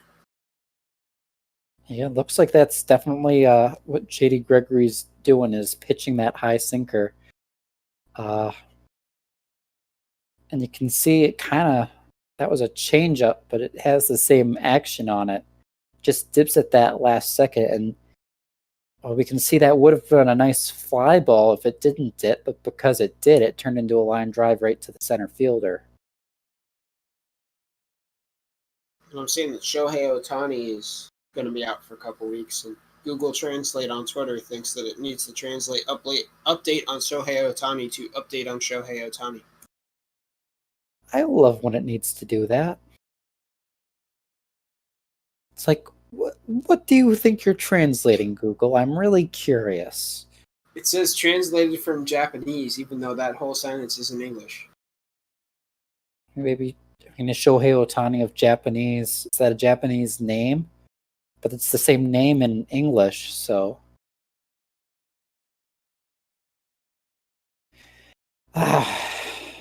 Google Translate something else. I don't know if you've ever used those sites, TARDIS. You can type something up and it'll translate it like between languages like 50 different times or whatever, and it'll spit out what it is to prove that Translate sucks. And there's those YouTubers that do songs based on that. Oh, yeah, I've seen those too. I think Jimmy Fallon started that.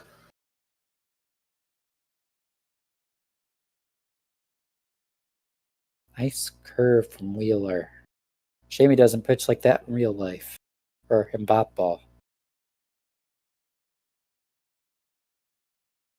I don't know how Wheeler's done in real life. Even if he's done bad, it's a limited sample size. It's probably been 1 start. He was good in his 1 start. Bat ball, he has a 5 ERA. Yeah. Wheeler was due to get paid after the season he had last year. Was one of the, you'd think he would be one of the better budget pitchers on the market, but because everyone kind of thought of him as a good budget pitcher, he didn't really turn out to be much of a super budget pitcher, but still take him over Jake Arrieta. Speaking of Phillies pitching, they just gave up 3-run home run to Gio Urshela. So thank you, MLB, for giving them a game against the Yankees after not playing for a week. Yeah, that was really tough on them to take all that time off. It's just something to be thankful for, I guess, that not many of them were kind of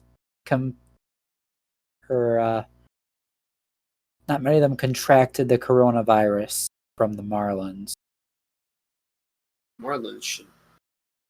I'm not even going to go into that. They should be fined and suspended and all that. They really should. If you're breaking protocol, I mean, as we see a deep fly ball, that's going to be gone. A home run, a 2-run shot that gives Cleveland the lead. Mookie Betts. Cleveland Mookie Betts, which is technically the worst Mookie Betts if you pay attention to the Cleveland tourism videos. Anthony Rendon takes strike one, but I agree, Tardis. We obviously shouldn't get too far into that rabbit hole, but I mean, you didn't just put your team and your teammates and your coaching staff at risk, but you're also putting anybody you play at risk as well. I think likewise, it's coming out, looks like the Cardinals have an outbreak going now. People are saying they were at a casino. I don't know if I've seen anything that's confirmed it. The Marlins, of course, were at a strip club or an adult entertainment facility. As we'll see a strikeout. It's a nice job by Hines to bounce back, but yeah, I feel like those should be situations. The teams are punished, the players are punished, and instead of playing a bunch of 7-inning doubleheaders, they should really look at we're seeing the hitting view change here. But I think they should look at those games that aren't played because your team has COVID, and you have to wait to see the results. They should just forfeit those, at least in the case of the Cardinals and the Marlins. Obviously, the Phillies, it wasn't really their fault, so I don't think they should be at fault for that. But, that's just something that kind of comes to mind for me, seeing the fact that now my Tigers are going to be unable to play Monday through Thursday because of they were scheduled to play the Cardinals, and the Cardinals are, well, all sick. I was doing some thinking about the new extra inning rules. They should play 9 innings, and then they do like in hockey with the shootout. They have a home run derby with the pitchers.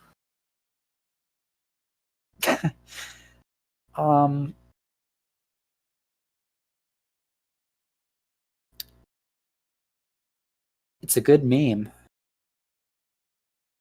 Because then you get both the DH and the no DH, and you get some entertaining stuff, which could drive up viewership. Except how long is it going to take for one of those pitchers to hit a home run? I feel like some of them could do it pretty quick. Madison Bumgarner, Greinke, probably Jake Arrieta. I don't know about everybody, but I feel like each team has to have somebody that could get one. Daniel Norris of the Tigers hit one in his first professional plate appearance back in 2015 in Chicago. This very stadium. It's a good stadium to do it on. With the netting out there, you can just drop one right in there. Wasn't a cheapie either. I'm pretty sure it was to dead center. Oh, snap. Okay. It was. He hasn't been able to replicate it since, and I think he actually went on the injured list after that game for unrelated reasons to that hitting, but yeah, it's tough.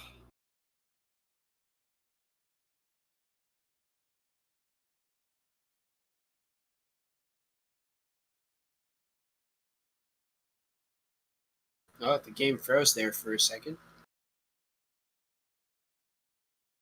It's Hernandez right now, Tardis. Kike facing off against Orlando. Kike's 1 for 1. Won the battle last time. He'll chase the changeup. Well, not chase it, but whiff on it for out number 2 here in the 4th inning.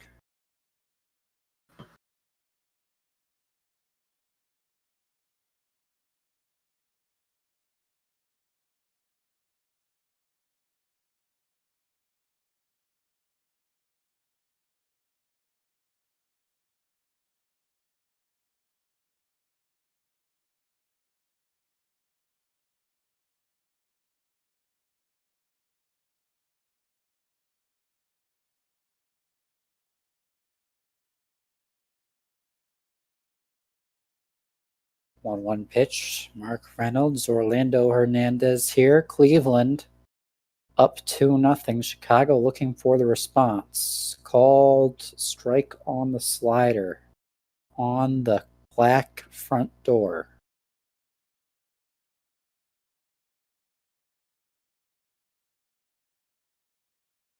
And a ground ball, foul.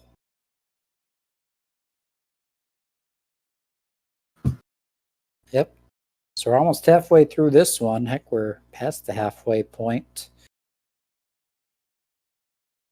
We'll see a swing and a miss to get us through 4, so 3 innings to go. But yes, it is P-Mister at Cookie Eater at P-Mister, the 2 games to follow. And then Beardy Buddha Special FX will be calling a Carrasco versus Smeltzer matchup.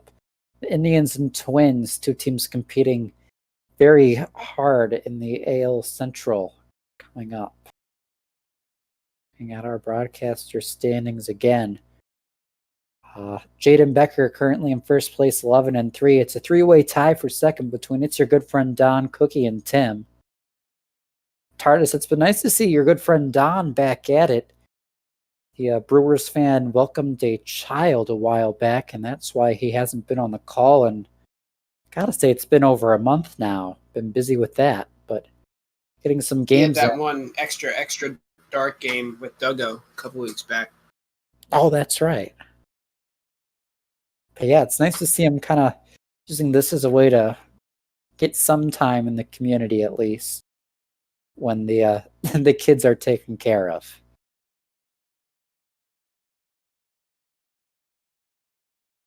It'd be nice to get him back in the booth sooner or later.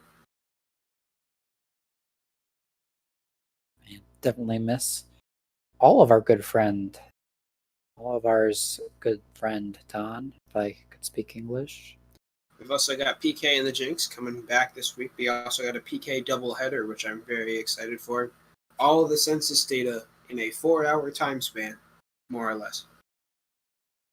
We love the census. Yadier Molina, Zach Wheeler. Top of the 5th. Fouled back on the 4-seamer.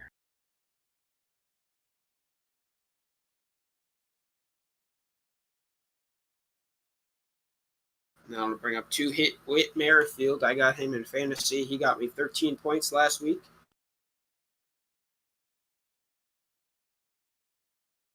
Gotta love those points. I'm just upset. I'd be Ether by like 30 or something.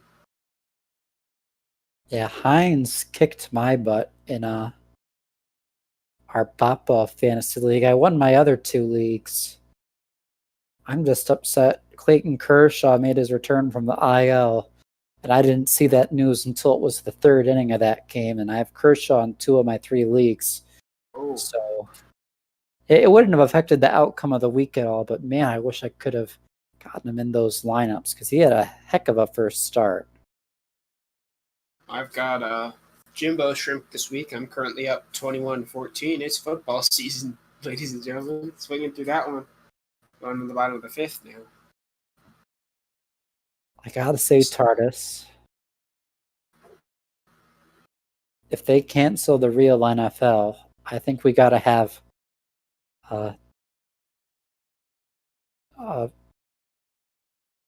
footbots or something. And no, that doesn't work.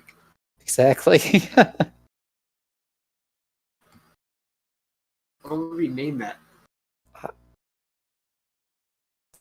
National Football League. Looks like the XFL is trying to come back. For some reason, Dwayne Johnson just bought it. I don't know why. You know,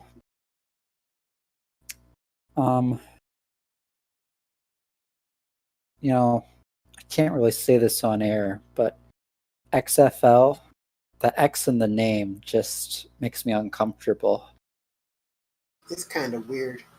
I don't even know what it stands for. I don't either. But it feels like a fake Extreme NFL. Football League or something. And the rules are so bizarre too. Like the with the kickoffs and the extra points. They're playing in all the old baseball stadiums that are now football stadiums, like in Texas and Atlanta. Yeah, it's a really interesting league. I'll say that. I watched a few games. This was their first season really back, and of course it was cut short when the whole world shut down. So I didn't really watch that much, but I think if they give a team to Philadelphia, then I would actually watch. So Dwayne, if you want me to watch, give us a team. Bring back the Philadelphia Soul from the Arena Football League that just went bankrupt.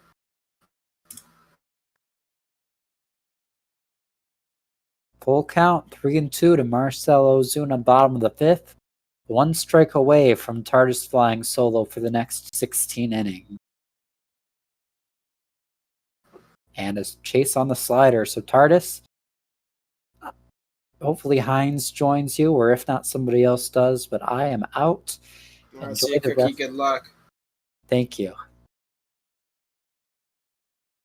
So that was Cookie Eater 45. I'm Tardis 16. I'll be calling the rest of this game solo and possibly the next 2 after that. Andrew McCutcheon back up. He's 0 for 2 so far today. Taking the first pitch for a ball. And he swings through the second pitch. Wheeler's looked very good today, except for the 2 runs given up. The Cubs did have a few opportunities with runners on. Kind of screwed them up with some interesting base running decisions.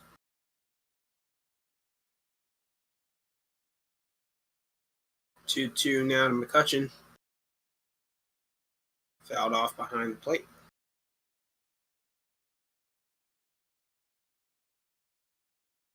Going for the high one here. McCutcheon gonna leave his bat on his shoulder. Working it full. Miguel Cabrera on deck. And McCutcheon will swing through one down in the dirt. Not a great swing there for the first out in the top of the 6th.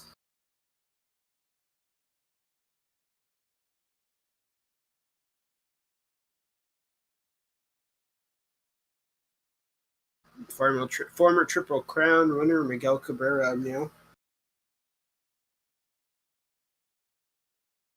Going down 0-2 to start the at-bat. And he'll swing at the 0-2 pitch, ripping it into center field. Caught right there by the center fielder.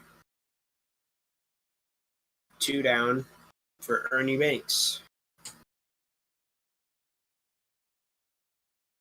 And if you're a Cubs fan, seeing Ernie Banks in an Indians jersey's got to be real weird.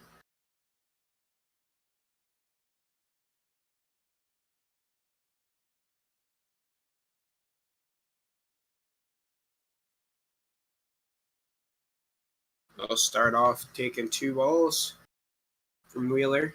Then he'll swing at the 2-0 pitch, lining it right to the second baseman. Nice grab there. That'll end the side. Nothing happening for the Indians. Cubs do up Hayward to start off the inning.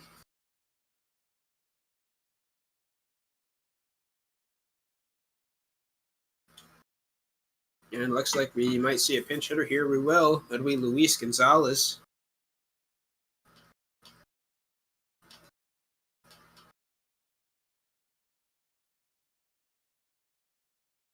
One of the more interesting batting stances.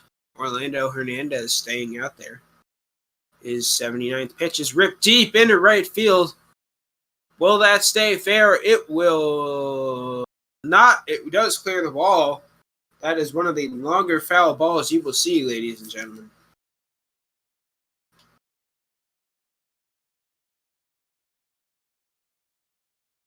They'll swing at the one after that, bouncing it past the first baseman. Umpire says it's fair. It bounces off the wall.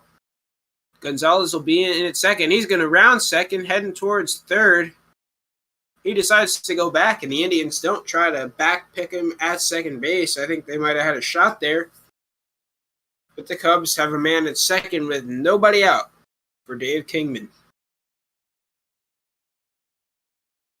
Kingman swings at the first one, hitting it right to the first baseman. I think he caught that.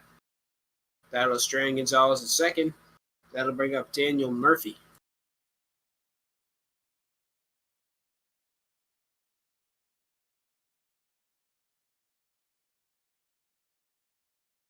And Murphy swings at the first pitch as well, hitting that one into the gap. That'll get down for extra bases. Murphy rounding first, getting a second. Gonzalez will score. That cuts this lead in half. It's now 2-1 Indians. And now one of the better power hitters in MLB The Show, Edwin Encarnacion. He is the go-ahead run.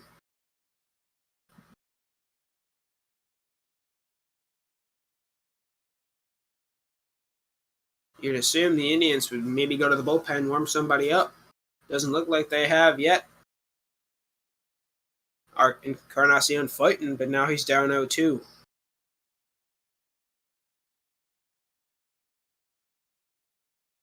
The 0-2 pitch swung on and belted into center. That one was crushed. Gets down for the base hit, and this game is tied.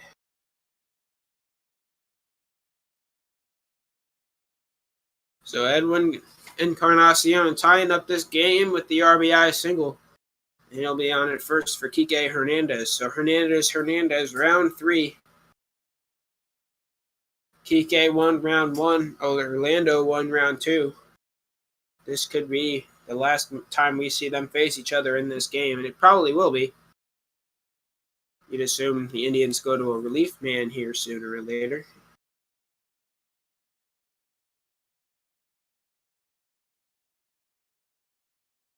One, 1-2, Kike Hernandez taking ball 2.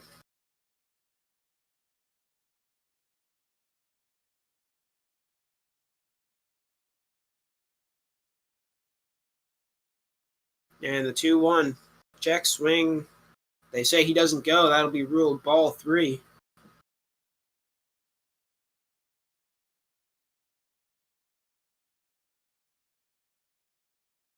(3-1) fouled off, so count run full.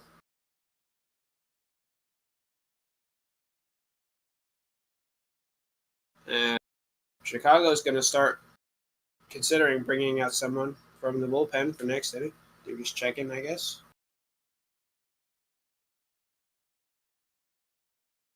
I think that's Eric Gagne warming up in Cleveland's bullpen. Could be wrong, kind of hard to tell. 3-2 from Orlando Hernandez. Bounced past the shortstop, running to it, and there's some confusion in the outfield. The left fielder doesn't get it. The center fielder gets it. Cubs will stay at second and first and second, not advancing on what could have been an error. So it'll be first and second, for Mark Reynolds.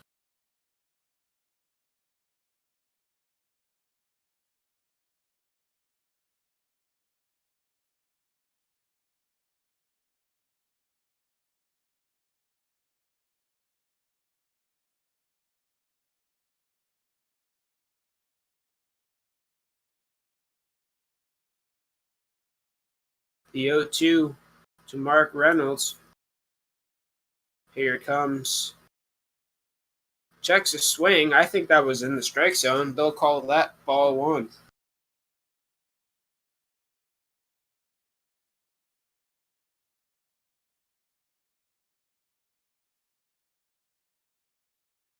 Taking another one is Reynolds. That'll be 2-2.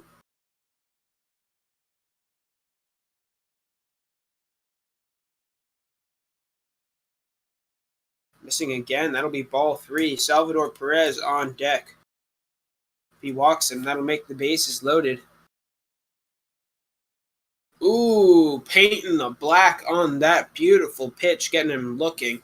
Salvador Perez will be up with 2 on, 2 outs in a 2-2 ball game. First pitch to Perez, hit into the gap. Second to get down, it is. 1 run will score. Yeah, he's safe at home. The throw is just offline. Cubs take the lead. And that'll bring up Ken Griffey Sr. who got hit his last time.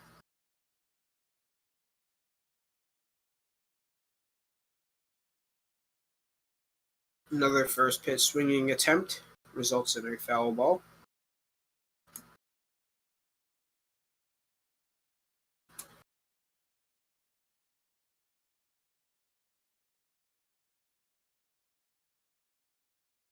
Again, this is JD Gregory at HynesAS. Oh, and Senior's going to swing at that one way up near his head, right to the shortstop. That'll end the inning. So Cubs get 3. They take the lead. Tommy Betts and Anthony Rendon due up for Indians, trying to take the lead back. And Luis Gonzalez will stay in to play center field, taking over for Jason Hayward. He pinch hit for him last inning. Again, it'll be Tommy, Betts, and Rendon for the Indians this inning, trying to take their lead back or tie it. And Andre Dawson will come in for Luis Gonzalez as their defensive replacement in center field. Are we going to see a bullpen move here? Fernando Rodney and Rich Goose Gossage warming up in the pen. He's going to go to Goose Gossage. And hit to 101 on his fastball. Absolutely disgusting.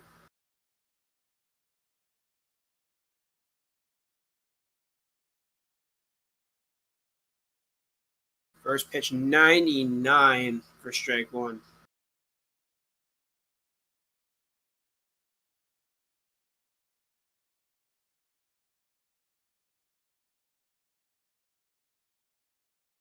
The 1-1 pitch swung on, fouled off.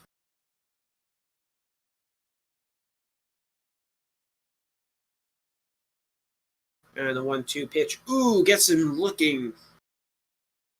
Perfectly placed pitch there for the first out in the top of the 7th. Indians are down to their last 2 outs. And the first of those 2 outs will be Mookie Betts, who fouls off the first pitch. He'll foul off the second pitch as well.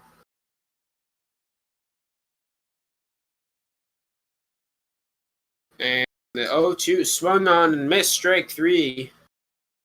Indians now down to their last out and their last hope to tie this game, Anthony Rendon. He'll swing at the first pitch. That one's absolutely demolished off that foul wall over there. But it's a foul ball, strike 1.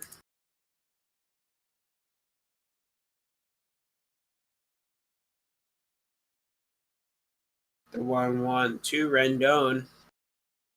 Just outside, ball 2. The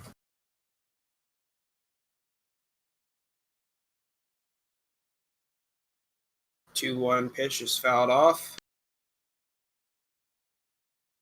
Indians down to their last strike. And swing and a miss, he struck him out. The Cubs win the ball game.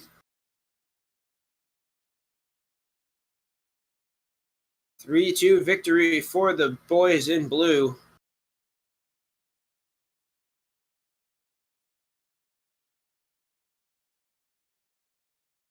Good showing for their offense here today, getting 3 runs in that 6th inning. After going cold the rest of the game, Hines' second win on the day. JD has gone 1-1 here today. Hines is now, can't even read the standings on the left side. It's kind of messed up where Zach Wheeler will get the win. Rich Gossage gets the save. Orlando Hernandez gets the loss. Here are our highlights. Mookie Betts homering in the left field. 392 feet, getting the Indians on the board. They're only 2 runs here today. We'll also see Anthony Rendon getting struck out by Zach Wheeler on a nasty curveball. And we'll also see Yadi Molina swinging and missing on a nasty changeup from Wheeler. Not a lot of offense here to highlight, so we're going to see a lot of strikeouts for some reason. Here's Ozuna going down on a slider from Hernandez. This is when the Cubs offense kicked in. Daniel Murphy hitting one into center, getting the Cubs on the board, getting himself in a scoring position.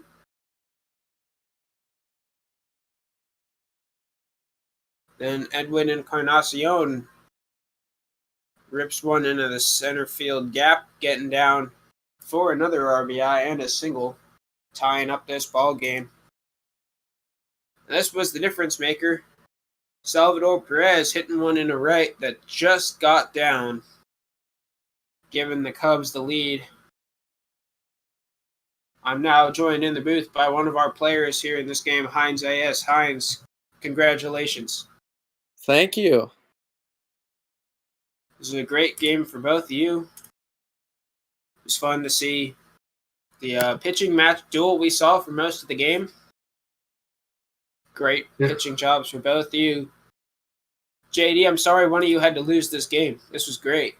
Well, thank you. I know it was a tough loss, especially that El Duque card is money. I've done really well with him, so it was a little disappointing to go down with him. And what's our next matchup here? I forgot. I believe it's P Mister and Cookie. Oh yeah, P Mister and Cookie. Cookie playing 2 in a row with P Mister. Does either one of you want to stay on the call with me? Because otherwise it's me by myself for 2 games straight. I can join you. Just give me a little bit. I'll hop in a bit. So if you want to start on your own, I'll hop on in with you in a little while. That sounds good. That's better than being by myself for 2 straight games. Probably lose my mind. Yeah, I get that. Seeing a chat about favorite wings in the Discord. I think it's going a little crazy. Makes a little hungry. I haven't eaten dinner yet. I still got another hour of these to call. So that's what I'm gonna be getting in between this and joining you. Oh, you guys have fun doing that. And this game should be getting started momentarily. Thank you for joining me in the booth. And thanks for playing. This was great. Well, another good game to you, JD. Good game to you too, Hines.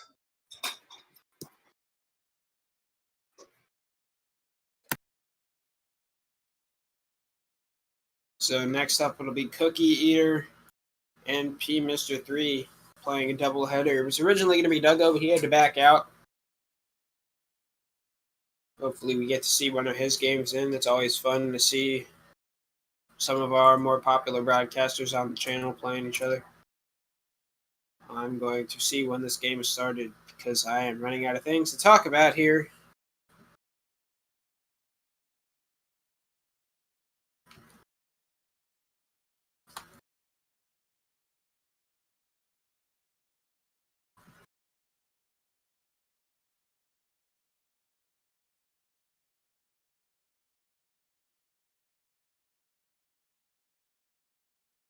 So to all our viewers on Twitch, we are raising money right now for Meals on Wheels. It was our original ball charity. We rotated around for a couple months, and we are back to it. Meals on Wheels supports more than 5,000 community-based programs across the country that are dedicated to addressing senior isolation and hunger. This network serves virtually every community in America and enables America's seniors to live nourished lives with independence and dignity.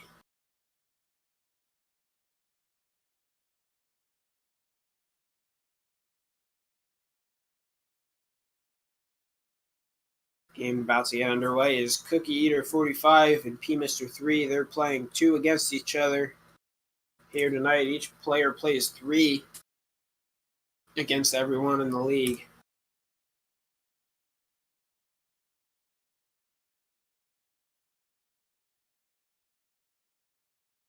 I'm Tarda 16. I'll be joined by HynesAS later on. After he gets his dinner, we'll be playing at Comerica Park for the first of this double header.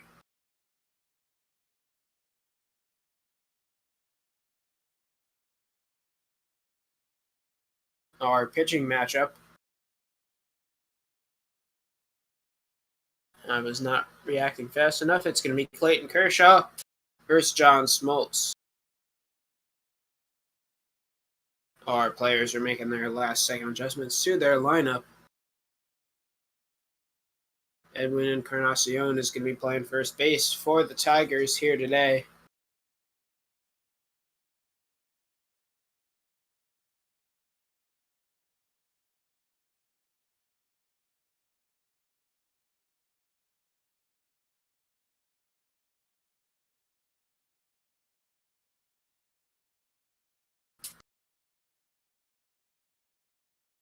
And we are underway here in Detroit. First pitch from John Smoltz is swung on, going down the line and foul.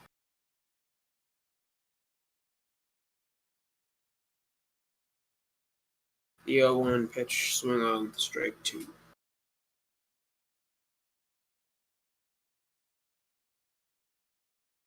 And Cookie getting the first batter of the game, going down, swinging on 3 pitches. John Smoltz looking good so far here today. Getting Acuna swinging as well on the first pitch.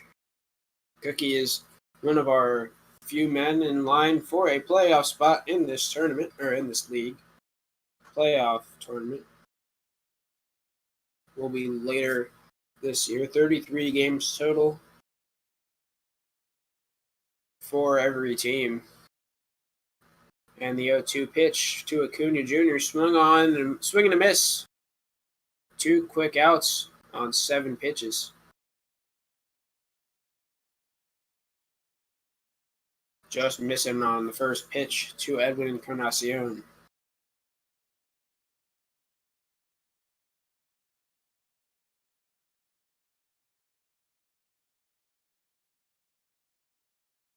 Getting him swinging on 2 straight.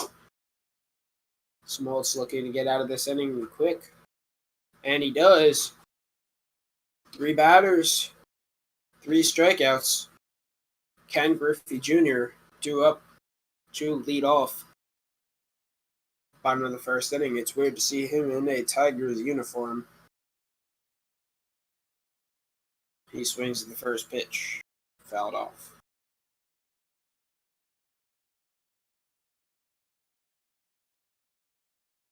And the second pitch of the day is line to the first baseman, picked up and stepped on first. That'll be the first out.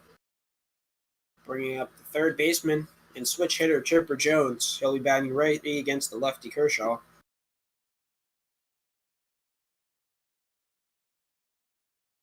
The 0-1 to Chipper Jones taken.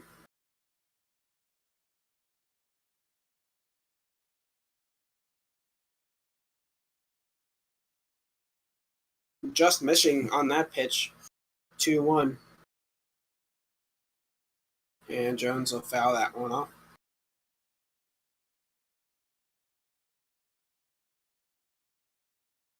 2-2 to Larry Jones. Swung on, hit well. Left fielder making a nice diving effort there, doing a somersault trying to get to that ball. Chipper Jones will be on with a single. And that'll bring up the dangerous J.D. Martinez.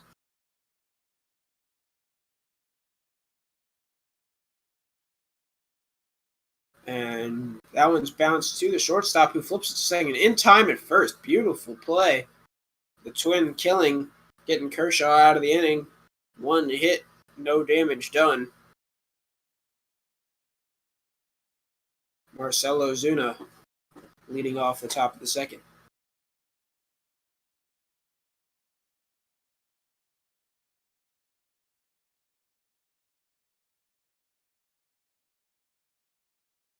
And the 0-1 bounced back up the middle. The diving shortstop is not going to get that one. We have a leadoff base runner in the top of the second inning for the Baltimore Orioles.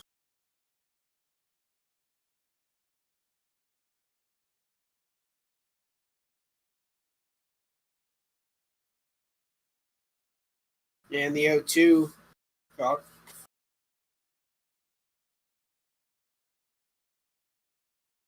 And the 0-2 again Swung on a miss, struck him out. Aaron Judge coming up for the Baltimore Orioles. And that one is crushed into left field. It's not going to be two. Great job there by the left fielder to cutting that one off before it gets to the wall. So it'll be first and second, one out for Mookie Betts.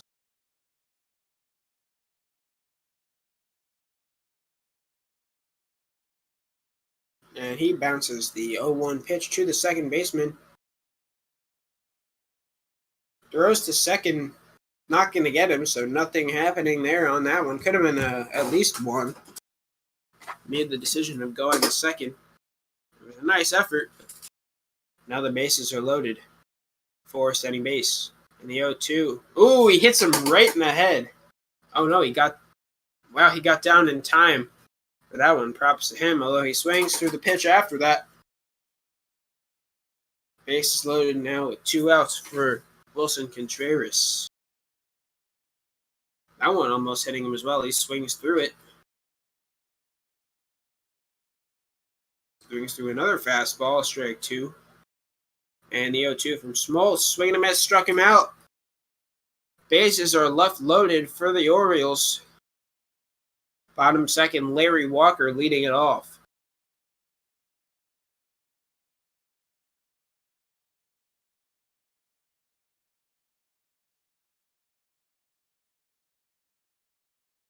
Swinging on the first 2 pitches.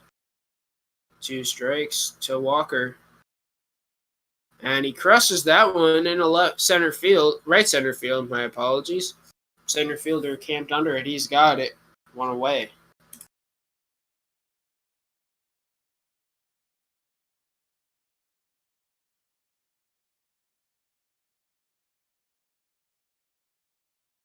First pitch fouled off down the line. This is Matt Kemp. The 0-1, though, lined into left field. Quick 2 outs.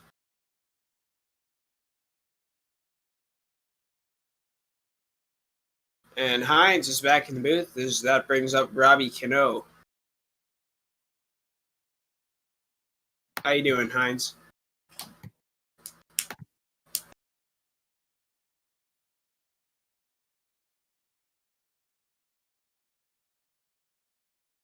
The 0-2 to Robbie Cano. Swung on into the left field. Caught by the left fielder, and that'll end the inning. Wade Boggs 2 up for the Orioles.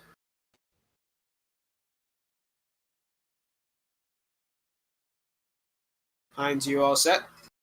Yep, I forgot to turn the headset on. Classic mistake. I've done that a couple times. Ooh, nice play there by John Smoltz, getting Wade Boggs out at first, and Boggs is not happy about that one. Guess I didn't miss too much, did I? You did not. We left the bases loaded the last inning. Nothing came of it.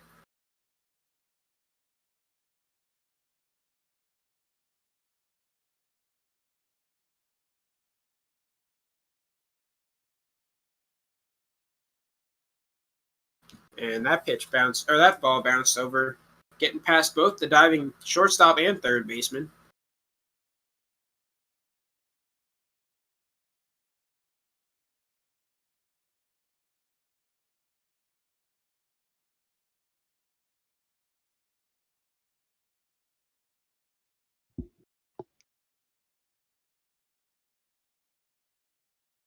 Cookie means business here. He's just going pitch after pitch after pitch, isn't he? He really is. Getting him swinging again. Smoltz dealing here today. The one scouting report I've taken from facing Cookie the one time is he really doesn't go with the traditional model of pitching where, you try to mix up spots.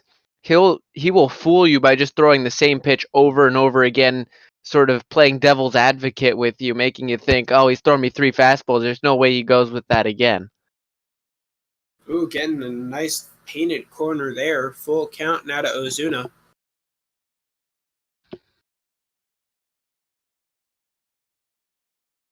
And he's going to walk him.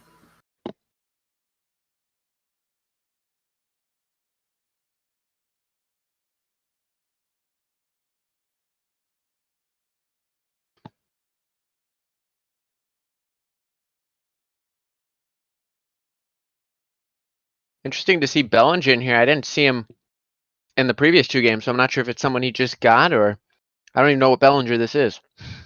I don't either. He's going to swing through that one either way. Cookie's due back up now. Edwin Encarnacion. Maybe it was a game time decision, seeing Smoltz on the mound. Edwin Encarnacion.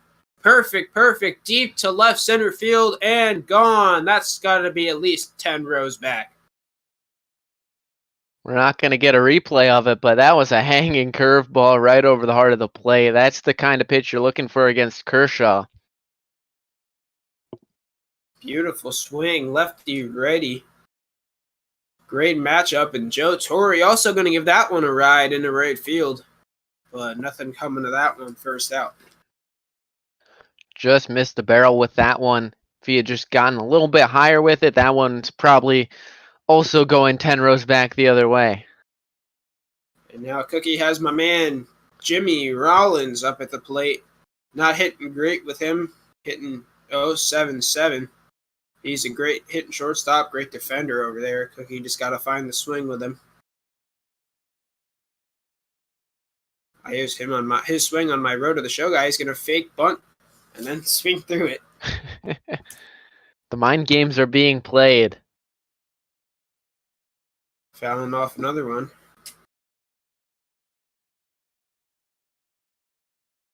The 0-2 to Jimmy Rollins. Bounced over to third base. Nice grab there. Quick 2 outs. With these guys playing a doubleheader, I'm going to be a little interested to see how the tactics go, since it's not just like they're playing a one-off game. They're going back-to-back, and yes, different pitchers, but same lineup, same people controlling said pitchers and lineups. So I'll see, how this plays out maybe the second go-around. Yeah, maybe they learned something from the first game that helps them out in the second game. Griffey gonna bunt, and the shift is gonna help him out a great ton there. Griffey getting on with a bunt single. You don't see that every day. That was an interesting decision. Wow, that smoked. Smoked right to the third baseman, getting Griffey out at second. That'll end the second inning. And it'll be Aaron Judge due up for the Orioles, which is something I never thought I would have to say. Now, it'd be even weird if it was Gleyber Torres, because that would just be wrong on so many levels. I think Gary Thorne might have an aneurysm if that occurred.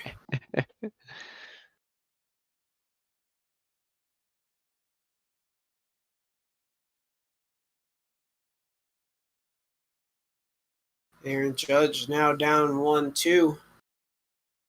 And he swings through the 99 fastball from Smoltz. That's the thing with the difficulty here. I know has someone of a similar skill level as P. Mister here, that facing 99 on this all-star difficulty. Oh, okay, that was interesting. Larry Walker almost dropping that ball, catching it with his glove on top of his shoelaces.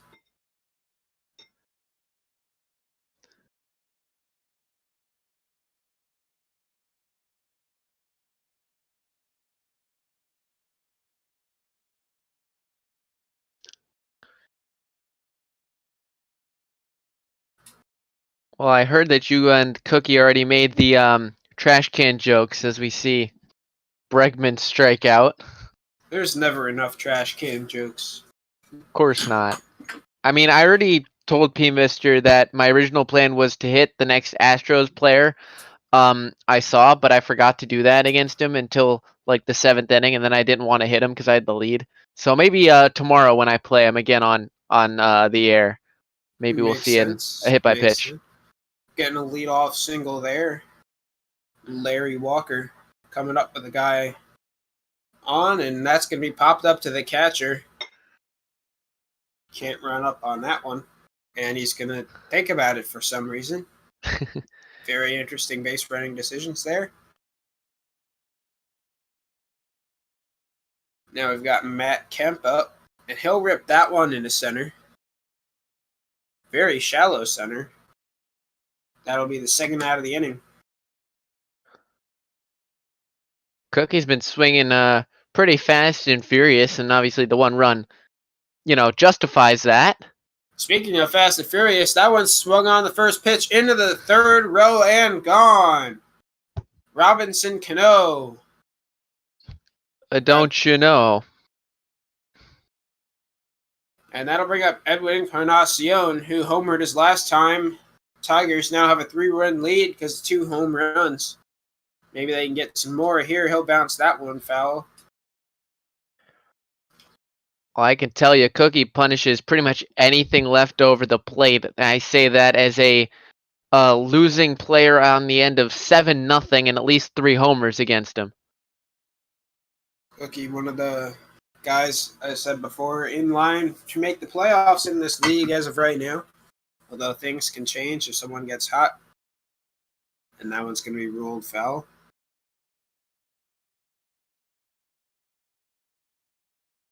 Encarnacion bouncing that one fair to the third baseman. That'll be the third out of the inning. Wilson Contreras do it for Baltimore. They're down 3 going to the 5th inning.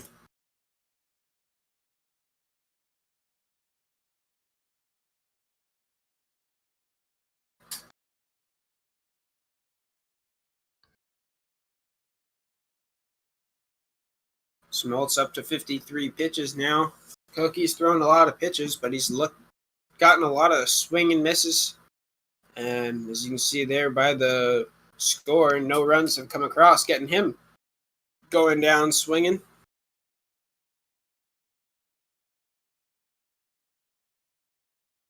Wade Boggs swings at the first pitch, ripping that one into center, but nothing comes of that. 2 outs. What I've noticed is that so far P-Mister's way of the scoring runs has been via that one Judge homer. So he's got to look to try to either catch a mistake like that one or try to just find a way to split some gaps and just go the other way with guys like Wade Boggs, who are just such good players at just shooting the ball the other way. What a play by Chipper Jones, leaning out to make a nice diving grab on that one, throwing it to first in time to end the inning. That'll bring up Joe Torre. He crushes that one down the line. That's foul ball.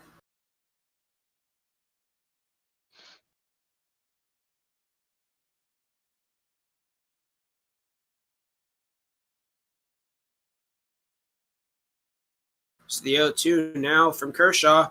Torrey rips that one in the left field. He's under it, and he's got it 1 away.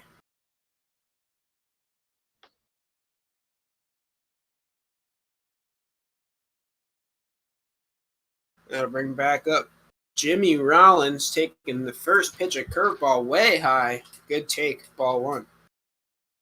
Interesting pitch choice there, going very high up the ladder with a curveball after he's crushed a few of them. And Jimmy Rollins bounces that one to the third baseman and thrown to first in time for the second out. And then I'll bring back up the kid, Ken Griffey Jr. We've seen both Griffies here today on Bot Ball.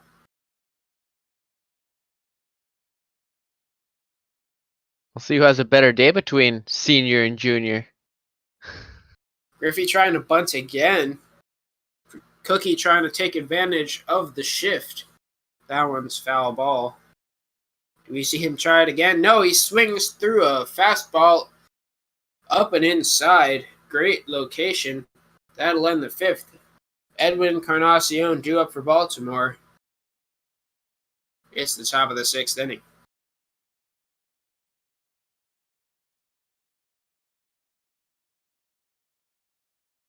And John Smoltz is staying out there up to almost 60 pitches now. This is his 60th pitch of the game here. He's looked great out there so far. Just been blowing it by all of the Orioles players just like that. 99, it's just hard to face when he's blowing it by him like that.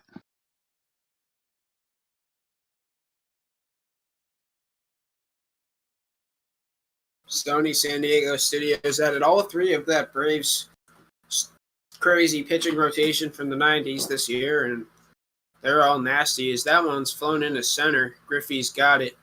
2 outs. Yeah, along with that, they added Gary Sheffield, David Ortiz, Mariano Rivera, and Mickey Mantle, of course, being the pinnacle achievement of the game at the moment. By collecting everyone, you can get a 99 Mickey Mantle. They've done a great job with the content this year, especially with the Player of the Month stuff, since they can't use this season's players since they just started playing this season. They've done a great job using cards from previous years. You love to see it. 1-2 now to Bellinger, getting him swinging another 99 fastball. I wasn't keeping track of Smoltz's strikeouts, but he's got a lot of them. And Larry Jones now due up for the Tigers.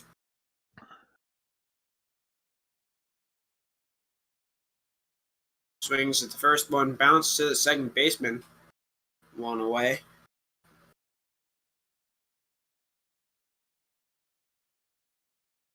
And now the Red Sox slugger JD Martinez back in the Tigers uniform.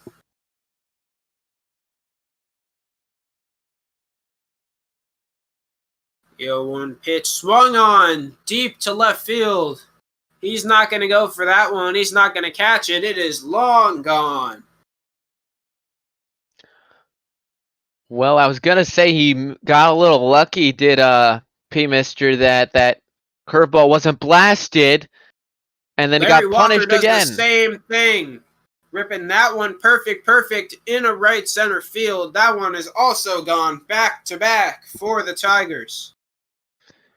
5-0 here. That's sort of what you're gonna expect from Cookie against P. Mister and against guys like myself and the rest of us who fall in a tier separate from guys like Jaden and Cookie here. Matt Kemp taking that one just outside.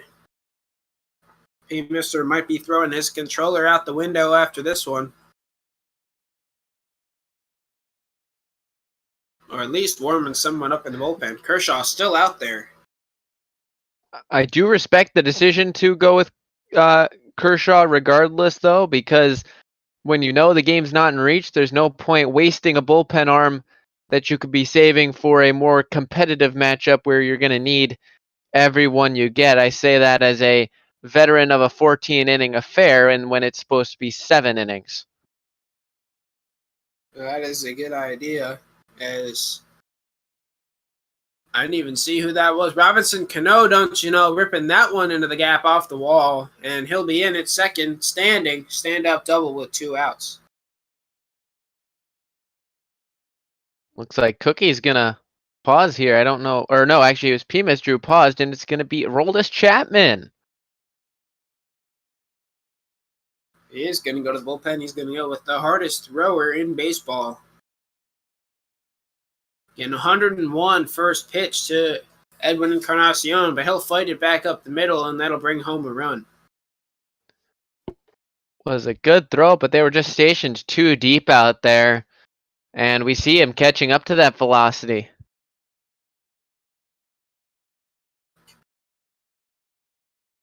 You've got a lot of guys that are probably the show that can hit 100 plus. Sometimes people just know how to hit it off the bat.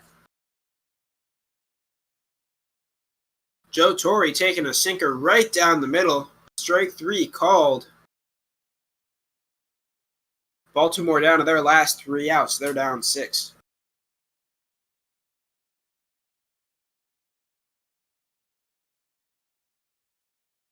Smoltz up to the nicest pitch of the game now. 69th pitch of the game. Brought to you by Childish Humor. You're never too old for childish humor. Judge trying to bunt, gets away from the catcher. I don't even know what's happening anymore. He's safe at first. Bunts work, man, I tell you.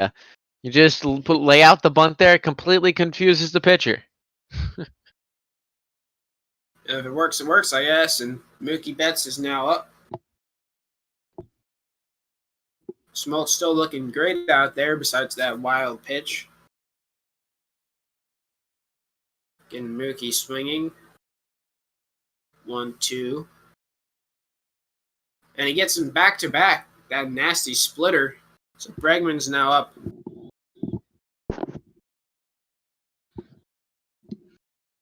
He checks the swing. They says he win. The check swing is not going in anyone's favor in any of these games we've seen so far.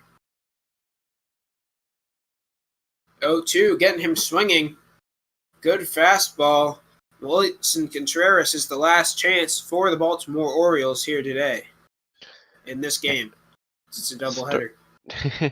Starting to chase everything here. And I think he's a little frustrated. Maybe he's just trying to hit something. Ooh, fastball 96. That'll end the ball game. Tigers win game 1 of the doubleheader. Smoltz doing great things on the mound there today. Great offense. Cano 2 for 3. Martinez 2 for 3. Edwin Encarnacion 2 for 3. So now it's time for game 2 of the doubleheader. I'm cutting the archives for this game right here. Or no, I'm not, because P. Mister just joined us in the booth. And Cookie did as well. Well, I see. Cookie, you just got yourself a pack there. I don't know what you're going to do with it, but do you know who you're going to take? No, but why don't we open it live on air while we do the post-game interview? Let's do that. Good. Hines, you want to take charge on this one? All right, I guess I can.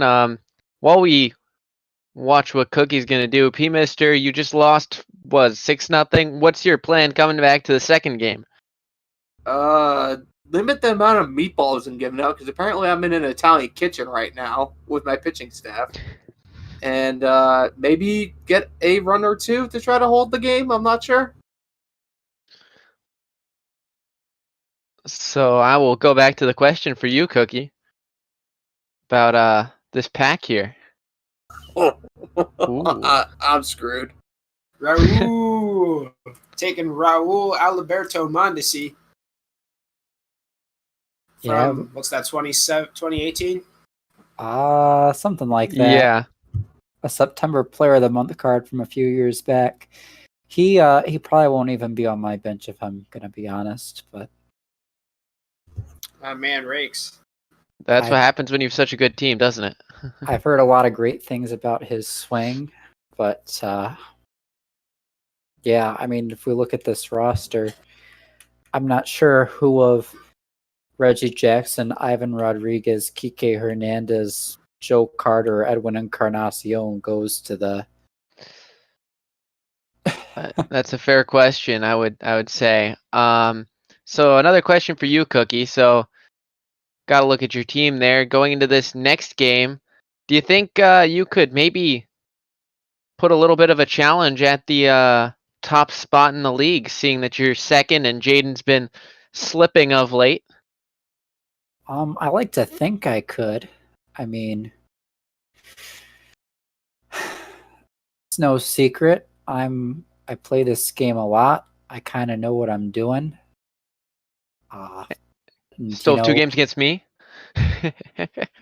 Yeah, I still got 2 games against you. I got 2 games against a lot of people. But, Jaden and Jeremy and Tim and Don, I mean, there's a lot of really good people. Jake Zimmer and JD Gregory are kind of really coming out of the woods a little bit right now, showing how good they can be. So it's not going to be an easy feat for sure, but I like to think I'll be in the postseason and I'll give some of these guys who trash talk a little bit more a run for their monies. All right. Well, we see Shane Bieber and Oral Hershiser, the matchup. I guess we could just let you guys go on back to your little hidey hole and get ready for this next game. Okay. Sounds like a plan. That's where I'm making the archive cut, so I remember for later. Shane Bieber, I think this is his second game because that ERA is not great. No, I would agree. It's better than that Shohei Ohtani infinity that he had for the short while after his first game, but it's certainly not a good result either. There's the lineups. Everybody going with pretty much the same thing, it looks like. Except we're in Oriole Park this time for game 2 of the doubleheader. There are the records: Cookie 7-1, and the Orioles 3-8. So Griffey's leading it off.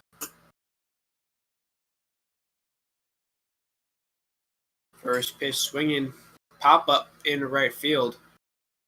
One away. Like to think that Cookie should do better with that hanging pitch there.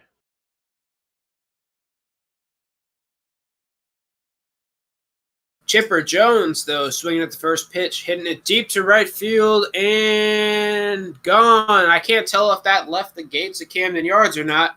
But either way, the Tigers take a 1-0 lead after 2 pitches. Well, he misses a pitch right down the middle and hits one well spotted on the corner. So go figure. I guess Cookie can, hit good pitches as well.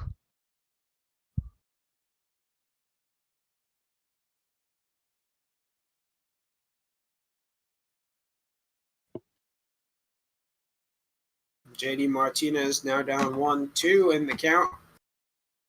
Shane Bieber not helping his ERA. Missing with a high curveball. Interesting pitch selection. And Martinez swinging at that one, hitting that into the gap. Is that going to get down? It is. It's going to bounce onto the warning track. Martinez will be in its second standing up. It's a 1-out double. Well, this is not going to help Bieber whatsoever, and Cookie's starting to get a roll going. He is, and Larry Walker going to hit that one to the outfield. He'll be out at home. Walker will be safe, advancing a second, so it's trading positions on the base paths, but getting an out for him. I'm not sure what Cookie was trying to do. Matt Kemp has a runner at second with 2 outs. Don't know if that was Bellinger or Betts out there and right who made that great throw.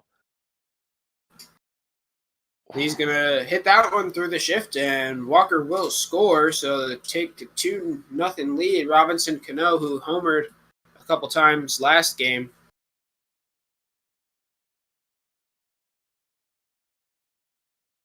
He'll bounce that one over to first base. Throw to second. It's not in time. Throw to first in time, though, so that was an interesting decision there. Extending the inning by about 10 seconds. Your average 3-6-1 put out. Yeah. And that'll bring up Wade Boggs for the St. Louis Browns, I guess.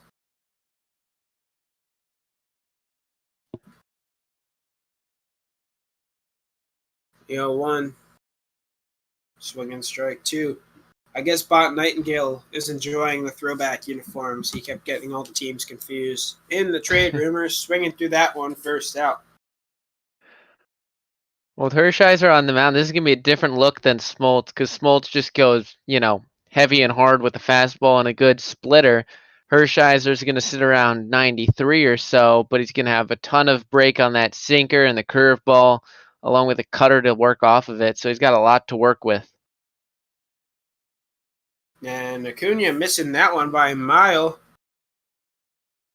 Catcher decides to go for a little jog and tag him instead of throwing to first. Getting his cardio in. That'll bring up Edwin Encarnacion.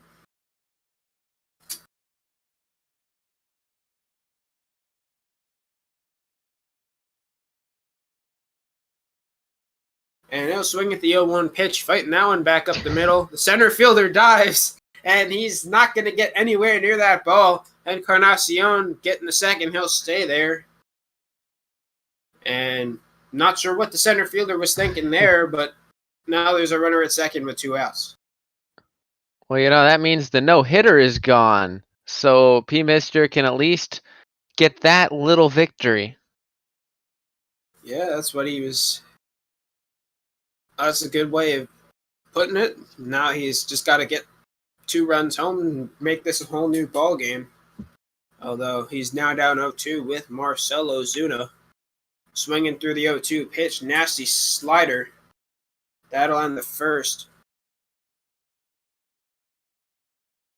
Daniel Murphy leading off the second for the Tigers. He's the 7-hole hitter.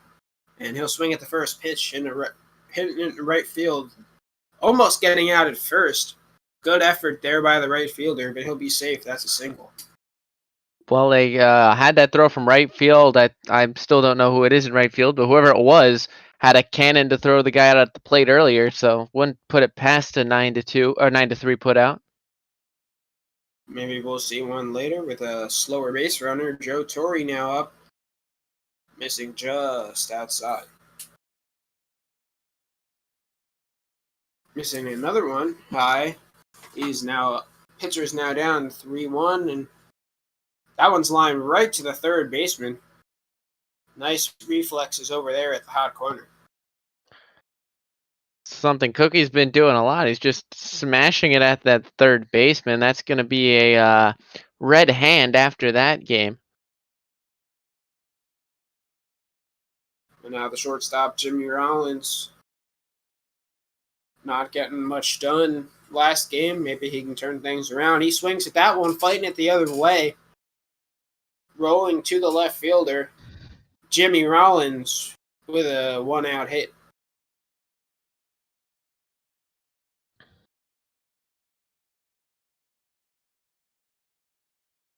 Now Ken Griffey Jr. swinging through a slider high in the zone. Ooh, good take, just missing with that fastball. Could have been a strikeout. Looking instead. Oh, never mind. Griffey's going to rip the 1-2 pitch deep into right field. That's definitely over the fence, Camden Yards. That probably bounced off the building out there and right. That was launched, I believe. As we see, we might be seeing a mercy rule here because that is in effect. Okay, a little confusion there, but yeah, it's 5-0 already. We might be seeing, maybe 6, 7, 8, 9, 10 runs. Love seeing Griffey's little bat flip thing there. That's probably the best home run swing of all time. Just stand there and watch it, and just that I don't even know what to call that, how to describe that walk. It's just walking with authority. It's amazing. Now JD Martinez up 2-0 in the count. He'll rip one deep to left field. It could be, it might be, and it is. It's gone.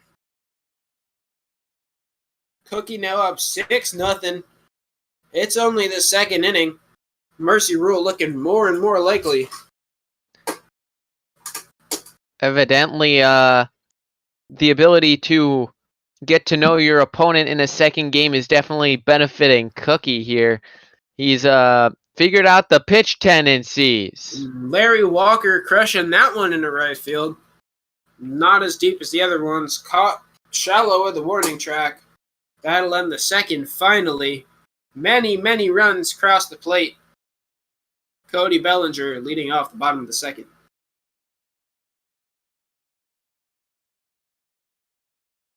First pitch swinging right to the first baseman. Nice flip to the pitcher. PFP's first out of the inning. Gotta love some good PFP. Doesn't happen as much as it really should. Love to see it. Oral Hershiser getting judged to think about swinging on that one. Missing low with the sinker.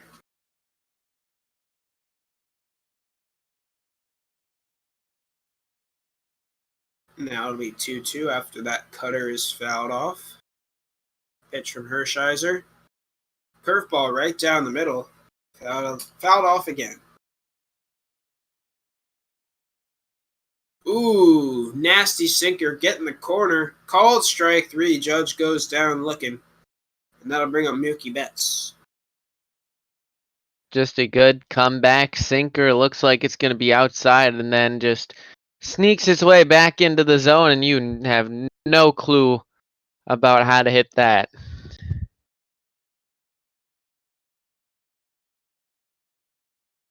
Slow curveball, missing the strike zone by a mile there. 1-2. Betts swinging. Not showing a lot of discipline here. He's going to give him something out of the strike zone again. Oh no, he's throwing a curveball right to the upper corner.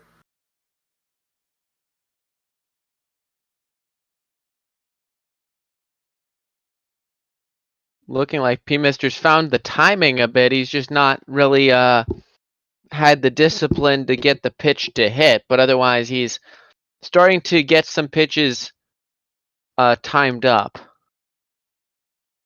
And he'll fight that one back up the middle, rolling into center field. That'll be a 2-out single. Alex Bregman now due up. He's done pretty much nothing. Well, I guess he just didn't know what was coming for him. Yeah, as they say, guessing is harder than knowing.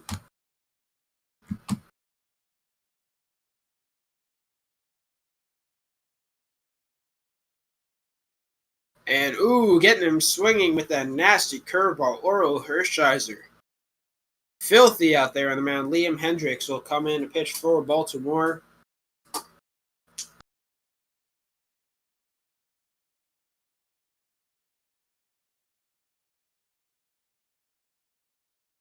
Matt Kemp for Detroit. Going down 1-1 to start the at-bat. Swinging through another one. And he'll bounce that one through the shift.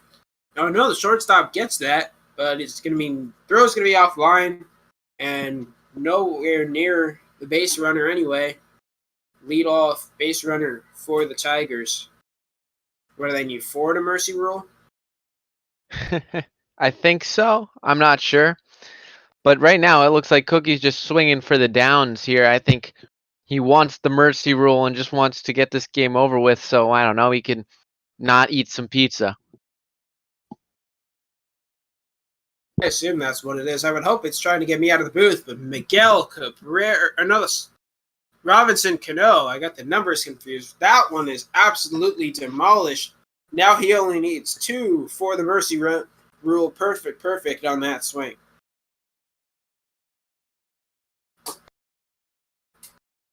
And He's got a base runner now. He's got a base runner. Joe Torre is the mercy ruling home run will win the game. Oh, what a catch there.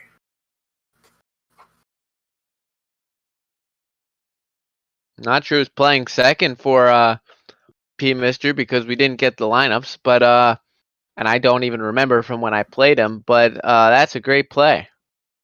Jimmy Rollins ripping that one in a right. It'll be back-to-back, or not back-to-back. 2 hits, 1 out now. Griffey's up. He homered earlier on, looking to do it again, and that will end this game.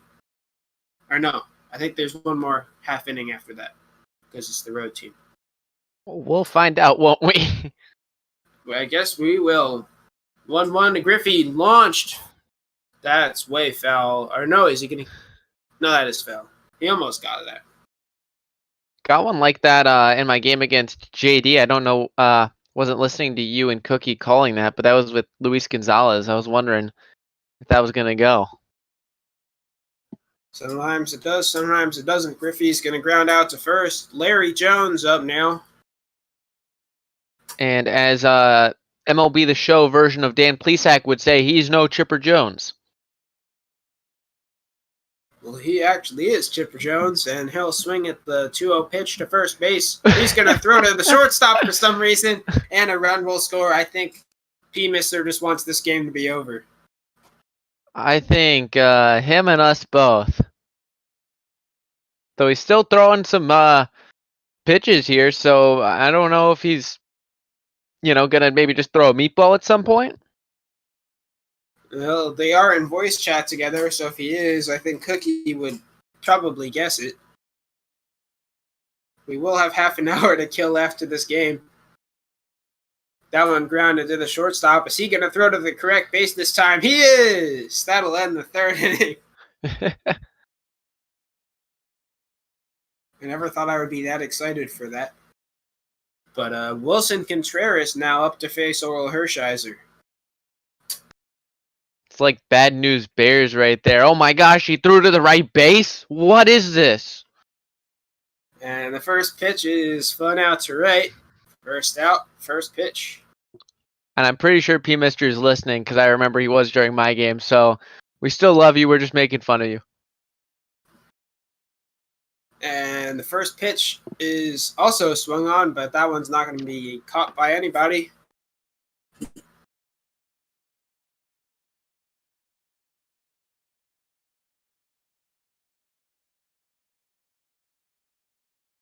The 0-1 pitch, taken ball 1. The man who drank 70 beers on a plane will rip that one deep to left field. He's going back, jumps at the wall. It's out of here. Wade Boggs with a home run of his own. If people don't watch Always Sunny, they will be very confused. I'm surprised he hit a homer. With Wade Boggs of all people, Ronald Acuna, Cody Bellinger, Aaron Judge, but Wade Boggs, didn't he have like 100 only in his career or something? Let me look that up. I don't know off the top of my head, but Acuna fell on that one off. I remember the Phillies had a game a couple years ago where their only hit was Andrew Knapp home run, and Andrew Knapp has like 15. And that one's an error by Jimmy Rollins. You don't see that a lot. He'll be out at first anyway because he tried to round the base. Interesting choice there. And Wade Boggs has 118 homers, so not the guy you'd expect. Not the guy you'd expect, but still gets one in there. But that means Cookie needs 3 for the Mercy Rule. Or 2. I can't do math. I've been on this call for like 4 hours, man. Edwin Encarnacion fouls that one off. 1-2. Well, are you going to have to do this again tomorrow? Because then I really do feel really bad for you having to do 4 hours back to back. And that's flown into right field. That'll end the 3rd inning. And yes, I currently am lined up to call all 5-player league games, and I have a regular ball game after that. 6 consecutive games, and 11 in 2 days. Oh I may my. die. Well, we'll see if we can get you some help there. I might be able to hop in late on, because I got the latest game of the tournament, or league, whatever it's called, against P-Mister, so I'm sure I could help you out, and I'm sure Cookie will be there just to, I don't know, complain about us or something. I don't know. That one's popped out to third base. Somehow this was my first time calling a game with Cookie. I don't know how that ended up being the first time. We've been in ball together for 4 months, and that was the first time.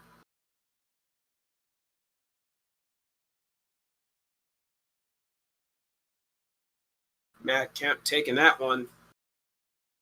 Maybe P-Mister hasn't given up on this game after all. Well, the home run maybe, but gave him some confidence. But I mean, I don't know. I think we're supposed to be impartial here. But Cookie, can you just get a couple homers just to give us the rest of the evening off? That'd be nice. That one fouled off down the line. Robinson Cano hit one deep last time up.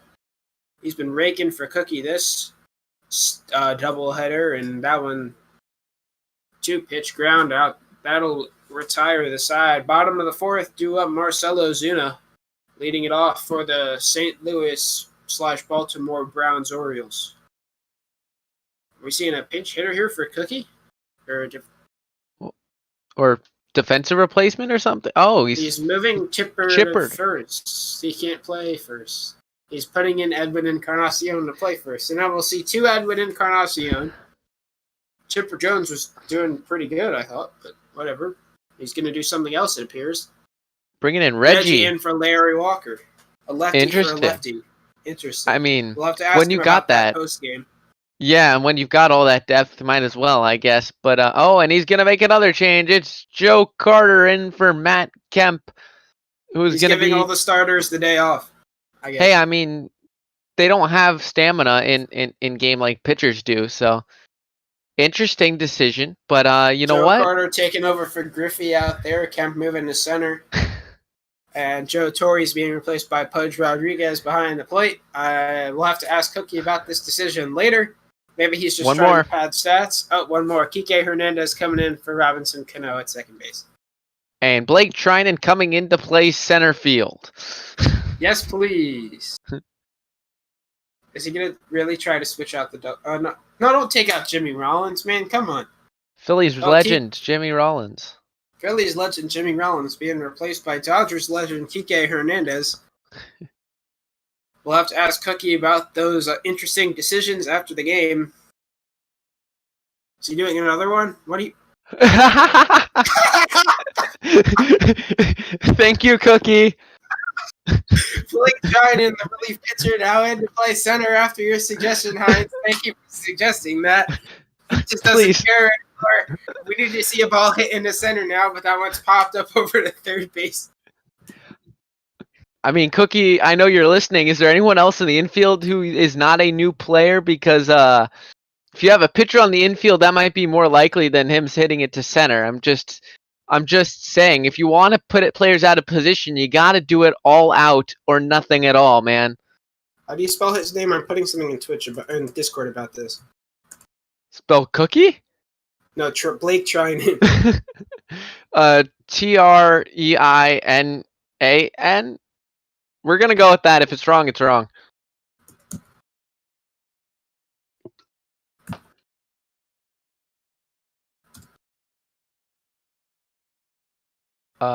Treinen. I don't care. They know who I'm talking about. 1-2 hit back up the middle. That's not going to get to Blake Trinan in center. That'll end the inning. We're also going to see Blake Trinan hit if he comes up in the order. Oh, man. Pitcher's rake. Get Duggo in here.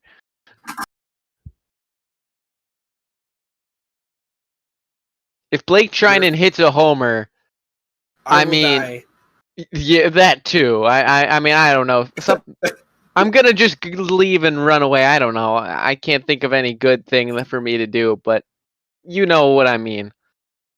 Cookie's giving us too much to react to, as that one's popped up behind the plate. He's running for like 10 feet trying to get that one. Second out of the inning. Cookie's just swinging at everything. He doesn't care anymore. I mean, he does have a pretty big lead.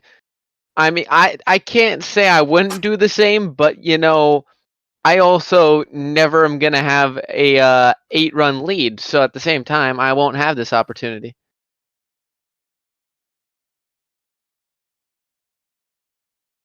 One, two, fouled off. Kike Hernandez, the defensive replacement, coming into play, shortstop. Rips one deep in the left field. That's no doubt about it. That one might be the farthest one we've seen all day. Cookie taking a 10-1 lead in the top of the fifth inning. And Joe Carter, is that back-to-back? It's back-to-back, ladies and gentlemen. It is an 11-1 game in the fifth inning. Back-to-back again. And another one. Oh, no. Okay. I want him to get Blake Trinan to the plate. I think he's batting fourth. Oh, and another one? No, that one's just a routine fly ball in center field. We're going to the bottom of the fifth. I think that might be the last inning, if Mercy Rule rules. Oh, no. Oh, yeah, I think that's the umpire signaling. If he doesn't score a run, that's the end of the game. Come on, P-Mister. We need to see Trinan hit. You need a run. Please. I think Cookie's listening to us. Maybe he'll oblige. Please, Cookie. Please, Cookie. We ask nicely. We want to see Trinan hit or get a ball in center field. Or both. Yes! There we go. No. That's the right. Yes, yes! Trinan going for the ball. The right fielder doesn't catch it. Trinan. That's a grab. There we go. There was an attempt at least. Should have dove. He should have dove for that ball. That would have been amazing. Probably would have injured his larynx or something. But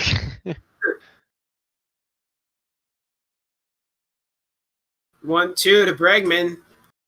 As Hersizer said before, guessing is easy. Guessing is harder than knowing. Bregman doing absolutely nothing in this doubleheader.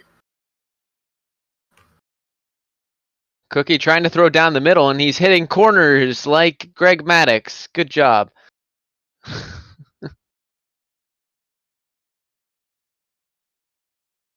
The 0-2 pitch, swing and a miss, struck him out.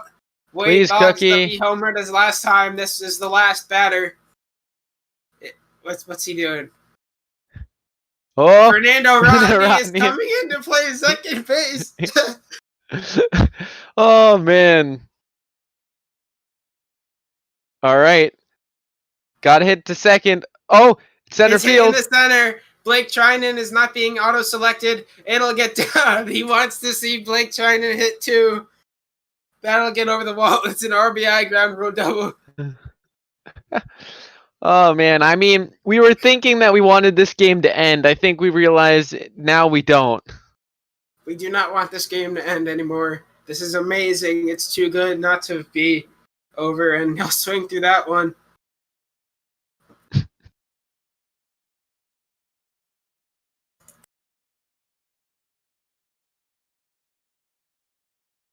And both will hit this inning. First is JD Martinez, though. He fouls Or at that least one trying down. well.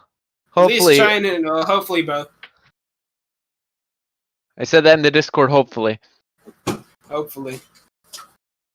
Go Jack Rabbits. That one's taken outside. All of the memes. And that one's hit back into center. Perfect on the line. That'll be... Oh, he's going to keep going around first, and he'll be in at second. That's finally good base running we've seen here today. What's going to happen here? We see maybe a pitching change or something? Can we see Cody Position Bellinger player pitch or pitching. something? Yes, we need this. I don't think you Reggie can, Jackson unfortunately. will ground out to first base. That's the first out of the inning. The moment Ladies we've all and been waiting gentlemen, for. The man, the myth, the legend, Blake Trinan playing center field will now bat. He takes the first pitch. Honestly, P. Mister, you need to throw him down the middle so he can get a homer. Look how small the PCI is. Tiny. 1-1 pitch. Ripped into center field. It's going back and it's caught nowhere near the warning track. He's going to send him. He's going to tell him go back to third. Good swing there by Blake Trinan. And now Fernando Rodney, the man, the myth, the legend, playing second base. I don't know why. That one's going to foul. And he's got 4 speed. He's got 4 speed. And the 0-1 pitch swung on a missed strike 2. I'm losing my damn voice, and I got to call 6 more of these tomorrow. And swing and a miss, struck him out. That'll end the inning. Both pitchers come to hit for some reason. Edwin Encarnacion leading it off. Now, can we do one of those Waxahachie swaps or whatever they're called? Duggo, feel free to correct me because I know you're not watching probably, but whatever. Where you just switch the pitcher and a position player and just have it be Rodney come in now? Move Hershiser to second? Hershiser's been nasty. I don't know if Cookie will do that. Maybe since he's definitely listening to us, maybe he will oblige. If that's even possible. I think it is. It's gotta be. That one's ripped in a right center field, but the right fielder is going to get it, not Blake Trinan.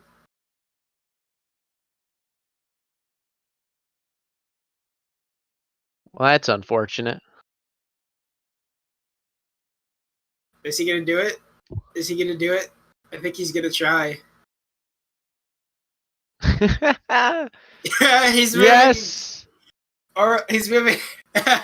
Fernando Rodney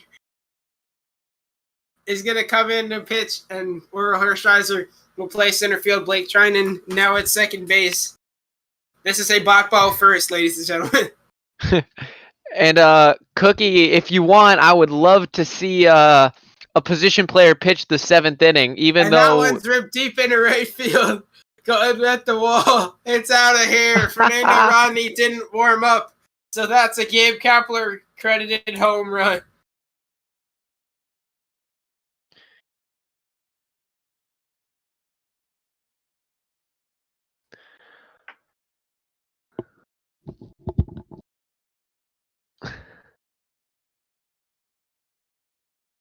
So now we just need to see a position player pitch for Cookie, and then we can say we have seen it all except for a pitcher homer. We need a pitcher homer as he swings through that one. That'll bring up Aaron Judge. We still have another inning in this one, so we could see a pitcher homer, but I doubt it. Yeah. Swinging through that one, strike 1. So again, Blake Trinan playing second base, Oral Hershiser playing center field, and Fernando Rodney, who was playing second base, is now playing pitcher. 1-2 to Judge. Swing and a miss, struck him out. That ends the side. We're going to the 7th. Will we see a pitcher hit? I don't know.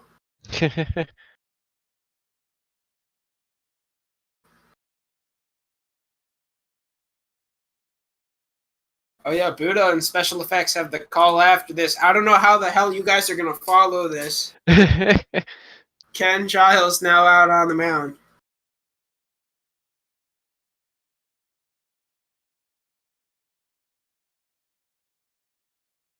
Daniel Murphy slicing that one the other way, right past the third baseman. Lead off base runner for Cookie. Will he get the mercy rule? Maybe. All right. Oh. Paz Rodriguez, deep to left field, going back at the wall. It's out of here. Paz Rodriguez gives them a 10-run lead. I think that means this game is no longer mercy rule eligible because there's only half an inning left, unfortunately. I mean, but it means that we hopefully will get to see. I don't even know who's left in this game for Cookie, to be honest. It's just pitchers. Someone. Get all your pitchers out on the field, Cookie. And Just a take position player everybody at out. pitcher. Yes, that. Put a pitcher at catcher because that would be fun. Oh my gosh, that would be amazing. Checking his swing, going down. Joe Carter now up now. I think he's got a good arm. Maybe he could pitch.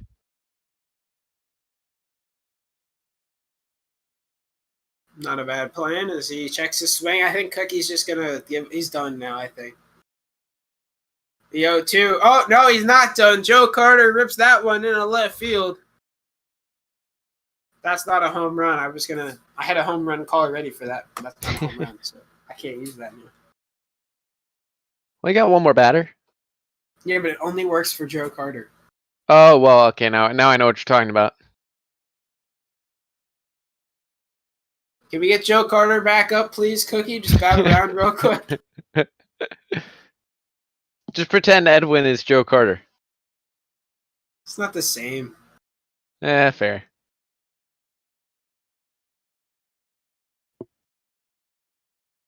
1-2 to Edwin Encarnacion, just outside ball 2. I need a cough drop or something after this. Swinging through that one. I'm not sure. I think he's done now, pretty much. Going to the bottom of the 7. They're down 10. Betts Bregman, Wilson Contreras due up.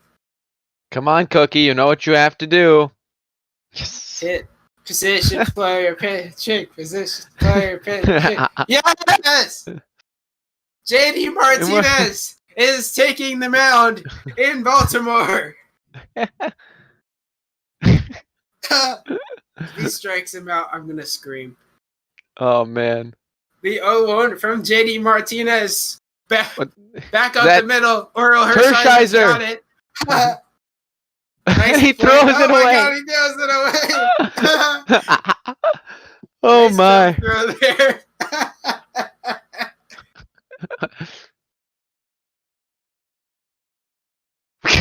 Alex Bregman way out in front of that somehow. This is where you hit him. And that one's through. Left fielder's got it. That one's not thrown away because that's not a pitcher in left field. How unfortunate. Gotta love this pitching wind up here from Martinez. Looks so official.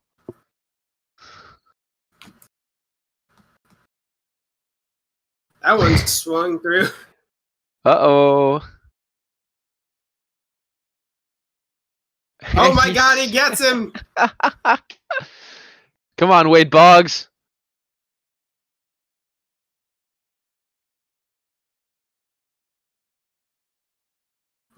It's so weird that he throws the same speed as Kyle Hendricks. They're both throwing like 87. Yeah, that's very strange. That's popped up to the third baseman. Acuna down to his last out. And Rich Gossage is going to come in to play left field. I believe this is the end, as they say, as looks like it's going to be John coming Franco. out to play first base. That makes sense, yep.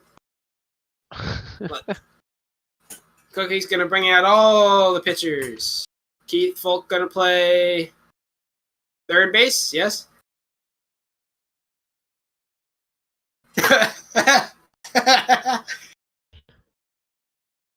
And of course, Charlie Morton playing catcher. I know. Aroldis Chapman playing catcher. Lefty catcher. And then last but not least, Charlie Morton playing shortstop.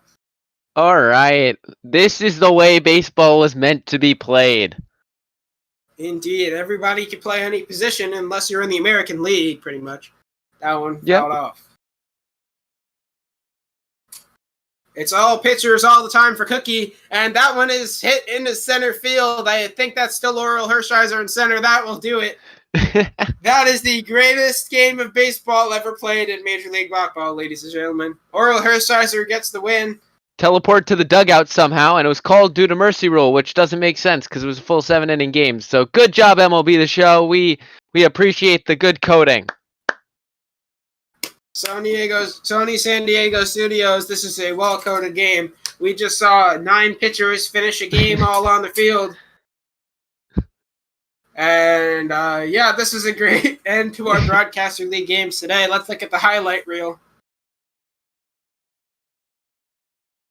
Back in the first inning, Chipper Jones. Everyone deep into right field and way out of here. 432 deep right field. That leave? I can't tell. I think Looks that left like the it. stadium.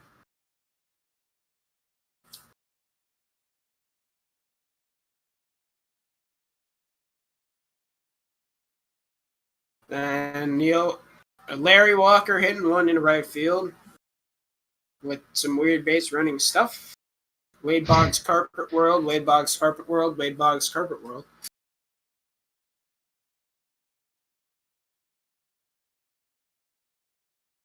And of course, Ken Griffey Jr. hitting one even farther, 435. This one definitely bounced off that factory over there. Or whatever that is now. I don't even know. It's there. That's all that matters. Just like old times in that home run derby. Then Robbie Cano doing it as well, except this one didn't hit the building.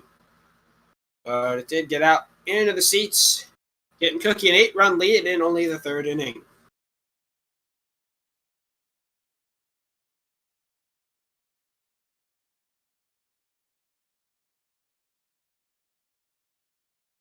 Then Boss Hawk hitting one into left field. Getting the opposite field home run. You don't see that from him pretty much ever. And Kike Hernandez, who got replaced by a pitcher not long after this, hitting one into left field. His only at bat too, because he came in as a defensive substitution when Cookie started to not care, and then he continued to not care. And Joe Carter hitting one in the right field. You'll never hit a bigger home run in your life, Joe. Touch them all.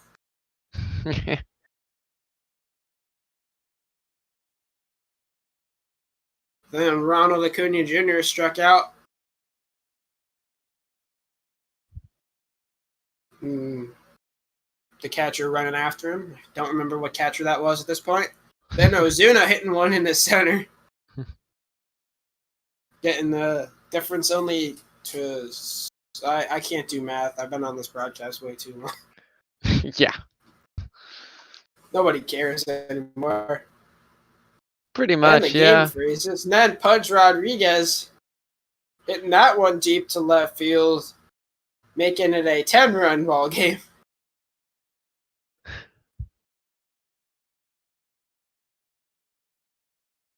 And that will do it. Cookie and P. Mister joining us in booth. Cookie, that was beautiful. Thank you for doing that for us.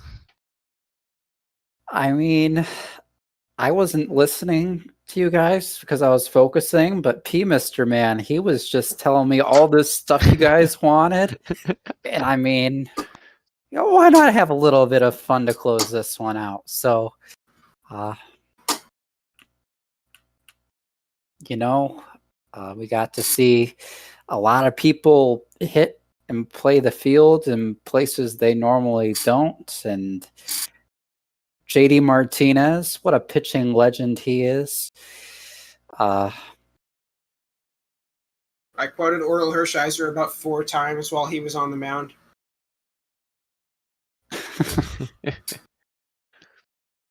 My throat hurts and I have to call 6 more tomorrow. So someone please join me for the first 5. Maybe I'll get Mike A on one of them. I'll see what I can do too. I like having fun here because we see things like this. I mean, that's great. Yeah, only on yeah. Ball Broadcaster League. So, P. Mr. Cookie, thank you for playing this. That was my favorite game I've ever called.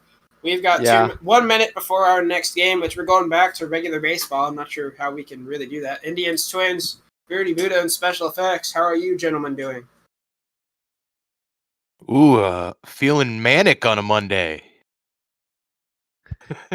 That's one way to describe that last game. Sorry, I'm not making light of mental illness, just trying to make a silly, terrible joke about the song. I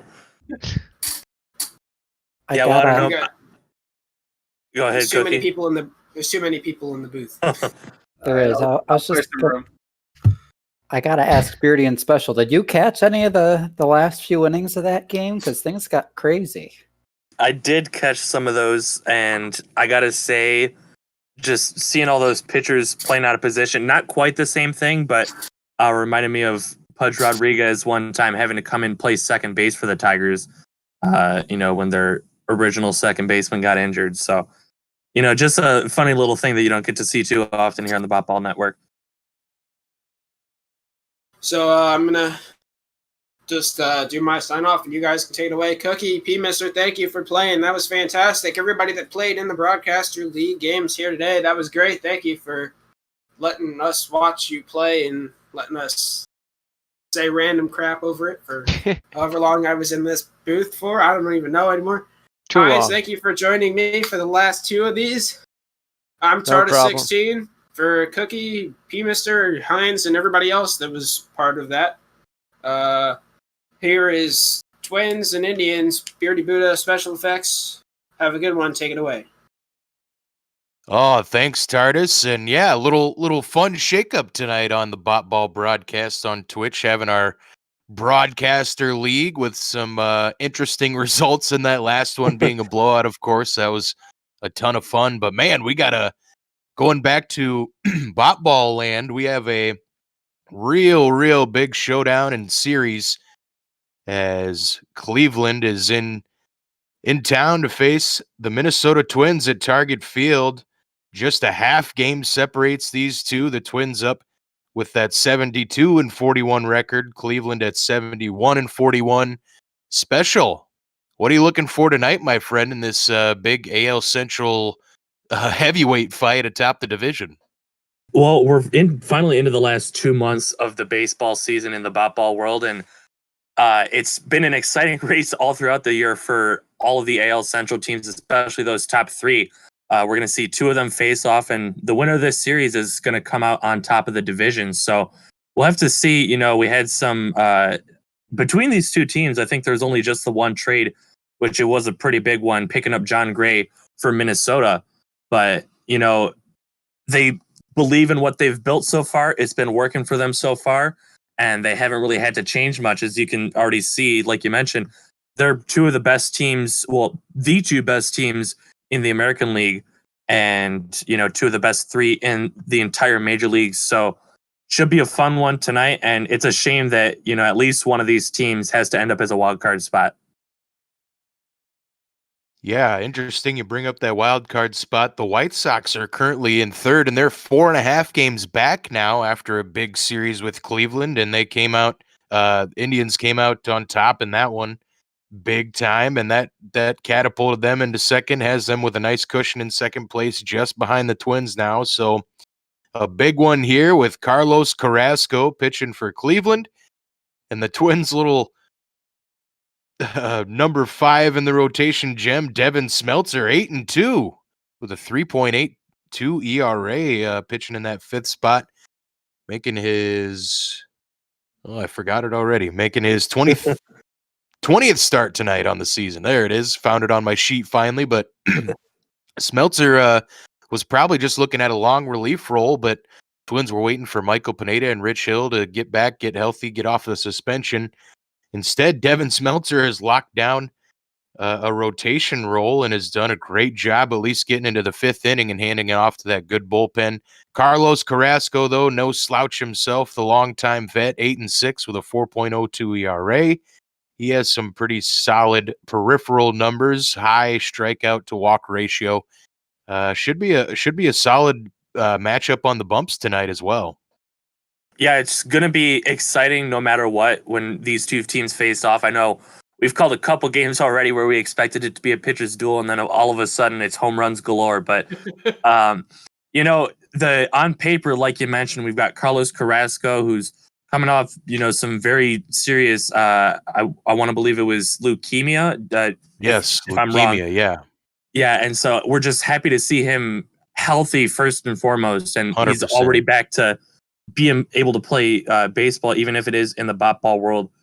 He's doing great this year. He's supporting his team, and everyone's being supportive around him. And then, like you mentioned, Devin Smeltzer off to a very unsurprising start, or very surprising start, excuse me, as he's, like you mentioned, locked down that fifth spot in the rotation. Only other guy that I can think of that's kind of even in the same type of realm as maybe Ryan Yarbrough down there in Tampa Bay, who's also having a fantastic season in that 5 spot in the rotation. But that's what good teams can do. They can have depth all along, both in the bullpen, in the starting rotation, in their lineup. And, if someone needs to take some time off, whether that's injury, suspension, or otherwise, it's just the next man up and who can fill that spot effectively. And that's what really separates the pretenders from the contenders. Yeah, Twins, for the first time in what feels like a long time, actually have some really solid starting pitching depth. Of course, Pineda and Dobnik now in those long reliever roles out of the bullpen for the Twins, but either of those guys could spot you a start or a couple starts if injury does strike. And that was a big reason why the Twins went out and got John Gray, gave up Alex Kirilloff, the big prospect prize for Gray. They were a little concerned that the injury bug really hadn't affected any arms on the team. A few position players had gone in there, and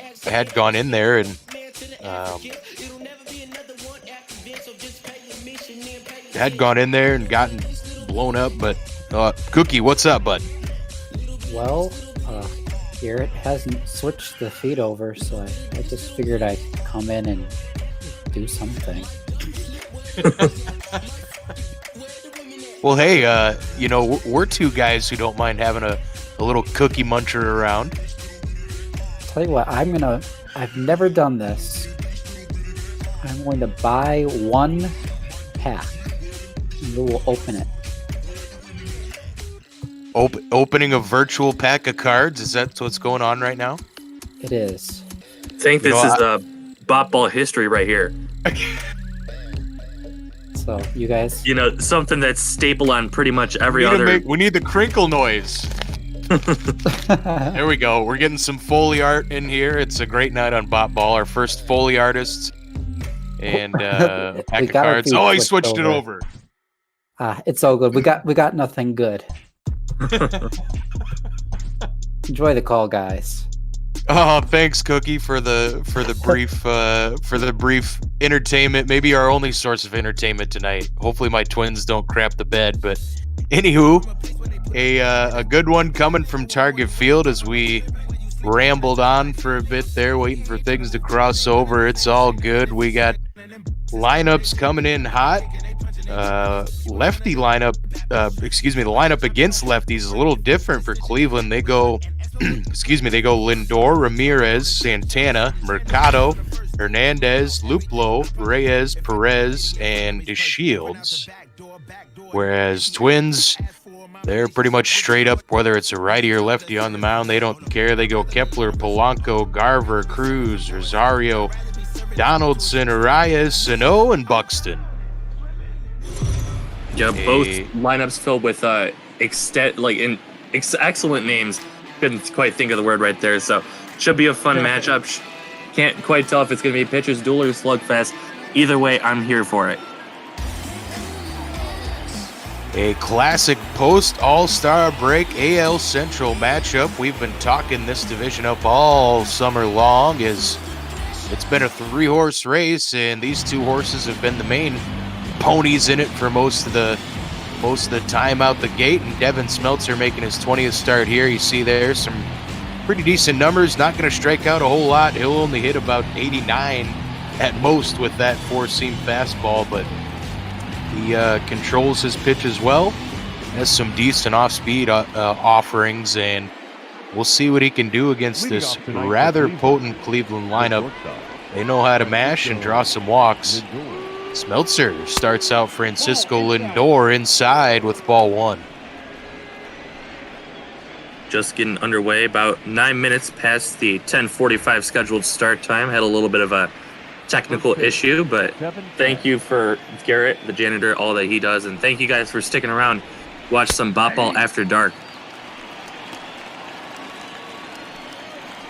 Smeltzer gets the fastball in there, strike 1. And yeah, this is a lot better after dark. My last 2 after dark calls started about an hour late apiece. So that was this is way more refreshing and of course beneficial on a weeknight. Well, especially for me, I'm out here on the East Coast, so it is 10:54 where I'm at. So likely gonna finish on August 4th for me. That's ball 2. Yeah, Smeltzer misses low there, 2-2. As Lindor, you see there, just a 245 average, does have 22 homers, and he gets a base hit here into center field. Buxton will make the cutoff before she gets to the wall, and it's a leadoff base knock for the Indians. And you do not want to put up a couple base runners in front of Jose Ramirez or Carlos Santana, who's been crushing the ball this year. Nice piece of hitting the other way for Lindor. Yeah, just a nice solid slap back up the middle, and like you mentioned, got Jose Ramirez and Carlos Santana both coming up this inning, so it should be something that Smeltzer has to be careful with. Ramirez wastes no time. This one lifted to right field, but Kepler makes the catch in front of the track for out number 1. Lindor holds it first. Smeltzer gets his first out. We get a great shot. Target field here in downtown Minneapolis. Beautiful August night here in Minnesota as Carlos Santana, see they're 10th in the AL with those 73 dingers, but he's 3rd in home runs. 32 dongs on the year, right in front of Mitch Garver and Nelson Cruz on the Twins.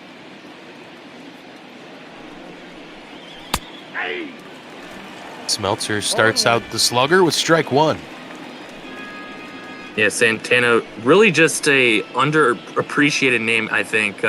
He's been consistent with the Indians, and he did spend a little bit of time in Philadelphia where his numbers did drop off, but came back to the Tribe, and he's raking ever since then. So no surprise to see the Indians competing for that AL Central crown. Yeah, it was basically between him and Nelson Cruz for the final home run derby spot. But Carlos had a bit of a slump right before the All-Star break. Nelson kept pace and slotted in there as the fourth representative from the AL. But Carlos has really been doing nicely since the All-Star break. Power number-wise, the average, about career average, I think, for Santana. And he takes ball 2 low there to even the count.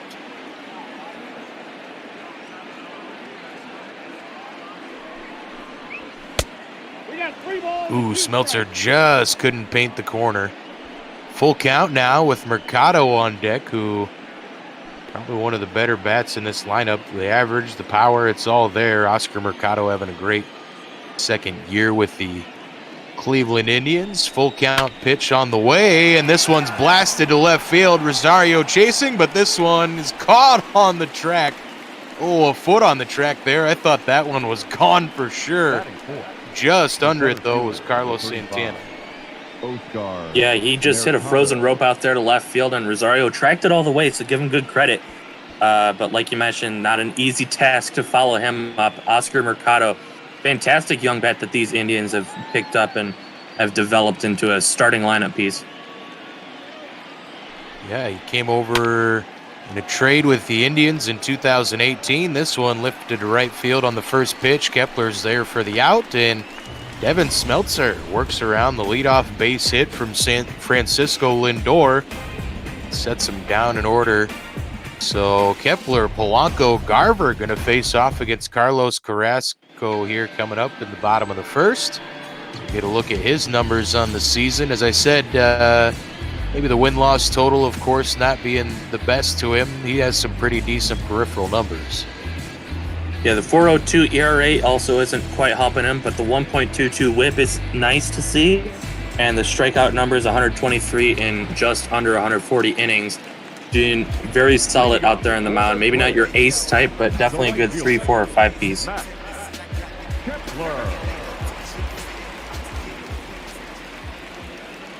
Twins right fielder Max Kepler digs in that average for the first time below 300 on the season. So Max is, he was sitting at about 330 for the first month and a half or so. Then it's kind of slowly been on a downtick since then, and just now dips below that 300 mark as he looks at strike one there, waiting on the 0-1 pitch. Perez wants it up, and Kepler lifts this popped up into short right field. Hernandez out for out number 1. Yeah, Kepler, I mean, it's a very hard standard to keep, batting 300 the whole season, but has fallen on some tough luck lately and got a great pitch to hit there, just got under it and popped it up. Jorge Polanco digs into that lefty batter's box. He's a switch hitter, but prefers that hitting lefty and looks at a floater there for ball 1. Yeah, and personally, I haven't pulled every single switch hitter, but I got to think that most of them prefer to bat lefty. That's just something that they do more often, given that there's more right-handed pitchers that they're typically going to face. Yeah, I think last year, though, it was kind of odd. If I remember right, he had a better average in the lefty box, but he hit more homers out of the righty box. It was kind of a weird... Might have to look that up, so don't quote me on it. But the 2-0 pitch here from Carrasco.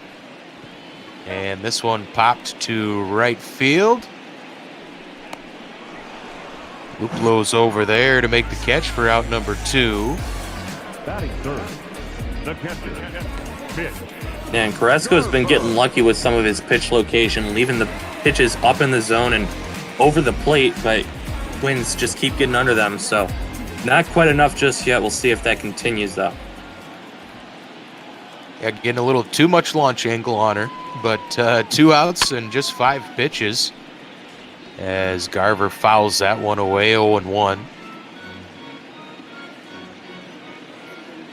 You saw those numbers over there. I think it was 2 for 15 career against Carrasco with 10 strikeouts. Yeah, that's shabby, to say the least. You know that you hear people say not too shabby a lot. You don't hear them say shabby, just shabby. How you feeling, shabby? Yeah, no, it's one of those weird things where you hear it one way, but not too much the other. They're not a happy camper. Well, when is anyone ever a happy camper? So it's interesting turn of phrasing. Kepler swings through that one, and Carrasco will get out of his first inning of work unscathed. Holy cow, untie the mouth, Beardy. And Hernandez, Luplo, and Reyes coming up for the Indians to start out the second inning. But now my mind is rolling a little bit. I know that shabby obviously the word shabby has a negative connotation. Honestly, not sure what shabby means. Does it have to do with looking like scruffy looking, or?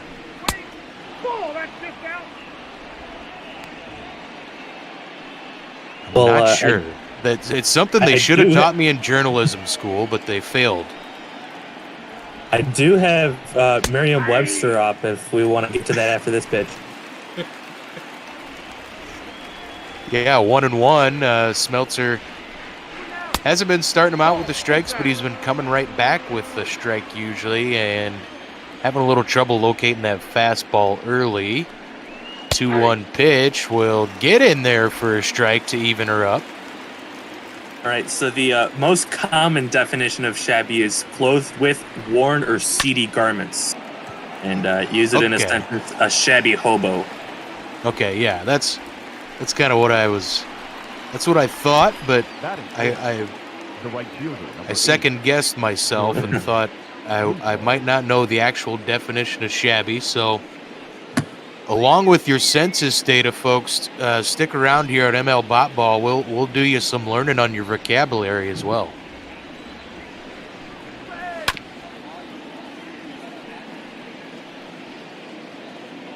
Luplo fouls off the first pitch there. What's up? I was just gonna say, wouldn't that be funny if we were educational enough they could maybe pick us up on PBS or something, broadcast our games over there. Well, I think between the occasional F-bomb dropped by me or Duggo, and then some of the topics we get on, I don't know. Maybe we could just show them the supercut of the census data from the home run derby. That'd be real great. As Luplo is going to go down on strike, Smeltzer paints a corner. That's out number 2.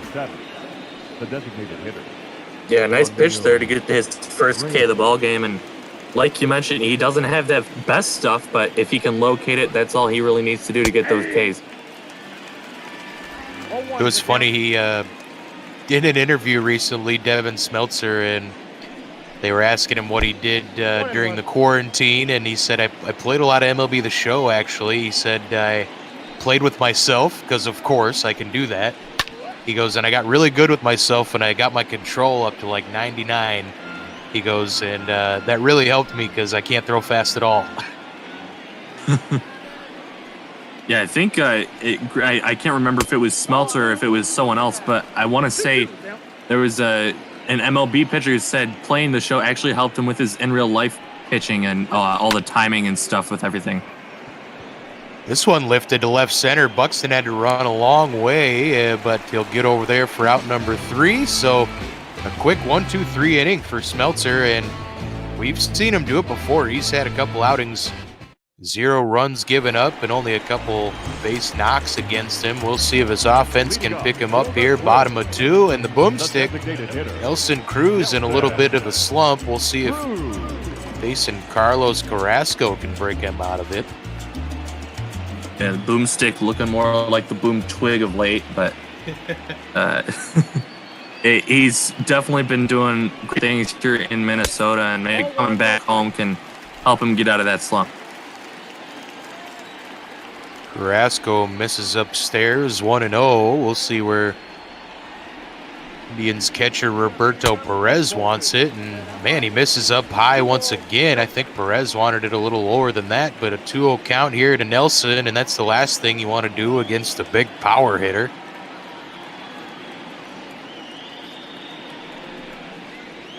That's ball 3.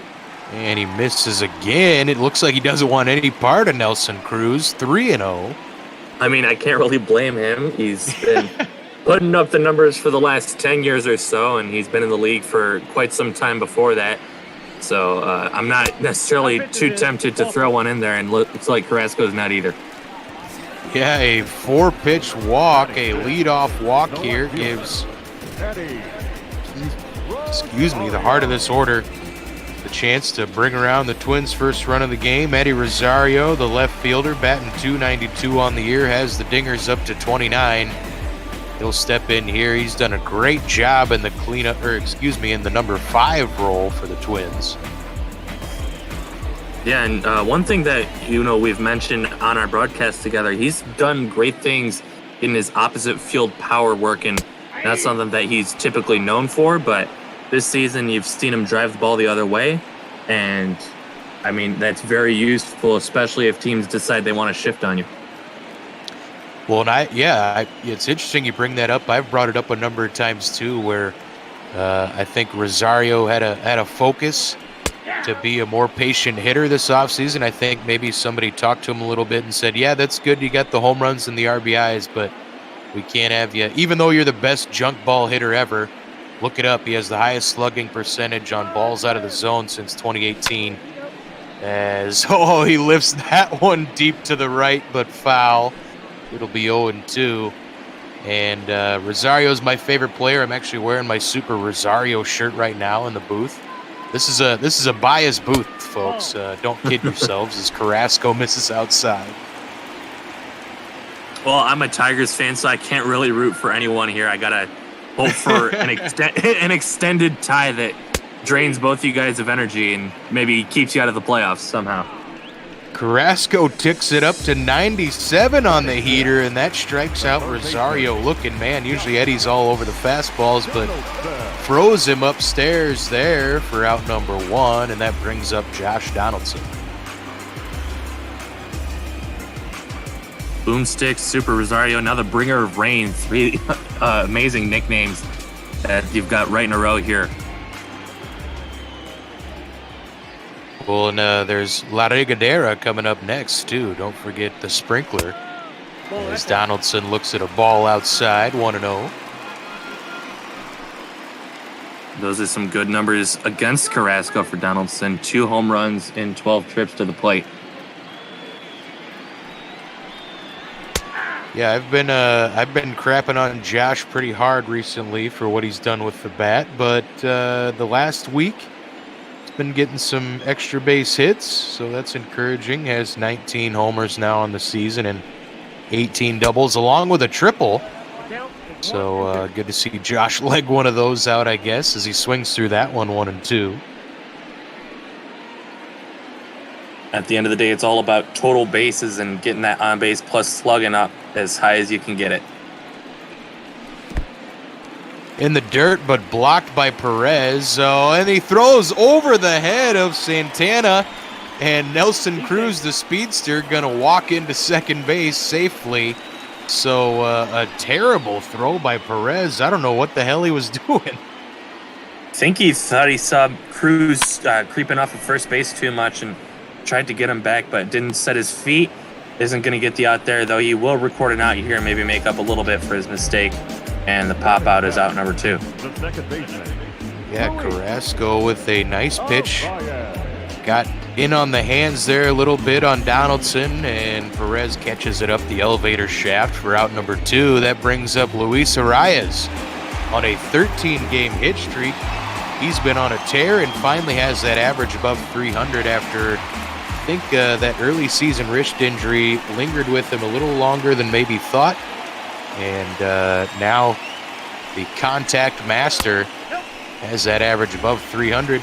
He's come up with a bunch of clutch hits for the Twins this season with 2 down here. He'll try and bring home Nelson Cruz.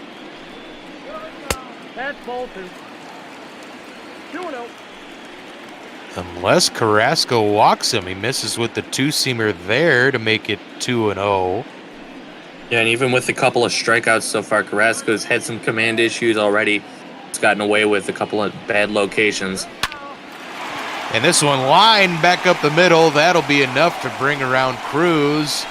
La Regadera sprinkles one into center to give the Twins a 1-0 lead here on Cleveland. The battle of the AL Central Titans strikes first with the Twins. That's exactly what your hitting coach teaches you to do from day one. Hit it back up the middle, get that perfect timing, and send it right back where it came from. So, good job at accomplishing the task and getting his team the 1-0 lead. You know, I hate to see when a pitcher gets clocked by a liner up the middle, but it is always funny seeing how low some of them get and the reactions that some of them have when there's a screamer coming at you. I know from experience as a former beer league slow pitch softball pitcher myself. Yeah, thankfully myself, I've only ever been on the mound one time, and that's because we knew we were going to be blown out by the team, so my coach just didn't really care at that point. Miguel Sano's just going to ground out to Lindor there, who tosses to Hernandez covering there at second. So Carrasco gets tagged for a run as Minnesota takes a 1-0 lead. There are, for some reason, showing Twins fans with coats on in August. because it's below 70 degrees, I guess. Again, San Diego studios, we got to get them a talking to. Maybe just a bit of a chilly night coming up, or blowing the air conditioning through this open stadium, whatever the reason is, hasn't really affected these Minnesota pitchers. I mean, look at those stats. Fantastic top 5, or maybe if not top 5, then top 10 in the league in every single stat you can imagine. So big reason why this team is on top at the moment. Yeah, the pitching, perhaps the biggest surprise, starting pitching for the Twins this year. I don't think anybody expected the season Kenta Maeda's had for the Twins. He only went 4 innings the other day, but he's still undefeated at 11-0. And he's been quite excellent. Probably, I'd say, the ace of the staff at this point, but we'll see if John Gray can get back on track after he got shelled by the Dodgers in his first start with the Twins. So hopefully that trade pays off and he can solidify himself, because I think his ERA jumped like a whole half of a run after that Dodgers shelling. Yeah, not the most promising debut you can get from a guy new to town, but it's a lot different pitching in a new ballpark, and you just got to get used to it. So I'm sure this Minnesota era especially going to help him out pretty soon. Blanco picks that one from the clay and tosses on to Sano for out number 1 here to start the 3rd inning. As Devin Smeltzer, 32 pitches here through 2 1/3. Delino to Shields, the number 9 hitter, and playing left field tonight. Gonna try and get a base hit here against the lefty on the mound. Smeltzer starts him out with strike number 1. The fastball at 88, and as I've said before, I've seen him throw that fastball at 86. This one's hit to left field. Rosario comes in and will make the catch for out number 2. Up next for Cleveland. Yeah, and don't necessarily compare myself to a major league pitcher, but I mean, I can top out around 80 miles an hour myself. So if you're hitting 86 on the gun, that's not necessarily impressing in terms of blowing guys away at this level.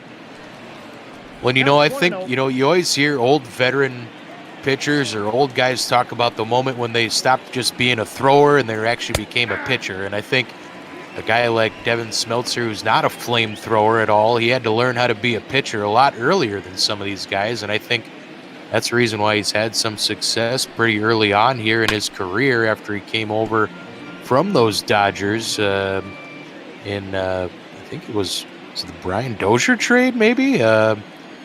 Not sure on that, but either way, Devin Smeltzer has found his little niche here with the Twins, and he's just been pitching so well. Basically, once the calendar flipped to June, he's only had about 1 bad start in that stretch.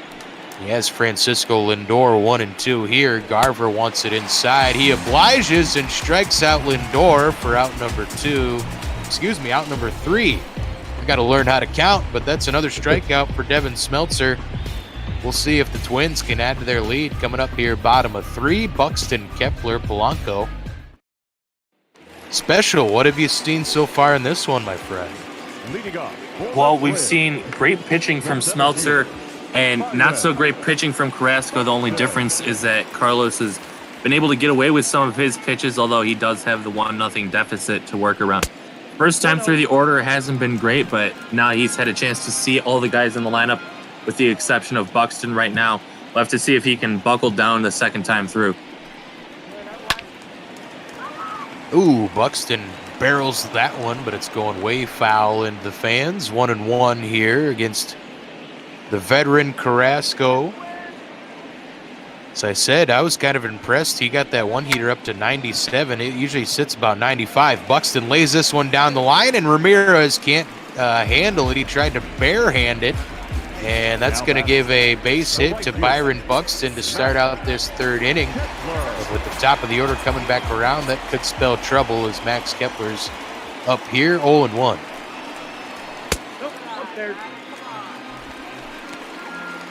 Yeah, Buxton, not the leading stolen base getter in the American League. Of course, that goes to Malik Smith, but he's no slouch on the base paths either, so got to keep an eye out him over at first base. I might see a couple of slide steps or a pickoff attempts to make sure he's kept in check. Kepler lifts this one to right field. Luplo going back, and he's looking up. That one is on the plaza. Max Kepler lifts a 2-run shot to right field, a 357-foot bomb. That gives the Twins a 3-0 lead against Cleveland in this AL Central battle.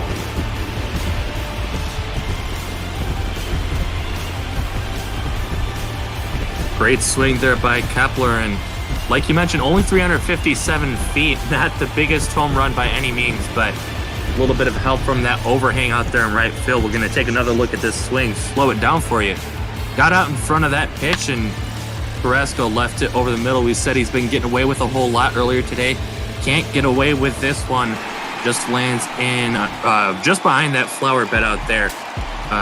One of the underrated aspects of this park that I really enjoy every time the Tigers come here to play. Well, after years in the Metrodome with that weird little baggie out in right field, they had to do something odd with right field at Target Field. So that little overhang, that limestone overhang, I've never got to sit there.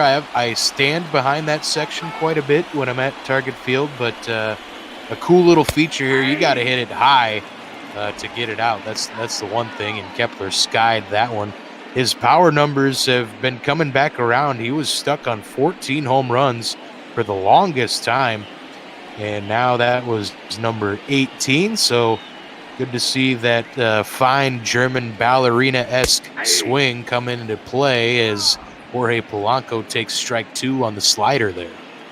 Slider up in the zone. Carrasco still doesn't quite have it figured out yet, so I wouldn't be surprised to see the bullpen getting up and ready a couple more pitches. Yeah, I'm always interested to see what Tito will do as Polanco tees off. This one struck well to right field. It's going to bang off the wall. Jorge will glide into second base with a double. So back-to-back extra base hits, and that's going to get Carlos Carrasco a talking to.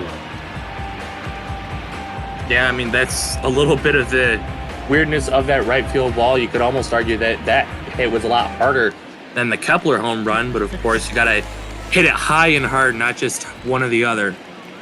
So ends up with a double. I don't think he's going to complain too much about that. And Carrasco's really got to start to locate his pitches better if he wants to get back into this one.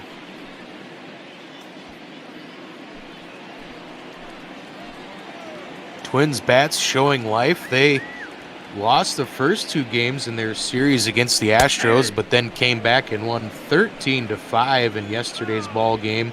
They hit a bunch of bombas. Garver had a homer, Rosario had a homer, Donaldson had a homer, Arias had a homer, Sano had a homer, and Buxton had a homer in yesterday's ball game against the Astros. So good to beat the hell out of those trash cans, and looks like the Twins bats haven't slowed down here early. The 3-0 lead and the 2-1 count here to a dangerous hitter in Mitch Garver.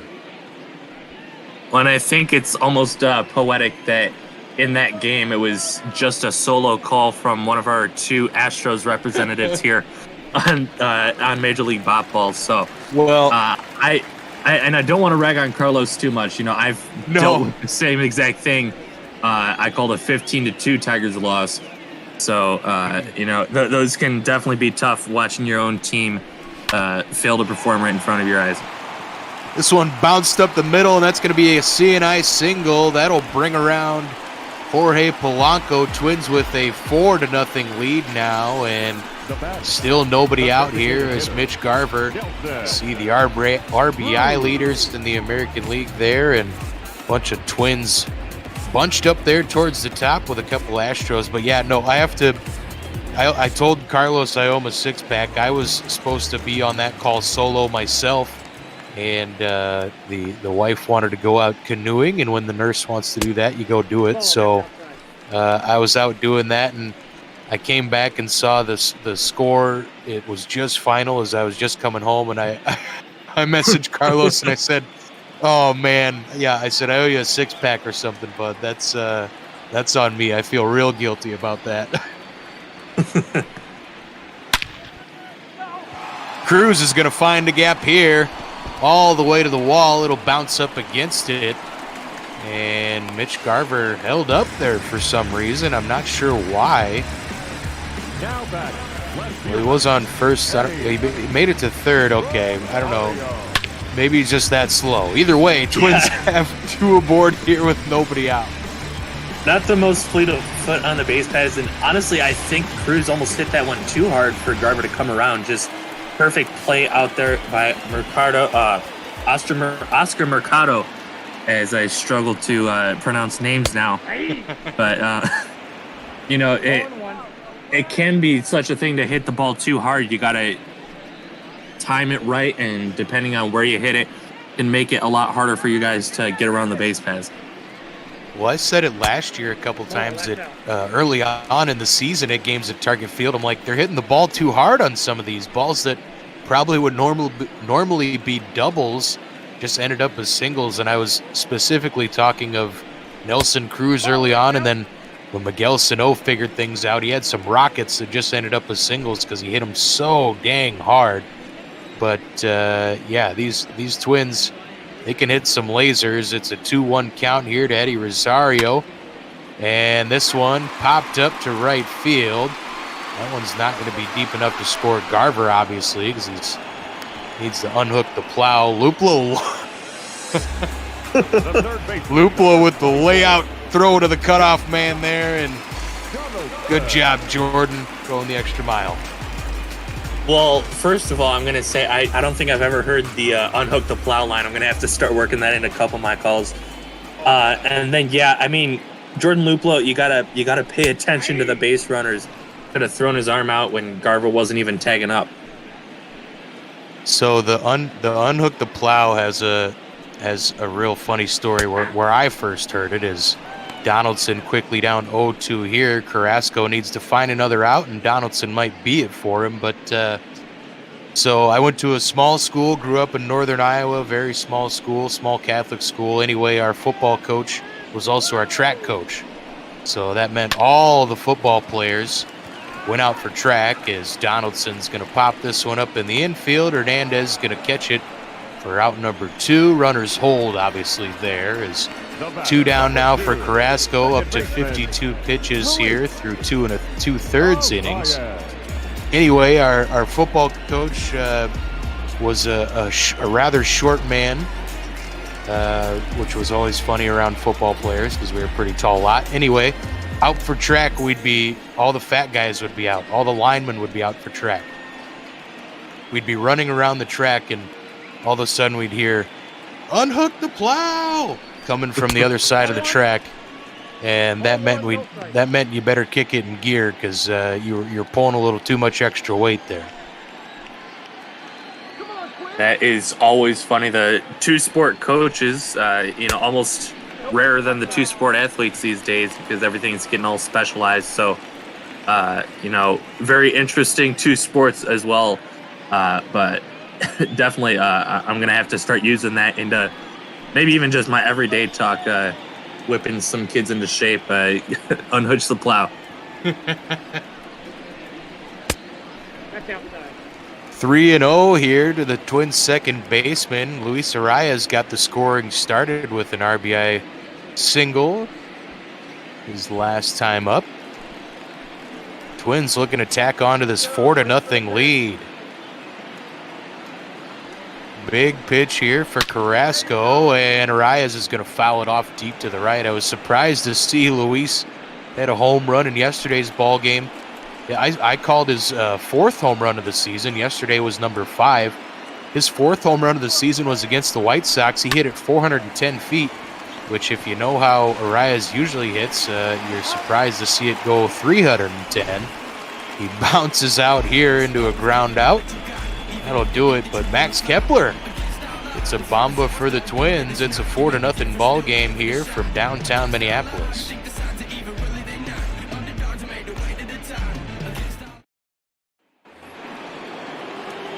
Oh, Real life Twins walked it off against the Pirates. Nice. Thanks, EB. Just about to point that one out to you guys, but always, tough for us here at ML Botball. We're the only source of broadcasting baseball for some time, but still, we're all glad to see that real MLB is back for the time being, and I'm sure you're happy to see that even after the Twins struggled early on, they were able to come back, beat the Pirates. Yeah, I need to tell Justin Morneau he needs to incorporate more census jokes into his color commentary, though, and I might be a little more enthused and inclined to watch that over bot ball. But Buxton's going to catch that short pop out, fly out to center field. Out number 1, Devin Smeltzer working now to Carlos Santana, 0 for 1 on the evening, and he starts him out, with ball 1 just missed off the plate there with his four-seamer at the steam in 89. Yeah, umpire today haven't really had too much complaints, but anything I did see, he has been a little bit tight with the strike zone, so would love to see that turn around for both pitchers, really. 2-0 now here to a dangerous hitter. So again, Santana, 32 home runs, 23 doubles, and just got a piece there, 2-1.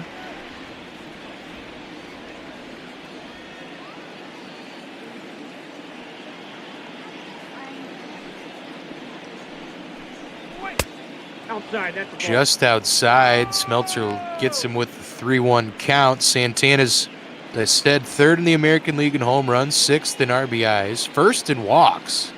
Carlos Santana drawing a ton of walks this year. Bounces this one foul down the third base line. That'll fill up the count, 3-2. Yep, just crept a little bit to the left of that third baseline. And I said he's 1st in walks. First in walks coming into tonight, he had 65. That's number 66 drawn on the year. And he's, if he gets that average up, he's 11th in on-base percentage, even though he's leading the league in walks. But 9th in slugging, 8th in OPS. Carlos Santana trying to get these Indians back in it here in Minneapolis. And when you're getting on base for Oscar Mercado, you got a good chance of at least having to move around him. He's batting .302 coming into this one. Bunch of extra base hits. Can't do math that quick, but slugging .509 and a good cleanup hitter here for Cleveland. Yeah, no, he's been a very solid bat, and I don't want to say it was unexpected, but I don't think people thought he was going to blow up this quickly when coming up with the team. Thought he was going to be more of a developmental piece turning into a bigger star, but he's already batting cleanup just here in his 2nd season, so something's going right up there. I got 2-1 the count. Yeah, he had in 115 games last year for Cleveland. He hit .269, had 15 homers, 25 doubles, and drove in 54. Now this year, batting .302 currently, 16 homers, 3 triples, 26 doubles, 44 driven in. Great bat here. Looks like that the rest of the AL Central is going to have to put up with for quite a while, and he's got a pretty solid glove too. As Mercado looking at a 2-2 count here from Devin Smeltzer.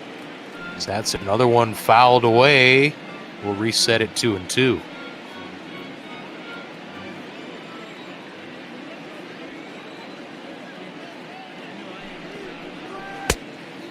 Ooh, that one misses low. Couldn't get him to chase. Mercado had a heck of a game yesterday. Cleveland won 9-1 against the White Sox. They've won 3 straight. Think they swept the White Sox. And Mercado is 2 for 2. He strikes out there. That's Smeltzer's 3rd K of the night. Yeah, even with that tight strike zone, you can't really argue with the swing and a miss. So, 3rd punch out of the night, like you mentioned, Mercado just couldn't quite catch up to that fastball. Was definitely looking off speed because 86 at the low end and 90 at the top end shouldn't be too hard to hit if you're getting paid the big bucks to do it.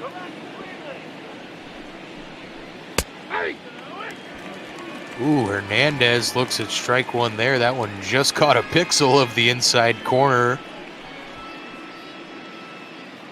Two down here. Carlos Santana stands at first base after the walk. Smeltzer up to 55, now 56 pitches as that misses inside, 1-1. He's been fairly effective so far. I mean, he's almost through 4 innings on 56 pitches, so you could easily see him going 6, 7, maybe even 8 innings. He can even pick it up more going on in this ball game. Yeah, they usually don't let Smeltz go. They usually about 85 pitches, I think, is the most pitches I've seen him take this season. They tend to pull him a little early, and they'll rely on those long relievers. But yeah, they usually can count on 5 solid from Devin these days. As the little excuse me swing there, and Smelter's going to go off the back of the mound to his left and make the little catch there to end the top half of the fourth. TC's moonwalking on top of that dugout. He's loving this 4-0 lead. Twins up on their AL Central rival, trying to maintain their slim lead in the standings. And Heidi Watney's going to tell us about Luis Arias. Cute little fella. Yeah, having a great year so far. Not much in the power department, but you weren't really expecting that from him. Big reason why he's slotted number 7 in the lineup. But he's been a solid defender, and he's got a great contact bat, can see the ball really well and put it into play. So he won't be due up this inning. I don't know why he was standing outside of the dugout, but maybe he forgot he was the last out last inning. Just wants to keep on sprinkling, but instead it might be Sano, and Miguel Sano going to lead off the bottom of the fourth here. Looks at a nice pitch for strike 1 from Carrasco.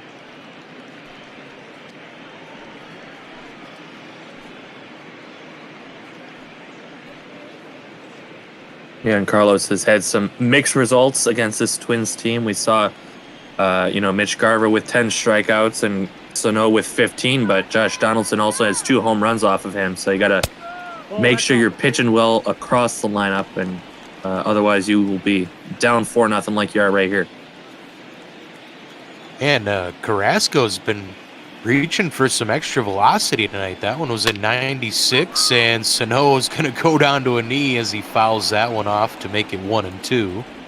And I think he's just a bit frustrated with himself. He's left some pitches in bad locations. So when you really need something to get going, you just want to throw that fastball as hard as you can, try and blow it by some guys. Ooh, Sano strikes out looking there. That's not the first time, as Carrasco racks up his 3rd K of the evening, brings up Byron Buxton, Twin center fielder, 1 for 1 on the day. Had that little bunt single down the third base line his last time up.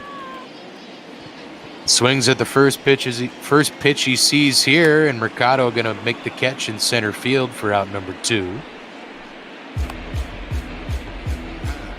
Almost wonder if he should have bunted again, as that worked out pretty well for him last time. I mean, the saying is don't bunt, hit dingers, but the guys behind you can hit dingers. Why not get yourself on base to really do the damage? Because never bunt, hit dingers. Max Kepler, he had a dinger his last time around. That was 18 on the year for him. This one hitting the center field, but right at Mercado. That'll be the final out here, top of 4, bottom of 4. I forgot where I was for a second, and I live in the damn city we're broadcasting the game from. 4-0 Twins still here. Luplo, Reyes, and Perez coming up for Cleveland, as Devin Smeltzer going to look to stay efficient. Heidi Watney trying to talk to us again. We'll try and do some lip reading here. And I think she's trying to let us know about our charity for the week, which for now we're sticking with Meals on Wheels, although I have heard that we're going to try and get another charity rotated in soon. So last chance that we can guarantee Meals on Wheels is our charity. Supports more than 5,000 community-based programs across the country that are dedicated to addressing senior isolation and hunger. This network serves virtually every community in America and enables America's seniors to live nourished lives with independence and dignity. Donate to Meals on Wheels, folks. It's an organization near and dear to my heart. I've volunteered for Meals on Wheels since I was a little kid, riding around with my grandma. learning how to be polite to old folks and give them some hot meals and a little bit of friendship, a little chuckle as I was a cute kid. I don't know what the hell happened, but I mean, I don't know. You sent that picture of yourself in the chat. You're still looking pretty cute today. So, as this one's lined down the third base line, Donaldson jump throw, and it's going to pull Sano off the bag. That'll be a base hit, error. What's the scoring decision on this one? We don't have an injury, do we? I think they marked it as a base hit, and rightfully so. That's far from a routine play there over at third base. So I would have been pained to see him charged with an error for a bad throw on an amazing play. Yeah, man, the fact that was even close with how far Donaldson was away, the fact he was doing the classic Jeets, and it only pulled Sano off by a foot or two. That was pretty impressive play to just keep her from possibly being a double there for Luplo, who can motor a little bit. He's no slouch, and instead it's one aboard for Franmil Reyes. He's working on a 2-1 count here against Smeltzer, who's up to 65 pitches here in inning number 5. Ball 3. 3-1.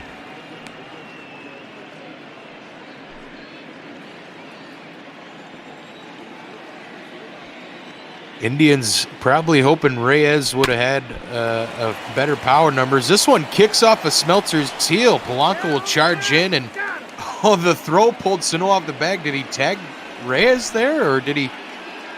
Oh no, Smeltzer's taking one off the shin bone, back on his feet, so it's not broken. But he's hurting, so they're going to take him out of the game.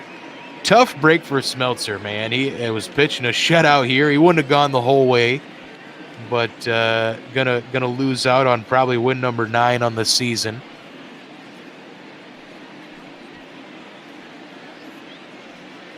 Yep, no longer eligible for the win as he didn't quite complete the 5th inning, and unfortunate for the Twins too, because they're gonna have to bring in a guy without any bullpen reps. Although I'm sure the home plate umpire is gonna give him as many tosses off the mound as he needs. It's gonna be Michael Pineda, having a rough start to his campaign for 45 and a third innings, 5.16 ERA.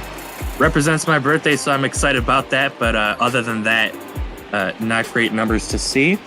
And the thing that's really jumping out to me, batting 333 are the right-handers off of him. So a little bit of the reverse splits going for Pineda. Yeah, and he's going to be okay in that role. It's a lot better than whatever the hell Julis Chassin and Fernando Romero did earlier in this season. But Big Mike, he's done okay in this long relief role. In his starts, he got shelled in his 2 or 3 starts that he made. So I think some of those numbers may be still coming from that. He did pitch in yesterday's ball. No, yes, he did pitch in yesterday's ball game. Did allow a run, but gonna get some more innings of work here, and hopefully gets it out there.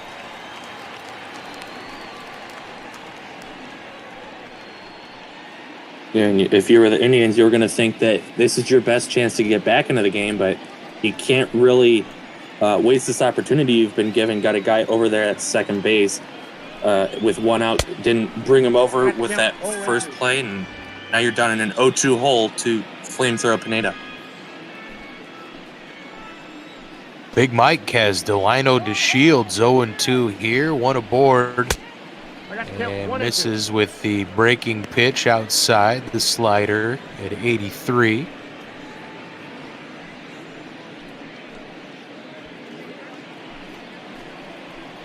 Pineda, of course, suspended last season, and that carried over to this season. But I always do like to note he's still the only guy who's had his suspension reduced on appeal, as Kepler makes a nice sliding catch in right field. And that probably is going to save a run scoring from Cleveland, as Max does a nice little, what do they call that in ballerina? Do they have a sliding ballerina term? Not quite sure about that. Sure, we could look that up with the educational programming that we are, along with showing you guys the best of virtual baseball. Nice play by the German right fielder. That brings up Jorge Polanco. Going to lead off the bottom of this 5th inning. Carrasco starts him out with ball 1.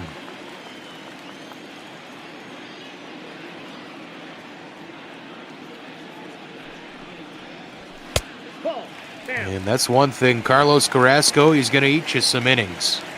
138 2/3 coming into tonight, and already 4 innings under his belt here. He entered the evening 8th in innings pitched in the American League. And if the Twins could knock him out here early, that might put a little dent in his IP campaign. But the 3-0 pitch coming from Carrasco to Polanco. Get you over strike to make it 3-1.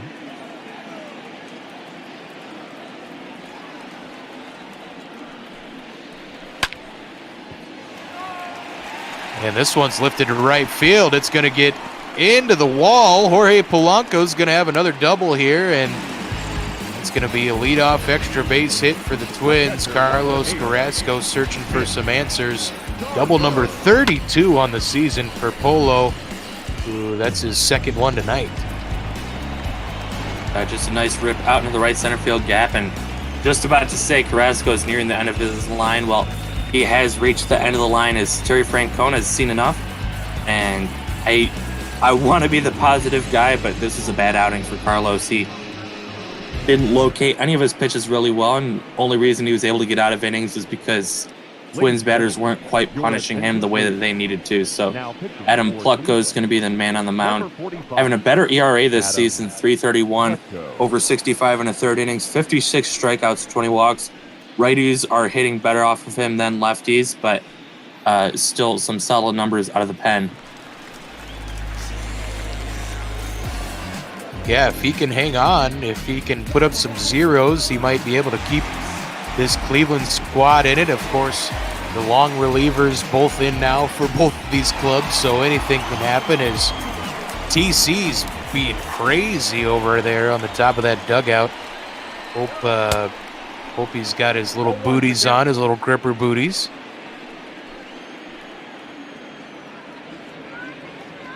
It's a new TC this year, a new man behind the mask. For the first time in 19 years, they got a new dude doing it.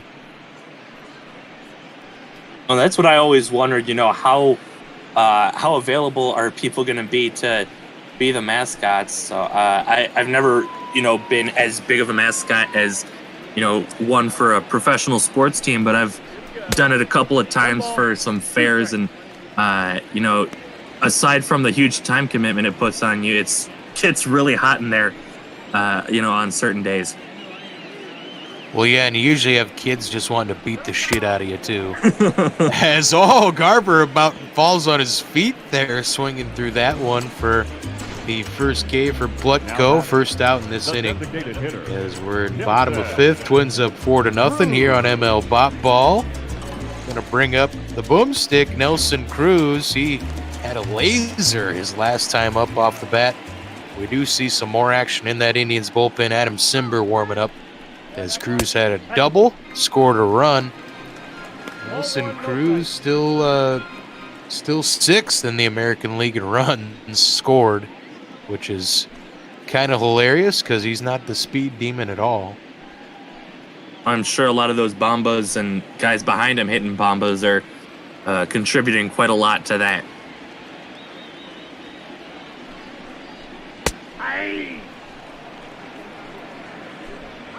One and one, we see a look at righty Adam Simber getting warm out in that bullpen in left center here at Target Field.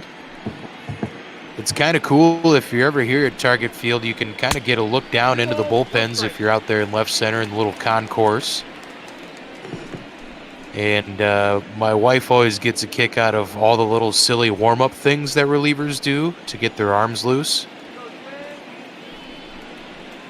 Oh yeah, they've got the elastic, resistance bands that they're always pulling, or they're just waving the arms all the way around.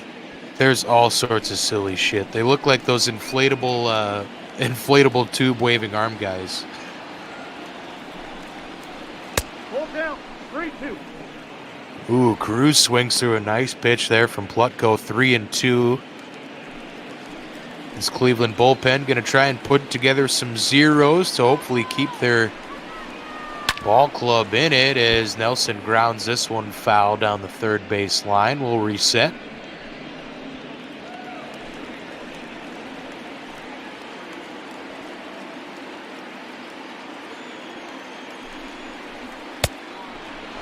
Cruz going to strike out there on the fastball for out number 2. Little too aggressive on that one. It probably was going to be low for ball 4, although you can't quite take a chance with 2 strikes on you as well. So he's going to be grabbing some pine for the first time today. And once again, 2 outs. One of these teams really needs to make sure they're driving in those runs, not leaving too many out there. Eddie lifts this one to right field, but look, Lowe going to go to his right and make the catch for out number 3. So we are through 5 innings in this one. Devin Smeltzer knocked out of the game after a liner caught his shin. Nothing broken, but long relief coming in. Michael Pineda is going to pitch to this Cleveland lineup, and the top of the order coming up, Francisco Lindor 1 for 2 on the evening. Yep, he's singled to get things started off in this one, and then Cleveland Indians went silent on the offensive side of things up until last inning where Luplow got that infield hit, and even then they weren't really able to do anything with it. So great job from Smeltzer and now Pineda to really limit this dangerous offense. Francisco Lindor, one of my favorite players to watch.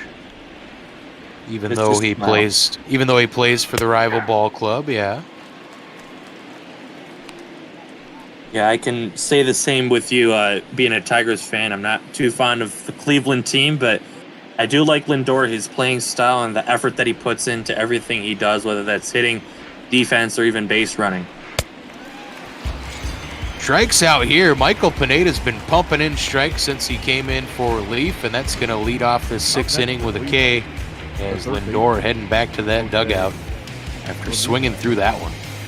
Pulled the string on him right there. It looked like it was a fastball coming in there, and then kind of yoinked it back real quick and got him to swing out in front of it.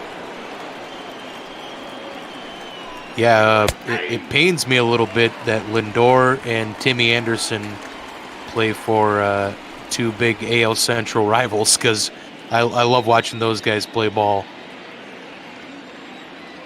You and me both. I mean, I think we've talked about this before, but the AL Central is loaded with talent over at the shortstop position. Of course, Tim Anderson, Francisco Lindor. Then also you got Jorge Polanco for the Twins, and Adalberto Mondesi looks like he's going to be a great thing for the Kansas City Royals. Only team you really can't say anything about is the Tigers, because they've got lack of talent all over the pitch. Oh, how dare you slight Nico Goodrum like that? I don't want to.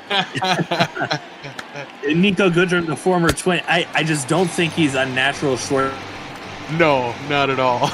Not at all. Pineda gets another K there. Man, he's looked fine out of the bullpen as Jose Ramirez going to head back and join Lindor in the dugout to try and figure some things out. He's like a pumping like he's at a gas station, getting these pitches right by these hitters. So, yeah. I don't want to, slight any of the former Twins that have made their way over to Detroit. Nico Goodrum, of course. To his credit, he's been having probably one of the best years on the team. Double-digit home runs isn't something you say too often in Motown. So we love having him. I just, like I said, I don't think his future is going to be as a shortstop, or if he can really ever find a position. He's almost like a Ben Zobrist, where he's just going to play wherever you need him to. Yeah, and that'll probably be all right as long as he doesn't have to pitch, and he won't have to pitch for those Tigers. They got a lot of young talent coming up. Did he go? He did! Oh my gosh, that's the first called strike I've ever called here on ML Bot Ball. I've seen the umpire call from third base. Michael Pineda strikes out the side here in inning number 6. Twins going to try and tack on to this 4-0 lead. That's a historic moment for me here on Bot Ball. I've called a lot of games here. That's the first appeal down to third base that I've seen him call for a strike 3.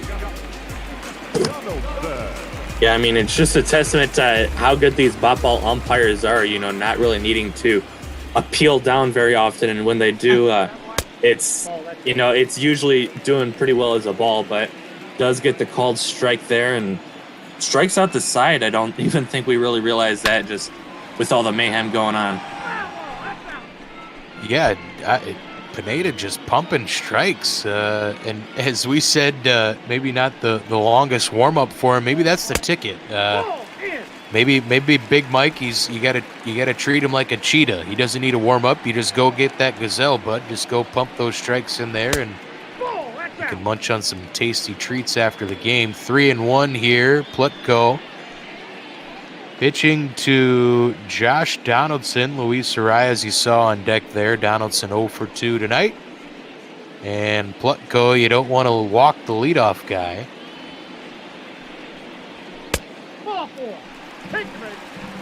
And exactly what he does.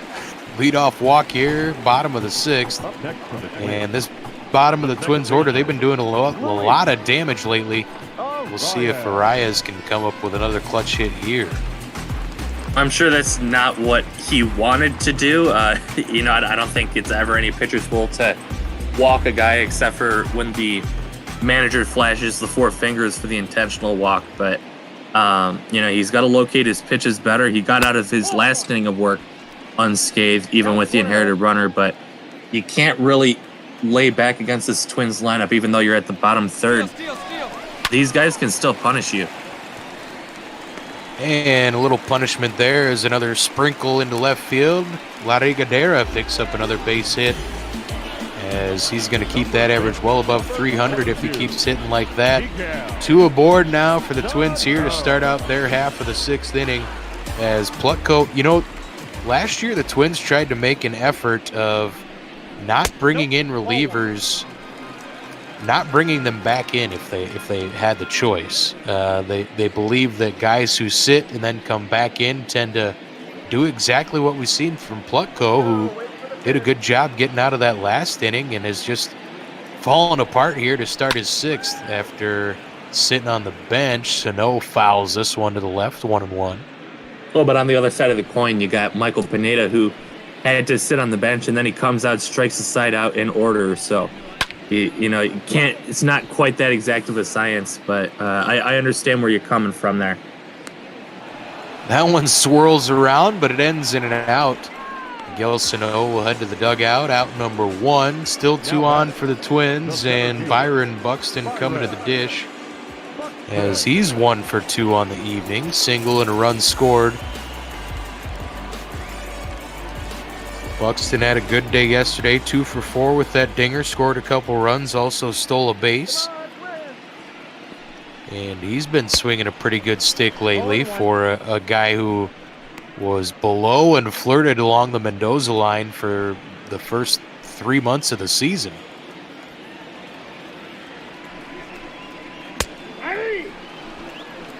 Yeah, it's been nice to see him pick that average back up. I mean, even though he is the number 9 hitter, he still does have to bat about just as many times as everyone else in the lineup does. So you don't really ever want to waste an at-bat.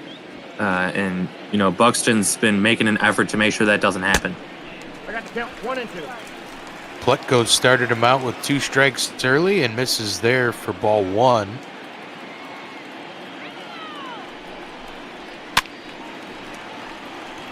One's fouled away, 1-2.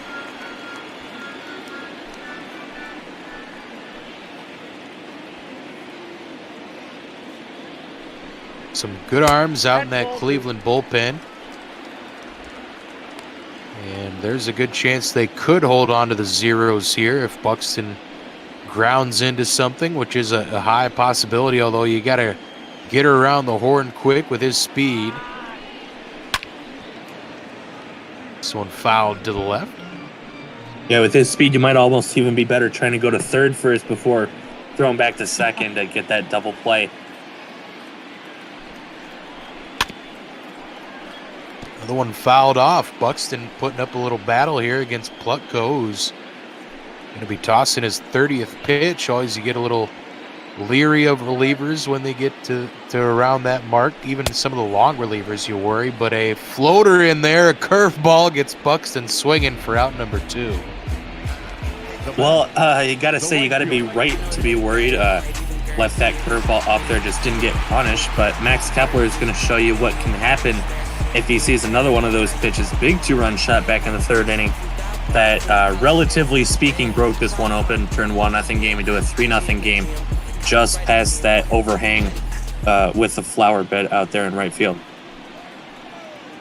I would love to see the launch angle on that home run. That's also, I was calling a game early in the season with Tardis. It was a Twins-White Sox game, and Kepler hit one. We thought it was just a pop out to right field, but it just kept going and going. It was just the highest home run I had seen, and we were only about a week into it as Kepler gives this one a ride. Carrying to left center, and Mercado tracks it down. Nice catch by Oscar Mercado to end the inning. Oh boy, he had to run a long way for that one. Well, make a great catch to lead off the next inning. It seems to happen, quite often here. Is going to see a pitching change for the Twins. Corey Guerin toeing the rubber. 32 games. This is his 33rd appearance. 6 holds, 36 innings, 250 ERA.